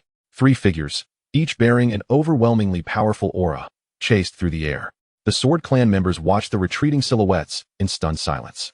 The black shadow clutching Yi Chun suddenly faltered as a figure, resembling ethereal smoke, appeared before it, blocking its path. Where do you think you're running? Dan Yao narrowed her eyes, glaring coldly at the black-clad figure. This black shadow radiated eerie black energy, obscuring its countenance. Yet judging by the petite frame and alluring curves, it was undoubtedly a woman. The figure was taken aback, clearly unprepared for Dan Yao's ghostly swiftness. Before she could react, Xiangyang arrived, standing shoulder to shoulder with Dan Yao. Who are you, and why do you intervene to save this man? Xiangyang asked, sensing a dangerously familiar aura emanating from her. Chapter 1140. The Dark Enchantress. Evidently, this woman was more formidable than any opponent Xiangyang had encountered since leaving the central domain. Haha, who am I? Haven't you guessed? The melodious female voice emerged from the black-shadowed figure. Upon hearing the voice, Xiangyang's complexion changed abruptly. You are indeed, it is I? The figure shed her hooded cloak of black mist, revealing a face with bright, enchanting eyes and pearly teeth imbued with a subtle allure. Xiangyang was dumbfounded, exclaiming in shock, You're not dead? The woman chuckled ominously. Indeed, I am not dead, but you should be. Upon witnessing Xiangyang's astonishment, Dan Yao could not help but inquire, Ahua, who is this woman? Why do you appear as if you have seen a ghost upon her arrival? A glint of icy hatred flickered in Xiangyang's eyes as he gritted his teeth. Her name is Jaime, one of the 4 guardians under the old scoundrel Xiangbanchen. Years ago, she and several other elders of the Xiang clan conspired to attack my parents. My father pierced her heart with the little heavenly star palm, and I believed her to be dead for many years. To my astonishment, she still lives. What? She is one of the 4 guardians under Xiangbanchen? How can that be? Dan Yao exclaimed, her eyes widening in disbelief. Aren't the 4 guardians simply Hongyan, Qing Fu, Bai Yuan, and Higu? Xiangyang rasped. The 4 guardians under Xiangbanchen are designated according to the 4 symbols, corresponding to the 4 divine beasts, the azure dragon of the east, the white tiger of the west, the vermilion bird of the south, and the black tortoise of the north. The guardians for the other 3 directions each have 1 representative. But the black tortoise, being a fusion of turtle and snake, symbolizes both motion and stillness, hence there are 2 guardians in the north. She is the elder sister of Higu. Both serve as the guardians of the north. Now I understand, Dan Yao said, enlightened. But if she is indeed one of the 4 guardians, why have you never mentioned her before?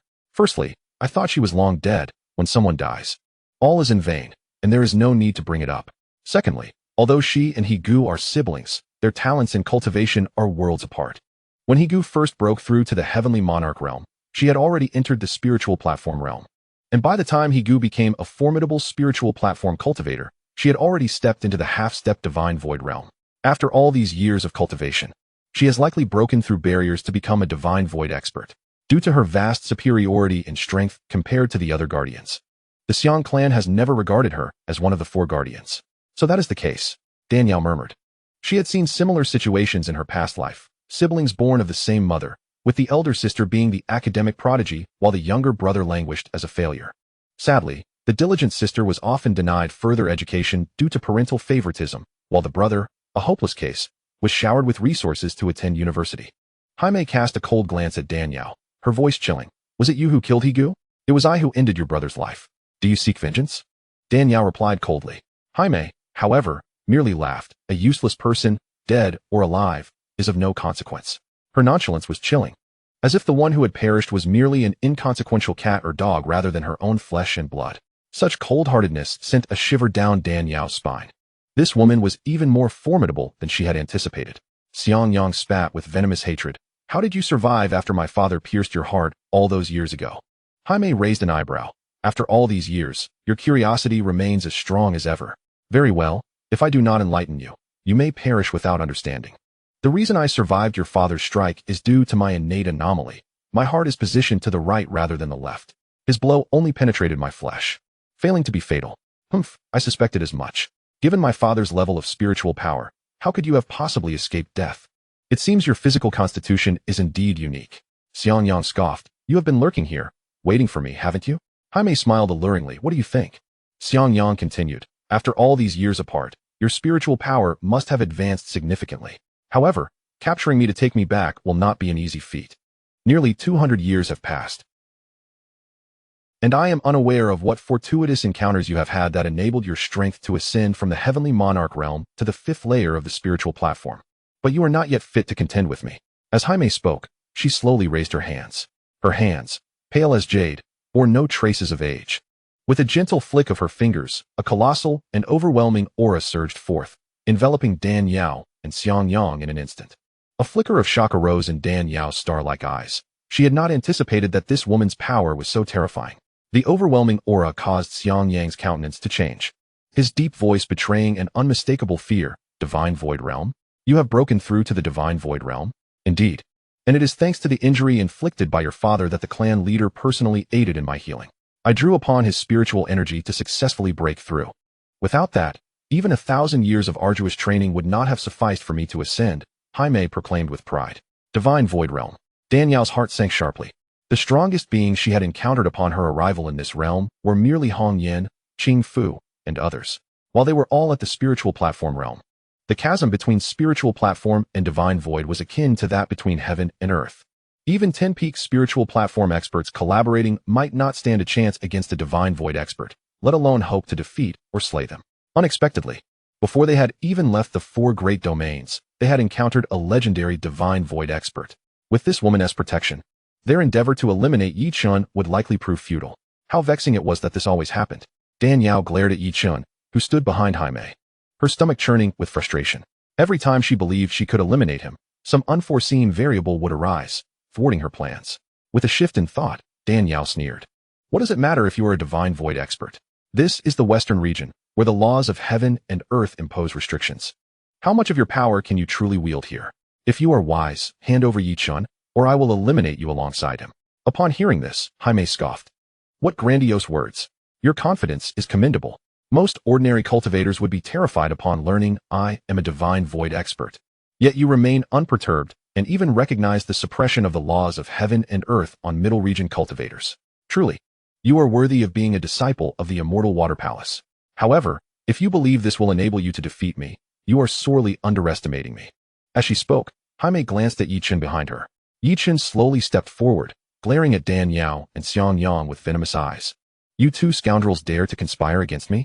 Today, you shall die beneath the undying blood cauldron. Before his words could even settle, blood columns surged up around Dan Yao and Xianxiang. Undying blood cauldron, appear. Yi Chun sliced his finger, letting his blood drip, and the blood columns rapidly interconnected, forming an arc that combined into a circular wall. Countless blood-colored skeletons floated upon the circular wall, manifesting the form of the undying blood cauldron. This is not good. Both Dan Yao and Xianxiang sensed a wave of danger simultaneously and hurriedly attempted to evade the impending aura of the undying blood cauldron. Little did they know, both Yi Chun and Jaime had long plotted this, and after much effort to set the stage, they would not allow their prey to escape so easily. Dan Yao and Xianxiang felt their vision blur. When they opened their eyes again, they were met with a horrifying sea of blood. Looking up at the sky, dark silver currents filled the atmosphere, casting a gloomy pallor, as if a storm was on the horizon, with countless skeletons and human bones suspended above, evoking a sense of dread. Beneath their feet, the waves of blood surged tumultuously, crashing like thunderous waves against the shore, while countless tormented souls lunged towards Dan Yao and Xianxiang. Dan Yao, having never witnessed such horror, was taken aback. Xianxiang swiftly shielded her in his embrace, wielding his fiery feather sword energy to slay the approaching restless spirits one by one. Oh, what is this place? Why is it so terrifying? Danyao trembled. If I am not mistaken, we are likely within the undying blood cauldron, Xiangyang replied, his expression grave. What? The undying blood cauldron has even formed its own realm within? A tempest of emotions surged within Danyao's heart. The term Ding Zhong Tian Di, as the name implies, refers to the extraordinary space formed by the medicinal cauldron itself, a realm vast enough to encompass the myriad entities of heaven and earth. To her knowledge, among the 12 medicinal cauldrons listed on the flame cauldron ranking, only the first-ranked Qiankuangong Dao Ding, with its incredible balancing power, could generate such a peculiar space within itself. Yet, she was utterly astonished to discover that the undying blood cauldron could achieve the same feat. Xiangyang murmured, logically speaking. It is unlikely for a wicked cauldron like the undying blood cauldron to self-generate a space unless someone slaughters countless beings, using their primordial spirits and blood to sacrifice to the undying blood cauldron, thus enabling it to create a realm within. A cold, enchanting voice interrupted their thoughts. Danyao and Xiangyang turned to follow the sound, and beheld 2 blood-red lotus flowers rising from the sea of blood, upon which He Mei and Yichen stood, exuding an air of triumph as they gazed at them. Yichen laughed heartily. You two certainly did not anticipate that we had such a card up our sleeves. Danyao and Xiangyang exchanged knowing glances, both realizing the truth. They were ensnared in a trap, meticulously orchestrated by Yichen and He Mei from the very beginning. Years ago, Yichen had absconded with fragments of the fire feather sword and countless rare treasures from the Xiang clan. In a fit of fury, Xiangbanchen, under their design, dispatched 2 groups to pursue them. One group ventured into the southern region, comprising Hongyan, Qingfu, and Bai Yuan, who were subsequently eliminated by their combined efforts. The other group, tasked with the western region, was presumably led by He Mei. Initially, He Mei relentlessly pursued Yichen, intent on his demise. However, as the truth of Xiang Yang's survival emerged and news of Xiang Ran and others' tragic deaths in the western region reached them, Xiangbanchen revised his strategy, orchestrating a covert alliance between He Mei and Yichen. Their capture of Yichen was but a meticulously planned scheme. Danyao and Xiangyang, determined to eliminate the scourge that was Yichen, mistakenly believed that his capture by the Jian clan presented a golden opportunity to rid themselves of him. They had utterly forgotten that a cunning hunter sometimes appears in the guise of the prey. In their moment of inattention, they fell victim to a scheme far beyond their expectations. They were also blindsided by He Mei's ruthless cruelty, as she had slaughtered countless innocent lives, using their blood and primordial essence to forcibly manifest the realm within the undying blood cauldron. Danyao clenched her teeth. Indeed, we did not foresee such a masterful ploy to draw us into a trap, but if they wish to kill us, it shall not be so easily achieved. With a disdainful sneer, Yichen gestured towards the blood-soaked surroundings, littered with corpses. The undying blood cauldron has birthed its own realm. Here, He Mei is free from the constraints of the laws governing heaven and earth, and can unleash the full extent of her power in the God-void realm. No matter how cunning your schemes may be, you shall not leave this place alive today. Upon hearing this, Danyao's expression shifted as she took a few steps back, positioning herself alongside Xiangyang. This impending crisis was likely the most formidable she had faced since her arrival in this realm. Although she had never personally experienced the terror of the God-void realm, she had heard Xiangyang describe it on multiple occasions. In a world where the path to immortality was severed and ascension was nigh impossible, the powerful beings of the God-void realm were the mightiest entities within this domain. With a presence akin to a violent tempest, their every gesture could rend the earth asunder, and the mere release of their oppressive aura could obliterate a Tian Jun-level expert on the spot, far beyond the capabilities of the Ling Tai realm. Ouyang, if the situation turns dire, seize the opportunity to flee first while I hold them off. Xiang Yang's voice resonated in Danyao's mind through his primordial energy. Grave yet resolute, Danyao's complexion paled, and she did not respond, yet a determined glint shone in her bright eyes.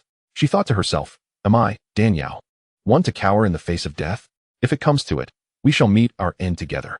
Xiangyang, if you are willing to divulge the cultivation methods of the bridal attire divine art, I could plead your case before the clan leader, otherwise. He Mei's alluring yet chilling gaze fixed on Xiangyang as she spoke coldly. Even the old rogue Xiangbanchen could not force me into submission despite employing every conceivable tactic. You are merely a wretched servant clinging to his side. What right do you have to speak to me in such a manner? Despite knowing that her strength far exceeded his own, Xiangyang remained undeterred, boldly pressing his attack. You little rascal, how dare you call me an old hag? You seek death. He Mei's fury flared, for women abhor being labeled old, especially when further insulted with the term wench. Her chest heaving with rage, He Mei's teeth ground together as she retorted, very well. Back when you had yet to break through to Tianjun, I was already a half step into the God Void realm. Now, my cultivation has surpassed that of the past tenfold. Today, I shall show you the dire consequences of offending a being of the God Void realm. Boom. As Mei's ire was ignited, Xianxiang seized the opportunity to strike first, unleashing a torrent of spiritual energy that coalesced into a palm strike aimed at her. Childish tricks. Mei scoffed, effortlessly deflecting his attack with a flick of her sleeve. Yao, this woman is formidable. Exercise caution. Xianxiang warned. Understood. Dan Yao nodded. And together, they soared into the fray. Mei commanded Yi Chun, you handle the undying blood cauldron and seal off all exits. Leave these two to me. Understood. Yi Chun, aware that he could not intervene, swiftly withdrew from the battlefield, fully concentrating on controlling the undying blood cauldron. United in purpose, Dan Yao and Xianxiang executed their synchronized assault. One wielded the fire feather sword, while the other brandished the snow spirit sword. Their dual swords combining to create a formidable onslaught, the icy and fiery sword Qi surging relentlessly towards Mei. What a splendid dual sword formation. Faced with the combined might of Dan Yao and Xiangyang's sword Qi, Mei remained unfazed, her form whirling like a spinning top, evading their strikes with ease. As she spun, tendrils of dark energy emanated from her, consuming the icy and fiery sword Qi in its wake. Witnessing Mei effortlessly neutralize the lethal sword Qi from the two divine weapons, Dan Yao could not suppress a gasp of astonishment. This woman, merely at the first level of the God Void realm, possessed a strength that was truly terrifying. What then could be said of someone like Xiang Banqian, a peak expert at the 9th level of the God Void realm? While Yi Chun manipulated the undying blood cauldron, he watched the three engage in a fierce confrontation above. The overwhelming fluctuations of power leaving him utterly awestruck. He had anticipated that by harnessing the undying blood cauldron, he would swiftly subdue Dan Yao and Xianxiang. Never did he expect that these two could actually contend with Mei through their dual sword formation. Although they relied on the advantages of the fire feather sword and snow spirit sword, the terrifying aura they exuded clearly indicated that both were genuine experts of the Lingtai realm. Oh, so you both have long since broken through to the Lingtai realm. No wonder, no wonder. Realizing the implications of their previous battle loss, Yi Chun seethed with frustration. Cursed be fate, so insidious and shameless. Fuming, he thought to himself, thank the heavens, I have the undying blood cauldron to shield me. Otherwise, I would have been undone by you two scoundrels. How dare you deceive me so? Today, I shall ensure you are reduced to ashes beneath the might of a God Void realm expert. Boom, boom, boom. A cataclysmic force of destruction surged forth, engulfing the battlefield in an overwhelming tide, its magnitude and ferocity threatening to obliterate the realm birthed by the undying blood cauldron. Even as Dan Yao and Xianxiang endeavored to maximize the power of their fire feather sword and snow spirit sword through their tacit cooperation, the looming threat remained ever present. The formidable power exhibited by Mei at the Xianxiu realm was truly terrifying. Despite multiple pincer attacks, not a single strike could harm her in the slightest. Dan Yao's eyes darkened like ink. She had initially believed that by joining forces with Xianxiang, relying on the unique spiritual energies of the bridal robe divine technique and the Minjiu technique, alongside the divine weapons fire feather sword and snow soul sword, they could at least hold their own, if not defeat their opponent. Yet after engaging in combat, she realized her hopes were overly optimistic. The strength unleashed by a Xianxiu realm expert was far more dreadful than she had imagined. If the battle continued, it would not be long before they suffered a devastating defeat. I never expected your combined swordsmanship to be so potent. No wonder Hong Yin and Xing Fu fell at your hands. It truly was a case of skill outmatched, deserving of their demise. Mei said with a sly smile as she floated within the intricate sword net woven by their clashing energies, showing no sign of pressure. Her tone suddenly shifted to a chilling coldness. But today, encountering me, you are doomed. Vengeful spirit S/. With a sudden glare, Mei's eyes blazed with murderous intent. A surge of black energy erupted around her, shattering the sword net. Her hand transformed into a blade, thick black radiance condensing within it. At the same moment, the malevolent aura born from the slaughter of hundreds of thousands swiftly converged, forming a terrifying sinister energy. Chapter 1145, Bitter Battle at the Xianxiu Realm. 5. New ghosts wailed as old spirits wept. The intertwining of resentment and blood essence transformed this realm into a dreadful purgatory of mankind. This is the most nefarious forbidden technique of the Xiang clan, the vengeful spirit S/. Xiangyang's expression changed drastically as he shouted. Hearing this, Dan Yao hurriedly activated her internal spiritual power, forming an icy crystal glass body to withstand the attack. Mei's enchanting face was icy cold as she swung her blade towards Dan Yao and Xianxiang. The terrifying edge tore through the void, shattering the vengeful spirit's energy and rushing towards the two. Twin swords unite. The pair exerted themselves, channeling their true energy into the fire feather and snow soul swords. A red and a blue sword energy shot forth simultaneously, merging into a colossal dual-colored greatsword to confront the deadly strike. Boom. In that instant, the sky darkened. The sun and moon lost their light, and the sound of explosions filled the air incessantly. Amidst the swirling sword and blade energies, two battered figures plummeted from the sky, crashing heavily into a sea of blood, splashing countless crimson droplets. Well done. Splendid. Yichen applauded enthusiastically. Hei Mei hovered in the air, gazing at Dan Yao and Xianxiang amidst the blood waves. Below the Xianxiu, all cultivators are mere ants. You two dare to challenge me? Such recklessness. Don't be so smug yet. I haven't even unleashed my full strength, she added. Xianxiang struggled up from the blood-soaked tide, supporting Dan Yao to the side, then soared once more into the air, confronting Hei Mei. Is that so? Then take another slash. Hei Mei gathered black energy again, slashing fiercely. Bridal robe divine technique. At full power. Suddenly, a majestic surge of blazing true yang energy burst from Xianxiang's body, transforming into a powerful fist strike. This punch bore no flashy moves or tricks, but employed the bridal robe divine technique at its fullest strength. Bang! The terrifying blade energy collided with the fist, unleashing a tremendous spiritual energy fluctuation. Break! Xianxiang roared lowly as the slash was shattered outright, and the residual force of his punch sent Hei Mei's vital energy into turmoil. Such a terrifying power stunned Hei Mei's eyes. She stared in disbelief at Xianxiang. How is this possible? You're only a level 5 spirit platform realm cultivator. How can you emit such intense spiritual energy? Cough. Cough. Xianxiang coughed repeatedly, feeling unwell. Though the bridal robe divine technique was immensely powerful and could challenge Xianxiu realm experts at full throttle, each strike consumed an enormous amount of spiritual power. Well, bridal robe divine technique. Let us see how many slashes you can withstand. Hei Mei, a true Xianxiu realm powerhouse, was sharp-eyed enough to discern that Xianxiang's energy was fierce but unsustainable. Once his spiritual power was exhausted, they would become nothing but prey. She moved swiftly, causing the surrounding world's spiritual energy to surge violently, unleashing an overwhelmingly terrifying force that clashed with Xianxiang's fist. Yao, run. Don't worry about me. Xianxiang fiercely swung his fists, trying to trap Hei Mei's attacks from all directions. No, if I die, we die together. Dan Yao's heart burned with fervor. She seized the Snow Soul sword, but suddenly thrust it toward Yichen. In the face of life and death, Dan Yao's mind was exceptionally clear. Hei Mei's Xianxiu power stemmed from the immortal blood cauldron, and Yichen was its host. Piercing him would disrupt the cauldron's protective power, breaking the sealed space. Chapter 1146. Complementing Strengths. 1. As long as the space was no longer sealed, the laws of the western regions could directly influence the area, suppressing Hei Mei's spiritual output. At that moment, a mere flick of her finger could crush Hei Mei utterly. Oh my goodness! Yichen swiftly dodged Dan Yao's sword thrust, vanishing into the blood waves. Damn it, where did he go? Dan Yao cursed, growing increasingly agitated. I'm right here. Little beauty. Yichen's oily voice came from behind. Dan Yao swung her sword backward, but only struck air. Come on, catch me. If you do, I'll treat you real nice. Yichen teased with a wicked grin. You scoundrel. Dan Yao's repeated unsuccessful attempts to strike him only led to more teasing, nearly driving her to frustration. She wished to rely on Yichen to break the deadlock, unaware that he had suffered several serious setbacks, and was prepared for this ploy.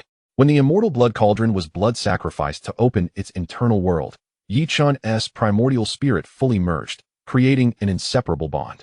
Within the cauldron, any attack on Yichen was nullified. Useless. A mighty dragon cannot suppress the local snake. On my turf, no one will pierce me. Ha! Yichen laughed wildly. Bang! Bang! Bang!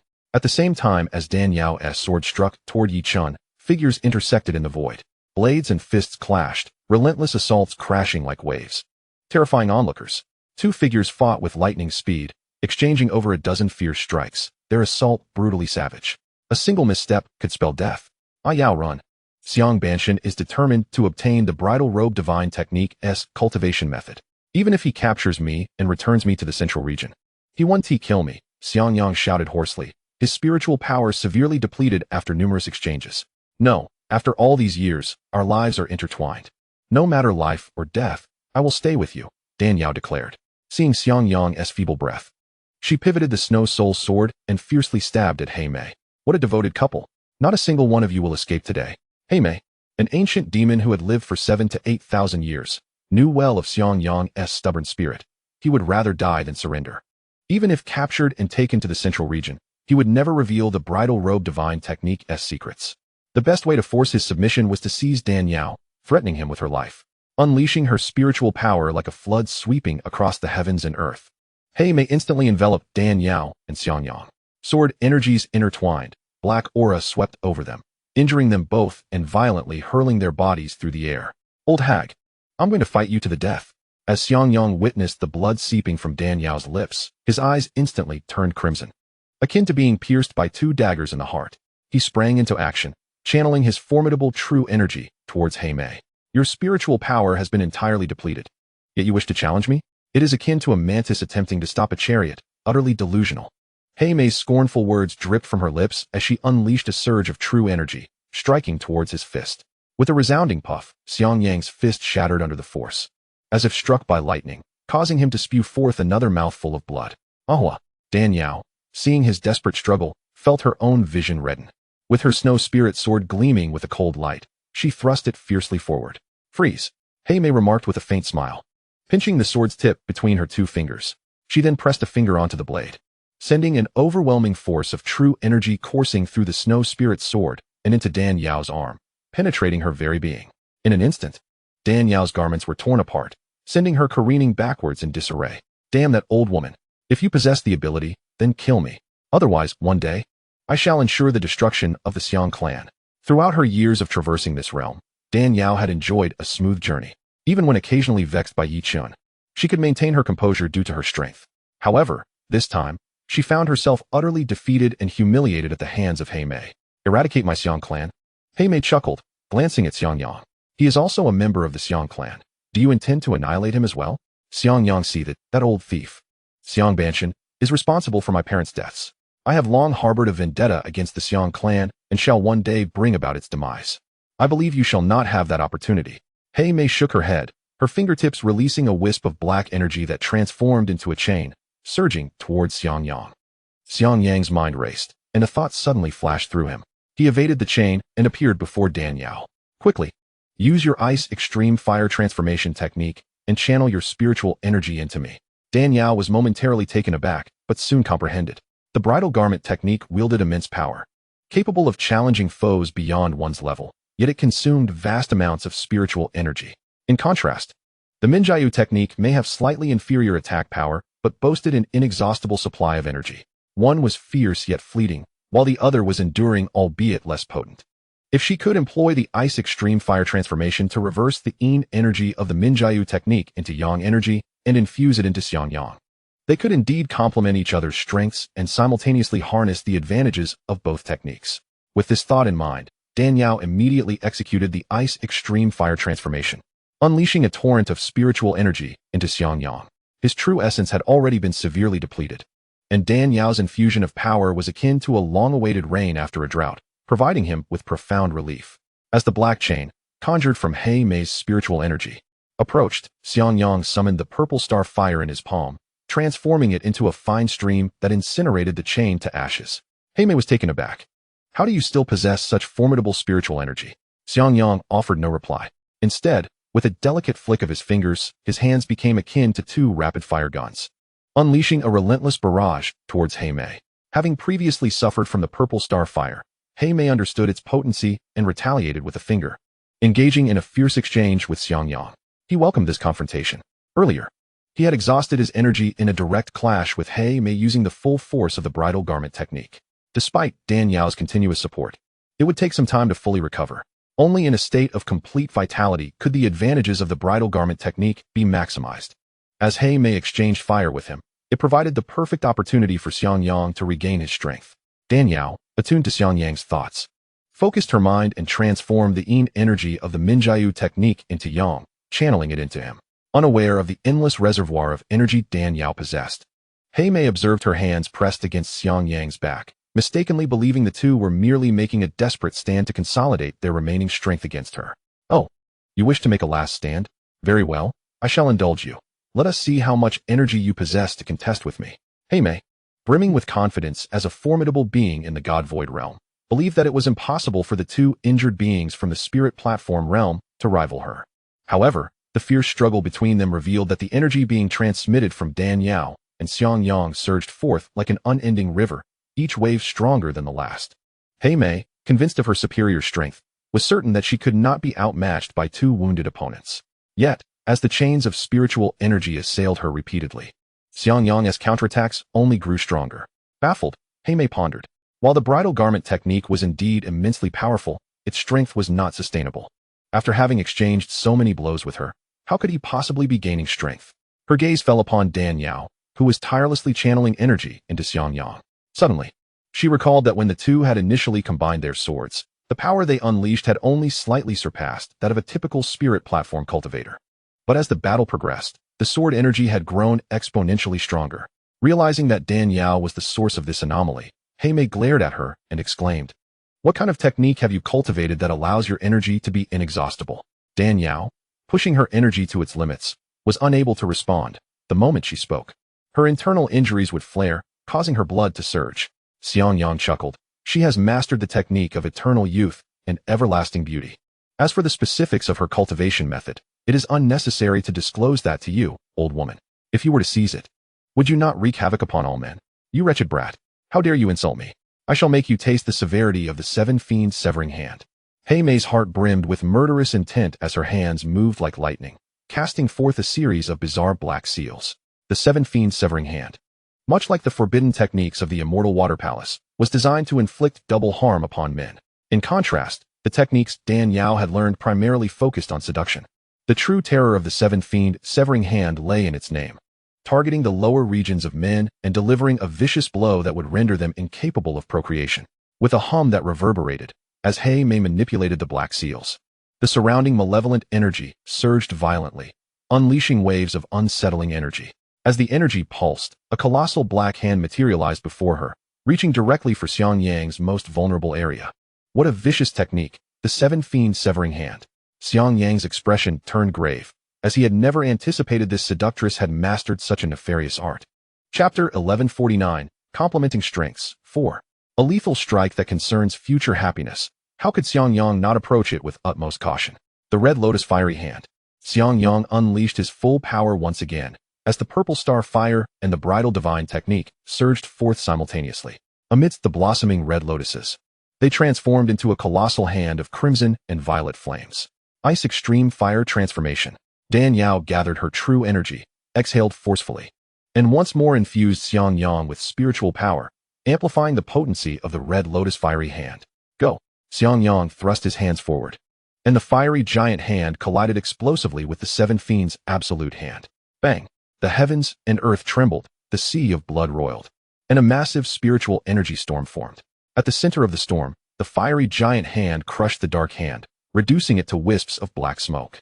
In an effort to evade Dan Yao's onslaught, Yi Chun, hidden deep within the sea of blood, was also forced to spew forth a mouthful of blood due to this overwhelming force. Truly, when celestial beings clash, it is the lesser beings who suffer. Had it not been for the protection of the undying blood cauldron, the shockwave of spiritual energy would have shattered his very soul, leaving him in abject ruin.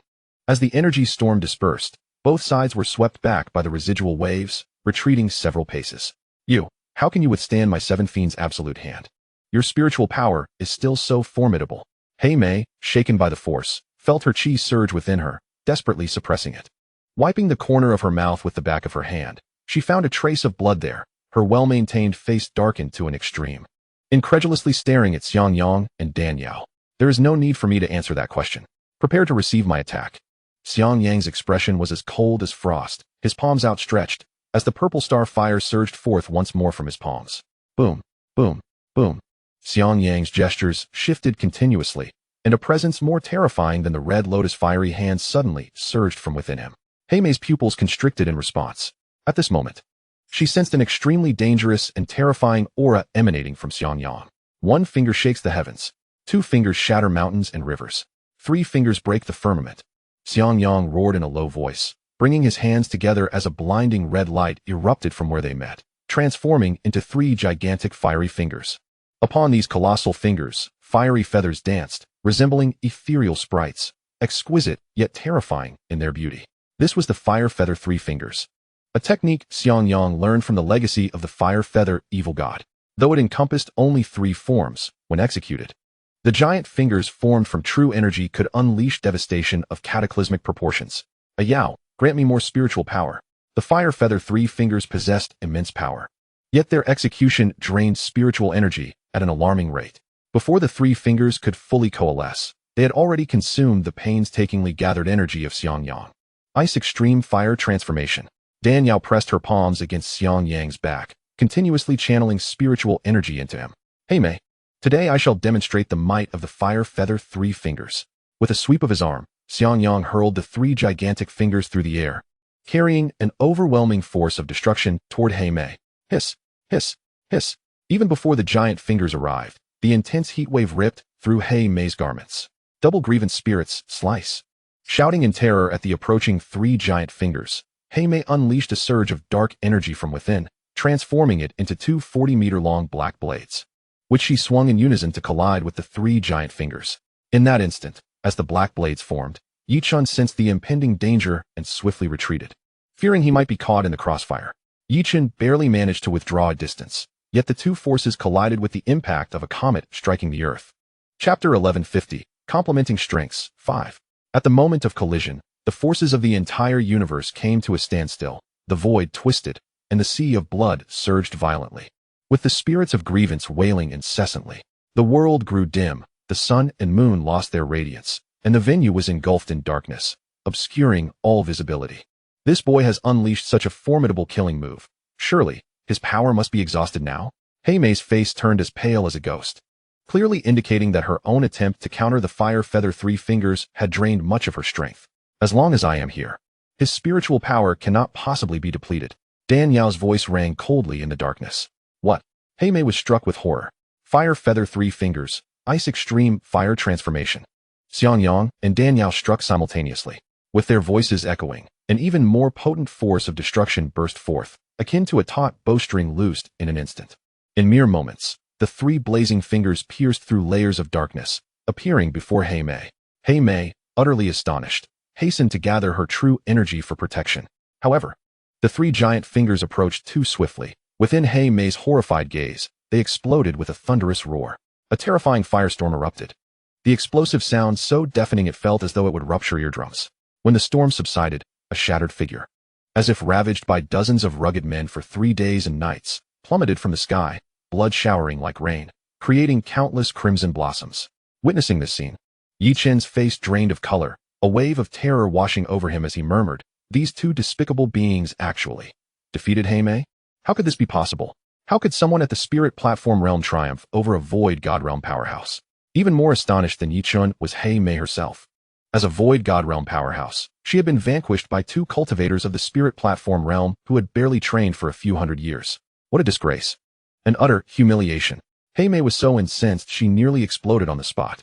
Yet she knew that with her severe injuries, it was impossible to continue battling these 2. Remaining here would only cost her life. While the Green Mountains remain, one need not worry about firewood. It is better to retreat for now. Ahua, eradicate the roots. Dan Yao recognized that Hey Mei was at her wit's end. If they let the tiger return to the mountain, the future troubles would be endless. It was only right to strike while she was down. Xianxiang nodded in agreement.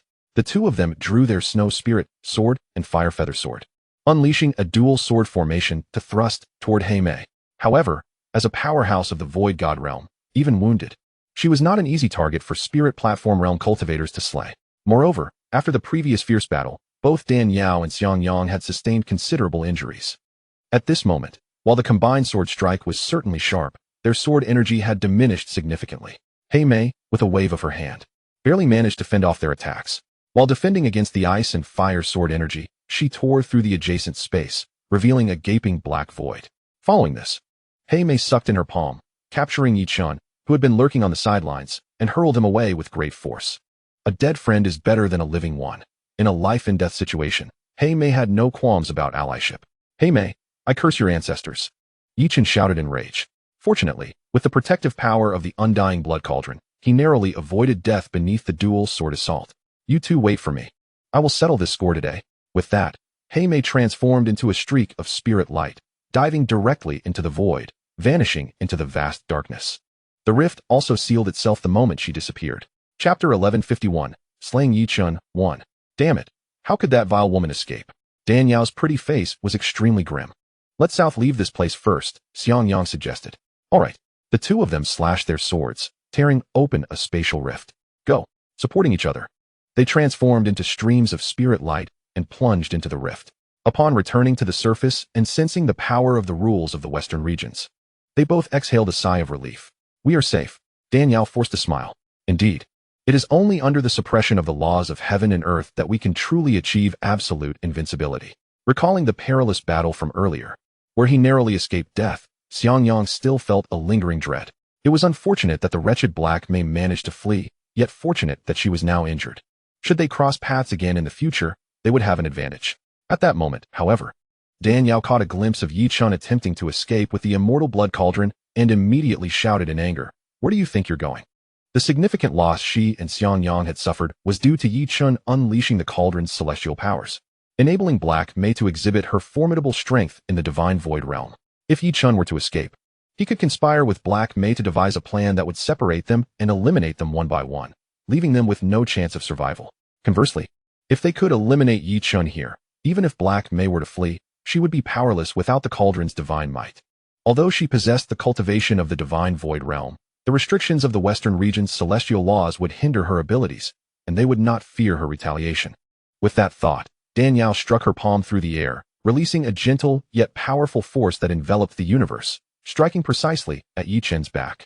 He let out a muffled grunt as both he and the cauldron crashed heavily to the ground. "You insufferable wretch!"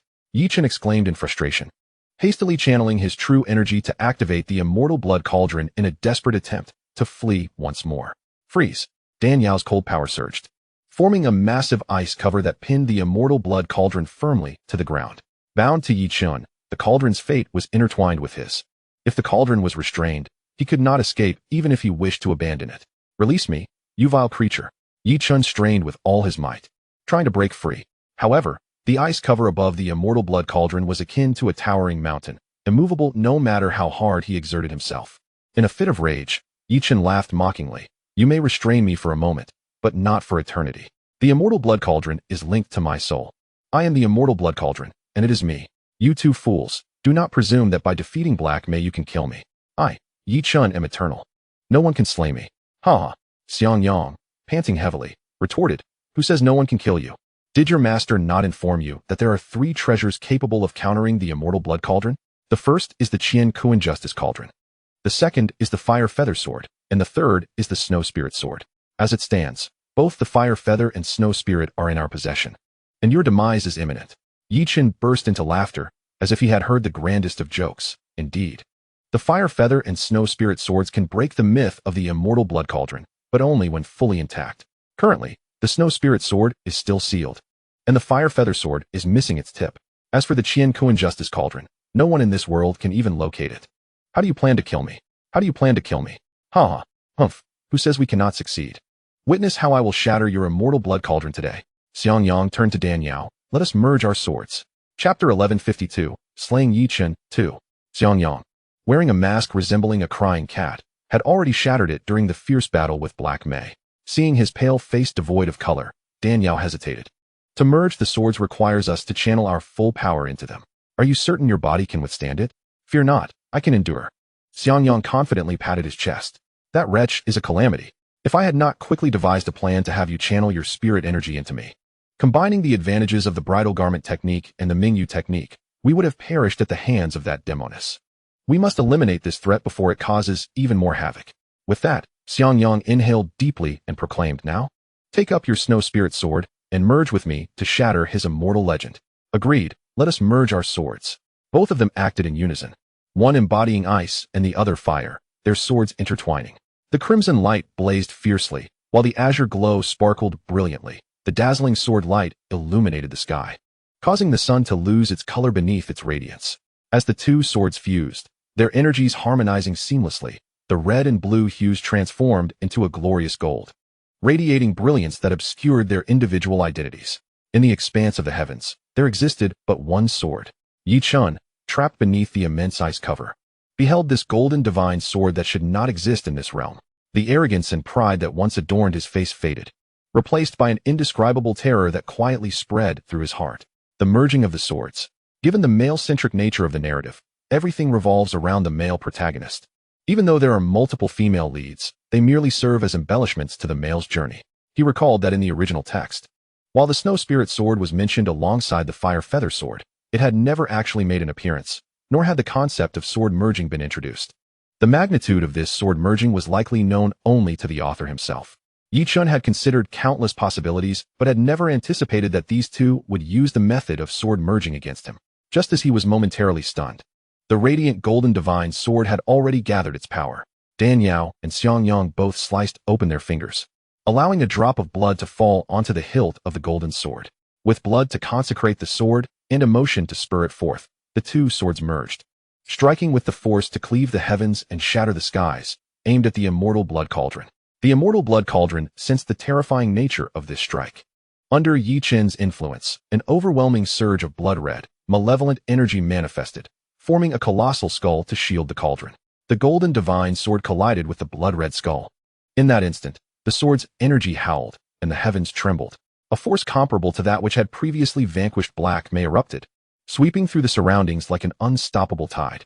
The cliffs and peaks surrounding them, along with the trees atop them, were ruthlessly shattered and torn apart, reducing them to mere dust. The cultivators of the divine land, sensing this sudden and terrifying power, were struck with shock and disbelief. They could scarcely fathom that such a formidable force could emerge from a place like the western region. Ha ha ha, I knew you two could not kill me. What nonsense is this sword merging? If you seek my life, you shall find no entry. Yi Chen cackled as he witnessed the strike obliterate the surroundings while he remained unscathed, laughing maniacally. As clouds of dust swirled, Dan Yao and Xianxiang could no longer see Yi Chen's figure. Hearing his laughter, they understood that this attempt at sword merging had failed. They had not anticipated that despite their significant efforts, they would still be unable to eliminate this scoundrel. Chapter 1153, Slaying Yi Chen, 3.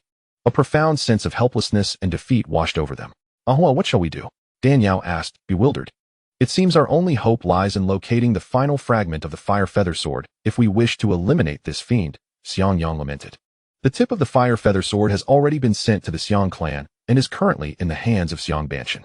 You shall never gather the complete fire feather sword in your lifetime. Yi Chen laughed maniacally. What? You sent the sword tip to the Xiang clan? Dan Yao exclaimed in disbelief. Indeed, during our expedition to the Fire Dan cave. Although I did not find the Fire Dan divine scroll, I did acquire the fragment of the fire feather sword's tip. Everything I said earlier was a ruse. When I obtained this fragment, I anticipated that you would have already collected the other 3 fragments and would undoubtedly plot against me for this one. Moreover, that wretched woman Black May has been relentlessly pursuing me, demanding the fragment I pilfered from the Xiang clan. At this juncture, a flicker of ruthless resolve gleamed in Yi Chen's eyes. I am aware that in this lifetime, I may never reclaim the complete fire feather sword. Rather than letting you benefit from it in the future, I might as well embrace ruin, ensuring that none shall possess it. Hence, I bartered this shard with Xiang Banshan, entrusting He Mei to return the fragmented tip to the Xiang clan to fulfill my obligation, while I wield the clan's shard, employing the sword heart enlightenment technique against you. As anticipated, you two despicable scoundrels indeed schemed against me. Fortunately, I was well prepared. Even if you manage to acquire all 4 shards and forcibly restore the fire feather sword, it will remain a broken blade, utterly incapable of piercing my undying blood cauldron. Upon hearing this, Dan Yao and Xianxiang both felt a heavy weight settle upon their hearts. They had never expected Yi Chen to harbor such a trump card, one he was willing to part with, a fragment so precious. Now that this piece had been returned to the Xiang clan, and with Xiang Banshan aware of their efforts to restore the fire feather sword, he would surely carry it with him at all times. Thus, obtaining this shard would be as arduous as ascending to the heavens. Humph, without the fire feather sword as fragments, and with the snow soul sword so difficult to sharpen. I wonder what you intend to use to slay me. At that moment, a blinding crimson light abruptly flared. Yi Chen, who was in the midst of reckless laughter, suddenly froze before emitting a harrowing scream akin to the mournful cry of a nocturnal owl. Moments later, Dan Yao and Xianxiang were stunned, unable to comprehend what had transpired. Dan Yao swept her sleeve, dispersing the swirling dust that clouded the sky. As they focused their gaze, both were utterly astonished. The once indomitable undying blood cauldron now bore delicate fissures, resembling the wrinkles etched upon an elder's skin by the relentless passage of time. Countless fine cracks scattered across its surface. Turning their eyes to Yi Chen, they saw his face had turned deathly pale, his vitality abruptly drained, his entire being aged visibly before their eyes. The once handsome and vigorous young man had transformed into a frail elder with snow-white hair and shriveled skin. How could this be? Yichun's eyes widened like copper bells, disbelief etched deeply within. An unprecedented dread enveloped him, chilling his spine and causing his entire body to tremble. After binding with the undying blood cauldron, he was supposed to be immortal and invulnerable, ageless and unscathed. How then could he suddenly deteriorate into such a pitiful state? It turned out that the dual swords of Dan Yao and Xianxiang, though incomplete in themselves, the fire feather sword and the snow soul sword, each bearing flaws, could not unleash their full might, which explained why a single strike failed to shatter the undying blood cauldron. However, as the old saying goes, even a dying camel is larger than a horse. Though fragmented, these divine swords, forged by the power of heaven and earth, still possessed formidable strength when combined. Thus, the blow did not utterly destroy the undying blood cauldron, but severely damaged its immortal essence. Bound to the undying blood cauldron, Yichun's fate was intrinsically linked. When it suffered damage, he too would suffer in kind. The cauldron's defiance of nature lay in its very immortality. Having previously enjoyed eternal life and invulnerability, now that its source was impaired, it would demand repayment in double. Yichun had arrogantly believed that once bound to the undying blood cauldron, no matter how recklessly he acted, he would never perish. Unbeknownst to him, such a seemingly fateful gift had long been marked with a hidden price, which had now come due. As the cauldron cracked, Yichun's life force likewise fractured. His immortality was no longer guaranteed. He could distinctly feel his vitality rapidly waning, his cultivation dissipating like water leaking from a broken jar. After surpassing the Heavenly Lord stage, a cultivator's lifespan extended to 6,400 years. Yichun, barely over a century old, had only lived a fraction of that time. Yet now, he found himself in the twilight of his years, a flickering candle flame trembling in the wind, ready to be extinguished by the slightest breath. What terrified him most was that the ancient, all-encompassing sensation within his primordial spirit, the feeling of coexisting with heaven and earth, enduring alongside sun and moon, gazing down upon all living beings, had dissolved into an illusion, as ephemeral as a moon's reflection on water or flowers in a mirror. Cultivators sustain their vitality through relentless practice and breakthroughs, and such vitality begets boundless longevity. The undying blood cauldron's backlash had drained 90% of Yichun's life force, leaving him a stagnant pool devoid of source. Even if Dan Yao spared his life, the relentless blaze of fate's sun would soon evaporate this lifeless water entirely. Unless Yichun could obtain the Qianxian holy water, procured by Dan Yao through the system to extend life by 10,000 years, his days were numbered. Yet this sacred water had already been given to Shang Guanyu, who did not consume it before his death, leaving its whereabouts unknown. No one now knew where this precious elixir resided. Dan Yao cast a disdainful glance at Yichun, sneering, "Weren't you arrogantly boasting? Didn't you claim to be immortal and indestructible? How do you find yourself now? No, it's impossible. No one can shatter the undying blood cauldron. This cannot be." Yichun roared hysterically, his aged, wrinkled face contorted into a demonic snarl. Dan Yao laughed coldly. "Whether you accept it or not, this is the truth. Since we've crossed paths, I might as well let you die with full understanding." Pausing, she fixed her gaze upon Yichun's aged visage, her smile deepening as she enunciated each word deliberately. "Imperial Court Jade liquor, 180 per cup." Without hesitation, Yichun blurted out the words. Suddenly, his eyes widened, and he cried out in alarm, "It was you! All these years, hiding in the shadows, plotting against me, causing me such suffering. You, the time traveler. It was you all along." Dan Yao smiled knowingly. "Indeed, it was I? You never expected that, did you? Oh heavens, how could this be? How could this be?" Yichun spread his arms wide, lunging forward to tear Dan Yao apart. She deftly evaded his grasp, while Xianxiang delivered a fierce kick that sent Yichun hurtling like a cannonball, landing headfirst in the dust. Struggling to rise, Yichun glared venomously at Dan Yao. "In truth, I should have foreseen this. The Snow Soul Sword, known by name but never seen, could not have appeared without cause. I was too influenced by the original story, assuming this world, crafted by a male author, would center on men, with women merely as adornments. No matter how young or beautiful, I never imagined the time traveler would be you. You wretched woman, you have caused me such torment." Dan Yao retorted with a smile. "Who told you to underestimate women? I've made it so obvious all along, yet after all these years, you never suspected me. Perhaps the fault lies in your own mindset. Who else can you blame?" Yichun was rendered speechless, choked by her words. Taking a breath, he said, "Two tigers cannot share one mountain, unless one is male and the other female. I had thought the time traveler was a man, which is why I was so wary. Now that you are a woman, why didn't you tell me sooner? We could have been partners, like Yang Guo and Xiao Longnu, our dual swords united, journeying across the continent together. Wouldn't that have been wonderful? Ugh, who would want to be your partner, you despicable bastard? Dan Yao spat disdainfully. With your arrogant, self-righteous attitude, even if all the men in the world perished, I wouldn't touch a rotten cucumber like you. Just picturing that scene makes me sick. Yao, no need to waste words on him. Let us combine the dual swords once more and send him to hell. Xiang Yang's handsome face darkened from pale to sullen as he hurriedly interrupted. Very well. Dan Yao, unwilling to waste further breath, immediately summoned the Snow Soul Sword. Despite Yichun no longer possessing an immortal body and having limited time left to live, he must not show mercy, especially at such a critical juncture. To allow him to linger in a state of feeble existence would inevitably lead to a vengeful resurgence, as he would exploit his dwindling life to enact a frenzied reprisal. Furthermore, the undying blood cauldron, born from the sacrificial offering of countless souls, must not be allowed to endure. Its destruction is essential to appease the spirits of the deceased. Should this cauldron fall into the hands of the malevolent Black Charm, the repercussions would be unfathomable. The twin swords harmonized once more, their blades illuminating the heavens. The intertwining red and blue energies transformed into a resplendent golden divine sword. With their hands firmly gripping the hilt, they struck down with ferocity. A terrifying golden sword aura cleaved through the clouds, descending upon the undying blood cauldron with unyielding force. The cauldron, already grievously damaged and cracked, could not withstand this blow. A thunderous explosion resounded, shaking the very earth. This legendary alchemical vessel, coveted by innumerable alchemists and steeped in ancient lore, which promised the gift of undying power and ranked second on the cauldron list, was utterly reduced to ashes.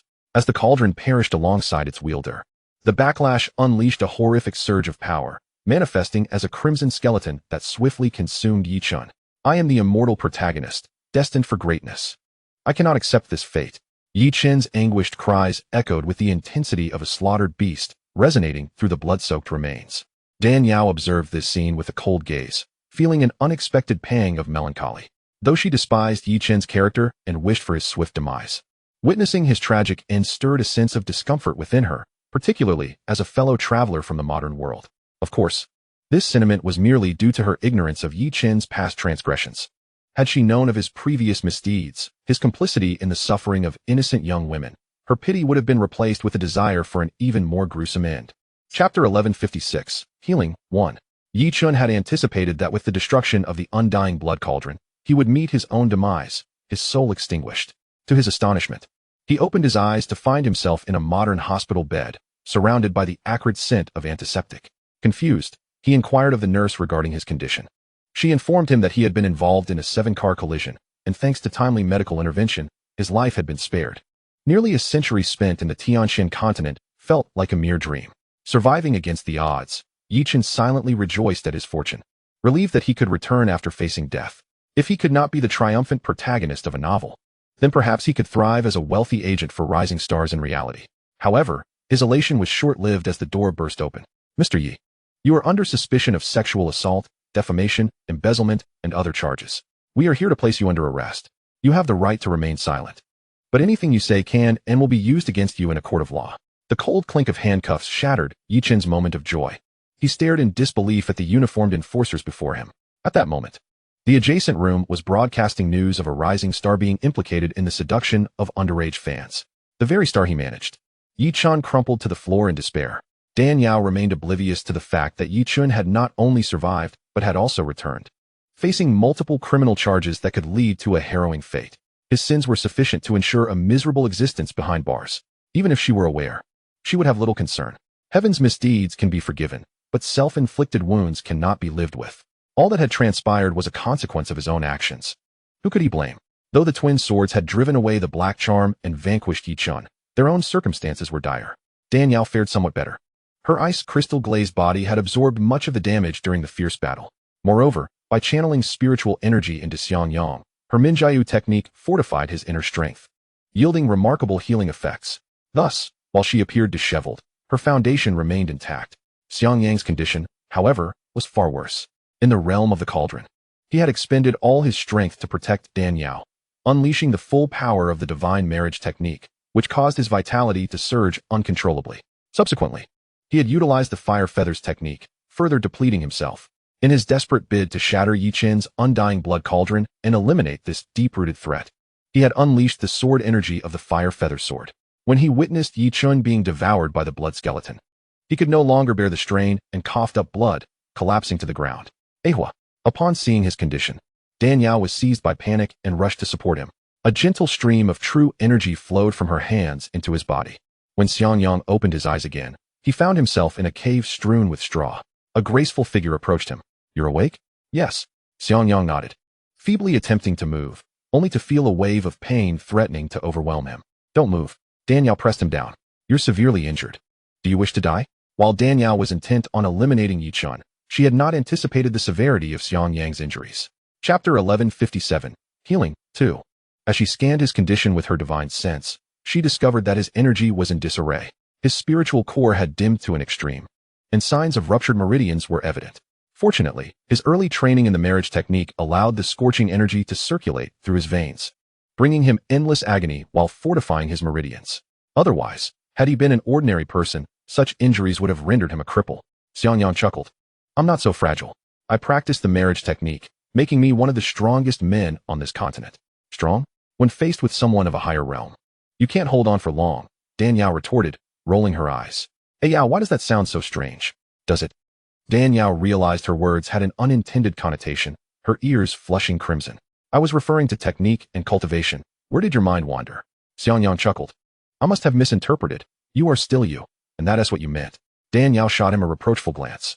"You sustained such serious internal injuries and still insisted on pushing through. You nearly scared me to death. Didn't you want to eliminate that scoundrel Yi Qin? Why would I not assist you? That guy is already subdued by my ice power. I could easily freeze him in place. You could recover first, and then we could deal with him slowly. Why did it have to come to this? There's no choice. After all, Yi Qin has become your obsession." Xiangyang shrugged. "Moreover, he has been exceedingly lucky in evading capture thus far. If I don't seize the initiative, he may escape again, making it even harder to deal with him later." Dan Yao gazed at him silently, unable to find words, her eyes shimmering with a peculiar light. For the sake of her obsession, he had risked his own life. Gently, Xiangyang stroked her hair, his voice softening. "It's all in the past now. You need not worry any longer." Upon hearing his words, Dan Yao felt as though she were on a roller coaster, and all her tension and anxiety evaporated in that moment. This time was indeed perilous. "I never anticipated that the undying blood cauldron could manifest a realm within itself." Even more surprising was the collusion between Yi Qin and He Mei, who devised such a cunning strategy to evade the constraints of the heavenly rules in the western regions. Fortunately, my quick thinking led me to utilize your Minjiayu skill to compensate for the fleeting nature of the bridal garment's spiritual power, allowing me to barely repel He Mei. Reflecting on that moment, I still feel a lingering dread, and my animosity towards the Xiang clan has only intensified. Dan Yao sighed. "It's not just you. I too did not foresee that Yi Qin had such a card up his sleeve. I believed that once I broke through to the spiritual platform realm, I could traverse any place outside the central region with ease. Yet, I nearly fell victim to He Mei. Thankfully, the undying blood cauldron has been destroyed. And even if that woman were to enhance her cultivation further, she poses no threat to us. Should we encounter her again, I shall ensure she faces a brutal defeat."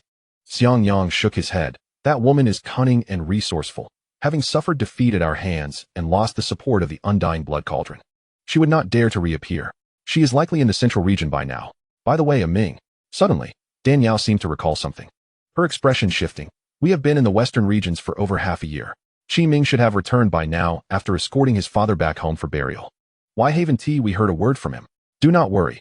That lad is quite clever and, under our guidance, has broken through to the Earth's sovereign realm. Unless he encounters a celestial monarch, no one can harm him," Xiangyang reassured, noticing Dan Yao's concern. Dan Yao felt somewhat reassured by his words and replied, "Let us not dwell on unnecessary worries. We must first heal our wounds. Once we have both recovered, we shall seek out my 2 cousins in Qingzhou, then train for a while. When the white tiger confronts the 7 fiends, and the divine lord's cave opens, we will obtain the pure gold water and proceed to the northern region. The spiritual energy there is rich, second only to the central region, making it an ideal place for breaking through to the divine void realm. After that, we can settle accounts with Xiangbanshan in the central region." "Indeed." Xiangyang nodded, unable to resist stealing a glance at Dan Yao. When the nameless female immortal conceived the bridal garment and Minjiayu skills, she must have intended for practitioners of both genders to complement each other and fight together. Yet, why is it that when we join forces to confront an enemy, I become utterly drained, while you seem to grow more spirited. Dan Yao chuckled. What is there to comprehend? The nameless female immortal favored women, naturally ensuring that those who practice Minjiao maintain an abundant flow of spiritual energy regardless of the circumstances. Xianxiang, however, remained skeptical, a teasing smile gracing his lips. I beg to differ. The bridal garment skill embodies Yang, while Minjiao embodies Yin. Yin cannot flourish alone, nor can Yang thrive in solitude. The harmony of Yin and Yang is the essence of all creation. The so-called joint defense is merely a dual cultivation method of Yin and Yang. As the old saying goes, only the overworked ox dies, not the field. Thus, while I am left exhausted, you appear more invigorated. You insufferable, Dan Yao exclaimed, chasing after him in a playful fury. Do not strike. I am but a wounded soldier. After some time, Xianxiang, breathless and fatigued, settled onto a straw mat and began to cultivate for healing. Dan Yao, while guarding him, practiced the snowless steps. Previously, she had taken advantage of Xiangyang's refining of the fire feather sword to master the technique. She had thought that with this skill, even if she could not defeat a divine void realm stronghold, she could at least evade them for a while. However, after her battle with Hei Mei, Dan Yao realized how mistaken she had been. While a spiritual platform realm practitioner may theoretically evade the attacks of a divine void realm opponent using the snowless steps, in practice, the execution often deviates from the theory. It is akin to a promotional meal deal that, when received, turns out to be a mere shadow of its advertised promise. Ultimately, it came down to a lack of practical ability. This technique must be honed through combat experience against strong opponents to truly unlock its potential. Following her confrontation with Hei Mei, Dan Yao recognized that her snowless steps had ample room for improvement and required further refinement. Days turned into weeks, and it took Xianxiang over 2 months to fully recuperate. Meanwhile, his severely depleted spiritual energy returned, now radiating with a dazzling brilliance. The spiritual power within him had not only recovered, but was now purer and more potent than before. This arduous battle against the divine void realm adversary, while injurious, had forged him into an even stronger warrior. During these 2 months, Dan Yao had also mastered the snowless steps with greater finesse. If she were to encounter Hei Mei again, even if she could not defeat her, she would not feel so helpless. Xianxiang opened his eyes, the fiery glint within them sparkling with vitality, his powerful spiritual energy swirling around him, bringing an indescribable sense of relief. Feeling the surging spiritual energy within, he smiled at Dan Yao. I am nearly healed. It is time to visit your cousins in Qingzhou. Yes, let us depart. The two of them tore through space, employing the technique of spatial displacement to swiftly arrive in Qingzhou. In the western part of Qingzhou city stood 2 grand and imposing structures, embodying a sense of antiquity and dignity. These 2 residences were the branches of the Dan family in the western regions, belonging to Dan Ji and Dan Sheng. At this moment, within the study of Dan Sheng's residence, a middle-aged man dressed in a snow-blue robe, appearing to be in his 30s or 40s and possessing a refined demeanor, was perusing the information sent by various shops, his expression darkening like the sky before a storm.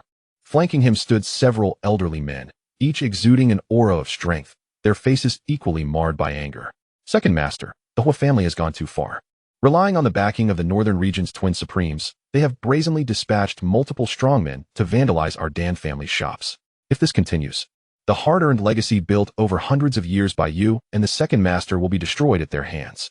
The speaker was Zhao Bo, the proprietor of the Wanjin Pavilion, who had previously met Dan Yao. Not only the shops, but the Dan family's medicinal fields in Qingzhou, Mizhu, and Lingzhou have also been poisoned by a group of masked individuals, ruining decades of careful nurturing in an instant. An elder responsible for gathering and cultivating spiritual herbs exclaimed angrily. Moreover, the Hua family has resorted to all manner of despicable tactics, threatening and enticing our hard-earned alchemists away. If this persists, the Wanjin Chamber of Commerce will truly face its demise. Listening to the grievances of the elders and the proprietor, Dan Sheng, the Second Master of the Dan family, sighed heavily. He reminisced about the days when he and his elder brother, unwilling to remain idle as mere pampered heirs, ventured into the western regions with fervent ambition to establish a branch of the Dan family.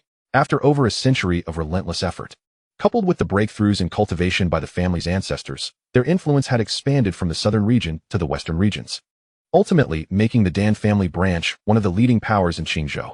However, as the family's power grew, it inevitably attracted the Hua family's jealousy, who were also engaged in the medicinal business.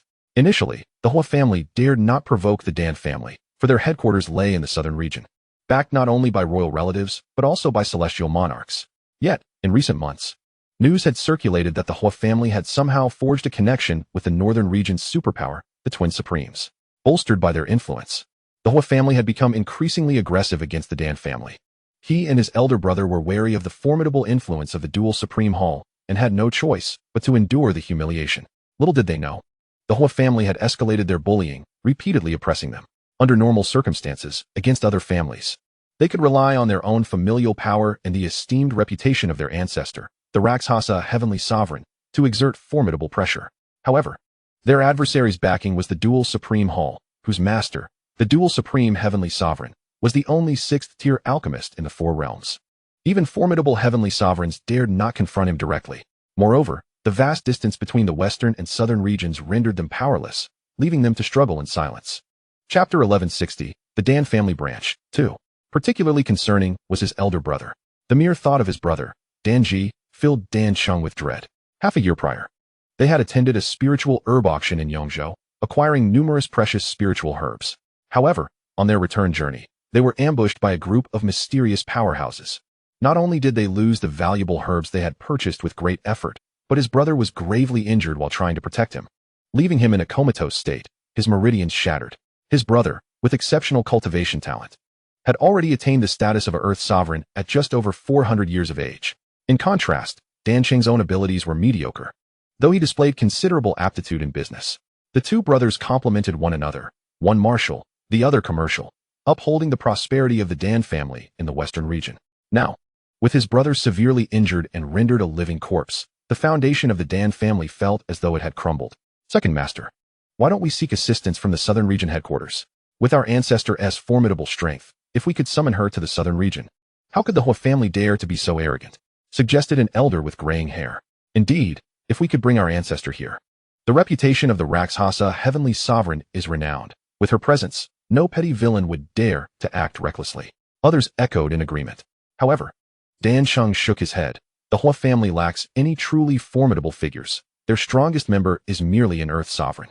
Their audacity to act against us stems solely from the support of the dual supreme hall. To deal with the Hua family, we must first contend with the dual supreme hall. Although our ancestor is powerful, she pales in comparison to the multitude of strong individuals within the dual supreme hall. Zhao Bo's thoughts shifted, and he suggested, what if we invite the cousin to assist us? Cousin? Dan Cheng was momentarily taken aback. Zhao Bo, suddenly struck by a realization, chuckled wryly. How could I forget? I've been so preoccupied with the shop being damaged that I overlooked this matter. Half a year ago, a pair of masked young men came to Wanjing to sell a 9-cavity concentration pill.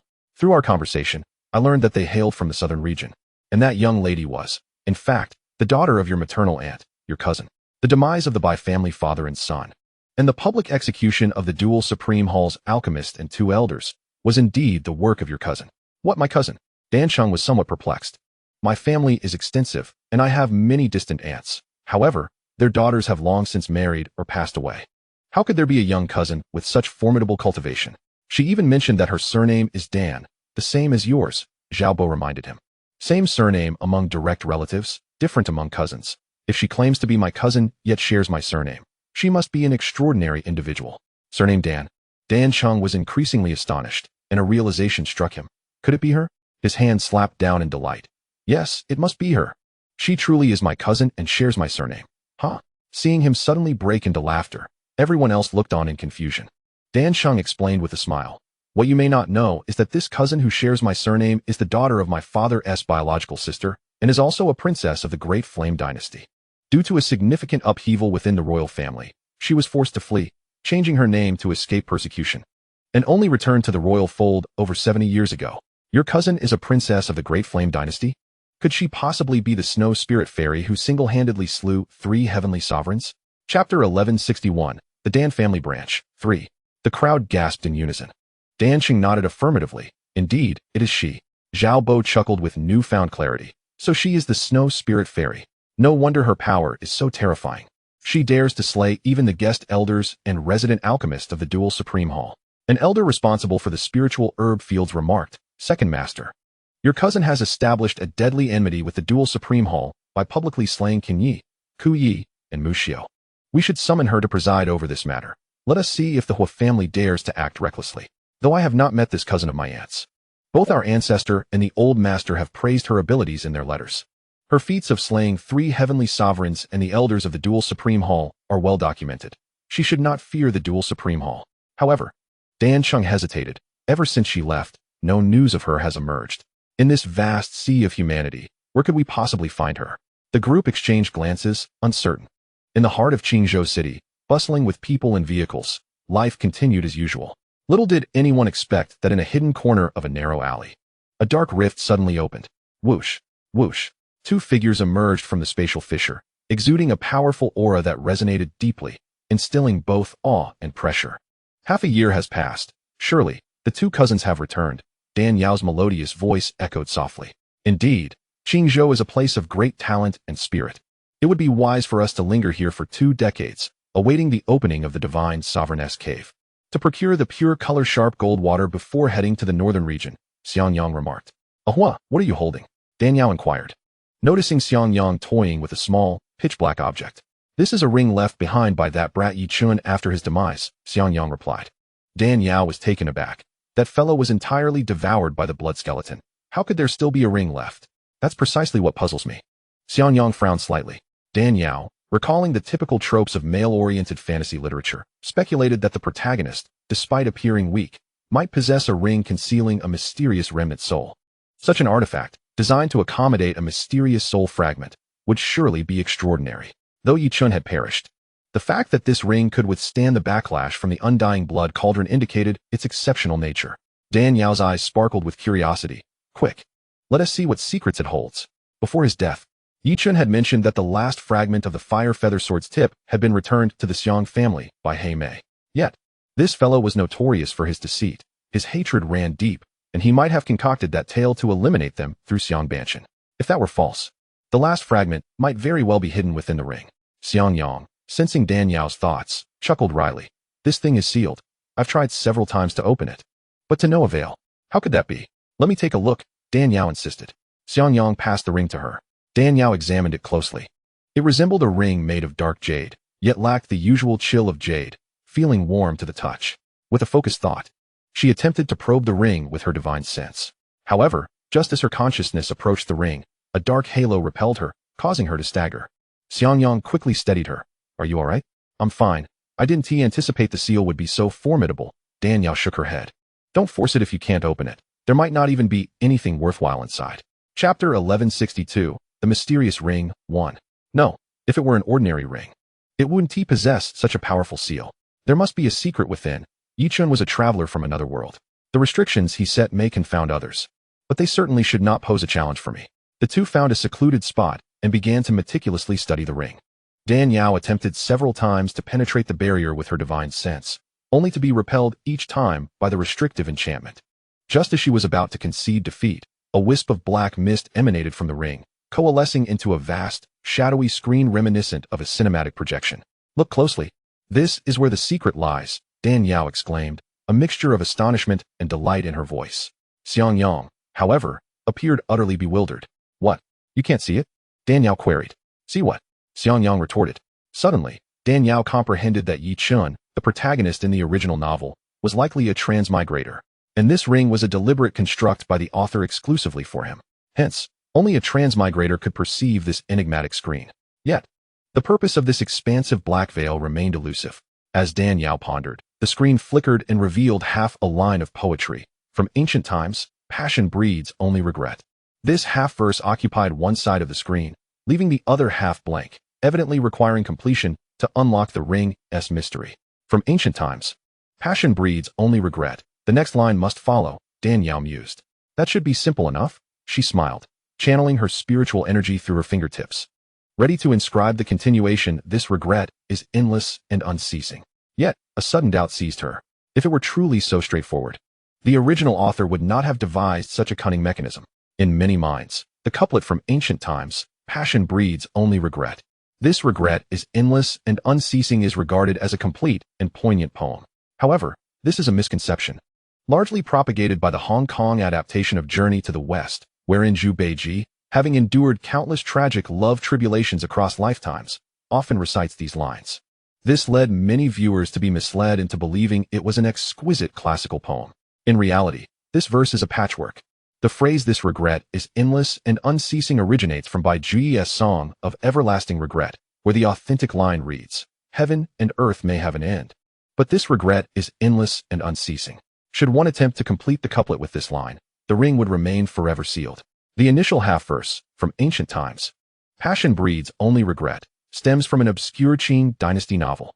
Fortunately, Dan Yao's prior expertise in classical literature acquainted her with the obscure poetry and prose, enabling her to recognize the correct second half. Leaping gracefully, she used her hand as a brush to inscribe on the vacant side of the screen, "Sweet dreams are always the easiest to awaken." Thus, the authentic original couplet read, "From ancient times, passion breeds only regret. Sweet dreams are always the easiest to awaken." The poet Wei Ziyan, though lacking the phrase "this regret is endless and unceasing," penned another immortal line. One misstep becomes eternal regret. Turning back finds 100 years past, which also resonates profoundly. Indeed, as Dan Yao finished the last stroke of the character for Awaken, the shadowy screen vanished instantly, replaced by a dazzling golden light that enveloped both Dan Yao and Xianxiang, drawing them inside.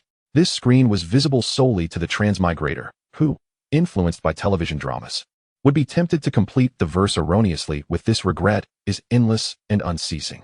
Such a design rendered unlocking the ring extraordinarily challenging. Dan Yao surmised the author's meticulous effort implied the ring concealed an extraordinary, perhaps earth-shattering, secret. Yet, upon entering, she was profoundly disappointed to find the interior barren, resembling a snow cave, sparsely furnished only with a few bottles of elixirs and a single scroll. Aside from these, there was nothing else. "This fellow is even poorer than Hong Yin and Qing Fu. This time, he has truly suffered a great loss," Dan Yao muttered dejectedly. "Something is better than nothing. Let us see what's inside the bottles," Xianxiang suggested slowly. Dan Yao uncorked a vial, releasing a fragrant aroma of medicinal herbs. Without looking further, she recognized the scent indicated remedies for regulating vital energy, harmonizing blood flow, and healing internal injuries. Considering Yi Chun's reckless escapades and self-destructive tendencies, it made sense to have a stockpile of recuperative medicines. Otherwise, survival to this point would have been impossible. While these medicines were priceless treasures to ordinary individuals, to Dan Yao, an 8th-rank medicine emperor, they were as trivial as chicken ribs, neither palatable nor worth discarding. Without further ado, Dan Yao bypassed the elixirs and reached for the scroll placed alongside them. Upon unfurling it, her pupils contracted sharply, and she involuntarily uttered a startled sound. Hearing her exclamation, Xianxiang leaned over to glance and was equally astonished. "How could it be her?" he murmured.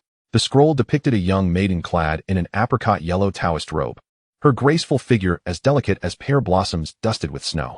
Upon closer inspection, her features were unmistakably Shui Ling's, the ethereal beauty, whose visage remained unchanged. Yet her aura was exceptionally refined and vibrant, akin to the luminous moonlight, crystalline and elegant, as if steeped in the spring waters of Yangzhou during the season of blooming fireworks, truly living up to her name. "Ah Yao, isn't this your junior sister Shui Ling? How did her portrait come to be here?" Xianxiang asked, perplexed. Dan Yao shook her head. "I have no idea. Since Master Qingjing accepted her as a disciple, she has seldom left the 7-star palace, never venturing beyond the eastern domain. How did Yi Qin come to know her? And why did he depict her so beautifully?" Xianxiang tilted his head thoughtfully. "The Shui Ling in this portrait is far more enchanting than in our memories. Perhaps Shui Ling is a significant character in the original novel, which is why Yi Qin faithfully illustrated her accordingly." "That's very plausible," Dan Yao responded solemnly. "The modern internet is inundated with works of varying quality, leading readers to suffer aesthetic fatigue. Unless a book is exceptionally brilliant or distinctive, like the half-book Criminal Law featuring Fu Xinxing, or Destroy Your Entire Clan starring Li Qinjian, it is generally forgotten soon after reading." Yi Qin, aware that he had transmigrated into the novel, recognized that familiarity with the original storyline was his greatest advantage, and he would undoubtedly commit it to memory. On the Tianxian continent, cultivators often seclude themselves for decades or even centuries. Over such prolonged periods, memories inevitably fade. Making the adage "a good memory is no match for a bad pen," particularly apartment rather than rote memorization, it was wiser to record key characters and pivotal plot points, reviewing them occasionally to reinforce recollection. Beneath Shui Ling's image were several lines of minuscule script. Xianxiang squinted and noticed these characters resembled everyday writing, but with greatly simplified strokes, familiar yet indecipherable.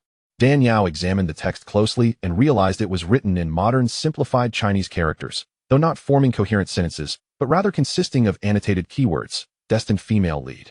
Not the female lead. Kaiming's corruption. Xianxiaaudiobooks. Readers sending death threats," she read aloud. Xianxiang was utterly baffled. What does destined female lead, not the female lead mean? They say she is the female lead, yet also not the female lead? How does that make sense? And what is chiming as corruption? I don't fully understand either. Dan Yao admitted, but piecing these terms together, it seems Xue Ling is an extraordinarily fortunate and blessed character in the novel, though not the official female lead. She surpasses her in prominence. Chiming as corruption might be related to her, and she is connected to Xianxia Palace. As for readers sending death threats, Dan Yao furrowed her brow. If I'm not mistaken, the original author was rather unkind, killing off Xue Ling, a beloved character cherished by readers, leading to an outcry where fans banded together to send death threats to the author. Xiangyang remained perplexed. Even if Xue Ling is well loved by readers, would Yichen really emphasize her with a portrait and annotations? Not even Chiming, the ultimate antagonist who undergoes corruption, received such treatment. Why single her out? Dan Yao narrowed her eyes and remarked, these pivotal annotated terms have a hierarchy. The earlier they appear, the more significant they are. The first term, Fortune's female protagonist, indicates that Xue Ling possesses extraordinarily fortunate luck, comparable to that of the main character. Yichen had been outmaneuvered by me numerous times in the southern region, losing countless opportunities, and his protagonist aura has nearly vanished. If he wishes to make a comeback, the best course of action would be to marry Xue Ling, leveraging her luck to turn his fortunes around. Ah, so that's how it is, Xiangyang exclaimed. Realizing the implications, Dan Yao smirked coldly. This killer, blinded by desire, was deceived by Dan Kingley in the southern region and remains oblivious to his own mistakes. Still coveting Xue Ling, fortunately, we acted swiftly. Otherwise, Xue Ling might have truly fallen victim to him. Pointing at the second term, Xiangyang inquired. It states that Xue Ling is not the female protagonist. Doesn't that present a contradiction? Dan Yao shook her head. I am uncertain as well. However, from the description, it appears that Xue Ling is indeed a crucial character. At this point, Dan Yao chuckled softly. It has been nearly 70 or 80 years since I last saw Xue Ling. I wonder how she is faring now. Dan Yao's speculation was not misplaced. Xue Ling was indeed a pivotal character in the original narrative. She was the unattainable white moonlight for the male protagonist Yichen, as well as the cherished red mole on Qi Ming's heart. Qi Ming's descent into darkness and his transformation into a formidable demon were both a consequence of her influence. The reason behind her possessing the aura of a protagonist, yet lacking the status of one, remains a mystery even to Yichen, who has read the original work, let alone the author himself. It turns out that the author, while crafting the overarching outline of the book, had initially designated Xue Ling as the female protagonist. In male-centric novels, there is typically only one male lead, while the female lead can have multiple counterparts. Xue Ling is not only a primary female lead, but also the foremost among them. In terms of societal hierarchy, she ought to be regarded as the empress of Yichen's harem, a status incomparable to that of other female characters. Initially, when the author conceived Xue Ling, he infused her character with traits inspired by the goddess he had secretly adored since childhood, thus bestowing upon her an unparalleled protagonist aura. Opportunities seemed to rain upon her, and all the beautiful imaginings of men regarding women were concentrated solely on her. Had there been no unforeseen circumstances, it was expected that Xue Ling would ultimately be with the male protagonist Yichen by the end of the novel. However, just as the author approached the conclusion, the goddess of his affections married someone else. To make matters worse, the man she wed was none other than his half-brother, the product of his father's infidelity. Upon receiving the wedding invitation, the author felt a profound emotional blow and, in a fit of rage, not only killed off Xue Ling's character, but also paired her with Qi Ming. The readers were unable to accept this twist and threatened to send the author death threats.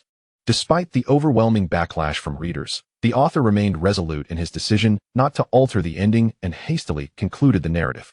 Ironically, this impulsive act rendered Xue Ling's character a classic. In previous fantasy literature, no matter how exceptional or frigid the goddess was, she would invariably succumb to the male protagonist's advances. In contrast, Xue Ling remained indifferent to Yichen's affections, ultimately falling for the arch-villain Qi Ming, steadfastly walking a dark path until her demise. This starkly contrasted with the typical female protagonists in fantasy tales. Years later, readers encountering this book would exclaim in astonishment, "Such a female protagonist exists. She is so pure and unpretentious, unlike those seductive vixens outside. I adore her." Meanwhile, Yichen, despite defeating Qi Ming and attaining immortality, surrounded by countless admirers, could never forget the deceased Xue Ling, forever haunted by the question of why she would choose to love a great demon rather than be with him. In female-centric narratives, only those male characters who end up with the female protagonist are deemed the true leads. Likewise, in male-centric stories, Only those female characters who unite with the male protagonist are recognized as the female leads by the readers. However, the author had depicted Shui Ling so exquisitely, showering her with praise that rendered the other female characters pale in comparison. She became the unresolved longing of the male protagonist and the unfulfilled desire of countless readers, an entity that transcended the very definition of a female lead. All these intricate circumstances, even those endowed with intellect surpassing that of Zhuge Liang, could not fathom, and Dan Yao could not possibly guess. Dan Yao stowed the portrait and medicinal pills into her ring and searched around but found no further treasures. She transformed into a beam of spiritual light and flew out of the ring. Yao, what shall we do with this ring? Xianxiang inquired, gazing at the ring floating in the air, emanating eerie glimmers. Let us burn it. It looks exceedingly ominous. Keeping it may attract malevolent energy and misfortune. Since we've taken everything inside, incinerating it will be a clean break. Agreed. Xianxiang was also wary that Yi Chun might have poisoned this ring, and if they were inadvertently harmed, it would be too late to lament. Taking a deep breath while regarding the ring, Xianxiang unleashed a surge of red and purple flames from his palm, swiftly enveloping the ring. As the flames intensified, the ring began to boil violently, desperately attempting to escape the inferno. Your master is dead. You shall go with him. Xianxiang increased the intensity of the flames, and the oppressive heat rapidly spread. The ring could not withstand the onslaught for long and soon succumbed. Just as the ring was engulfed by the purple flame and on the verge of disintegration into ash, Dan Yao gasped in surprise, noticing a rich, emerald green light emanating from within the ring. As the green light coalesced amidst the dual-colored flames, it ultimately transformed into a small, verdant lid. The moment the jade-green lid took shape, Xianxiang ceased his incineration. Dan Yao reached out and grasped the small, verdant lid in her hand. It was a miniature lid for an alchemical cauldron, entirely jade green, intricately adorned with two intertwining yin and yang fish carved through delicate hollowwork, appearing exceedingly exquisite. Dan Yao gazed at the lid before her in astonishment, unaware that this object would hide in the form of a ring. She hastily inquired, "Ahua, you are well versed in various matters. Please help me discern what this is." "This is the emerald Qiankuan lid." Xiangyang's countenance shifted dramatically as he exclaimed in shock. "Emerald Qiankuan lid?" Dan Yao paused, her curiosity piqued. "What is the emerald Qiankuan lid?" The emerald Qiankuan lid is a highly confidential artifact that has long been lost to history. Not only is it rare in the four great domains, but even in the central domain, where prodigies abound, few are aware of its existence. At this point, an unprecedented gravity marked Xiangyang's expression. Though few know of this item, its value surpasses our cultivated skills in the bridal gown technique and the Ming Jade technique. Should word spread that you possess it, it would invite fatal peril, even with the protection of the natural laws in the four great domains. Those ancient beings in the central domain would be unable to resist the temptation and would stop at nothing to hunt you down. Upon hearing his grave words, Dan Yao felt a tightening in her chest, gripping the emerald Qiankuan lid tighter in her hand, and whispered, "What exactly is this object that it is deemed more precious than the bridal gown technique and the Ming Jade technique?" To comprehend, the two cultivation techniques practiced by her and Xianxiang are among the rarest and most extraordinary methods capable of leading one to transcendence in this age of severed celestial paths. They are not merely precious, they are invaluable beyond measure. Xianxiang sighed, stating, regarding this artifact, "My knowledge is limited to what I overheard from my father in casual conversation, as well as fragmented accounts found in family records, hence my understanding is not particularly profound." Dan Yao opened her palm and inquired, "Then share with me what you know." Xianxiang pointed to the dual fish symbol in the center of the jade cover and asked, "Are you aware of the significance of the yin-yang fish depicted here?" Dan Yao nodded. "Yes, the yin-yang fish represents the central element of the Taiji diagram." Xianxiang explained, "Qian signifies yang, while Kuan represents yin. Thus, this cover is aptly named the Jade Qiankuan cover. Can you discern what it covers? If I am not mistaken, this should be the cover of a medicinal cauldron, but it is far too small to belong to any known cauldron. The cover of a medicinal cauldron, Qiankuan." He mused. At this juncture, Dan Yao suddenly recalled something, her pupils narrowing in shock as she exclaimed, "Is this cover related to the Qiankuan public cauldron?" "Precisely," Xianxiang affirmed with a decisive nod. "The Qiankuan public cauldron is not only the pinnacle of the fire cauldron rankings, but also the foremost treasure among the 10 spiritual artifacts of the Tianxian continent. Meanwhile, our Shuepa sword and Huiyu sword can only rank second. Since the dawn of recorded history, the Qiankuan public cauldron has existed solely in name. Its actual form never witnessed by anyone. Many are aware of its miraculous nature, surpassing even the undying blood cauldron, yet no one has laid eyes upon it. not even in the ancient era when countless heroes and titans roamed. Chapter 1167. Clue to the Divine Cauldron. Xianxiang paused, his tone grave as he continued. The jade qiankuan cover you hold is the crucial clue in the search for this cauldron. So it is connected to the qiankuan public cauldron, Daniel realized. No wonder Yi Chun boasted arrogantly before his demise, claiming that no one could find the qiankuan public cauldron to counter his undying blood cauldron. It turns out the key item sought for this cauldron, the jade qiankuan cover, was in his possession.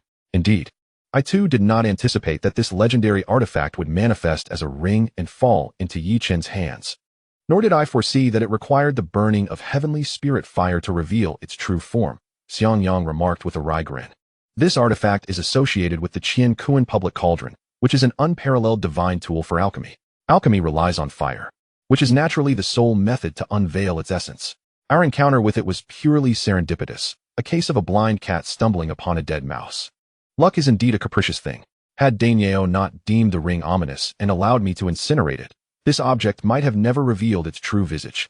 Daniel gathered her thoughts and queried, even if this object truly relates to the qiankuan public cauldron, it is merely a powerful treasure that aids in alchemy and balances all forces.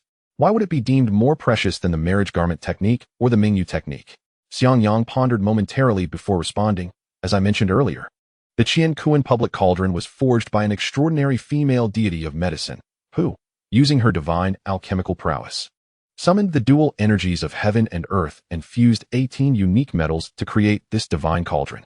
The balance it possesses can render all treasures and spiritual entities, save for the Huiyu and Shui Pai swords, devoid of their essence, reducing them to worthless scrap metal. Thus, it can counter the undying blood cauldron. He inhaled deeply and continued, what you do not know is that during the crafting of this cauldron, the female deity infused not only various metals and dual energies, but also the culmination of her alchemical endeavors and wisdom into the cauldron. Whoever obtains the qiankuan public cauldron shall inherit her legacy and become the new deity of medicine. Daniel's heart raced as she trembled. The deity of medicine? Whoever possesses the qiankuan public cauldron becomes the deity of medicine. That is utterly terrifying. Indeed, it is terrifying to the utmost degree. In this age of severed celestial paths, cultivators of this continent, regardless of their efforts, cannot surpass the ascendant realm, shedding their mortal forms to become free-spirited immortals. To break these shackles, there are only two paths. One is to acquire the secrets of the marriage garment technique and the Mingyu technique, cultivating them to their zenith to ascend spontaneously. The other is to harness the power of the deity of medicine, similar to the ascendant realm immortals.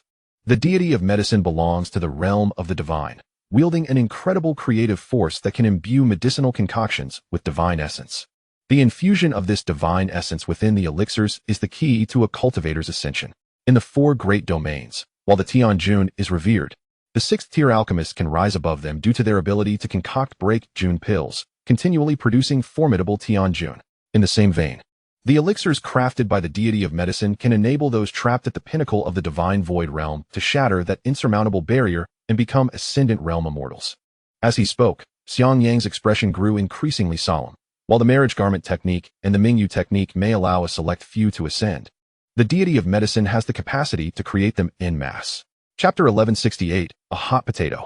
This is the fundamental reason why the qiankuan public cauldron surpasses the Shui Pai and Huiyu swords, the undying blood cauldron, and other treasures to become the supreme treasure of the Tianxian continent, Xianxiang declared gravely. Upon hearing this, Daniel was left in a quandary, unsure whether to feel elated or apprehensive. She had never anticipated the connection between the jade qiankuan cover and the qiankuan public cauldron. Nor could she have imagined that the qiankuan public cauldron could produce ascendant realm immortals in bulk. A hot potato, Daniel sighed deeply. An innocent man suffers for having a precious gem.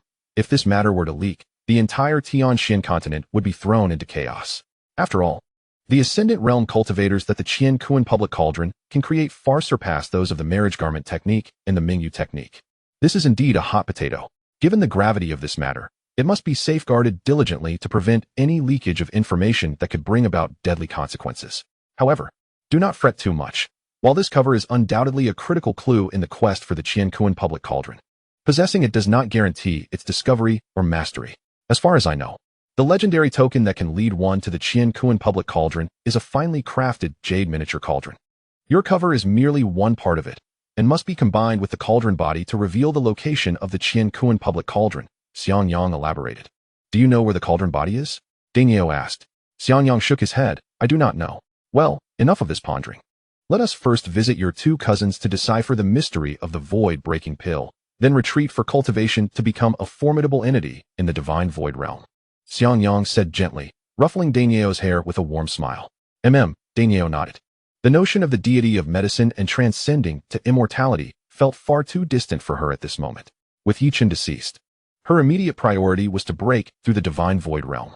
If she could achieve that, her invincibility among peers at the same level, thanks to the characteristics of the Mingyu technique, would allow her to dominate the continent. Moreover, the Qiankuan public cauldron is merely a legend. And since so many powerful beings from ancient times have never laid eyes upon it, she had little faith that a mere cover could unveil this divine cauldron. Rather than waste time on these ethereal pursuits, she would be better served to focus on her cultivation and swiftly ascend to the ranks of the continent's elite. Consequently, Daimyo employed the profound ice sealing technique from the Mingyu technique to encase the Jade Qiankuan cover in a sphere of ice, subsequently storing it within her spatial ring, deep within its confines. Let us go. The Dan family lies ahead, Xianxiang declared. The two transformed once more into streaks of red and blue light, swiftly making their way towards the Dan family estate. At this moment, within the Dan family branch, Dan Sheng was in a state of turmoil, grappling with the troubles brought forth by the He family. Who dares to intrude upon the Dan family with such audacity? I see you are tired of living. At that moment, a series of furious shouts echoed from the courtyard outside. Dan Sheng's expression shifted dramatically as he prepared to consult with several elders and the steward about the commotion outside. However, before he could step out the door, a voice brimming with provocation and arrogance echoed in. Ha ha ha, who would have thought that the illustrious Dan family is so inept, lacking even a formidable warrior of note? What a joke. Truly a farce. Following this, cries of agony reverberated as the guards outside were brutally slaughtered by the members of the He family in an instant. The overwhelming stench of blood wafted in, causing Dan Sheng and the others to turn pale. This is utterly outrageous. How dare they go this far? Second Master. The He family has crossed the line. We can no longer tolerate this. Chapter 1169, Courage and Integrity. If this continues, what face will the Dan family have to stand in Qingzhou or the western regions? The elders and steward were all filled with righteous indignation. Dan Sheng's son, Dan Minsu, stormed in, exclaiming, Father, they are bullying us right at our doorstep. How can you still sit here? It would only invite ridicule. No matter our plight. We have a celestial monarch to support us. What is the He family compared to that? Let us confront them. With that, Dan Minsu seized a treasured sword, ready to fight the He family to the death. Stop. Dan Sheng barked sternly. You shall not go anywhere. Father, Dan Minsu protested, driven by youthful impulsiveness. He was determined to act. Dan Sheng, filled with sorrow and indignation, retorted, Do you think I do not wish to teach the He family a lesson? But our circumstances are known to all. Despite their arrogance, the He family is backed by the Twin Supreme Palace. If your uncle were not injured, with his earth sovereign cultivation and the prowess of our clan's experts, we could contend with them. But now, he clenched his fists tightly, gritting his teeth. Your uncle's meridians are shattered. He has become a living corpse. Even if all of us combined, we could not vanquish the He family, let alone shake the might of the Twin Supreme Palace. We can afford to remain hidden and avoid conflict, but if we cannot restrain ourselves and confront the He family, should we lose, it would mean the end of everything. Are we to simply allow them to act with impunity? Dan Minsu retorted defiantly. Patience, my son. A moment of impatience can ruin a great plan. Once I find a way to heal your uncle, we shall confront the He family to the bitter end. Dan Sheng insisted, suppressing his fury. Dan Minsu stomped his foot in frustration. Patience? For how long? There are limits to what one can endure. I would rather die standing boldly than cower here like a turtle. Before he could finish, a clear female voice rang out. Well said. Courage and integrity. This is precisely how a son of the Dan family should behave. The voice approached, as if whispering directly into their ears. Despite their attempts to sense her presence, they could not, indicating her formidable cultivation. Who are you? Please reveal yourself. Dan Sheng inquired respectfully, knowing the speaker's strength was beyond measure. As soon as he finished speaking, two beams of spiritual light swept past the elders and steward, appearing before Dan Sheng and his son. It was none other than Xianxiang and Dan Yao. Patriarch, is she not the cousin I told you about? Zhao Bo exclaimed, recognizing Dan Yao and Xianxiang with delight. You two are the remarkable individuals who assisted us in Bayou Valley. Dan Minsu gasped in recognition. Dan Yao smiled. Indeed, that is me. With that, she removed her mask, revealing a face of unparalleled beauty, radiant as a rose. The crowd was left in awe, their eyes wide with astonishment. The world often describes a woman's beauty as celestial. Yet no one has ever seen what a true celestial being looks like. At this moment, upon witnessing Dan Yao's face, which surpassed even that of the moon goddess, they could not help but think of the phrase as beautiful as a heavenly fairy. They pondered that if celestial beings lacked such beauty, they would hardly merit the title. As Dan Sheng gazed upon her visage, memories flooded back to hundreds of years ago when he was merely a young boy, and his aunt Dan Feng had yet to wed into the royal family of the Shangguan. Chapter 1170, Cousins. Having lost his mother at a tender age, he wept inconsolably, and it was his aunt who gently comforted and cared for him, fulfilling, in a sense, the role of a mother. Now, seeing a face so reminiscent of his memories, yet even more extraordinarily beautiful, Dan Sheng trembled. You look just like her. It is uncanny. His expression transformed into one of joy and excitement as he addressed Dan Yao. After such a long wait, you have finally returned. Dan Yao smiled playfully. How can you be so certain that I am your cousin and not some impostor? I am certain, for your face resembles that of my aunt too closely to doubt. You are indeed my cousin, Dan Sheng asserted confidently. At that moment, a thought struck him. I recall that when you were born, it was said your face was healed. Dan Yao nodded with a smile. It healed long ago. Asu, come here. This is your great aunt's daughter.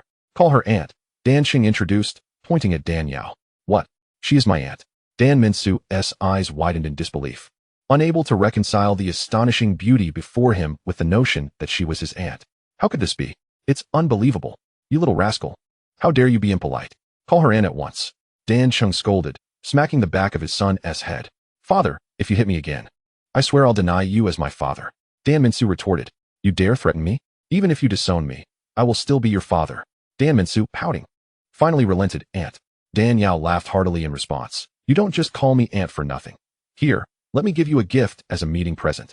With that, Dan Yao retrieved a piece of soft, white armor from her space. This is ice silk armor, crafted from the silk of 1,000-year-old ice silkworms and 10,000-year-old snow spiders. It is impervious to blades and can also defend against internal energy attacks. At my level of cultivation, I no longer require it, so I bestow it upon you for your protection. This ice silk armor had been a treasure she had acquired years ago, but had remained unused in her space. Upon hearing Dan Minsu's spirited remarks earlier, Dan Yao felt a surge of fondness and decided to gift him this item. Dan Sheng interjected immediately. No, this is far too precious to give to him. You must take it back. It is merely a trifle, nothing of great consequence. Dan Yao replied somewhat nonchalantly. With a flick of her finger, the ice silk armor transformed into a strand of ice silk, quickly wrapping around Dan Minsu's torso, then reconstituting itself into armor that clung snugly to his skin. Stunned by the unexpected gift, Dan Minsu instinctively tried to remove it to return it to her. No, once I give something away, it cannot be taken back. Wear it well, Dan Yao insisted, holding him back. Thank you, aunt. Looking at Dan Yao's exquisite face, Dan Minsu felt an odd discomfort as he uttered the word aunt. Meanwhile, Dan Sheng was eager to inquire about her experiences over the past century and the situation of the Dan family in the southern region. However, the taunting voice of the Hua family continued to ring out from outside. Dan Minsu once more grew agitated, clamoring to go out. Yet, Dan Sheng stopped him, his fair and handsome face turning into a balloon of pent-up frustration. Dan Yao's eyes turned icy. What kind of rabble dares to bully the Dan family? Let us go and teach them a lesson. Chapter 1171, Let us confront them. Dan Yao had come to the Dan family branch, not only to leverage her cousin's extensive experience in the medicinal herb trade, but also to unravel the mystery of the broken void pill and locate the remaining 2 primary ingredients. As the granddaughter of Elder Dan, she could not tolerate anyone daring to bully her family, even if this was merely a branch of the Dan clan. Upon hearing Dan Yao's words, the fervor of all present was ignited. Though their talents in cultivation were not exceptional and their strength far from supreme, their discernment remained keen. Before them stood a woman of ethereal beauty, seemingly not of this mortal realm, the renowned Swipo immortal of the 4 great regions, whose cultivation had reached an almost unfathomable pinnacle. In the past, during the conflict between the Great Yin dynasty and the Southern Wu kingdom, she single-handedly slew 3 mighty heavenly lords. Half a year ago, despite the immense pressure from the twin Absolute Hall, she publicly executed 2 elders and an alchemist without hesitation. Moreover, it was said that when she defeated the 3 heavenly lords, she relied solely on her own prowess, without assistance from others. Beside her stood a man wearing a crying cat mask, who, during that fierce battle 6 months prior, demonstrated strength rivaling Dan Yao's. One woman alone, undefeated against 3 heavenly lords, equated to the power of 3 such formidable beings. Together, The two commanded strength comparable to the combined might of 6 heavenly lords. Although the western and northern regions boasted greater numbers of heavenly lords than the southeastern regions, a force equivalent to 6 heavenly lords, even the formidable twin Absolute Hall, would have to tread carefully. Having endured repeated provocations from the Hua family, their pent-up fury was palpable. Now, witnessing Dan Yao's intervention, each individual was stirred with zeal, eager to teach those reckless instigators a lesson. Yet, Dan Cheng was, after all, the head of the household. Without his command, none dared act rashly. All eyes of the elders and stewards turned to Dan Cheng, awaiting his word. Feeling the collective gaze and his long-suppressed wrath ignited, Dan Cheng bellowed, "Let us go and deal with them. Yes, deal with them. Crush these pretentious upstarts." The crowd, inflamed with passion, followed him out together. As one of Qingzhou's most prominent families, the Dan branch was fortified by the presence of heavenly lords from the main clan. The Hua family's provocations at the gate naturally drew a crowd of cultivators and commoners. Outside the courtyard stood a young maiden clad in a vibrant crimson silk dress. Her expression one of disdain as she gazed upon the Dan family. She was none other than Hua Shanshan, the elderly patriarch's youngest daughter of the Hua clan. Flanking her were 2 elderly men in red robes, their auras radiating formidable oppression.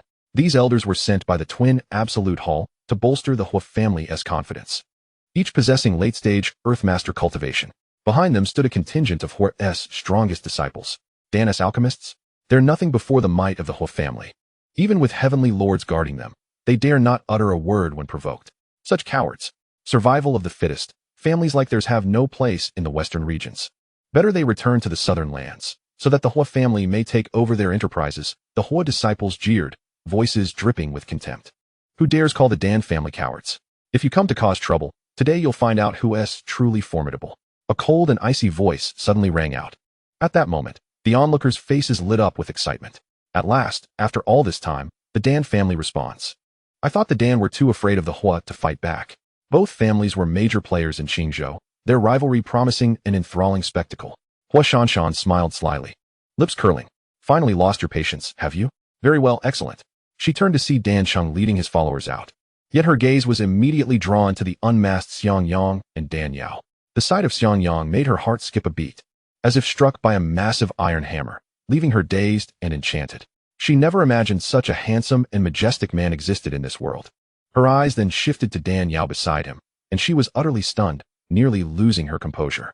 Proud of her youth and beauty, unrivaled in the western regions, she now felt reduced to mere mediocrity before this woman's radiance. Damn it, how can she be so beautiful? She can't possibly outshine me. A cold and venomous jealousy surged within Hua Shanshan, contorting her features into a sinister scowl. Dan Cheng cast a glance at Hua Shanshan. I wondered who could be so arrogant. So it's you. After hiding like a coward for so long, you finally had to show your face, huh? Hua Shanshan sneered, sweeping disdainfully over the Dan family. Since you've come out, I'll give you a choice. If you and your elder brother South family agree to close all your shops, pack up, and return to your southern homeland, ceasing competition with the Hua family, I will represent my clan and show mercy, sparing you.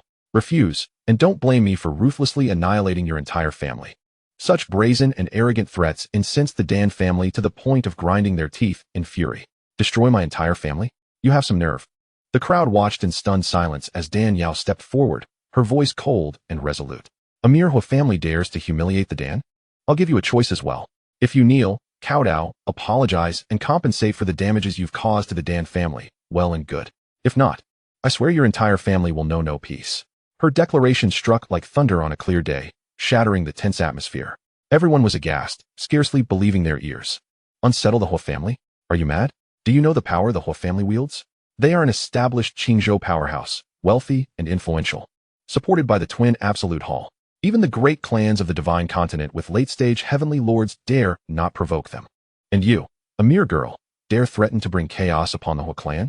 It's like lighting a lantern in a latrine, courting death. Hua Shanshan's fury erupted into laughter. I've never seen anyone so arrogant as you. Who do you think you are, speaking to me like that? Dan Yao smiled faintly, her tone indifferent. You're hardly worthy to even ask my name. Before I lose my temper, kneel and apologize, or bear the consequences. Hua Shanshan scoffed repeatedly. You want me to apologize to a lowly wretch like you? What are you even? Wretch? Who are you calling that? Dan Yao's words were a trap.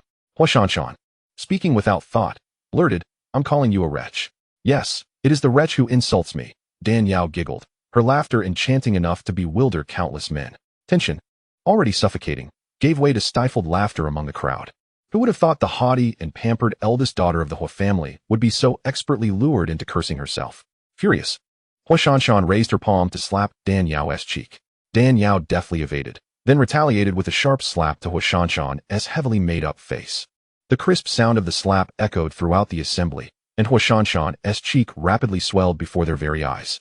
The members of the Hua family widened their eyes in disbelief, utterly astonished that Dan Yao dared to slap the face of their esteemed young lady in public. Even more incredulous than the onlookers was Hua Xianxian herself.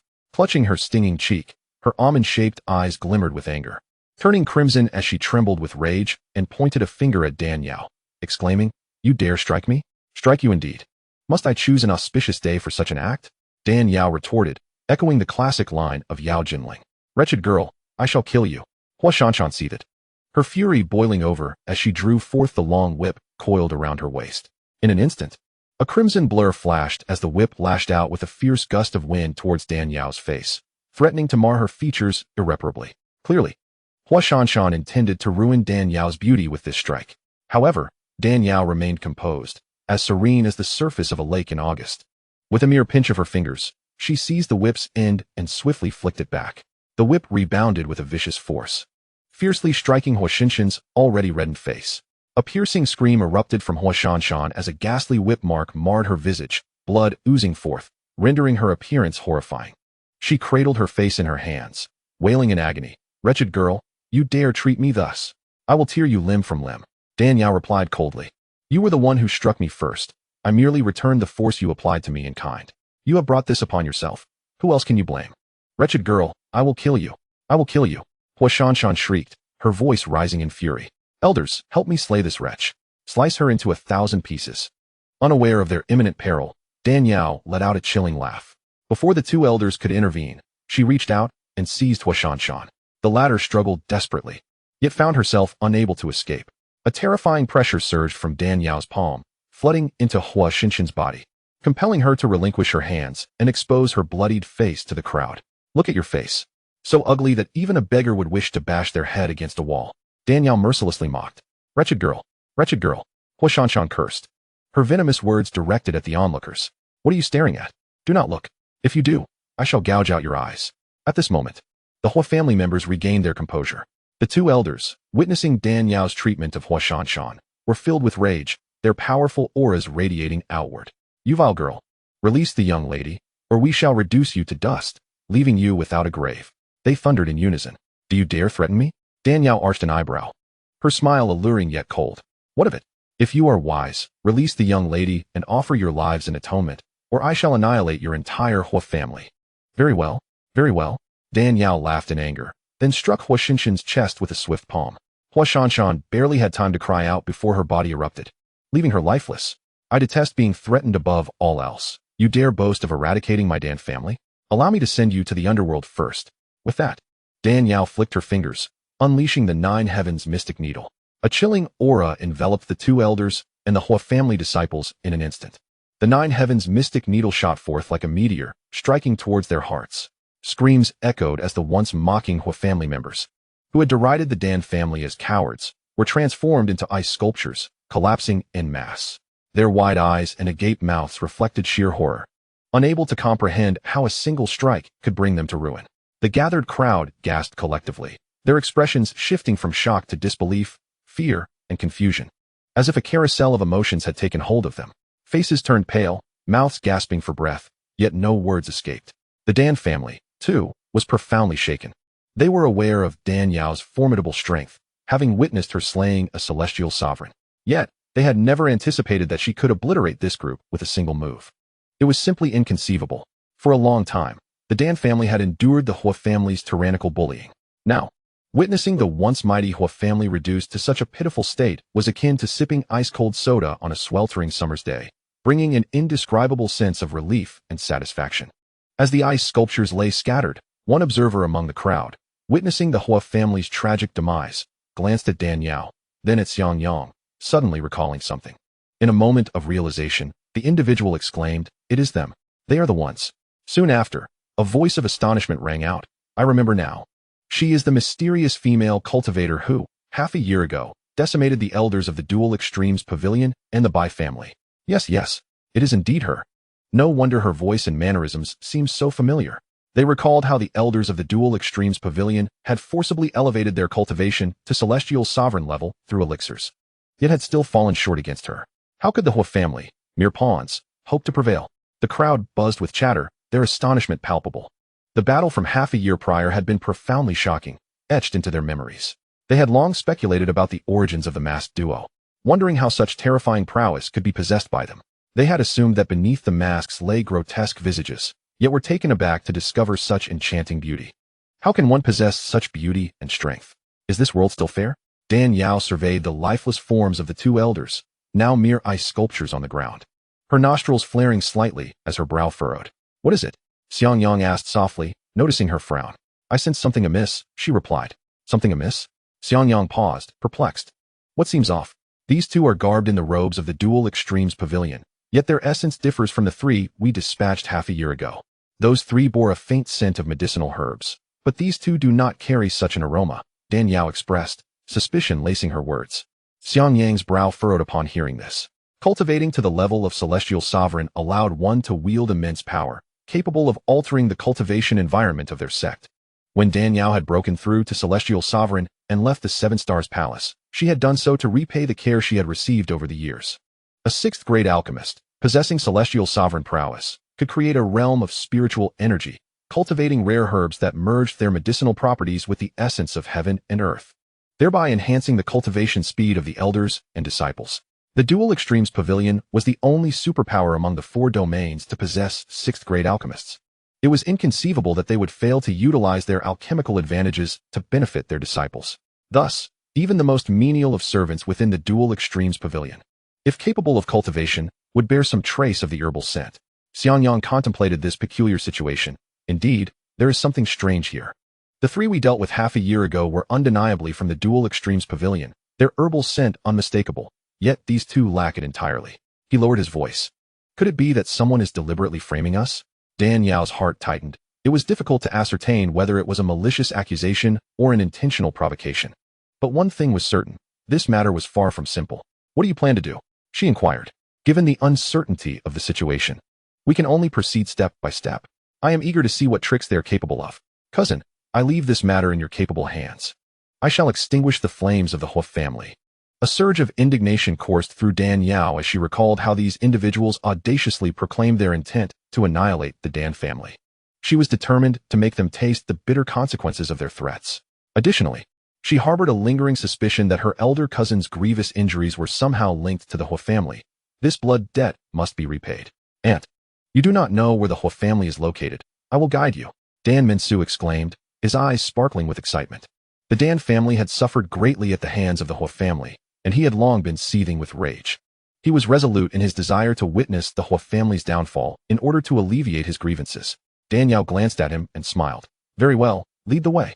Within the study of the Hua family, an elderly couple with silver hair was deliberating on how to deal with the Dan family. My dear, Shan has been gone for quite some time. Why hasn't she returned? Yang, Hua Shan's mother, expressed her concerns. Do not worry, my dear.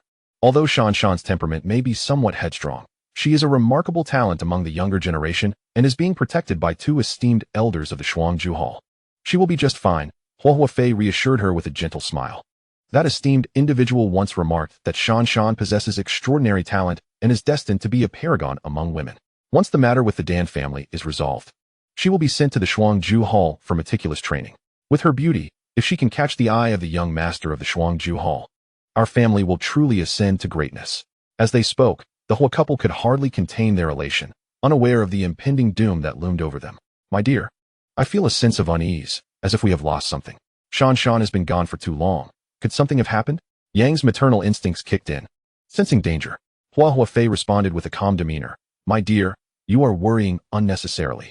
To my knowledge, the strongest member of the Dan family is Dan Ji, who has been gravely injured by the Shuangju Hall's members and is barely clinging to life. The rest are merely insignificant fish. They pose no threat, especially with the two esteemed elders from the Shuangju Hall at hand. Yang nodded slightly, acknowledging his reasoning. Indeed, as long as the Lord of the South Domain, the Rakshasa heavenly monarch, does not intervene, we should be safe.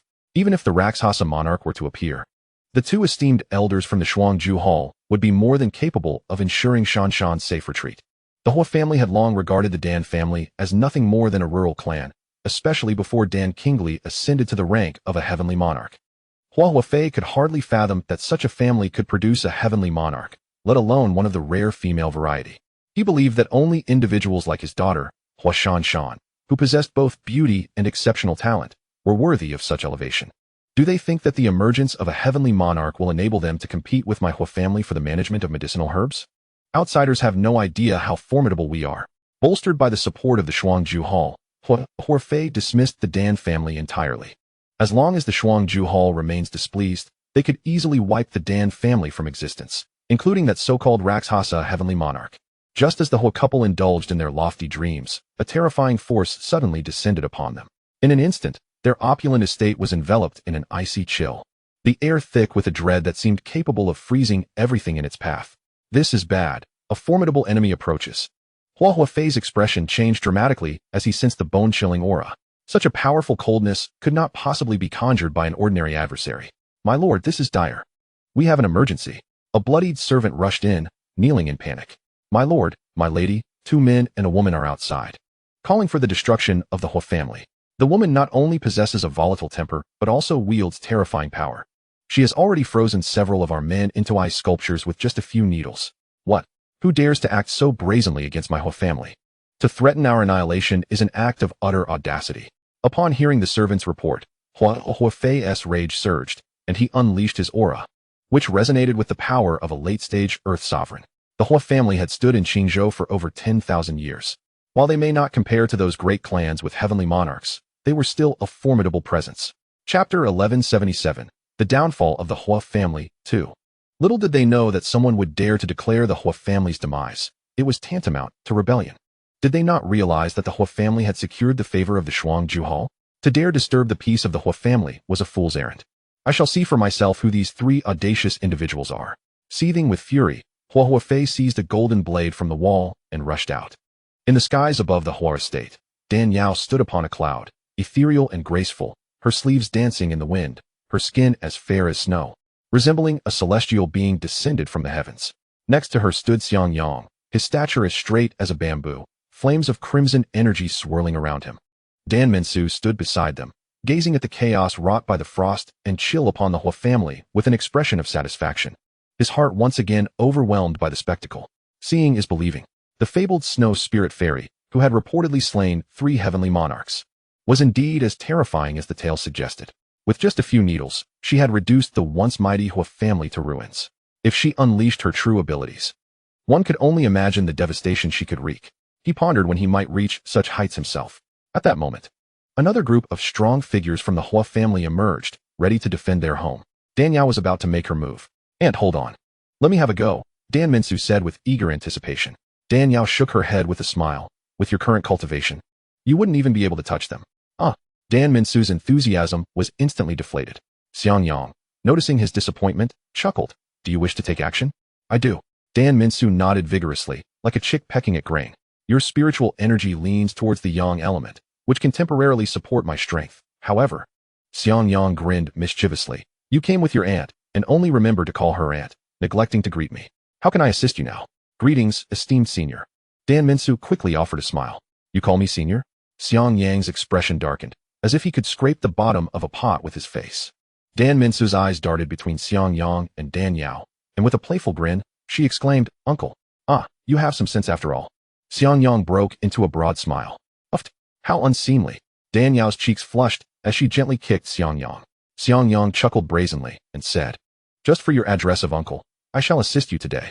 With that, he placed his hand on Dan Mensu's back, channeling an immense surge of pure yang spiritual energy through the fabric of his clothing. Unleash the most formidable technique of the Dan family. Xianxiang urged. Very well.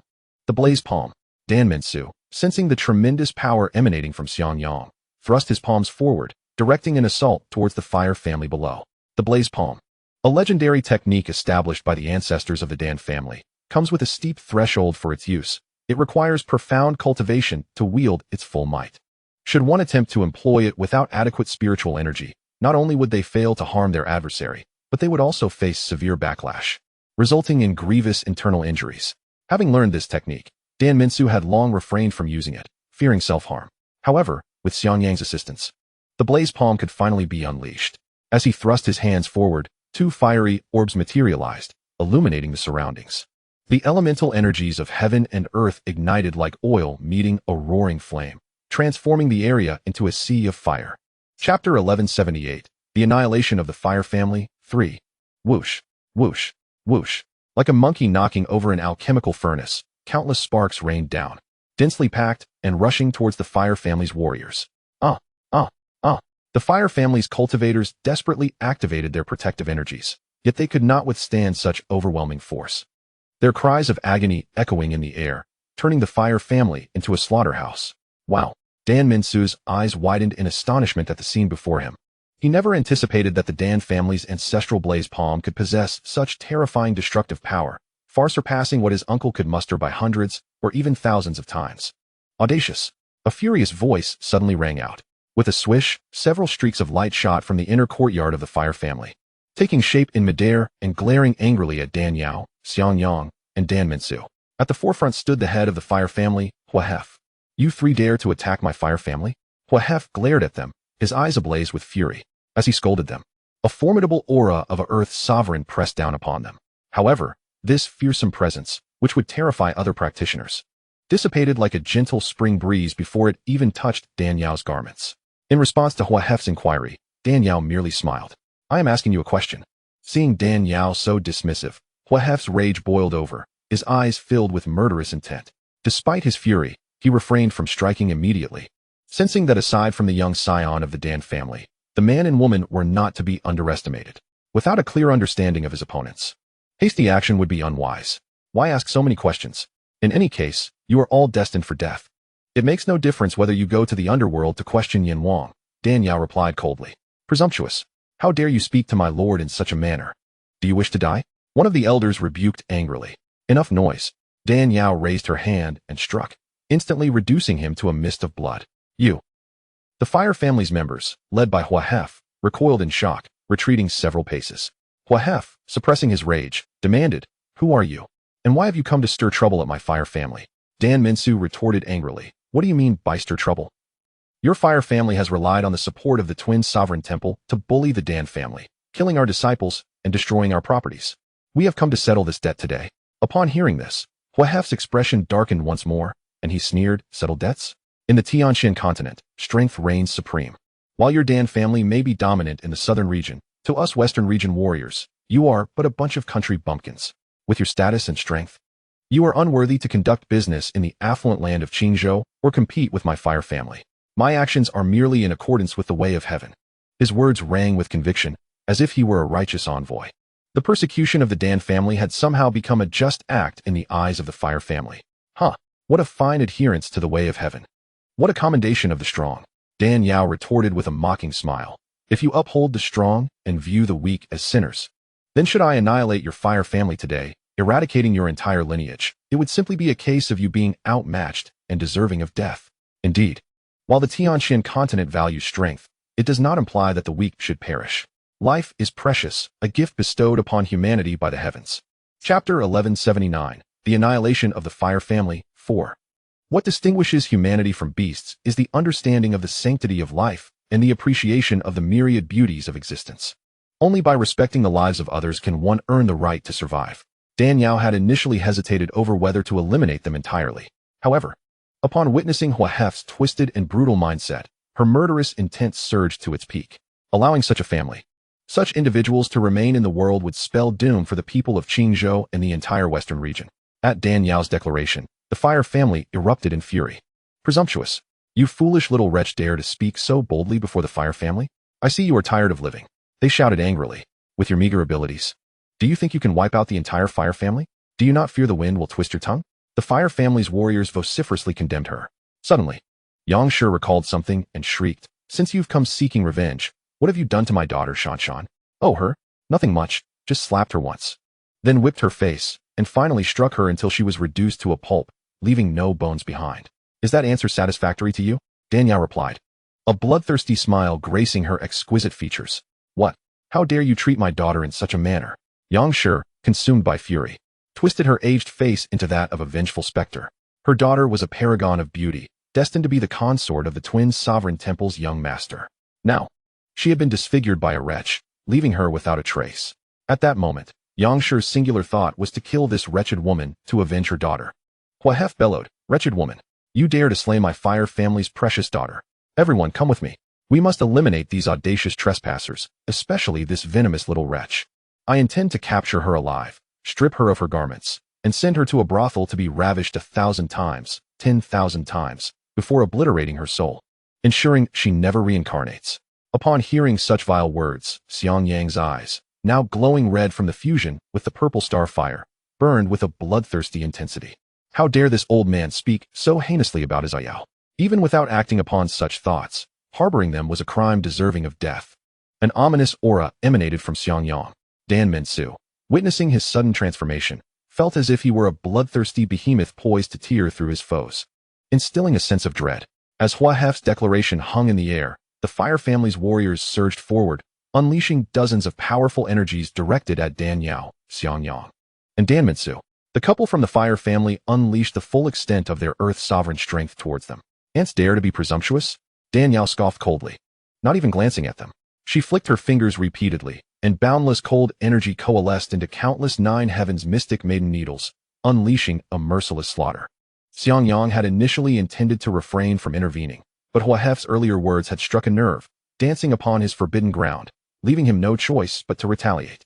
A surge of violet astral fire erupted from his palm, as Xiangyang softly uttered a single word, "Burn." The dual onslaught of ice and fire was nothing short of astounding. The chilling brilliance of the nine heavens, Xian new needle intertwined with the flames of the violet astral fire, illuminating the heavens in an instant. The members of the Hua family, led by Hua Fei, trembled involuntarily at the astonishing display of power unleashed by the two. In the blink of an eye, the nine heavens, Xian new needle struck, and before the Hua family could even let out a cry of despair, they were encased in ice sculptures. Soon after, the violet astral fire scorched the ice, transforming it into swirling crimson mist that dissipated into nothingness. However, one figure managed to withstand the assault and survive, Hua Fei.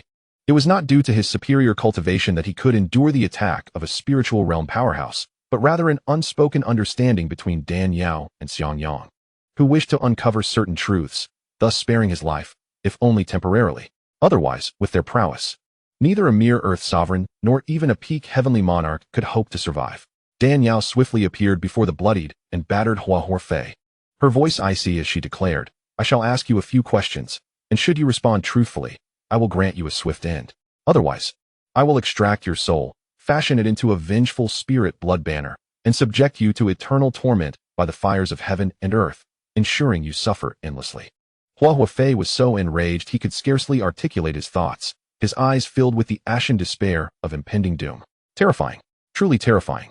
How could such a formidable being exist in the western regions? This level of power surpassed his comprehension and was certainly not possessed by an ordinary heavenly monarch. How could this provincial Dan family summon such dreadfully powerful figures, and not just one, but two? Who are you? You can't be the Rakshasa heavenly monarch. That woman has only recently attained the heavenly monarch level. It is impossible for her to possess such strength. Hua Fei's shattered visage was contorted with rage and malice. Dan Yao remained impassive, her tone as frosty as before. "Who I am is of no consequence to one who stands on the brink of death. I shall repeat myself, answer my questions, and you shall be granted a swift release, or else." Hua Fei, aware of his grave injuries and certain demise, yearned for clarity even in death. He forced a dry laugh and said, "Tell me who you are, and I shall answer all your questions. Otherwise, even if my soul were to scatter, you will not extract a single word from me." "Very well, since you are so eager to know, I shall reveal to you that I am the illustrious princess of the great Yin dynasty of the southern region." "Shangwan Yao," Dan Yao replied. "Oh, so you are the snow spirit fairy. No wonder you possess such prowess." Hua Fei coughed repeatedly. "All three heavenly monarchs have fallen to your hands. The demise of my Hua family today may indeed be fate's design. I have nothing left to hide. Ask away." First, my cousin Dan Ji was ambushed on his return journey, severely wounded, with shattered meridians rendered a living corpse. "Was this your doing?" Dan Yao inquired. Hua Fei nodded. "Yes, it was I who enlisted the two elders of the Shuangju Hall, along with several other experts to lie in wait.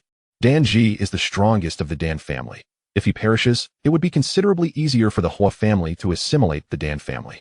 Oh, so it was you, the old scoundrel, who harmed my uncle. I shall kill you, Dan Minsu roared, drawing his sword and lunging at Hua Huafei. Hua Huafei made no move to resist, closing his eyes in acceptance of death. Hold your hand. I still have questions for him to answer. Dan Yao gently waved her hand, deflecting the sword. Reluctantly, Dan Minsu sheathed his sword, filled with resentment. Dan Yao fixed her gaze upon Hua Huafei and continued. Were the two elders who accompanied Hua Shanshan to provoke the Dan family truly elders from the Shuangju Hall? Hua Huafei nodded. Of course. There is no doubt about it. Dan Yao did not respond, but merely sighed softly. To have been a pawn in another's game. Facing death without even knowing the true mastermind. How tragic. How lamentable. Why do you ask me this? Hua Huafei sensed something amiss. Dan Yao shook her head.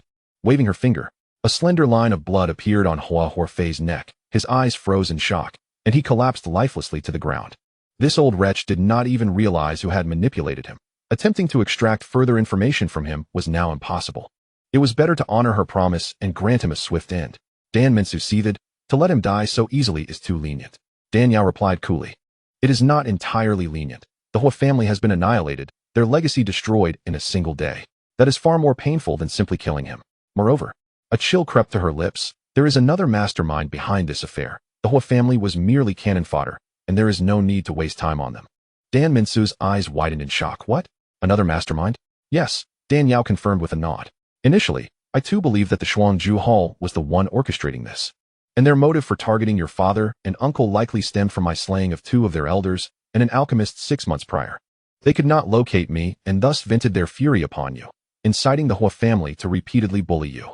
She paused before continuing. However, upon dealing with those individuals at the Dan family, I detected no trace of the unique medicinal fragrance associated with the Shuangju Hall on the corpses of those two elders.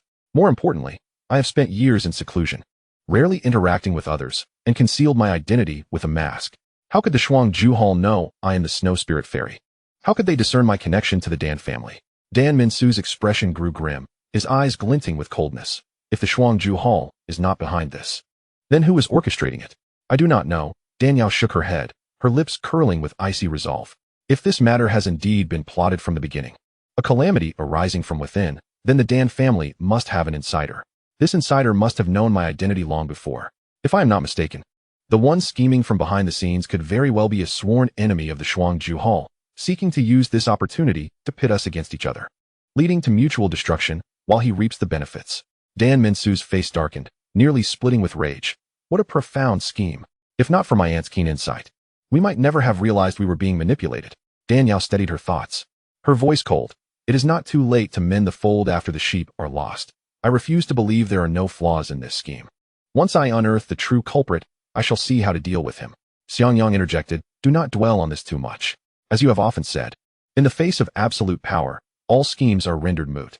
Those behind this may have calculated everything, but they did not account for the fact that our cultivation exceeds their imagination. When the day comes that they reveal their hand, we will strike with thunderous might, ensuring they are obliterated, never to be reborn.